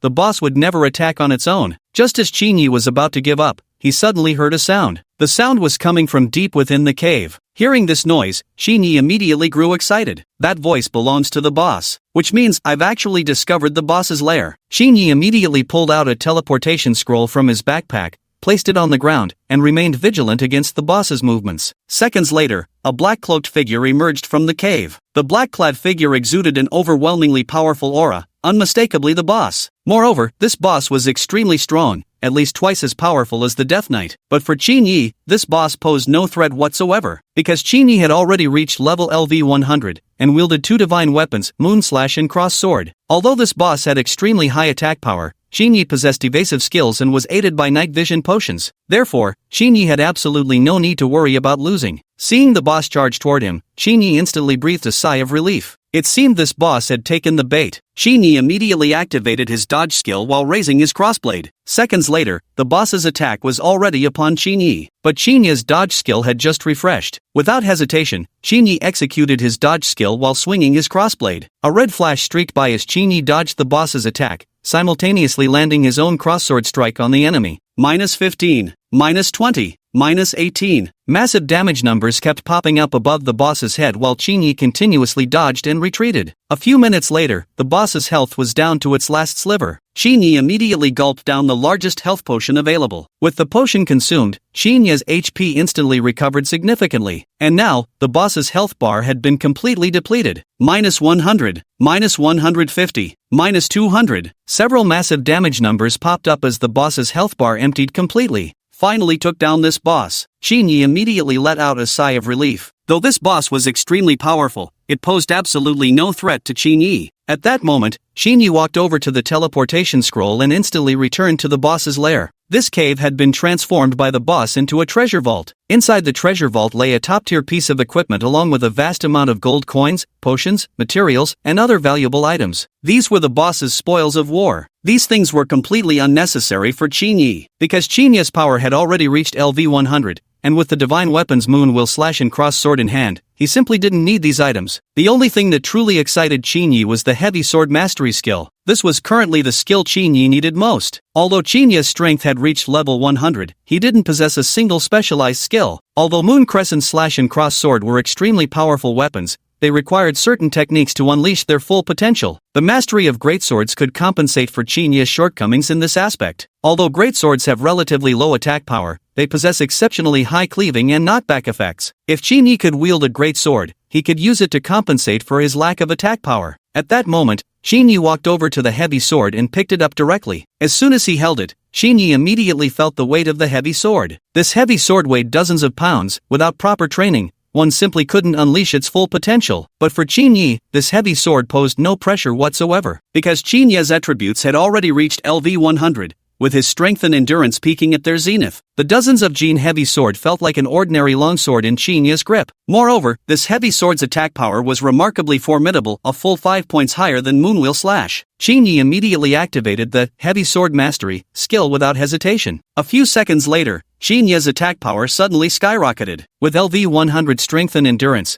combined with the greatsword mastery skill, Qin now possessed two abilities. This meant Qin had now become a true warrior. No longer a mere fist disciple, but a genuine warrior. Excitedly, Qin brandished his greatsword and activated the skill, Nightblade. A crimson light flashed as multiple damage values erupted from the greatsword. Chapter 72, Return to Bright Light City. These damage values aligned perfectly, each strike dealing over 20 points of damage. Seeing this damage value, Qin was instantly stunned. This damage value hasn't even reached the peak condition of LV 100 yet, which means, if he could master greatsword proficiency properly, his attack power could reach at least 30 points or higher. This was absolutely a terrifying figure. At the moment, Qin swung the heavy sword a few more times, practicing the heavy sword mastery skill. A few minutes later, Qin had gained some understanding of this skill. Now Qin could already unleash the greatest power of the heavy sword. At that moment, Qin slung the heavy sword over his shoulder and left the treasure vault. Leaving the cave, Qin walked towards Radiant City with the heavy sword on his back. An hour later, Qin had already arrived at the gates of Radiant City. Welcome back to Radiant City. The guards immediately smiled and greeted him when they saw Qin. Thank you. Qin nodded, then entered the City of Radiance. Upon entering the City of Light,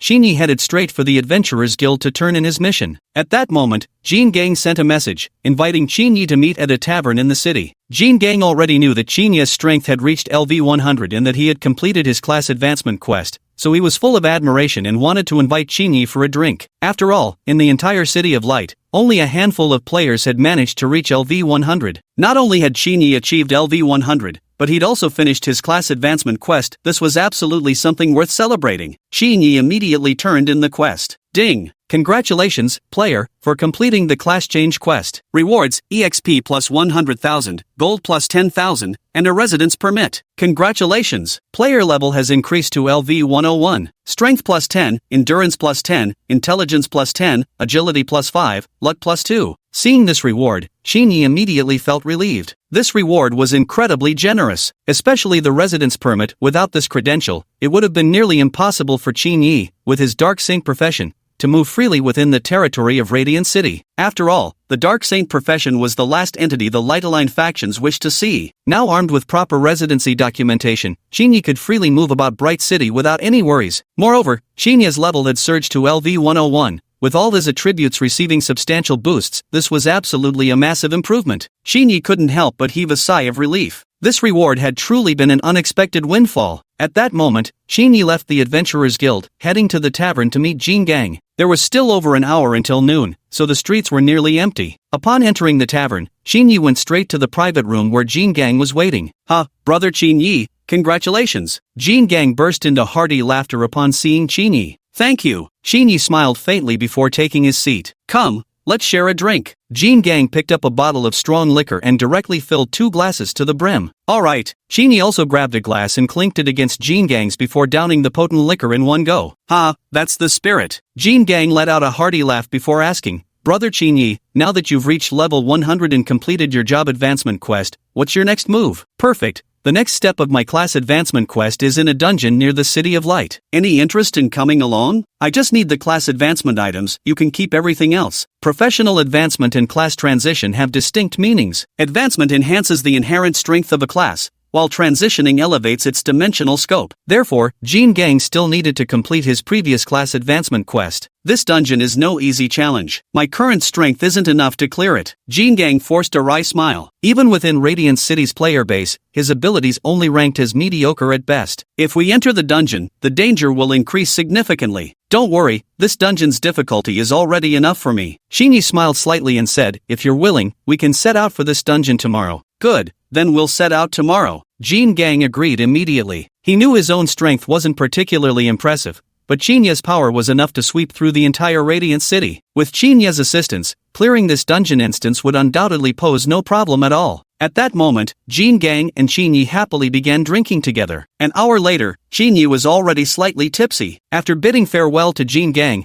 Xinyi left the tavern and returned to his humble room in the Commoners' District. Once inside his room, Xinyi collapsed straight onto the bed. Today, Xinyi had an exceptionally fruitful harvest. Not only did he obtain the divine weapon, Heavy Sword, but he also completed his job advancement quest and leveled up to LV-101. What's even more crucial is that the next step of his job advancement quest is already secured. He just needs to team up with King Kong to enter the dungeon. This trip to Radiant City truly yielded bountiful rewards. Xinya's current strength could already be considered quite formidable, but he didn't let this make him complacent. After all, in the game world, survival depends on continuously improving one's abilities. Moreover, as the Dark Saint, Xinyi naturally wouldn't have an easy time living among the forces of light. If he wanted to live peacefully within the City of Light, he had to ensure his power reached levels capable of opposing the forces of light. Xinyi's level has now reached LV-101, and his attributes have significantly increased. But Xinyi wasn't satisfied with just that. For Xinyi, leveling up was only one part of becoming stronger. Beyond that, there were still skills, equipment, and more, all things that could enhance his power. Especially when it comes to skills, due to the existence of the divine level passive system, he was practically unable to learn any active skills, only passive ones. However, divine-grade passive skills were more than sufficient for Xinyi. One shouldn't be too greedy. With these thoughts in mind, Xinyi slept straight through till dawn. The next day, he arrived outside the city gates to meet up with Jin Gang. Without wasting words, the two set off straight for the city outskirts. But just as they neared their destination, Xinyi suddenly halted, unleashing his passive mental aura. You've been trailing us the whole way, hiding like cowards. What do you want? As his words fell, Xinyi swung his greatsword, cleaving straight through a nearby tree. Several figures leaped out from the surroundings. Celestial Pride Pavilion has come to pay a visit. Since you killed our members during the Bloody Pope incident, shouldn't you pay some compensation? Chapter 73, Rematch with Celestial Pride Pavilion. The man leading them wore all black with a mask covering his face, his voice hoarse and rasping. Xinyi slightly furrowed his brow. He naturally recognized this black-clad man. The man was one of the members of the Celestial Pride Pavilion within the Bloody Pope sect. Previously, within the Bloody Pope sect,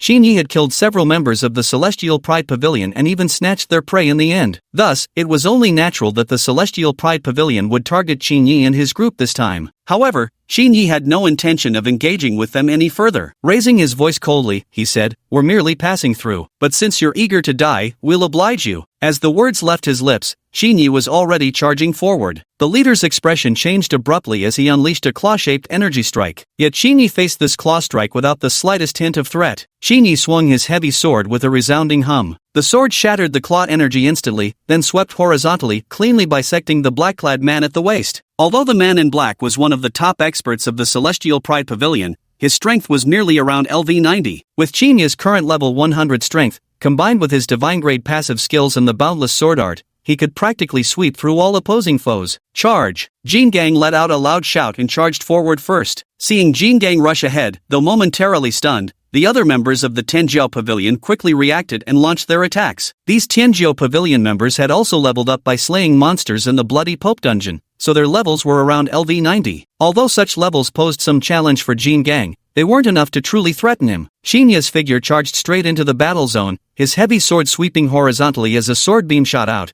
instantly decapitating a member of Tianjiao Pavilion. As the head tumbled to the ground, the body collapsed with a thud. Operating the Wuji sword art, Shinya's sword strikes were extraordinarily fast, his attacks bizarre and unpredictable. Though the Tianjiao Pavilion members were high level, they couldn't pose the slightest threat to him. Although Jingong's strength couldn't match Qinye's, his expertise in power and defense allowed him to skillfully tie up two Tianjiao Pavilion members. But if this continued, Vidra would be exhausted sooner or later. And once Vidra was killed, with Qinye alone, he probably wouldn't be able to withstand the remaining 4 members of the Celestial Pride Pavilion. With this thought, Qinye immediately shouted, "Vidra, run!" As the words fell, Qinye's figure vanished on the spot. The next instant, he appeared before a member of the Heavenly Pride Pavilion. The member's eyes widened in shock, feeling only a sudden chill in his abdomen before his body was sent flying. After landing, Qinye's figure flickered once more, reappearing behind another member of the Heavenly Pride Pavilion. A cold glint flashed, the member's back was pierced clean through by the heavy sword. After cutting down 2 Heavenly Pride Pavilion members with just 2 strikes,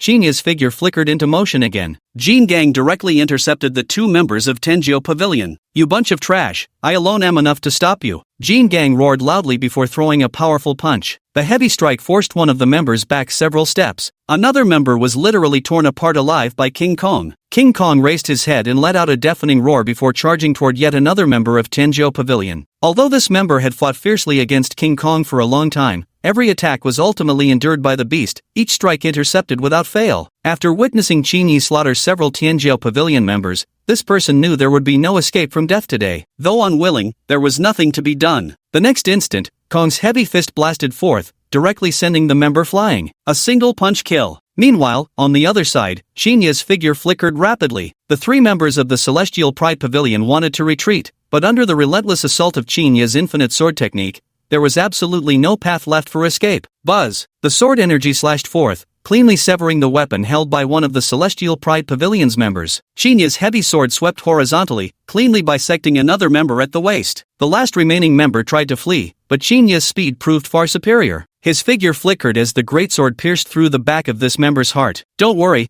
I'll let you die with understanding." Qinye swiftly retreated, while the member collapsed to the ground clutching his back. Though the greatsword hadn't pierced his heart directly, the sheer force of that strike had blasted a gaping hole through his back. The massive blood loss left this member's face ashen pale. Meanwhile, Qinye stood firmly in place as his heavy sword vanished, replaced instead by the boundless sword. With the boundless sword resting horizontally before him, Qinye narrowed his eyes slightly. "Since you've come seeking death today, don't blame me for what happens next." After these words were spoken, Qinye's figure had already vanished from his original position. At this same moment, Jin Gang had just finished slaying the last remaining member of the Tianjiao Pavilion. After dealing with these people, Qinye turned to King Kong and said, "Once I help you complete your class advancement quest, we should find an opportunity to deal with this Celestial Pride Pavilion." This mysterious organization had caused considerable trouble since its appearance during the Bloody Pope incident last time. If not for the Blood Devourer's assistance in the end, they might not have made it through that dungeon. This time at the Tianjiao Pavilion, although there were some mistakes, there's no denying that this organization remains a constant source of trouble. Although we've eliminated these members this time, the Tianjiao Pavilion will undoubtedly send more people. So, Qinye must uproot this organization completely before that happens. "No problem on my end." Jin Gang raised his head and then spoke. Qinye nodded, sheathed the boundless sword, and then walked in another direction. Jin Gang's figure flickered as he followed suit. However, when they arrived at the class advancement quest,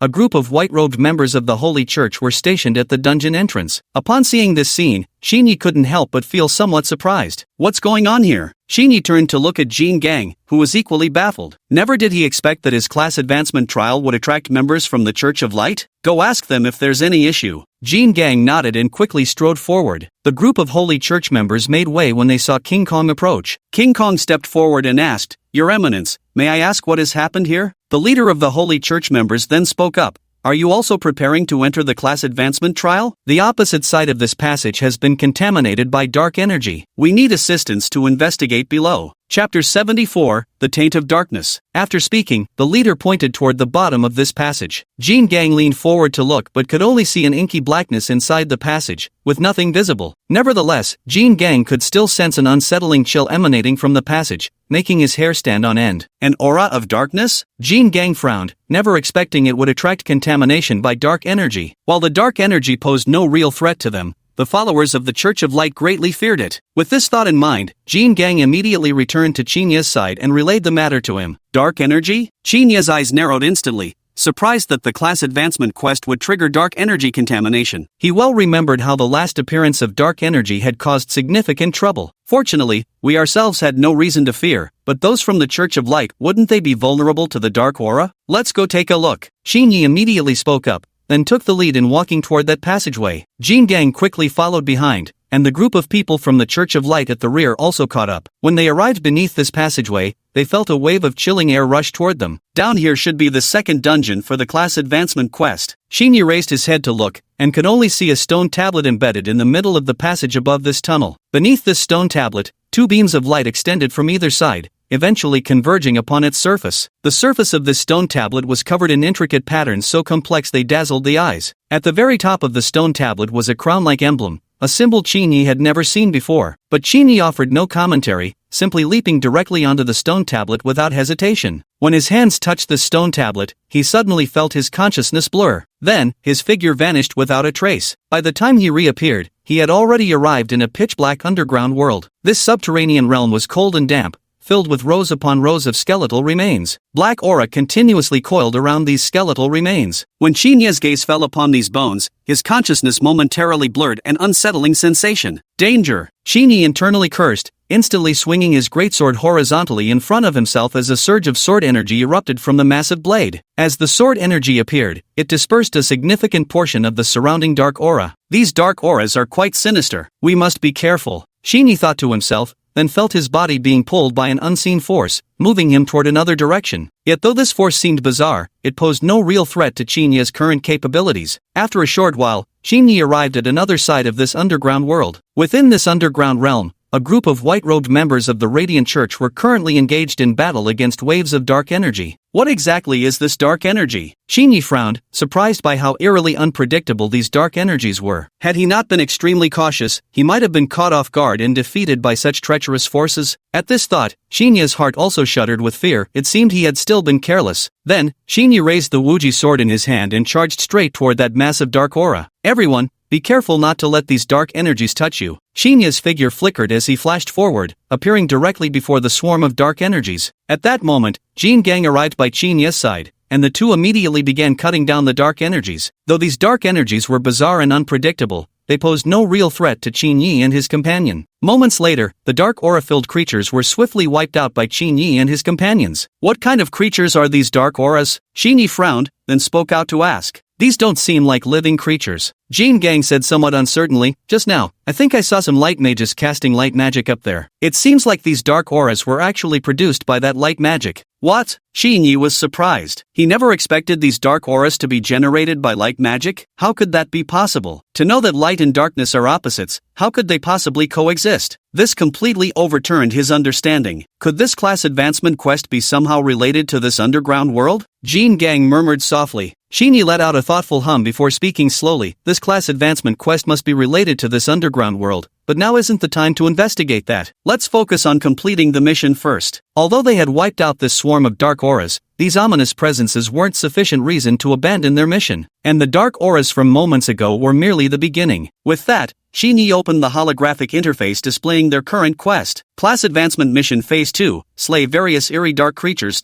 When this mission appeared, Chinyi felt a weight lift from his heart. Though this task still involved slaughtering dark creatures, these beings were on an entirely different level compared to the previous dark miasma. That earlier dark aura had been terrifyingly sinister. Had he not been cautious, he might well have met his downfall against such insidious forces. However, since these dark creatures are the source of the dark aura, their strength must not be weak, making this mission quite dangerous. With this thought, Qin Yi immediately spoke up, Jin Gang, let's be careful. Jin Gang nodded, and then the two of them advanced deeper into this underground world. Meanwhile, numerous members of the Church of Light were hunting down these dark creatures around them. Though their strength was lacking, under Qin Yi's leadership, they managed to barely hunt down some dark creatures. As they advanced, they noticed the dark creatures were growing increasingly stronger. From initial dark aura creatures to later dark demon wolves, and eventually dark demon apes. The strength of these dark creatures rose from level 70 to 100 at the start. Had it not been for Qin Yi's sudden leap in power, they truly wouldn't have been able to handle them. Your dungeon level is a bit high this time. Chapter 75, Ongoing Exploration. Jin Gang pondered for a moment before speaking up. Actually, this dark underground world has 3 layers in total. Right now, we've only reached the second layer. The dark creatures on the third layer are even more terrifying in strength. What? Qin Yi was somewhat surprised. Never had he imagined this dark underground world would span 3 entire levels, completely overturning his understanding. Do you know how this dark underground world came to be? I don't know, but I've heard this dark underworld only appeared after the decisive battle between the Church of Light and the Dark Church. As for how exactly it was formed, that remains unknown. Qin Yi frowned, never expecting that this dark underground world had actually emerged only after the decisive battle between the Church of Light and the Dark Church. This was utterly mind-boggling. After all, the Church of Light and the Dark Church were 2 faiths as incompatible as fire and water. Any final confrontation between them would undoubtedly be an Armageddon-level war. And this dark underground world is very likely the product of this apocalyptic war. These dark creatures seem to have multiplied considerably. Jin Gang spoke up. Qin Yi looked ahead, immediately furrowing his brows. Within his line of sight, densely packed dark creatures were continuously surging toward them. These dark creatures may not be particularly strong individually, but their numbers are overwhelming. If they were to be surrounded by these dark creatures, they would undoubtedly meet a gruesome end with no place to be buried. Everyone, be careful, don't let any of these dark creatures touch you. Qin Yi's figure flickered as he swiftly vanished and reappeared right in front of the swarm of dark creatures. At this moment, King Kong also arrived by Qin Yi's side, and the two of them began slaying these dark creatures. Although there were many dark creatures, their strength wasn't particularly formidable, so they posed little threat to Qin Yi and his companions. A short while later, the entire swarm of dark creatures had been completely wiped out by Qin Yi's group. Though these dark creatures weren't extremely powerful, we still were too careless. Jin Gang spoke first. Qin Yi nodded slightly. Although these dark creatures weren't particularly powerful, their sheer numbers were overwhelming. If they got surrounded by these creatures, their chances of survival would be slim. Let's keep moving forward, Qin Yi said calmly. Though numerous dark creatures blocked their path,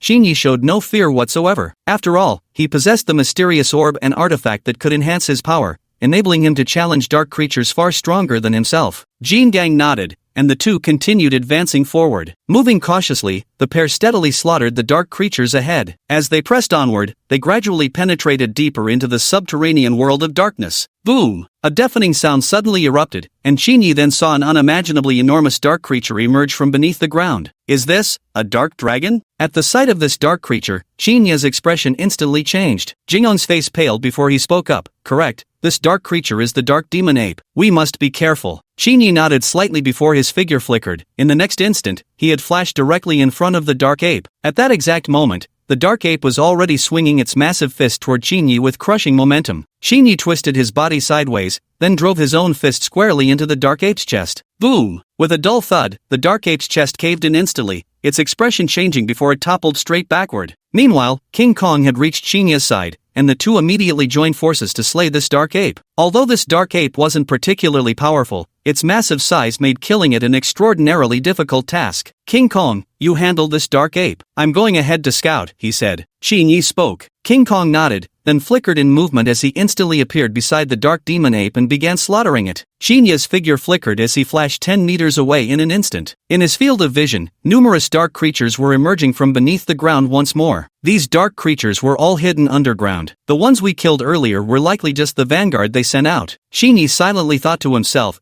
then his figure flickered as he instantly appeared before these dark creatures. Though these dark creatures weren't particularly strong, their speed was extraordinary. Were it not for Qin Yi having the assistance of a divine-level passive system, he truly might have found it difficult to eliminate them. Boom, boom, boom. As Qin Yi continuously pummeled these dark creatures, his punches grew increasingly heavier. Though these beings were weak, under the influence of his divine-level passive system, his strength kept rising, making it easier and easier for him to slaughter them. Moments later, the entire group of dark creatures was wiped out by Qin Yi. This dark underground world is truly bizarre. Genie frowned, then his figure flickered as he instantly appeared beside King Kong. At this moment, King Kong was locked in an intense battle with the dark ape, whose massive body was already covered in wounds. Despite its enormous size, the dark ape was far inferior to King Kong in terms of strength. After all, King Kong had comprehended the killing intent and mastered the indestructible Vajra technique. Though his level hadn't reached 100 yet, he was already around level 80. Watch out! Xinya's figure flickered as he instantly appeared beside Jin Gang, then landed a forceful punch on the dark demon ape's body. Bang! With a dull thud, the dark demon ape's chest immediately caved inward. Letting out a strange screech, it collapsed straight downward. At this moment, both Qin Yi and Jin Gang exhaled a long sigh of relief. What's your job advancement requirement? After making it this far, it should finally appear, right? It can't possibly require exploring the next level. With our current strength, venturing into the third layer seems almost impossible. Qin Yi asked Jin Gang with a slightly furrowed brow. Jin Gang raised an eyebrow in response before checking his mission log. The quest has updated, he said. We need to hunt down something called the Dark Machinist in the southwestern sector and retrieve a mechanical arm. The recommended level for this mission is 100 to 120. That's pretty high. Chapter 76, Battle Against the Dark Machinist. Xinya's lips twitched involuntarily. The required level for this mission was absurdly high. This meant they would have to slaughter every last dark creature, locate that specific dark mechanist, eliminate it, and retrieve its mechanical arm before the mission could be completed. Our next move is to head southwest, he said. That area should be the central zone of this underground world. We'll need to proceed with extreme caution, Qin Yi declared. Jin Gang nodded in agreement, and the two of them pressed forward. As they progressed further, this underground world grew increasingly bizarre, with the number of dark creatures multiplying, many of which were formidable in strength. However, both Qin Yi and Jin Gang dealt with these dark creatures with extreme caution, while also remaining highly alert to changes in their surroundings. At the slightest sign of danger, they would immediately go on high alert. Watch out! Qin Yi suddenly shouted in alarm before his figure flickered, swiftly darting to Jingong's side. Before King Kong could react, a figure burst forth from the ground beside him. A dark mechanic? At the sight of this figure, both King Kong and Xinya's expressions shifted slightly. The dark mechanic was a being clad in black mechanical armor, continuously excavating mechanical bugs from underground before commanding them to attack Qin Yi and King Kong. Although these mechanical insects aren't particularly strong, there are just too many of them. We'll have to take care of them first. Qin Yi spoke up. King Kong nodded in agreement, and the two of them began cutting down the swarm of mechanical insects. Though the mechanical insects weren't formidable on their own, under the command of the Dark Machinist, they still proved to be quite troublesome for Qin Yi and King Kong. Jin Gang, hold off these mechanized insects first. I'll find a way to deal with those dark mechanics. Qin Yi spoke up. Jin Gang nodded, then he immediately resumed fighting against the swarm of mechanized insects. Qin Yi began seeking an opening, continuously maneuvering around the Dark Machinist. Finally, he seized his chance. His weapon suddenly slashed out, striking the Dark Machinist cleanly. Ha! The Dark Machinist let out a sudden grunt. It had been controlling a swarm of mechanical insects to assault Jin Gang, but as Xinya's blade landed, it immediately coughed up a mouthful of blood. Then, it turned a fearful gaze toward Qin Yi. It never expected that this man who had been striking from the shadows would dare to confront it directly. Go! Qin Yi swung his blade once more. This time, he directly activated his divine-level passive system, causing his slash to transform into an afterimage and strike the dark mechanist at a speed exceeding 200-fold. Boom! With a muffled sound, the dark mechanic's chest was instantly shattered by Xinya's blade strike, letting out an eerie shriek as its body convulsed violently. Beep beep beep. Mechanical alarm sounds continuously echoed throughout the area as clusters of light flickered across the dark mechanic's body, followed by increasingly violent tremors.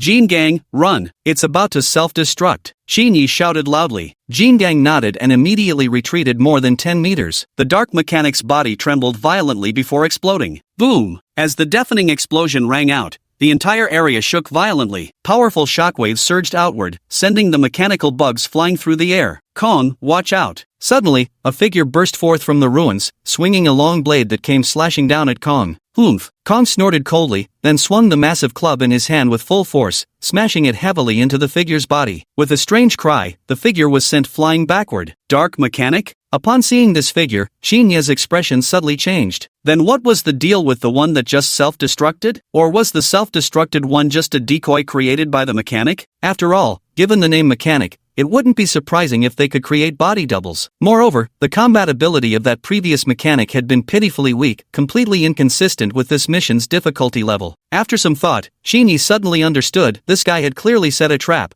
waiting for them to walk right into it. Brother Jin Gang, be careful. This dark mechanic seems far more powerful than the ones we've faced before. Xin Yi spoke up. Jin Gang nodded, then he tensed up instantly, locking eyes with the dark mechanist in a tense standoff. Unlike the previous dark machinist, this one didn't have any mechanical insects. Its entire body was covered in thick black armor, making it resemble a colossal steel beast. Go! Shinyi flicked his long blade, sending a blade aura hurtling toward the dark mechanist. The dark mechanist screeched in response, suddenly hurling a black spear from its hand to collide directly with Chinya's blade energy. Boom! With an earth-shattering explosion, the dark armor covering the dark mechanist's entire body trembled violently. Letting out another eerie scream, it lunged straight toward Chinyi. At the same time, Jin Gang unleashed his full power. His massive club swung relentlessly through the air before crashing down upon the dark mechanist's form. Bang bang bang! Blow after blow rained down, causing the dark mechanic's body to convulse incessantly. The black armor covering its entire frame began to fracture under the assault, and the creature screeched wildly as it retreated in desperate retreat. Golden Kong, watch out! Suddenly, the dark mechanic shuddered violently before thrusting its black spear toward Jin Gang with startling speed. With a cold snort, Jin Gang dodged with a flash and instantly reappeared behind the dark mechanic. His massive club whirled around in a sweeping motion before crashing heavily into the dark mechanic's body. Boom! A dull thud echoed as the dark mechanic staggered from the impact. Swiftly turning around, it brandished its spear furiously, unleashing wave after wave of dark energy beams toward Jin Gang. With an eerie screech, Jin Gang twisted agilely through the air, nimbly evading the relentless barrage. As he watched Jin Gang and the dark mechanic locked in combat,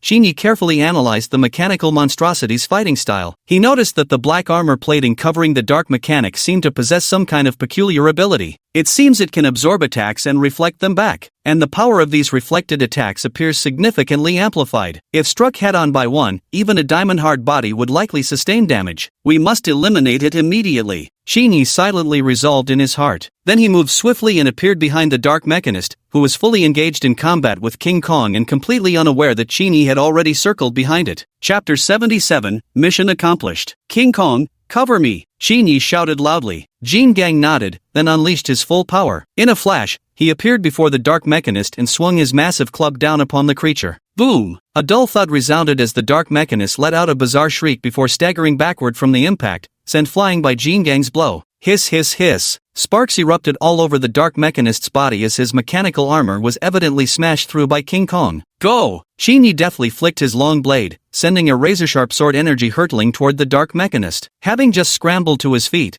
the mechanist failed to notice Shinyi's attack. Bang! The blade's energy struck the dark mechanist, sending it flying backward as its body trembled violently, looking as though it might explode at any moment. Boom! With an ear-splitting explosion, the entire area shook violently. Powerful shockwaves surged outward, sending Shinyi and King Kong hurtling through the air. Beep, beep, beep. Suddenly, mechanical sounds rang out again, causing Chinya's expression to change slightly. He looked up and realized that over a dozen mechanical insects had appeared in the ruins unnoticed, all charging relentlessly toward him and King Kong. Watch out! Shinyi shouted loudly. At the same time, he swung the long blade in his hand toward the mechanical insects, sending streaks of blade energy flying straight at them. Bang, bang, bang. With a series of muffled explosions, the mechanical insects burst apart, sending Shinyi and King Kong flying back from the shockwave. King Kong, are you alright? Shinyi struggled to his feet and then called out loudly. Jin Gang nodded, then asked loudly, Shinyi, what should we do now? Shinyi surveyed the surroundings before speaking. Jin Gang, I suspect these mechanical bugs serve as a surveillance system in this area. We need to locate the mechanist's core body. Only by eliminating the mechanist can we stop these mechanical bugs. Understood. Jin Gang nodded, then swung his massive club, smashing through the mechanical bugs before charging forward. Shinyi also took out an invisibility talisman and immediately submerged underground,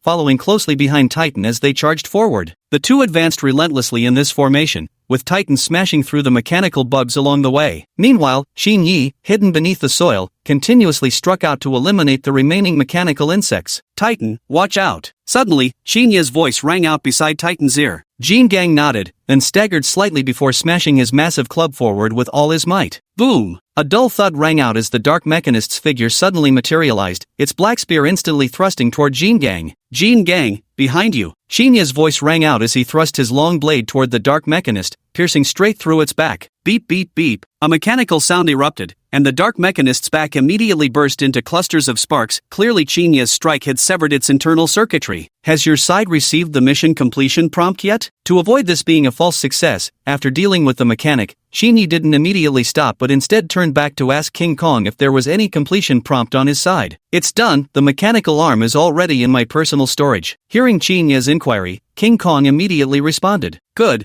Let's head back then. Shinyi nodded, then drove his long sword into the ground with a thrust. In the next instant, he leapt skyward, soaring into midair. With a wave of his hand toward King Kong, the two swiftly charged back the way they had come. Every mechanized insect along their path was violently smashed to pieces by the duo. Meanwhile, Shinyi, concealed beneath the earth, continuously struck out, clearing all robotic insects from their route. Half an hour later, they returned to their original position. King Kong had already installed that mechanical arm, which now pulsed rhythmically with glowing light. Beep, beep, beep. As mechanical voices sounded one after another, all the mechanical insects in the ruins gathered beside this robotic arm. Then, sparks continuously flickered across their bodies, and the entire arm was visibly dismantled by these mechanical bugs at an astonishing speed. Phew! Shinyi let out a long sigh. He hadn't expected this mission to be so troublesome. If not for his seamless coordination with Jin Gang, they might not have been able to complete it at all. Beep beep beep. At this moment, the system's voice echoed in Shinyi and Jin Gang's ears again. Ding! Congratulations on completing the mission, the Mechanics Rebellion. Reward obtained, 1000 EXP and 100 gold coins. Ding! Congratulations on leveling up, level 4. Ding! Congratulations on obtaining equipment, Dark Mechanics Armored Coat. As the system notifications sounded one after another, Shinyi and Jin Gang heard the messages in their ears. Phew, we finally did it. Shinyi exhaled in relief. The journey had been truly perilous. If not for their seamless cooperation, they might not have made it back alive. Yeah. Jin Gang nodded, barely able to contain his eagerness as he shifted slightly, clearly impatient to change into this dark mechanist's armored jacket. After all, he'd been wearing that same tattered and worn-out armor all this time. Now that he finally had new gear to try on, of course he wanted to see just how much stronger it would make him. Jin Gang, go ahead and put it on now. Shinyi watched as Jin Gang's figure moved slightly, then he spoke. Jin Gang nodded, then staggered slightly. The tattered armor on his back fell to the ground with a clatter as his body trembled slightly. Streaks of black light began flashing continuously across his form. Whoosh! As the black flashes of light pulsed, mechanical sounds immediately echoed through the ruins. Jin Gang's body slowly rose into midair while continuously contorting, his form wreathed in swirling masses of black radiance. Bang! With a series of dull thuds, the corpses of mechanical insects continuously fell from midair to the ground, while Jingong's figure slowly descended from the sky. Chapter 78, Harvest. It worked! Shinyi watched as Jingong's figure slowly descended from the sky. Then he moved slightly and appeared beside Jin Gang, opening his mouth to ask a question.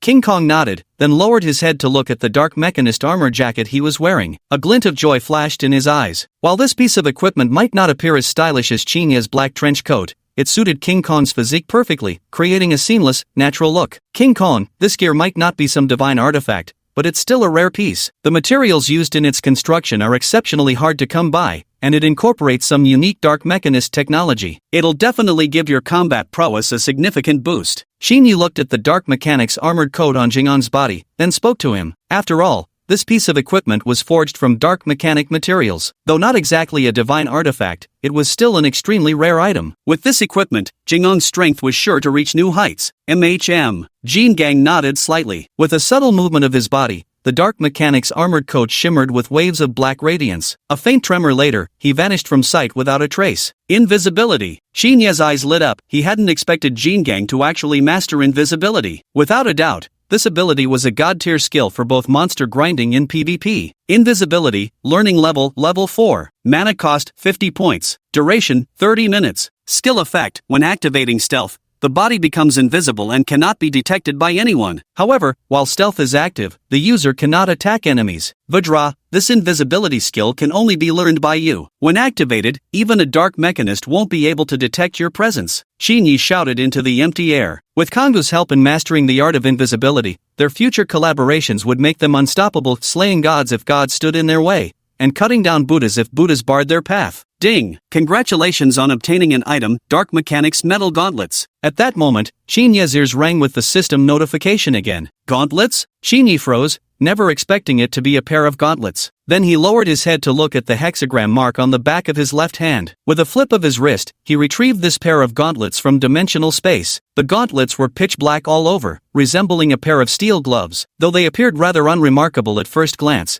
Xinyi could distinctly sense the intense metallic aura radiating from them. These gauntlets seemed to be made of similar material as that death scythe from before. Xinyi murmured softly into the empty air. Jin Gang remained silent, but Xinyi could sense that he had probably figured it out too. This piece of equipment is unique to Dark Mechanists, crafted from extremely rare materials. It embodies some of the Dark Mechanists' proprietary technological advancements. These gauntlets possess formidable attack power, along with 2 special abilities. At this point, Xinyi suddenly recalled the 2 special abilities of this equipment. His eyes lit up before he spoke aloud, addressing the empty air. Jin Gang, this gear has 2 special skills. The first is Armor Break. When activated, it ignores 30% of the enemy's defense and cannot be countered with damage reflection. The second skill is Heavy Blow. Each strike carries an additional 10% of the target's max HP as bonus damage, while simultaneously ignoring 30% of their defense with every hit. Xinyi spoke as he equipped the Dark Mechanics metallic gauntlets onto his hands. Then with a flip of his hand seal, he cast an appraisal skill directly at the pair of gauntlets. Appraisal skill, learning level rank 4. Mana consumption 50 points. Duration unlimited. When using the appraisal skill, you can identify the attributes and special effects of equipment. After casting appraisal on the pair of gauntlets,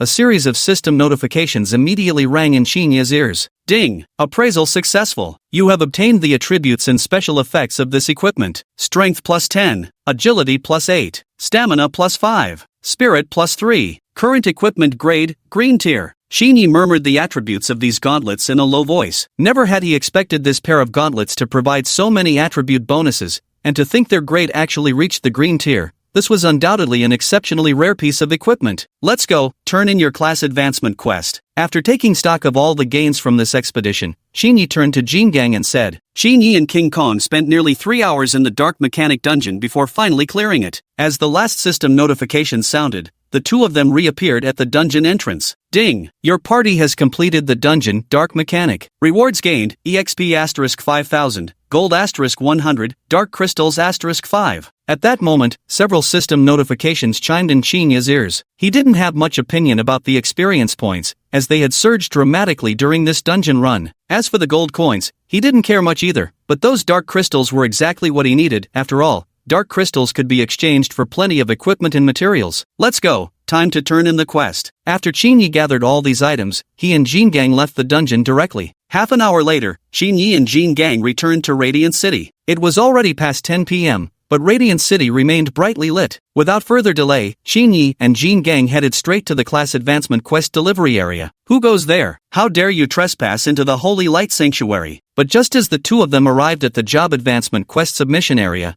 they encountered a bishop-cloaked priest head-on. I'm here to turn in my job advancement quest, Your Eminence. Seeing this, King Kong immediately displayed his quest item to avoid causing conflict here. As for why the Archbishop had acted so recklessly, Xinyi understood it was almost certainly due to his Dark Saint profession. Chapter 79, The Holy Light Church. Dark Saint? The Archbishop frowned upon seeing the mission item presented by King Kong, then said to him, Follow me, I'll take you inside. With that, the Archbishop turned and walked straight toward the job advancement quest submission window. Seeing this, King Kong promptly followed behind the Archbishop. Though the Archbishop didn't appear particularly amiable, he was one of the highest authorities here. Without his guidance, there was a 9 in 10 chance they'd be stopped by the clergy of the Radiant Sanctuary. Observing this, Xinyi immediately stepped in line behind King Kong. Then the pair, the priest and the Dark Saint, headed straight for the class advancement quest submission window. Your Eminence, this is the one submitting the class advancement quest. At this moment, the Archbishop ushered Jin Gang behind the counter. Then Jin Gang directly presented 4 pieces of equipment and a class advancement certification item from his inventory. Dark Mechanics advancement item? When Kong Gang handed over the proof of profession advancement item,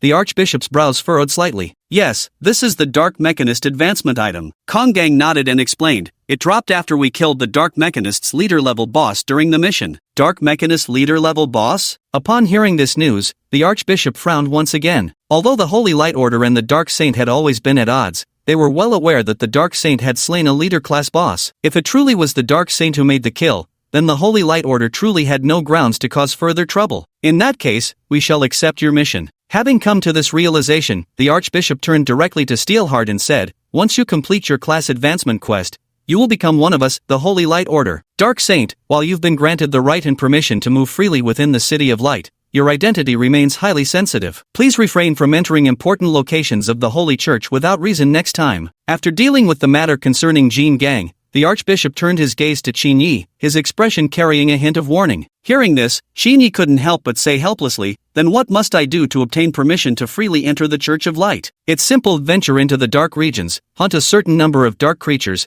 and earn the title of Champion of Light. The higher the rank of your title, the more areas you'll be permitted to access. In response to Qin Yi's question, the Archbishop spoke again. Although venturing into the dark zone to hunt dark creatures would be an extremely dangerous task for others, for Qin Yi, it was an effortless endeavor. After all, with Vajra as his ultimate weapon, the dark creatures were barely worth a glance. After saying this, the Archbishop turned and left without hesitation. Seeing this, Vajra immediately called out to him, "Your Excellency, Archbishop, when can I become a full-fledged Holy Knight?" "When you're strong enough to face the dark creatures on your own." The Archbishop turned his head, indifferently spoke a single sentence to Jin Gang, then departed the place without hesitation. Jin Gang was left utterly speechless upon hearing these words. He had thought that submitting this job advancement mission would earn him some merits and allow him to become a full member ahead of schedule. Yet, things didn't turn out as expected. Golden Vajra, this Church of Light is no ordinary foe. Seeing this, Qin Yi also said thoughtfully. He had originally thought this Church of Light was nothing special, but now it seemed their strength was truly formidable. Just having an Archbishop stationed in the outer city alone, the inner city's forces must be even more terrifying. "Let's go, we're heading back." After realizing this point, Qin Yi turned around and left without hesitation. For him, the Radiant Church was indeed extremely formidable, but his current goal was to earn gold coins and dark crystals. Therefore, the might of the Radiant Church held little relevance to him. After completing the mission delivery, Qin Yi returned directly to his residence. When he returned to his residence, it was already past midnight. Qin Yi opened the system interface and took stock of all his gains this time. This time, by defeating the dungeon boss-level Dark Mechanist, he earned nearly 20,000 gold coins. In addition, he also obtained 20 dark crystals. This profit could be said to be exceptionally high. You should know that when the Light Camp kills members of the Dark Camp, they gain at most 50% of the rewards, and that only applies to killing ordinary members. If they dare to kill a Dark Camp officer, it's basically a death sentence with no way out. Of course, the same goes for those in the Dark Camp. It's precisely because of such risks that the two sides constantly battle each other, with ordinary members and low-ranking officers avoiding direct confrontations with high-level opponents. This, in turn, leads to a high mortality rate among these elite fighters. But the Dark Machinist, a boss-level enemy, was an exception. Qin Yi had also initially thought that defeating this leader-level boss would be fraught with great difficulty. Yet, the final outcome utterly defied his expectations. In addition to all this, he also gained a massive amount of experience points, leveling up 3 times in a row, jumping from level 105 to level 108. Ding! You have obtained the title Novice Light Supporter. Just as Qin Yi was taking inventory of his latest gains, a system notification tone rang in his ears. Qin Yi was slightly stunned. Title? With a thought, he opened his character interface. On his personal screen, the title Junior Light Guardian appeared before his eyes. This is likely the title that the former Light Bishop had mentioned. This title indeed represents recognition from the Light faction, and a particularly valuable one at that. It's important to understand that every member of the Light faction carries their own responsibilities and duties to uphold. Though he's merely a junior Light advocate, according to this title's rank, he can now access some important zones within the Light faction's territory. After opening his character interface, Qin Yi immediately equipped this title, Junior Light Advocate. Description: this serves as proof of your allegiance to the Light faction, allowing you to exercise certain privileged rights within designated areas. Rank: Junior. Qin Yi immediately equipped the title upon seeing it. Then he opened his inventory to examine the spoils of his latest endeavor. Chapter 80, Plans. In addition to all this, he also obtained some materials and equipment that could be sold to the system in exchange for gold coins. After a rough count, Qin Yi realized he had probably earned about 25,000 gold coins this time. In addition, he also obtained 20 dark crystals, several pieces of equipment, and materials. After selling all these gains to the system, Qin Yi discovered that he had actually earned 40,000 gold coins this time. This was double the amount in one go. I must say, this leader class boss is indeed a cash cow. Though this leader class boss poses no real threat to Qin Yi, there's no denying that the materials and equipment it drops are what truly matter. Looks like I should take advantage of others not having entered the Bright Zone yet and grind dungeons day and night with Jin Gang. The opening of the Myriad Races battlefield isn't far off now, Qin Yi muttered to himself. He understood all too well the true purpose of this world of awakened professionals. After surpassing level 100, participants from other races, or rather visitors from other worlds, would likely begin appearing one after another. Only then would the real bloodshed begin in the truest sense. In fact, Xinyi even suspected that the Tianjiao Pavilion organization might actually be a group sent from other worlds and races. All these matters would simply have to wait for future investigation to uncover the truth. The next morning dawned. Xinyi and Jin Gang met again after a good night's sleep, both now fully refreshed. Xinyi, what are your plans today? There's a special passage to the dark world outside the city walls. Want to go again? Sounds good. Perfect chance to level up my light advocate title, which will make moving around in light-affiliated territories easier later. Faced with Diamond's proposal, Xinyi agreed without hesitation. The title of Junior Light Devotee did come with certain limitations. While it granted access to some areas within the Light faction, its privileges ended there. If one wished to enter more core territories, upgrading the title to intermediate or advanced level would be necessary. The two proceeded outward together. Since there was now a direct passage leading to the Dark World, they decided to take this route. They reached the Dark World in just over 10 minutes, a journey that would normally have taken several hours. There were also some differences between the Dark World and the World of Light. First, the number of members in the Dark World is far fewer than in the Light World, probably because some members of the Dark World retain human forms, causing them to disperse across various regions. Meanwhile, in the Light World, since most humans are not player-controlled, they tend to gather and live together in settlements. Another notable point is that the Dark World and the Light World appear to be deliberately segregated. Previously, there were no Dark faction territories surrounding the Light World, and now, it seems the Dark World follows the same pattern. You should know that once you step out of the passageway of the Dark World, you're surrounded by complete darkness. There isn't a single living creature here. Even the ores and materials are in a semi-processed state,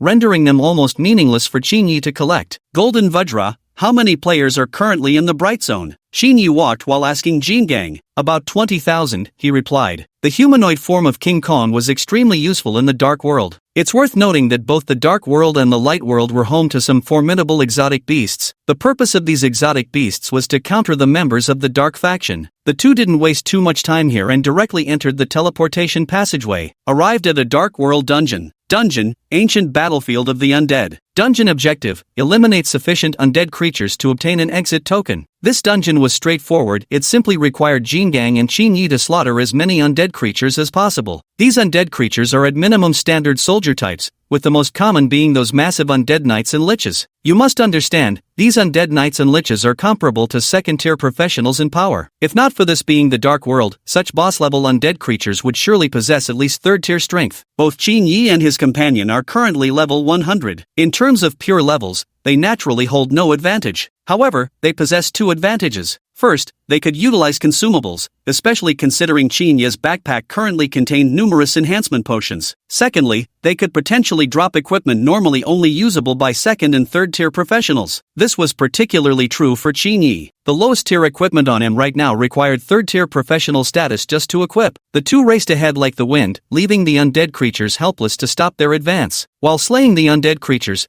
they not only searched for equipment that could be exchanged for gold coins but also collected various materials, especially Grudge of the Undead. This, Grudge of the Undead, was a distinctive product of the Dark faction. The same applies to both the Dark faction and the Light faction. They each possess unique materials that can only be obtained from monsters affiliated with their respective factions. Once acquired, these materials can be exchanged for special faction-specific currency, GRRRRH. The two charged recklessly onward when suddenly, a guttural growl echoed, followed by the loosening of earth beneath their feet. A towering skeletal figure burst forth from the earth, clad in heavy armor and wielding a massive greatsword, its hollow eye sockets flickering with spectral flames. Invaders, die! Its low, rasping voice echoed across the vast ancient battlefield, the haunting reverberations lingering in the air. No sooner had the words faded than the skeleton leaped high into the air, its greatsword descending upon Xinyi and his companion with devastating force. Watch out! King Kong reacted instantly, shoving Xinyi aside as he raised his massive shield to meet the attack. Boom! With a tremendous crashing sound, the powerful sword strike sent King Kong flying backward. He slid across the ground for 4 or 5 meters before barely managing to stop. Fortunately, he was clad in heavy plate armor, otherwise, that sword strike would have inflicted internal injuries rather than just external wounds. Is Jin Gang okay? Xinyi rushed to Jin Gang's side at once. After helping him up, he carefully examined Jin Gang's body and only let out a sigh of relief once he confirmed there were no serious injuries. That moment had genuinely frightened him. It's nothing, just a bit shaken up. Jin Gang shook his head, indicating he was fine. You move aside and rest. leave the rest to me. Qin Yi didn't want Jin Gang holding them back at this critical moment. After helping him up and making him rest to the side, Qin Yi himself charged forward. At that moment, the skeleton boss had already leaped high into the air, its heavy sword descending once more. Chapter 81, Battle. Without hesitation, Qin Yi raised his cruciform sword and thrust directly at the skeleton boss in midair. SSSHHH. A piercing sound rang through the air as a crimson light instantly pierced through the skeletal boss, causing its body to stagger. The heavy sword failed to complete its downward swing. However, this strike managed to break its heavy sword in half. Lich, LV 100. Race, Undead Faction. Class, Lich. Skill? The undead Lich before Qin Yi's eyes was noticeably larger than ordinary Liches, wielding a heavy greatsword while clad in exceptionally thick plate armor. Judging from its attributes, this is clearly an enhanced version of a Lich, but Qin Yi wasn't afraid of it in the slightest. After all, Qin Yi currently possessed multiple enhancement potions and even a second-tier professional's equipment, the Holy Light Crucifix Sword. With just one strike, he had already severely wounded the Lich. The Lich was now bleeding profusely, and the eerie flames in its eyes had dimmed significantly. You, too. The Lich seemed to want to say something, but before he could finish, Qin Yi had already rushed to his side and delivered a swift kick to his body. Bam! The Lich was sent flying again, crashing heavily onto the ground. But at this moment, getting up seemed quite difficult for him. Seeing that the Lich had lost its ability to fight, Qin Yi finally turned his gaze toward Jin Gang. Are you okay? The shockwave from that sword strike had sent him flying quite a distance. Though Jin Gang wasn't seriously injured, he still looked somewhat disheveled. Successfully defeated the undead Lich. Experience gained, 5,000/10,000. Gold acquired, 1,000. Equipment obtained, black plate armor, can only be equipped by tier 3 classes. Materials obtained, Grudge of the Undead, ×5. Qin Yi glanced at his experience bar, now one step closer to level 100. Though this Lich Necromancer's strength was already comparable to a third-tier professional, it must be said its level was merely 100. Still, this was already quite a rewarding harvest. Qin Yi looked at the nearly shattered black plate armor on the ground. This was equipment only wearable by third-tier professionals. Although it couldn't be used directly on himself, Qin Yi still had an equipment assembler in his backpack. Breaking it down to obtain materials and magic crystals would be a decent haul. Move forward. After quickly distributing the spoils, the duo set off on their journey once more. The rest of the journey was relatively smooth, with only occasional encounters with undead creatures from the Dark Faction, many of whom were second-tier professionals. Yet without exception, all of them were slain by Qin Yi and his companion, particularly the Lich, whom they had already encountered for the third time. However, this time they managed to kill as many as 3 or 4 Liches. This stretch of the road might seem somewhat treacherous at first glance, but in reality, it proved fairly easy to navigate. Although the path was teeming with undead creatures from the Dark Faction, none of them were true masters of their craft. Even the few necromancer liches they encountered were swiftly dealt with by Qin Yi and his companion. As for that third-tier necromancer lich, it mysteriously vanished in the final moments. It simply didn't show itself again. As dusk gradually settled, Qin Yi and his companion finally arrived at their destination, a small hill with a rather sizable cave at its peak. The cave's entrance gate, pitch black and foreboding, exuding an eerie, unsettling aura. This cave should be the entrance to the Dark Faction's territory. Let's be cautious. According to the mission prompt, the Dark Faction's entrance is located within this small hill. Jin Gang nodded to indicate he had no problems proceeding. The two first circled to one side of the hill, reaching its rear where there was a relatively less steep slope. They had no intention of scaling the front face of the hill. There was an extremely steep cliff there that even third-tier professionals wouldn't dare climb directly, let alone them. The two slowly made their way up the slope, taking almost half an hour to finally reach the cave entrance. Look out! The moment they drew near, Jin Gang sensed something amiss. He swiftly pulled Qin Yi aside while raising his heavy shield, standing ready for battle. Qin Yi took a quick glance inside the cave and immediately spotted numerous undead creatures of the Dark Faction wandering within. Night Hag, LV.80, Race, Undead Faction, Class, Hag, Skill. These Dark Knight Sirens didn't appear particularly formidable in combat, clad only in light armor and wielding ordinary daggers. Yet their numbers were considerable. The cavern housed at least 100 of these Dark Knight Sirens. These creatures don't seem very powerful, but there are so many of them. We should be careful. Qin Yi instantly noticed the attributes of these Night Wraiths. Though they were merely a race of undead specters, their stats were significantly stronger than the ghouls and lich wraiths they'd encountered previously. Of course, these creatures weren't exactly low level either. They'd barely reached level 100. We'll advance slowly. Though they might not seem formidable, we can't rule out the presence of hidden elites among them. As King Kong spoke, he began moving cautiously into the cave, with Qin Yi following closely behind, every step measured with care. The height of the cave wasn't particularly tall, barely reaching Qin Yi's chest, which actually made their movement more convenient. The two advanced through the cave, reaching its depths in less than 15 minutes. Just as the path ahead seemed to end and Jin Gang was about to speak, several Night Stalkers suddenly emerged from the darkness, their daggers thrusting straight toward Jin Gang. "Look out!" Qin Yi immediately grasped the situation and swung his holy light crossblade directly at the cluster of night harpies. With dull thud sounds, the night hags showed little reaction, yet Qin Yi's strike had already cleaved them into minced meat. "Damn it!" Ji Gang also cursed, with a dense aura of magical energy already rising from his body. Although the night hags weren't high level, their sheer numbers were overwhelming. If they managed to swarm either of them, not even this second-tier professional before them would have a chance of survival. Chapter 82, Continuing Deeper. Fortunately, he had a shield and Qin Yi's attacks were sharp enough, preventing these night witches from entangling them. In less than 10 seconds, he had already eliminated all these night witches. What are these things?" Jin Gang walked inward as he spoke. The place appeared to be a dead end, yet numerous stone doors were embedded in the walls. These stone doors looked ancient, evidently carrying traces of history. However, what should have been seamlessly integrated into the walls now stood twisted at unnatural angles,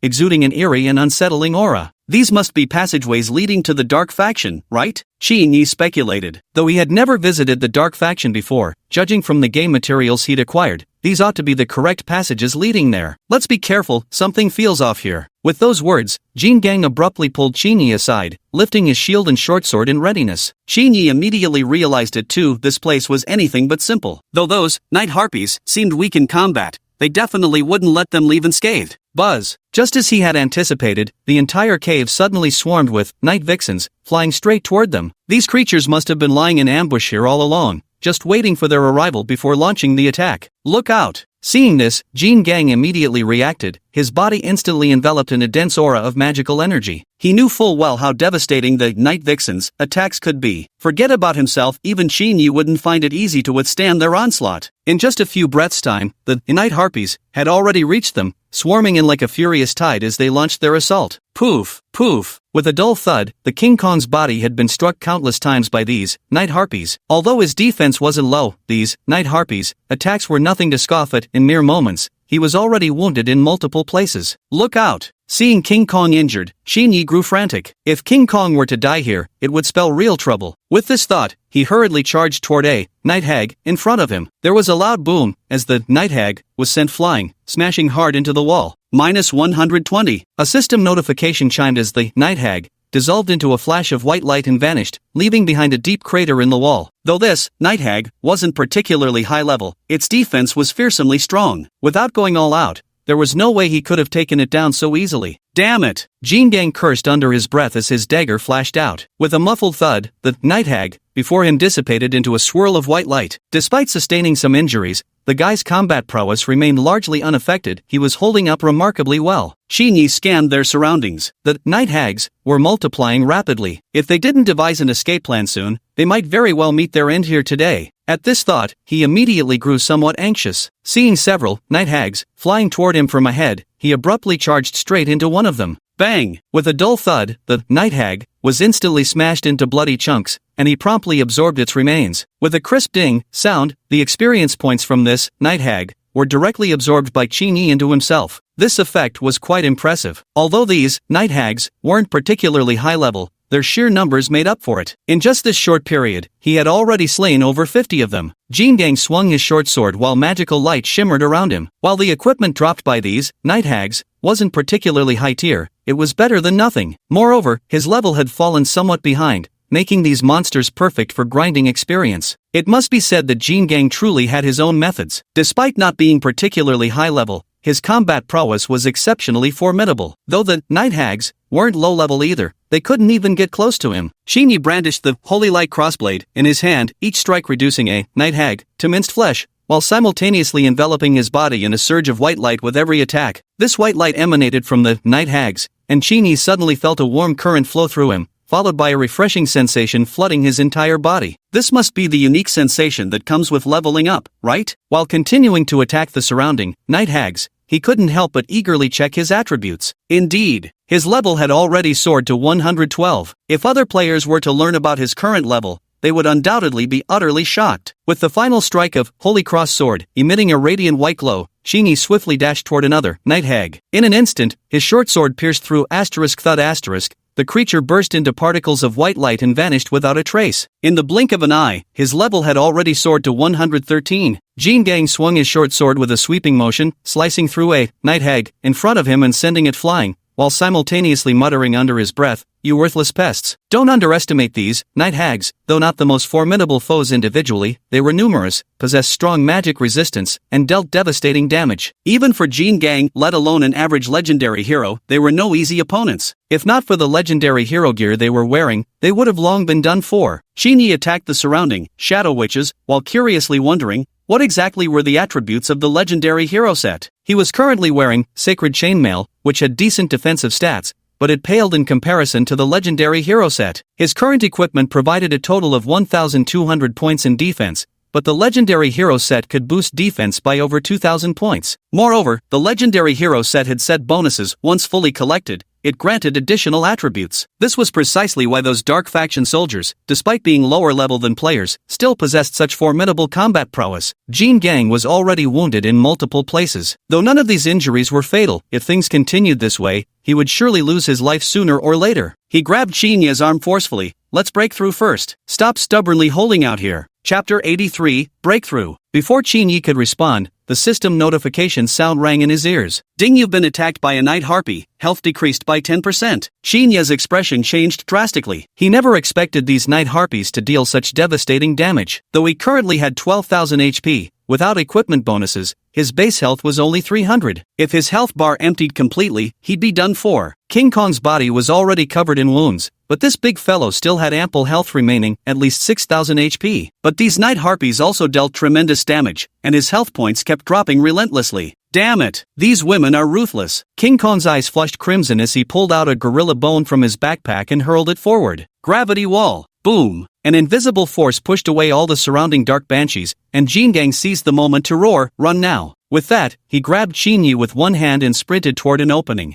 These banshees are resistant to gravity. Shinyi gasped out the warning to Jin Gang as they fled. Jin Gang didn't speak. He was already drenched in sweat, concentrating intently on listening to their surroundings. The two of them were currently fleeing for their lives, with the night harpies hot on their heels. No! Jin Gang's expression suddenly changed. The gravity wall he had just summoned had been shattered. Though these night harpies possessed resistance to gravity, they weren't without weaknesses. Their bodies were extremely fragile. Even with the dark constitution granted to soldiers of the dark faction, it paled in comparison to the demon god's constitution. The King Kong wielded the gorilla bone in his hand, swinging it fiercely toward a night hag in front of him. Just at that moment, he suddenly felt his body become weightless. Shinya's body abruptly floated into midair. "What are you doing?" King Kong's expression involuntarily darkened. Shinyi didn't speak. He took out a bottle from his backpack and opened it, releasing a swirl of golden powder. "This is..." Before Jin Gang could finish speaking, the golden powder dispersed with the wind, transforming into a shimmering golden radiance that filled the entire corridor. "This is holy light powder." Shinyi spoke to Jin Gang as he descended from midair. Holy light powder? Jingang's eyes instantly lit up. This holy light powder was an extremely rare item capable of annihilating all hostile targets within a certain range. However, this holy light powder could only be obtained in specific locations and was notoriously difficult to refine, making it exorbitantly expensive. "Yes." Shinyi urged King Kong to run faster while opening his backpack. He pulled out a scroll and flung it forward. Magic wall. With a muffled boom, an invisible wall abruptly blocked the pursuing night harpies. Then came bursts of shimmering white light. The night harpies dissolved into streaks of radiance before vanishing completely. Shinyi had already switched back to normal mode. While running, he opened the system interface to check his attributes. "Ding, you have eliminated 50 night hags and gained 500 slaughter points." Shinya's eyes instantly lit up with excitement. He had been worrying about how to complete this mission,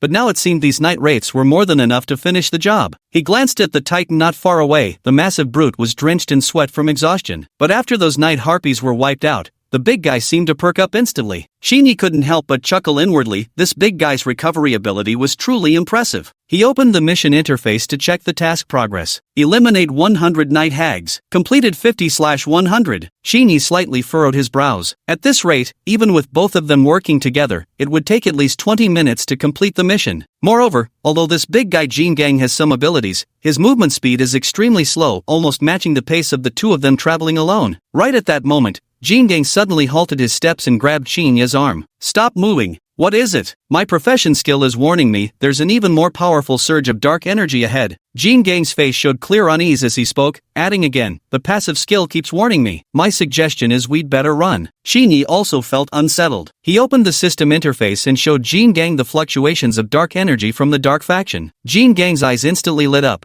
The stronger the dark fluctuations, the more powerful the dark creatures are. We must be extremely careful. At that very moment, roars echoed through the tunnel as several dark giants, each standing meters tall, came charging out. Covered in thick black fur, these dark giants wielded spiked clubs as they rushed toward the two of them. Dark giants! Steel Kong's eyes couldn't help but light up. These dark giants each had at least 10,000 HP, and their defense stats were extraordinarily high. Steel Kong involuntarily took a step back. These dark giants were simply too powerful. Xinyi unconsciously gulped. If they truly confronted these dark giants head-on, there wasn't the slightest chance of victory for either of them. Run! Jin Gang grabbed Xinyi with one hand and immediately sprinted away at full speed. These dark giants moved extremely slowly, but because of their massive stature, no matter how fast the two small figures ran, they still couldn't outpace them. This isn't working. Panting heavily as he ran, Jin Gang said to Xinyi, the two of them could only keep fleeing down the passageway. And although these dark giants move extremely slowly, the spiked clubs in their hands are utterly vicious. King Kong, how much farther is that exit you mentioned? Xinyi asked while running, knowing full well that at this rate, they'd both inevitably be caught by those dark giants. Not much farther, King Kong panted as he ran. The passageway wasn't very tall, and the dark giants' massive frames made them utterly unsuited for movement within the tunnel. Jin Gang ran while scanning his surroundings. These dark giants possessed terrifying strength. If the two of them got caught, they'd be dead for sure. Chapter 84. Fleeing for their lives. At that moment,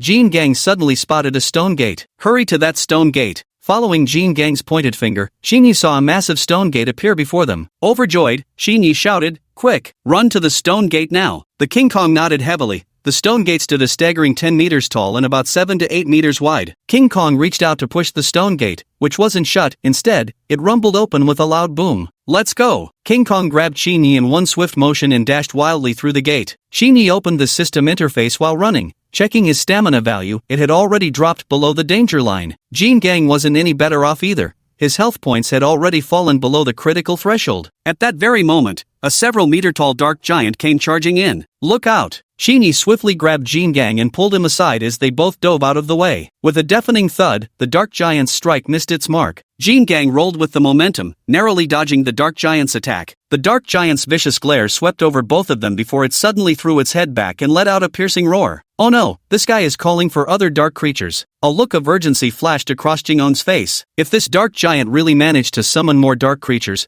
they would both be dead for sure. At this thought, Jin Gang didn't dare delay. He swiftly picked up a stone from the ground and hurled it hard at the dark giant's body. Bang! The dark giant let out a scream, turning its head with vicious eyes locking onto Jin Gang. Brat, how dare you attack me? Jin Gang couldn't help but click his tongue in dismay. This dark giant had at least 10,000 HP, and its defense was ridiculously high. Jin Gang instinctively retreated a step. The sheer power of this massive creature was terrifying. At that very moment, Xinyi had already appeared behind the dark giant. Snatching a rock from the ground, he smashed it viciously against the back of the creature's skull. Bang! The dark giant let out a scream and collapsed to the ground. Hurry, let's get up there quickly. Jin Gang grabbed Xinyi's arm, and the two of them quickly circumvented their way to the top of the stone door. Jin Gang and Xinyi had just arrived when a dark creature spotted them. Watch out! Jin Gang grabbed Xinyi and rolled aside together. With a dull thud, the dark creature's attack missed its mark. Jin Gang took the opportunity to kick the dark creature, sending it flying through the air with the force of the blow. Not to be outdone, Xinyi swiftly picked up a stone from the ground and smashed it onto the dark creature's head,